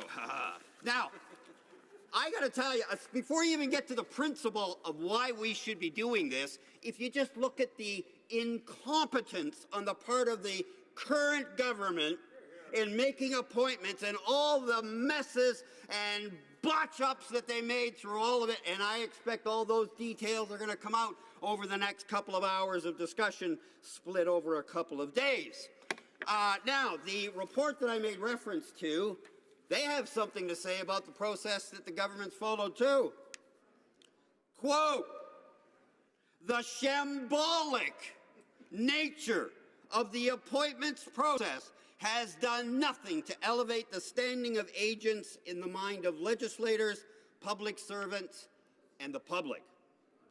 Further, as one roundtable participant said, one only has to look at the botched effort to appoint former Ontario Liberal Cabinet Minister Madeleine Meilleur as the official languages commissioner in 2017 to see how not to handle the appointment of an agent of Parliament.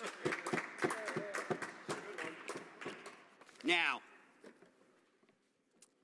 if we take a look at the current process, it technically meets the law in terms of this House has to give its final approval with a vote. Okay. But under the current system, the government does the entire hiring process short of letting the two other leaders know what their intention is. And I just happen to have a sample of those kind of yeah, it just was right here, you know. So this is a letter to my leader, Jagmeet Singh, and it said, you see who knows the rules over there and who doesn't know the rules over there. I am writing to seek your views regarding the appointment, the proposed nominee for the position of Chief Electoral Officer. I'm pulling bits of it. Following it, I love this. Following an open and transparent and merit-based selection process, I propose the nomination of Mr. X, and as the next Chief Electoral Officer. I don't feel any need to mention his name. However, that was on April the 3rd. April the 27th, we get another, Mr. Singh gets another letter from the Prime Minister. I'm writing in follow-up to the letter from the government of April the 3rd regarding the position of Chief Electoral Officer. Your feedback was appreciated. Please be advised that the government will not be proceeding with the nomination as the principal nominee has been withdrawn. Same day, you can tell it's a form letter because it says following an open, transparent, and merit-based selection process, I propose the nomination of Stéphane Perreault as the next Chief Electoral Officer. That took months and months and months and months and months, and they still screwed it up at the end. Basic civics. We all know it. There are 3 branches to governing Canada. There's the legislative branch. That's us. That's Parliament. Every MP elected. Then there's the executive, and that's the Prime Minister and Cabinet. And then thirdly, we have the Supreme Court, and their primary function in relation to us is to make sure that the laws that are passed are consistent with the Constitution. Now, some will recall that when we elect a Speaker at the beginning of Parliament, the Speaker is ceremoniously dragged as if being reluctant to take the very position they just spent days, if not weeks, actively running for. Why is that? Well, go back to the beginning, when parliaments first came into existence. All or any of the power that Parliament had came from the monarch. And the monarch, kind of like some of our prime ministers, they don't like it when people oppose them or take away power that they have. Remember your place. And so, it would be that the Speaker would be the one to report to the monarch on what the House of Commons, what Parliament has said, and it wasn't unusual in the early days for that Speaker to lose their head. So it was not a position a lot of people wanted, because you had to go in front of the monarch, who may be in a good mood and may not be in a good mood. My point in raising that is to show the separation of those powers. This is not a complicated constitutional issue in my view. The Supreme Court hires their own staff. We wouldn't think of deciding for them who their nominees should be and give them a phone call the night before and say, under consultation, do you agree with this name? That's it. That's all that happens here. Well, we would never think of doing that with the Supreme Court, and they, of course, would never think of hiring our agents. But the government, the executive, and I remind all of us that Parliament is supreme, not the government. Parliament decides who the government is. That's the power of Parliament. The executive is a separate, distinct branch and power base of its own. We currently have this ridiculous, unacceptable overlap where the government, in the case of our agents, whether it's ethics or languages or Auditor General, the government does the advertising, the government does the interviews, the government does the shortlisting, and the government picks a name from their own short list, and they phone the leaders of the opposition and say, consistent with the law, this is consultation, do you agree? That is unacceptably absurd. Why? And I speak to you, all of you that I'm looking at, fellow MPs, we are parliamentarians. We are the ones that make up this legislature.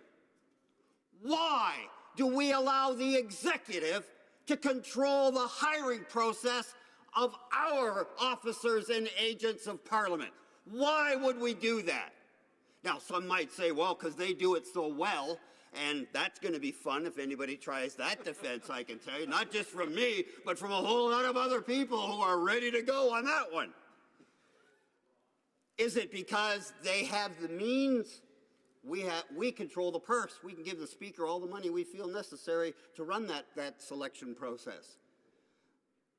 Is it, and I run out of ideas after that. I mean, it always was, and that's never much of an answer for anything, really. It's just it always was. So this is an attempt to plant a seed for hopefully the next Parliament, when somebody will grab it and bring it to light, give it life, and actually have the next Parliament do this. But knowing how tough it is to get a government to change in midstream, how late my number was coming up in the term, I thought all I really want to achieve, if I can, is a majority vote of parliamentarians who accept and respect that we should control the process of hiring our officers of Parliament. And so, Speaker, my goal is to hopefully get that majority. And if I can't, I just say to those of you that don't support this, thank you, Speaker, get ready to defend, because we're going to make it an issue. And I suspect I don't know what the official opposition is going to do. It's going to be interesting to see, because part of my thinking is they don't want to give up power because they see themselves going back across the aisle, and they'd like to have that power for themselves. By the same token, they want to oppose the government, and here's a chance to stand with the angels, and it's got to be tough. It'll be interesting to see how it unfolds. But at the end of the day, Speaker, at the end of the day, this is about respecting ourselves, respecting Parliament, and taking back that which is ours. Thank you.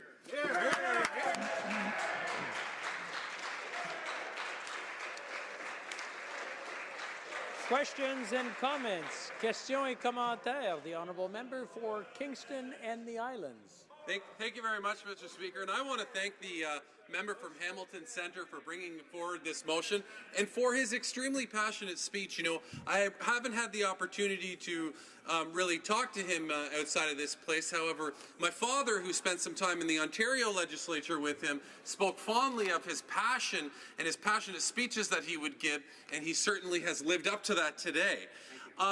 What I would say, Mr. Speaker, is that we have adopted within this government a new approach, a new open and transparent based approach to how the appointments are handled. And as a matter of fact, of the over 900 appointments that have been made, Mr. Speaker, including appointments of 8 officers of parliament positions, following more than 250 open, transparent, and merit-based selection processes, of these incumbents, over 50% were self-identified women, 12% as visible minorities, 9% as Indigenous people, and 4% as people with disabilities. I'm wondering if he can comment as to whether or not he thinks that the process that we currently have is producing a wide, diverse selection or a wide, diverse pool of candidates from throughout the country. Thank you. The honourable member for Hamilton Centre. Thank you, Speaker, and I thank my colleague and my friend for his kind remarks, and I remember his dad well and enjoyed very much working with him. My answer is this. The honourable member, Speaker, mentioned 900. We just want 9. Right? We want 1%. And as to the other ones, I'm glad that they're improving the system. I'm glad it's resulting in more diversity. That's all to the good, but it's got nothing to do with what I have put before this House. What I have put before this House is, should we as Parliament have the responsibility and the ownership of hiring our agents? So I say to my friend, it's good they're making those changes. I hope they go better. The ones we don't see, I hope they go better than the appointments we have seen, because it's pretty bad, the process. But the issue is really not what you're doing what they are doing internally for positions they're entitled to appoint. I'm talking about the 9 that, in my opinion, they're not entitled to appoint. Questions and comments. Questions et commentaires. The honourable member for Winnipeg North. Mr. Speaker, I've had the opportunity inside the Manitoba legislature to go under a different model. So I've experienced what we have today and what we've had, what the member is somewhat implying, where it's actually members of different political identities that meet and they hire these independent officers. Being familiar with both processes, I'm very comfortable with what we are proposing and what the government is actually has advanced. To try to give the impression that you could have a committee off the side that has a majority of government members would change that effect.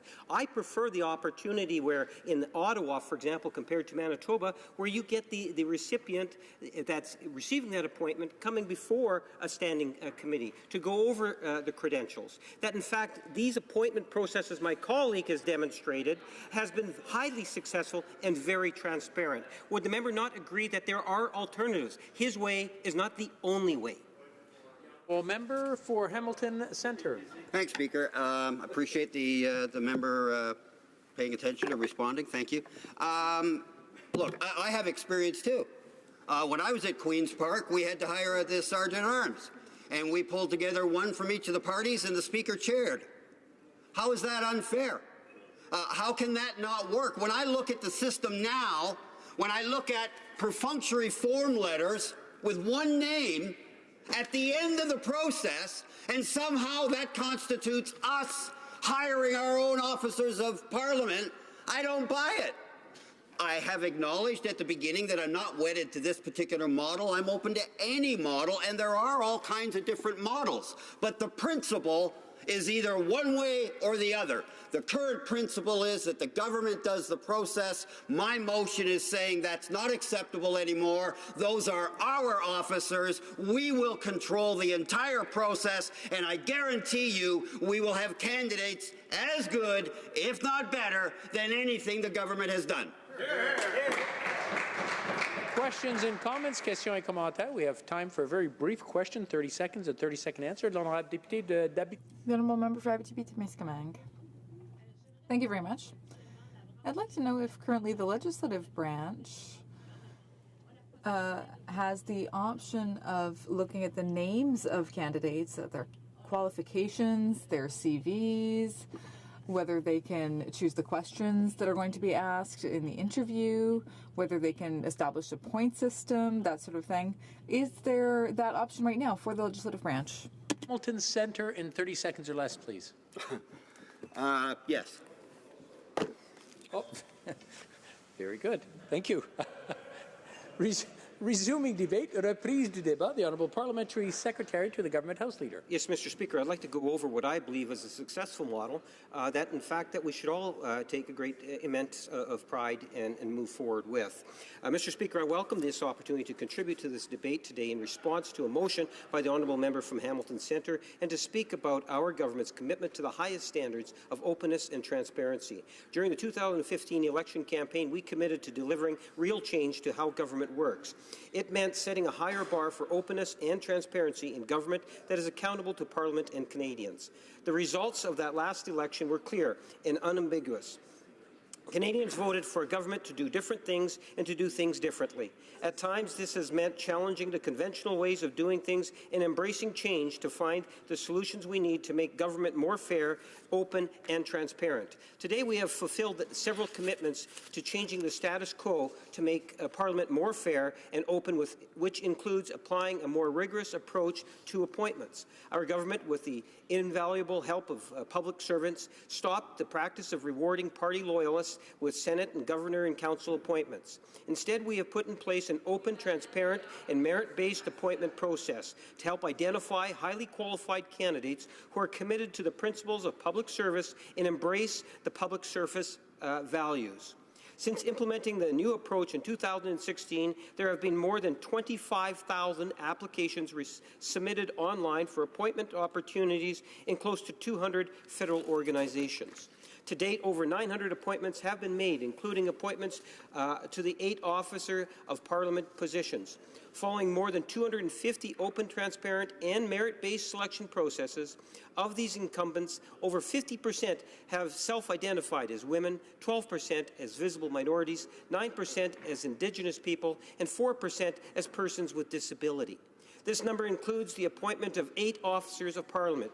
There are 11 officers of Parliament, the Auditor General of Canada, the Chief Electoral Officer, the Commissioner of Lobbying, the Commissioner of Official Languages, the Conflict of Interest and Ethics Commissioner, the Information Commissioner, the Parliamentary Budget Officer, the President of the Public Service Commission, the Privacy Commissioner, the Public Sector Integrity Commissioner, and the Senate Ethics Officer.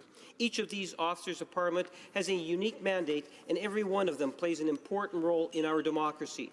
The Auditor General was the first such officer of Parliament, established just after Confederation in 1868. In 1920, the role of the Chief Electoral Officer was created to ensure an independent body was in place to oversee our elections. The Commissioner of Lobbying was established in 2008.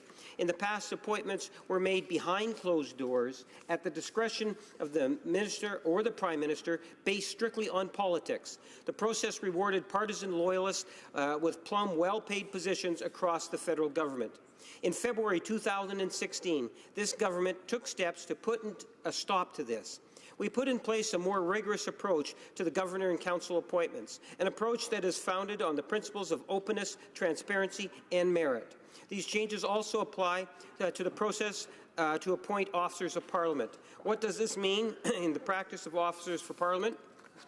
First, a notice of appointment opportunity is developed and posted on the Governor and Council Appointments website. A link to the notice is also posted on the Canada Gazette website and the website of organization, which is filling the position. Every person who feels they meet the qualifications of the position can register online and submit their candidacy. Second, a recruitment strategy is developed for every selection process to identify people who are interested and willing and able to serve. This may include engaging an executive search firm or developing an advertising strategy, and may also involve targeting outreach to communities of interest, such as professional associations and stakeholders. This process eventually leads to the identification of a highly qualified candidate.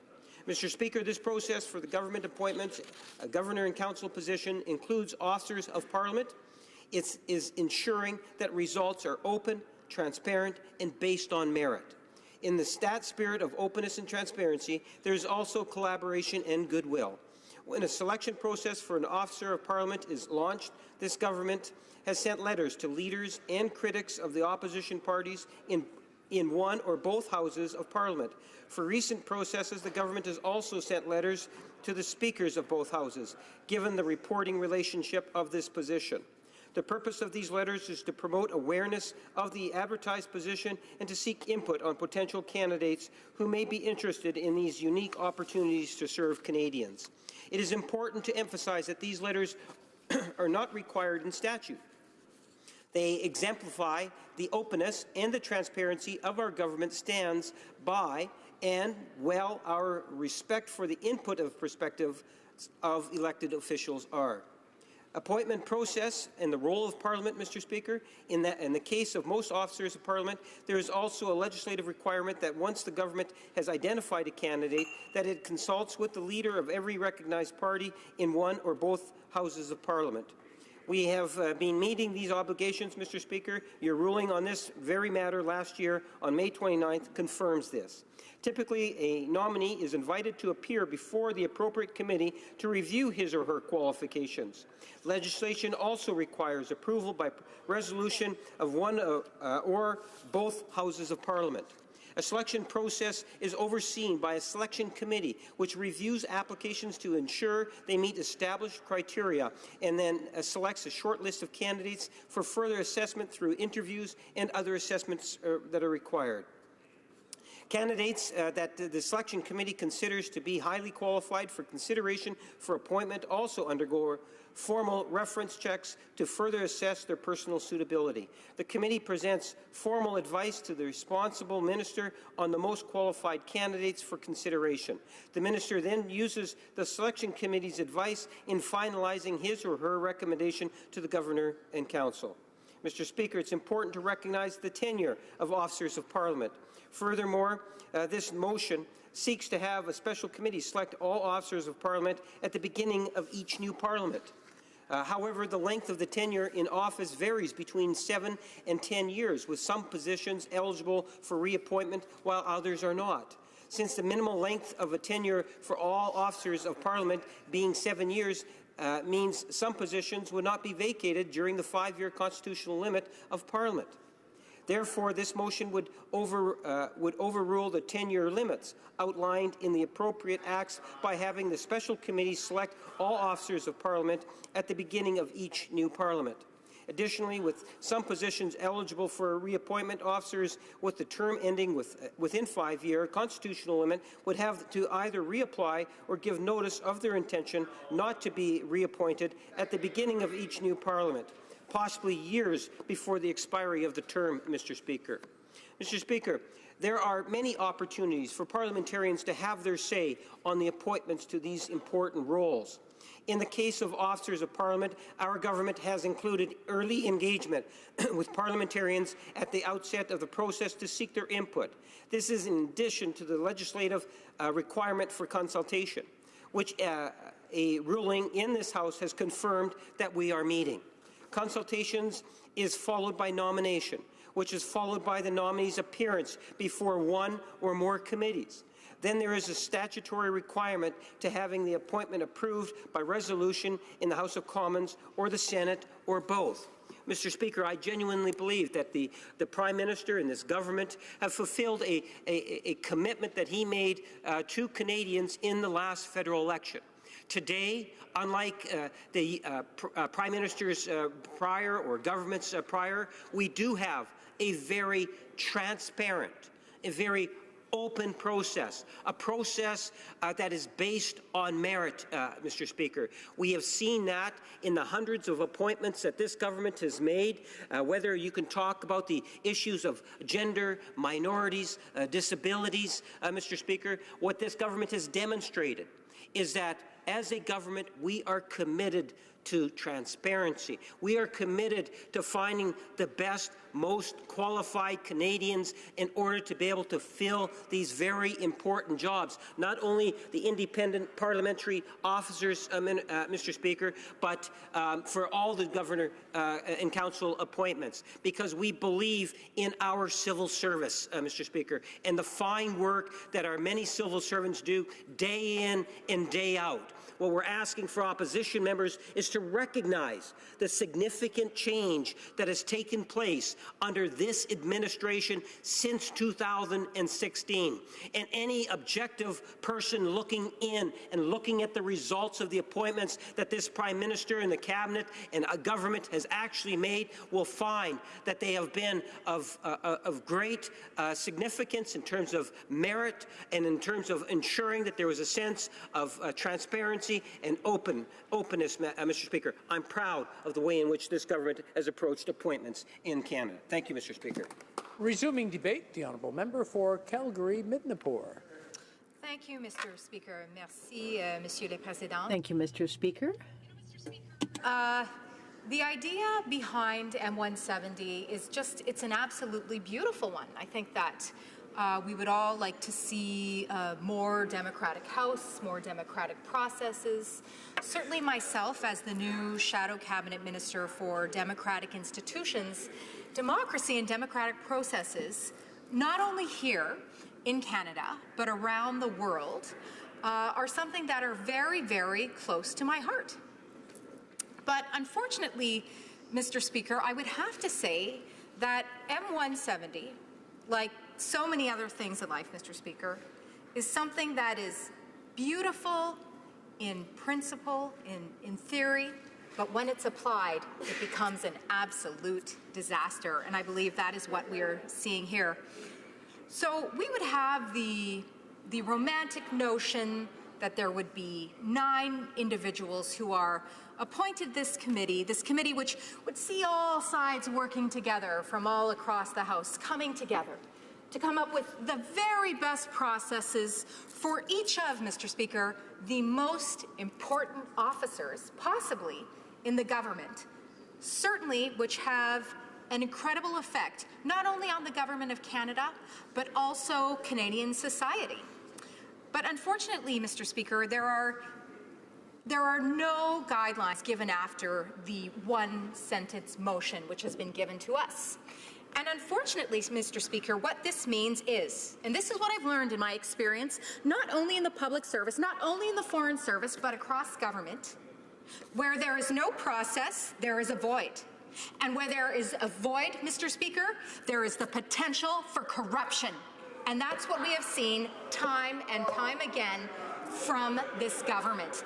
Partisanship, corruption in regards when they are given the latitude to make decisions to choose the officers. Now, let's evaluate the process at present. And you know, Mr. Speaker, this is why so many of my colleagues actually were very enchanted by the possibility of this motion. Why they thought, oh, you know, this is a great idea. I'm truly a Democrat. I truly want MPs to have, you know, more power to choose these officers, right? Because in reality, let's evaluate what happens right now. Essentially, these senior officers of Parliament, but not senior officers, top officers, are appointed by the Prime Minister. Now, you know, as we have heard by other colleagues, usually it's a short list of, say, one person. You know, certainly, but there is the idea that there is input from all sides of the House. Now, we rarely see this happen. En fait, je dois dire que j'ai eu l'occasion. Lastly, I must say that when I sat on the Official Languages Committee, and in fact, that was after the next Official Languages Commissioner was appointed, I remember that we put questions to Mr. Thiberge, and at that time I knew that, frankly, the questions and the process would have nothing to do with the outcome because, of course, Mr. Thiberge would be appointed. But at least we had the opportunity to be a tiny part of the process, to believe that maybe we were an actual part of the process, even though the candidate had already been chosen. So at least we could think that for a brief moment, that we were actually part of the process. This goes through the committee. We have the idea that perhaps we might be a small part of this process by which the officers of Parliament are chosen. But unfortunately, as I have said, with this motion, there are no details, not a one. You know, in fact, Monsieur le Président, I have a lot of fun to think about, you know, how we might possibly choose our officers of Parliament, horseshoes, maybe a game of darts. You know, I don't know, but there's really that much information in this motion in terms of how we would select these officers. And as I have said, Monsieur le Président, as I said, Mr. Speaker, there is a void. And where there is a void, there is the potential for partisanship and for corruption. And we know that this Liberal government will take the opportunity for corruption and for partisanship time after time after time. And we have seen this again and again. For example, with Madeleine Meilleur, right? Oh, the best candidate, right? We had the blague en français, tu l'attends que c'était le meilleur. There was a joke in French that Ms. Meilleur would be the best candidate. Former Ontario Liberal MPP, so someone who was very involved, intertwined with this party, but they tried to sell it to us as the best choice and an independent candidate, when in fact, this was not the case. This is someone who was not given input by other parties, but was someone who was pre-selected by the government and fed to us as an independent choice, as the best choice, le meilleur choix, when in fact this is someone that the government specifically chose. So again, where there was no, this here, there's no process, there's no void in this M170, and where there is a void, there is the potential for corruption and partisanship, as we saw with Madame Meilleur. But Monsieur le Président, it doesn't end there. We have seen the same with Senate appointments. Oh, Monsieur Premier Ministre has decided that he would like independent Senate appointments. He's made all the senators independent. And, you know, going forward, these, you know, we will choose these senators, you know, based upon merit. I will say, Mr. Speaker, I was very insulted as an Albertan that our own democratic process in Alberta was completely ignored and denied. We had a senator in waiting who was put to the sidelines, who was ignored for the Prime Minister's favorite choices. So again, this shows us where there's no process, there is a void. Where there is a void, there is the potential for partisanship and corruption that this government has shown time and time again. I will also say, Monsieur le Président, that I am, unfortunately, as the new Shadow Minister for Democratic Institutions, seeing the same with Bill C-76, which is in this House this week, going to report stage. I look forward to speaking to this tomorrow, Monsieur le Président, as well as with all my colleagues, because we are seeing again the opportunity where the government is making the rules for themselves. It's very clear their objective, not only to pass the bill, but to win the next election and every election in perpetuity as a result of changing the rules. So, you know... Just one moment. I just want to remind the honourable members that someone is speaking, and it's nice to see people talking to each other, but shouting way down the aisle or across the aisle, not exactly polite, and it's coming from both sides, so I don't want to point anyone out. I don't want to point anybody out, but I'd expect him to be the one that leads the example. The honourable member for Calgary-Bidnapore.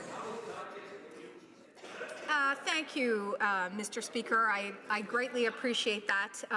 You know, it's very unfortunate that democracy is not taken more seriously in this chamber in this regard when we are discussing something so important as the selection process for our senior officers of Parliament. This is I struggle to think of something perhaps more important than this, but.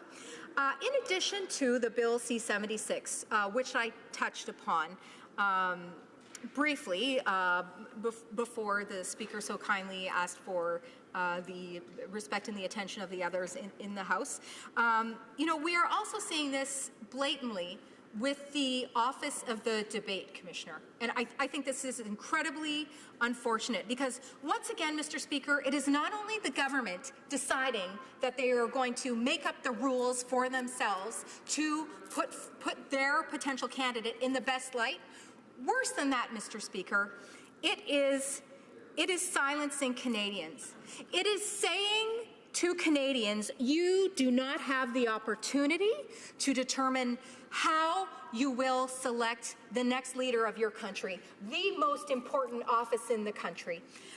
It is saying, we will decide for you the format in which the questions are asked and how they will be asked. You as Canadians do not have a right to decide how you will determine the process to determine the next leader of your country. And that, Mr. Speaker, is just absolutely shameful that this would possibly exist. So it is for all of these reasons, Mr. Speaker, the striking void of M170 that I cannot support this piece of legislation, that unfortunately my colleagues cannot support this piece of legislation, because, as I said, where there is no process, there is a void. Where there is a void, there is the potential for partisanship and corruption, and we have seen that over and over again from this Liberal government. And, Monsieur le Président, I would like to finish with what I started with, and that is that this bill, like so many things in life, so beautiful in principle, so beautiful in theory, but in practice, not so much. Merci, Monsieur le Président. Thank you very much, Mr. Speaker. Du débat, l'honorable député The honourable member for Abitibi-Témiscamingue. Thank you very much, Mr. Speaker. I'm pleased to rise to speak to this motion because it is so important. Offices of Parliament play an essential role, and I would like to talk about my experience when I started working as a Member of Parliament. I was appointed by Jack Layton as the critic for military procurement, and without Kevin Page's work, I would not have had, rather, his work was a great help to me. He provided me with a great deal of information on the cost of the F-35s, and his role was critical to me in my role as a critic. So I can't speak highly enough of the role of these officers of Parliament. These 9 people play an essential role for all parliamentarians, not only for the government, but really for every member of Parliament. We interact with them, and in particular, for Francophones, for instance, we have a lot of contact with the Official Languages Commissioner. This officer of Parliament is very important to us. And what we've seen under the Liberals is that they've shown us everything we should not do when it comes to appointing an officer of Parliament. Members of the Official Languages Committee were told about this independent appointment process, and we were told that, as it happens, a former provincial Liberal minister would be the best person to be Official Languages Commissioner. But what everyone needs to understand is that at no time, and opposition leaders received a letter saying that this person is the best candidate, and this is how the consultation will unfold. But at no moment, and I understand that for logistical reasons, not all MPs can look at every single resume and ask questions, but if at least there had be, for instance, one NDP representative to study the candidates, one NDP candidate who could have participated in the process, rejected candidates, called in candidates for additional interviews. But in fact, we were told nothing. We were working blind. We were presented with the so-called most qualified person. We vaguely knew that there were 70 other applicants. We had no idea why they were all rejected. We have no idea who was interviewed, who was not interviewed. We had no idea what type of question was asked. We had no idea what scoring chart was used to analyze the candidacies in order to find the best candidate. We knew nothing of that. We were presented with a name, and we're supposed to believe that the government has knows the truth about who the best candidate is. Again, we didn't know how the rating was done. It was a huge void. Further, it took 24 months to appoint the Official Languages Commissioner.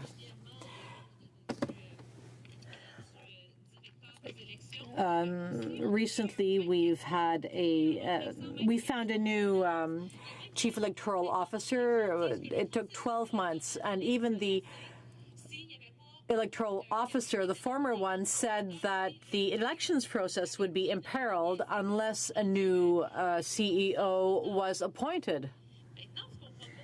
So what we're presented with now is the idea of a special committee, a nonpartisan special committee, which would be comprised of members of all parties. And this special committee would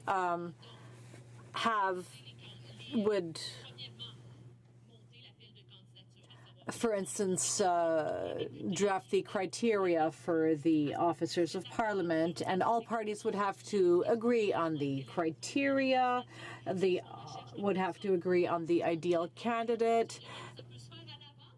And in fact, this kind of work could be carried out in advance, because this committee would know when an agent would retire or leave, and so it could start its work in advance and would prepare all the documents for potential candidates.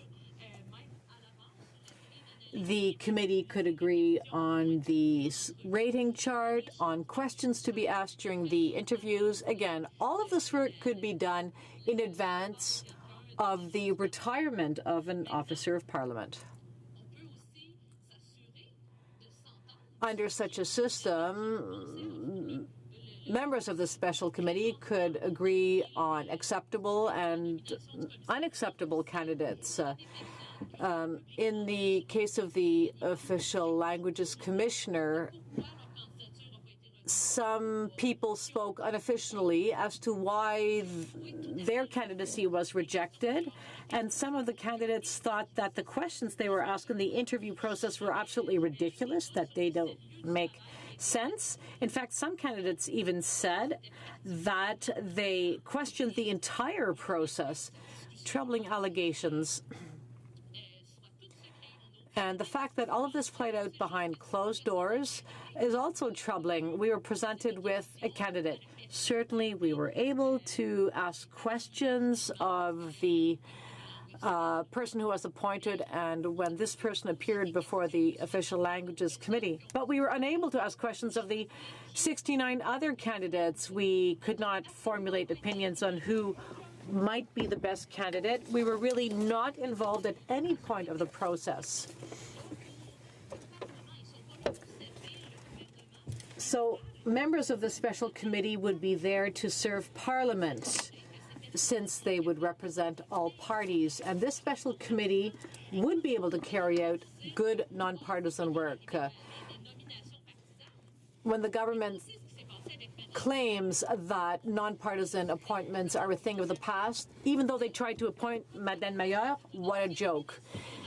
Ms. Meilleur is a former Liberal provincial minister, and the Federal Liberals claimed point blank that she was the best candidate, but nobody knew anything about any of the other candidates. No one is gullible enough to believe that. Even anyone who doesn't follow politics would not swallow that. We have to put an end to this type of process. This government likes to claim that it is for democratic reform. It likes to claim that in the course of its hearings, the government did not hear what it wanted to hear, so it rejected everything that was said. What we're proposing here is a small change, but it is vital for our democratic institutions. So here we have the opportunity to do something about partisan nominations. This way, we would ensure that the 9 officers of Parliament who are there to serve Parliament would be appointed in a nonpartisan way. For instance, the ethics commissioner launch investigations on the Ministry of Finance and the Prime Minister. There will be, when we know that there will be investigations on the Prime Minister and ministers, we have to make sure that any decision made by an officer of Parliament is credible. Therefore, these officers of Parliament must have credibility in the eyes of parliamentarians and Canadians, but we have to know that the appointed officer was appointed on their merits. However, if the process is corrupted, we cannot have faith in the process.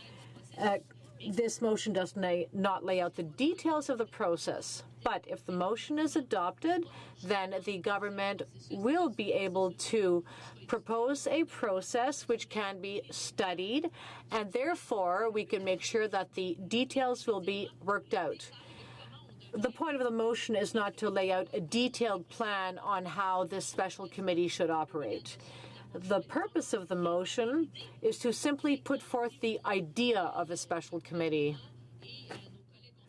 If the government and our Conservative colleagues had the guts to approve this motion, and if they agree that it is time to have a smart, democratic process to select officers of Parliament, then we could all together work out the details, find a solution to make sure that in the next Parliament, where unfortunately our colleague will not be present, but in that case we can make sure that in the next Parliament the process will be in place and that it works, and therefore we'll be off on the right foot.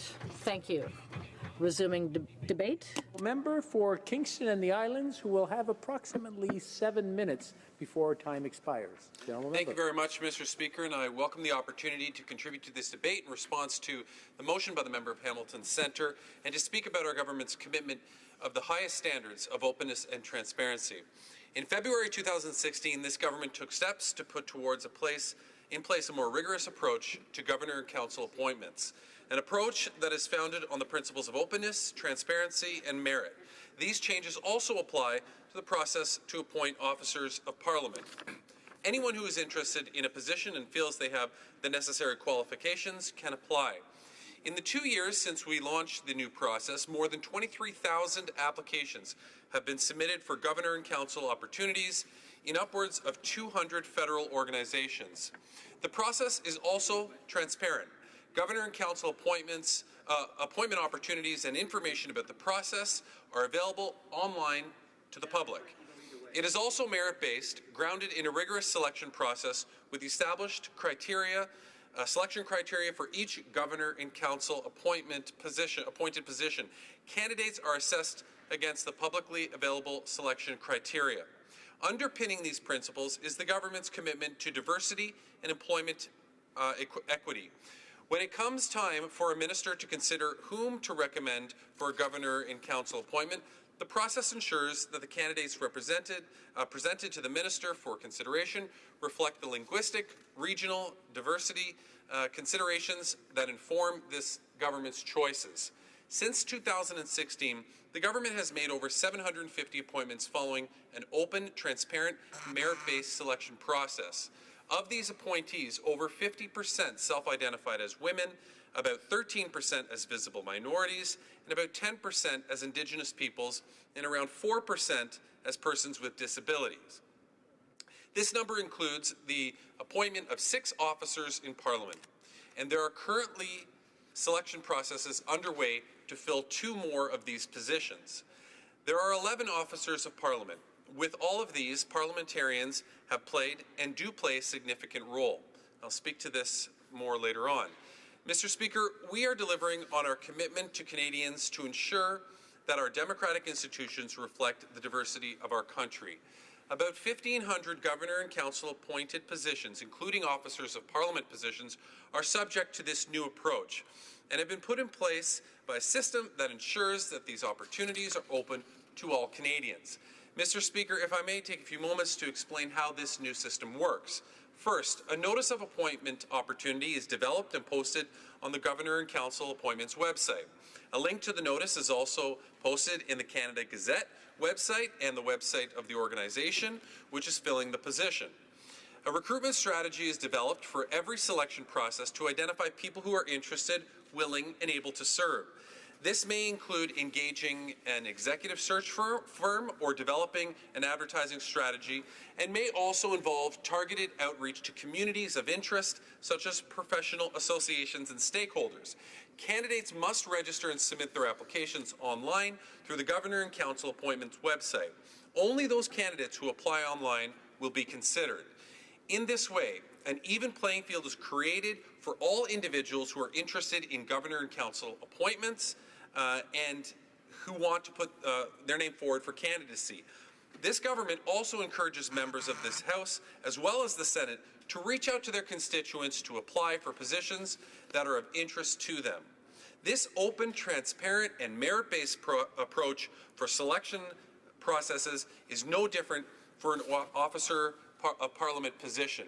For these key leadership positions, if an individual meets the selection criteria, in which some cases may be entrenched in legislation, such as the Conflict of Interest and Ethics Commissioner position, then there is nothing stopping that individual from applying online and submitting their candidacy. What is also new in this process is to fill these positions also includes an invitation to parliamentarians of all stripes to have their say at the outset of the selection process. Following the launch of this process for an officer in Parliament position, our government has taken the unique step of sending letters of engagement to the leaders and to critics of both opposition parties in Parliament. We have also sent letters to the speakers of both houses in respect of reporting the relationship of some of these positions. The purpose of these letters is to provide information about the position and invite input, including the names of qualified candidates who may be interested in applying. Mr. Speaker, I think it is important to emphasize that these are letters that are not required in the statute. They exemplify the openness and transparency of our government, as well as respect for the input and perspectives of elected officials. Parliament has a key role in this new approach to Governor and Council positions, in particular in regards to officers in Parliament. Enabling legislation for most officer and Parliament positions requires the government to consult with the leaders of recognized parties in either House of Commons or the Senate or both. We have been meeting these obligations, Mr. Speaker. Your ruling to this very matter this year on May 29, 2017 confirmed this. To be clear, this is a first step in an already very robust parliamentary process for these positions. As we know, a nominee for an officer of Parliament position is usually invited to appear before the appropriate committee of this House or Senate or both Houses. During the committee appearance, the parliamentarians ask the nominee questions about his or her qualifications for the position. Legislation also requires approval by resolution for one or more of both Houses of Parliament. Mr. Speaker, there are opportunities throughout, beginning as soon as the process is launched, for parliamentarians to weigh in on candidates who could apply and ultimately on the appointment of the candidate. As I've already stated, the government has made significant progress in filling important positions in our democratic institutions, including agencies, boards, commissions, administrative tribunals, crown corporations, and we're including officers of Parliament in these positions. We are committed to timely selection processes that ensure democratic institutions have higher caliber appointees to provide excellent services to Canadians. I think you want to interrupt me as we're coming to the end, Mr. Speaker. I'd be happy to pick up at the second hour of debate on this. The time provided for consideration of private members' business has now expired, and the order is dropped to the bottom of the order precedence on the order paper. Alors, à ce moment-ci, order. At this time, pursuant to Standing Order 38, a motion to adjourn the House is deemed to have been moved and seconded. Consequently, the question is as follows, that this House do now adjourn. The Honourable Member for Saint-Hyacinthe-Bagotte. Mr. Speaker, on May 24th, I asked the Minister for Families when he was going to keep his promise and that of his Prime Minister to increase the 15 weeks granted for sick leave under the EI system. Once again, the Liberals demonstrated their disregard for the most vulnerable people by ignoring the motion that I moved at the HuMA committee that would have led to a review of EI's sick leave program, which includes 15 weeks of sick leave. Establishing this study at HuMA, including experts, people who are ill, and people who are unemployed, would have showed us that it was necessary to update this outdated legislation. This study would have led to a fulsome report to be tabled in the House and would have proposed that the Minister consider recommendations regarding the relevance of the 15 weeks for sick leave outlined in legislation. I am quite surprised that the Liberals rejected outright this request for consultation because they love to consult. But I'm above all disappointed because hundreds of thousands of people need this benefit. Of what are the Liberals so afraid? After having promised many times to review the Employment Insurance Act, which is nearly 50 years old now, and is no longer in line with the needs of our society in 2018. Sick leave provisions of the employment insurance system still stand at 15 weeks, which throws thousands of families and people who are ill into financial insecurity. How can a low-income patient survive financially in such conditions? As I've said many times in the House, a person who is seriously ill cannot recover in 15 weeks, at the point where their benefits would run out. This act has not been changed since 1971, and it's throwing thousands of people into financial insecurity. Currently, over a third of claimants would need much more than the 15 weeks included in the program. For cancer remission, the average is 52 weeks in order to recover. The question of 15 weeks should be at the top of the political agenda in order to be in line with new needs at a time when 1 out of 2 Canadians has chances of developing cancer over their life, according to the Canadian Cancer Society. It is time to act. For almost 10 years, after her personal experience, Ms. Marie-Hélène Dubé is fighting against government inaction in this file. She created a petition online called 15 Weeks to Recover is Not Enough. She was able to rally 600,000 Canadians who call upon governments to extend sick leave in order to ensure a recovery in the best conditions possible. Mr. Speaker, I'm going to hold a public assembly on the theme of these 15 weeks because that is not enough. I invite the residents of Saint-Hyacinthe and Acton to meet their neighbor, Mélanie Pelletier, who, like hundreds of thousands of people, exhausted sick leave benefits through EI. Melanie's story was very touching, and I invite all the people in my riding to mobilize to support our neighbor, Melanie, and the thousands of people like her who need more than 15 weeks to recover. I hope to see the residents of Saint-Hyacinthe and Acton in large numbers. Mr. Speaker, once again, this government has not kept its promise. And the system of granting 15 weeks of sick leave is nearly 47 years old, still stuck in the past, and totally outdated. This should not be a partisan issue, Mr. Speaker. The Honourable Parliamentary Secretary to the Minister of Democratic Institutions. Thank you, Mr. Speaker, and I want to thank my colleague from Saint-Hyacinthe for raising the issue of employment insurance. I'm proud to stand before this House and remind my honourable colleague about the good work our government is doing on this front. Mr. Speaker, our EI program delivers approximately $18 billion in benefits to nearly 2 million Canadians annually. It's one of the most important programs that make up the core of our social support system. Canadians benefit from an unemployment insurance program that's dynamic and designed to respond automatically to changes in an EI economic region's unemployment rate. This helps to ensure that people residing in similar labour markets are treated similarly, with the amount of assistance provided adjusted according to the changing regional economic conditions. In regions and in communities across Canada, our EI program is providing income security for our families and workers during periods of unemployment. Since taking office, Mr. Speaker, we have made it our duty to improve the employment insurance program so that it remains relevant for Canadian workers, including seasonal workers, and better corresponds to the realities of today's labour market. For example, We have eliminated some restrictive EI eligibility requirements for new entrants and re-entrants to the labour force and simplified job search responsibilities for claimants. Mr. Speaker, we reduced EI waiting period from 2 weeks to 1. Shortening this waiting period eases the financial strains for EI claimants at the beginning of a claim, and we expect this move to put an additional $650 million in the pockets of Canadians annually. We're also saving Canadians money through reduced EI premiums paid by workers and employers. In fact, the 2017 and 2018 rates are the lowest since 1982. In the fall of 2018, eligible Canadians who lose their jobs after several years in the workforce will have more opportunities to upgrade their skills without losing their EI benefits.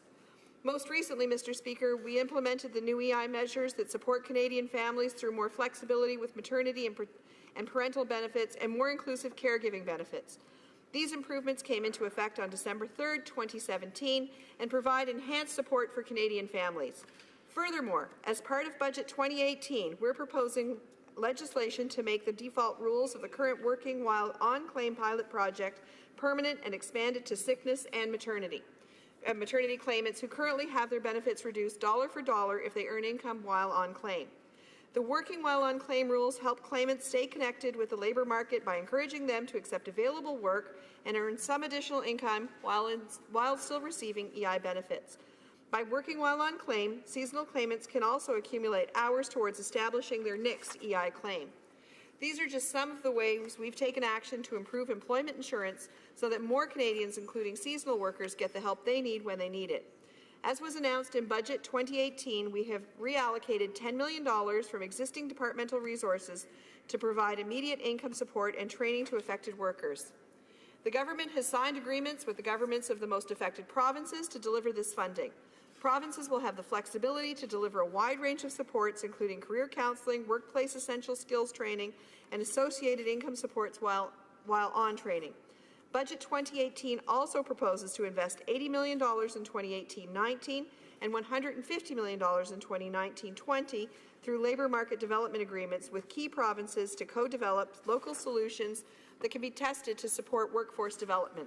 These measures will help ensure that unemployed workers in Canada's seasonal industries have access to the supports they need when they need it most.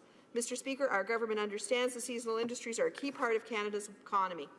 Important sectors of our economy, such as agriculture, forestry, fishing, construction, they rely on seasonal workers, and we're working hard to support those workers and those industries to benefit our economy and all Canadians, and we will continue to do so. Thank you, Mr. Speaker.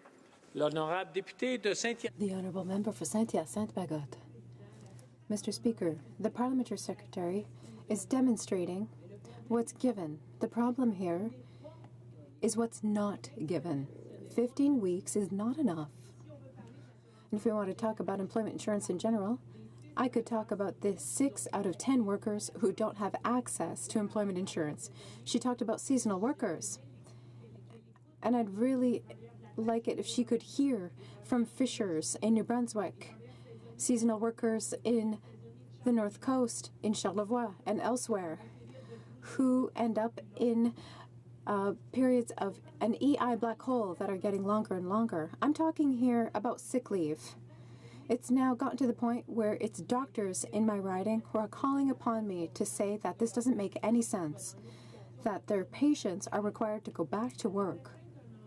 It should be an issue that all of us can rally around for the well-being of claimants and their families. So my question is, when do you plan to actually act and increase sick leave benefits through EI so that people, the Honourable Parliamentary Secretary? Speaker, we understand how important Canada's employment insurance program is to providing income security for families and for workers during periods of unemployment. And the improvements our government has made to our EI program have strengthened Canada's social safety network for all workers right across the country, including the seasonal workers that my honourable colleague referred to. Important sectors of our economy rely on seasonal labour, and those workers deserve our full support and our continued commitment to ensure their well-being. That's why we'll continue to be there for seasonal workers and our seasonal industries. It's the right thing to do, it's the smart thing to do, and it creates a stronger economy for all Canadians. Mr. Speaker, I'm proud of our government's work on this front, and we will continue to help Canadians when they need it most through a robust and dynamic employment insurance program. Thank you, Mr. Speaker. Honourable Member for Vancouver East. Mr. Speaker, I rose in this House on May 25th, and it was around the government shutting down debate on Bill C-76. This week, Bill C-76 returns to the House for third reading. We're 3 years into the Liberal majority mandate. Canadians trusted the Liberals to follow through on their big democratic reform promises. We all remember the big promise from the now Prime Minister that the 2015 election will be the last under the first past the post system. In Vancouver East, like many MPs, I held a town hall and consulted with my constituents. Overwhelmingly, the people in Vancouver East wanted to see a new voting system. They wanted every vote to count. They wanted to see proportional representation. This was echoed through the extensive consultation the committee undertook. Sadly, after the election, the Prime Minister suggested that Canadians, quote, have a government that they are most satisfied with, and the motivation to want to change the electoral system is less urgent. In a truly disappointing show of brazen partisan bias, the Prime Minister then abruptly abandoned the promise to Canadians. That's not what democracy is, and I hope that this broken promise and insult to Canadians is not forgotten in 2019. As I said, after 3 years, we're only now reaching the report stage of a democratic reform bill. You may wonder what took so long. Stephen Pearl, Canada's Chief Electoral Officer, made it clear any major electoral reforms needed to be passed by the end of April 2018. The 230-page Bill C-76 wasn't even tabled until April 30th. The Liberal government is treating democratic reform like the stereotypical procrastinating high school student that no one likes working with on an important group project. They show up last minute, they don't do what they told everyone that they were going to do, and then they have the audacity to impose things on the rest of the group so that the work will fit under their schedule. That's exactly what they did when they broke another democratic reform promise to Canadians by shutting down debate on an elections bill. Now that the bill is back in the House to be debated for report stage, my colleague, the member for Skeena-Bulkley Valley, has informed me that this government continues to be the group partner nobody wants. Bill amendments are like editing our legislative work. Unfortunately, the Liberal government, after showing up last minute and not completing the work they said they would, refused to accept edits to fix the holes and missing pieces in their work. My colleague, a tireless champion for improving Canada's democracy, tried to ensure that Bill C-76 protected voter information. He tried to strengthen privacy protections to prevent election meddling in the digital age. Rejected. He tried to push my former colleague and now Mayor of Vancouver, Kennedy Stewart's Gender Equality Initiative. The government wouldn't even talk about it. So why has this government broken so many promises to Canadians on this issue? Why have they put partisan interests over improving our institutions? And why have they failed to move legislation on electoral reform for so long? The Honourable Parliamentary Secretary. Thank you, Mr. Speaker. It's my pleasure to rise in the House tonight in response to the question from the Honourable Member from Vancouver East. I'm pleased to speak to Bill C-76, the Elections Modernisation Act that the government introduced on April 30th, 2018. This legislation represents a generational overhaul to the Canada Elections Act, which will improve transparency, fairness, integrity, and participation in Canada's electoral system. This legislation will reduce barriers for Canadian Armed Forces members and persons with disabilities. It will establish a pre-election period with transparency requirements and spending limits for political parties and third parties. And it will modernize the administration of elections to make it easier for Canadians to vote and more difficult for elections lawbreakers to evade punishments. Mr. Speaker, the preamble to the question posed by the Honourable Member from Vancouver East referenced Indigenous Canadians, which I would like to address. Bill C-76 is aimed at reducing barriers to participation in federal elections and increasing accessibility for all Canadians, including Indigenous peoples. The former Chief Electoral Officer's recommendations following the 2015 general election indicate that the proof of address requirement was difficult to meet for many, and in some cases presented a significant barrier to voting for Canadians. Moreover, the same report stated that this is particularly true for youth, homeless electors, seniors living in long-term care facilities, as well as Indigenous peoples hoping to cast their ballots. It was for this reason that the Chief Electoral Officer authorized the use of the voter information card, commonly known as the VIC, in several pilot projects.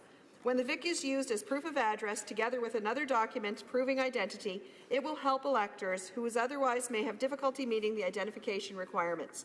Consequently, Mr. Speaker, the Chief Electoral Officer recommended that the prohibition on authorizing the VIC as a piece of identification to establish address be removed from the Canada Elections Act.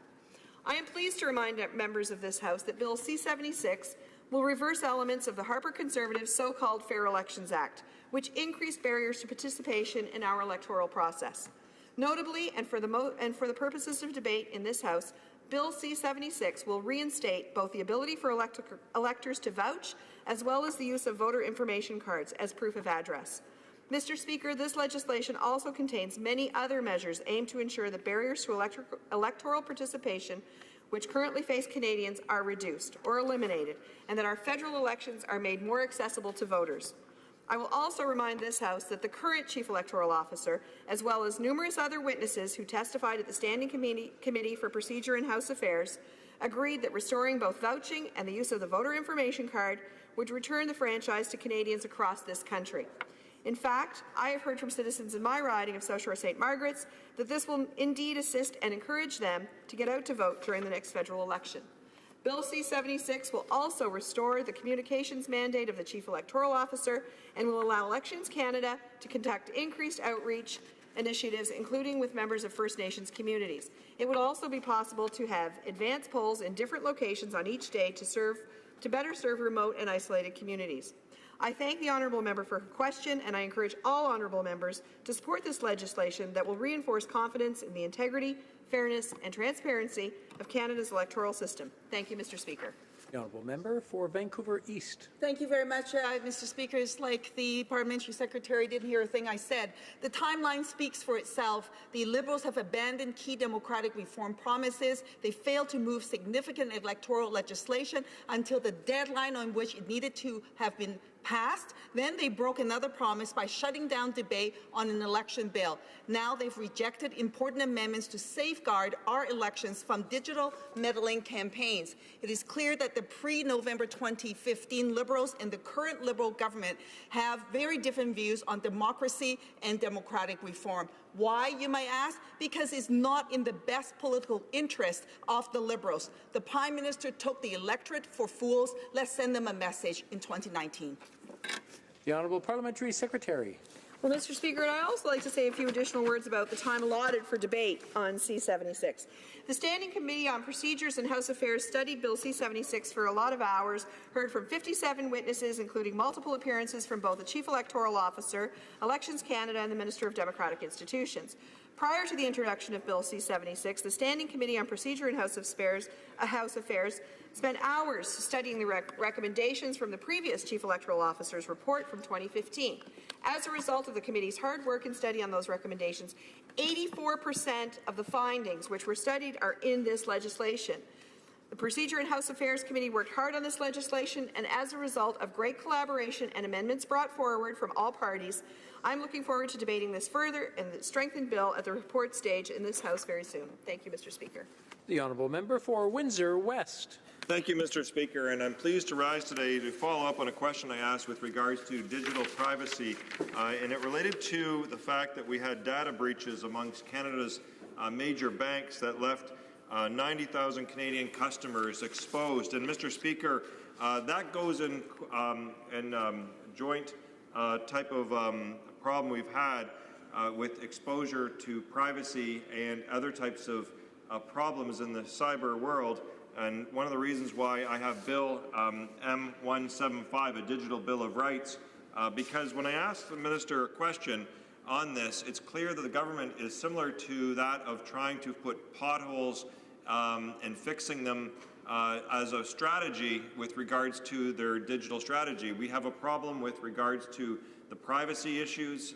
We have issues related to how much there is going to be with regards to consumer protection. There's several problems that are together, and the government is going through, whether it be the CRTC, PIPEDA, or other types of legislative means, almost a spotty fix approach to deal with the new modern digital age, and it's setting us back. In fact, in privacy alone, Mr. Speaker, we have a number of different situations and breaches that took place. So I mentioned that the banks had exposed Canadians, 90,000 of them, to cyber exposure in different ways of their information being out there. But there's others. There's Uber, Equifax, Bell, Yahoo, eBay, Home Depot, Sony Pictures, Facebook, and Twitter, just to name a few. So, Mr. Speaker, what I have been calling for is Motion 175, a digital Bill of Rights. And Motion 175 is a way to bring about a set of rules and a set of guiding principles for a new digital age.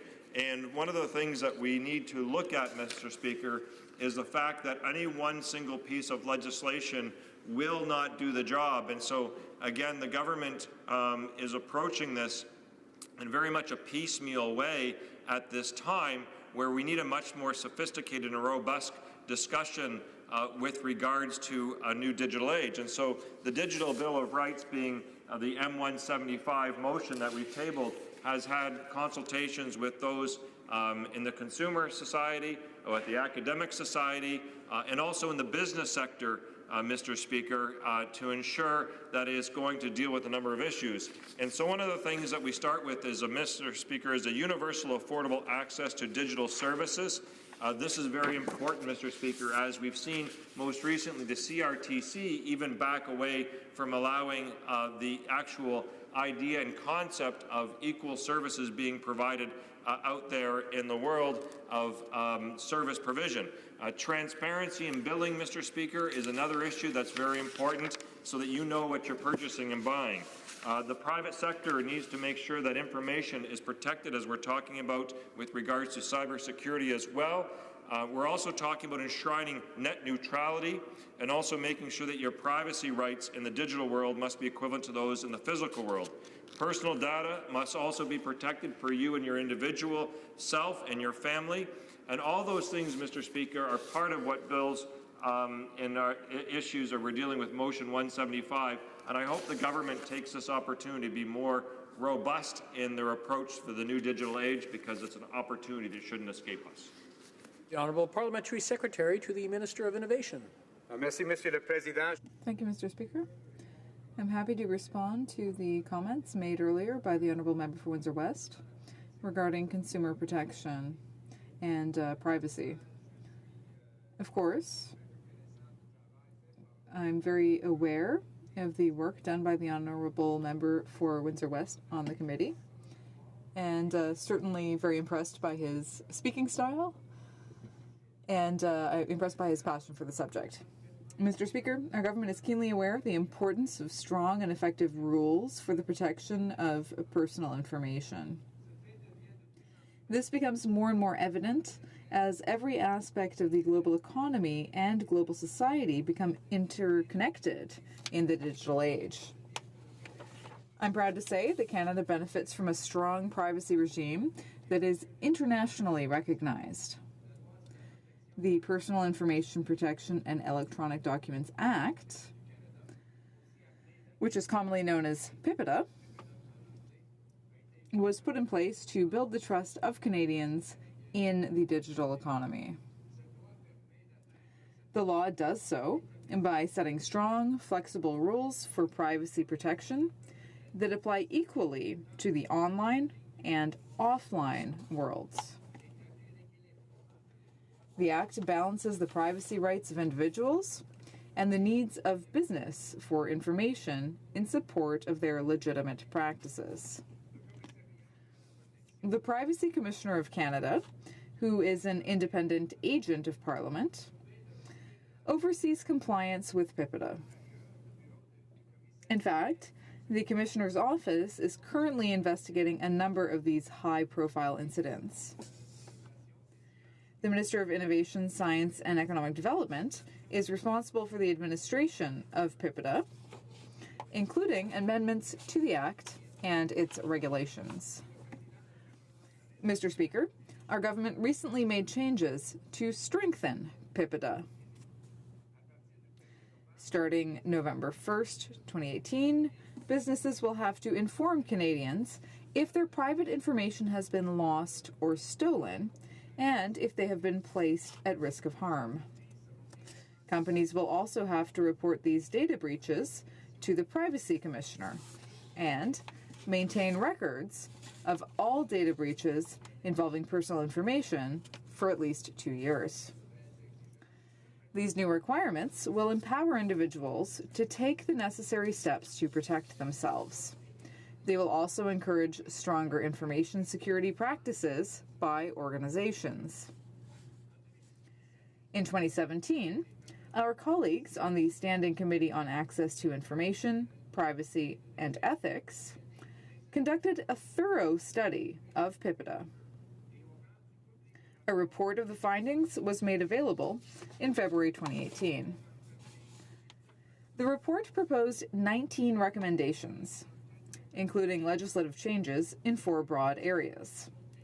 The recommendations touched on issues of consent, online reputation, the Commissioner's enforcement powers, and Canada's status in the European Union as providing an adequate level of privacy protection. Mr. Speaker, the government's response acknowledged that changes are needed to maintain privacy rules that are clear and enforceable, and to support the level of privacy protection the Canadians expect. The response also noted the importance of engaging Canadians to maintain the balance between supporting innovation and ensuring strong protection.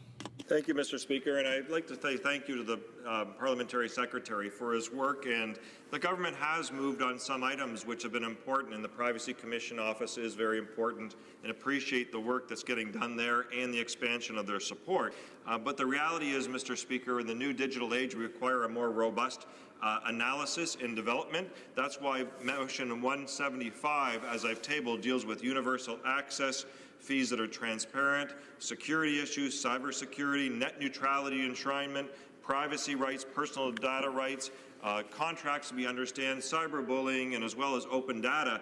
All those things, Mr. Speaker, that are important. I will conclude, Mr. Speaker, with a quote here from Jim Balsillie, the Chair of the Council of Canadian Innovators, that summarizes where we're at. It says, Canadians need to be formally empowered in this new type of digital economy because it affects our entire lives. For our democracy, security, and economy, Canadian citizens, not unaccountable multinational tech giants, need to control the data we and our institutions generate. I would hope we do that, Mr. Speaker. Honourable Parliamentary Secretary. Mr. Speaker, the honourable member is correct to say that there are many issues on the table, and he has highlighted a large number of them. For the part of the government, I will say that there are a number of studies ongoing, a number of collaborations ongoing, the largest one being our consultation, current consultation on data across the country. This will form another part of the information and evidence that we have in front of us to try to manage a great number of these issues, and we look forward to working with the honourable member in the future to the resolution of this balance. Thank you. The motion to adjourn the House is now deemed to have been adopted. La Chambre demeure donc. Accordingly, this House stands adjourned until tomorrow at 2 p.m. pursuant to Standing Order 24-1.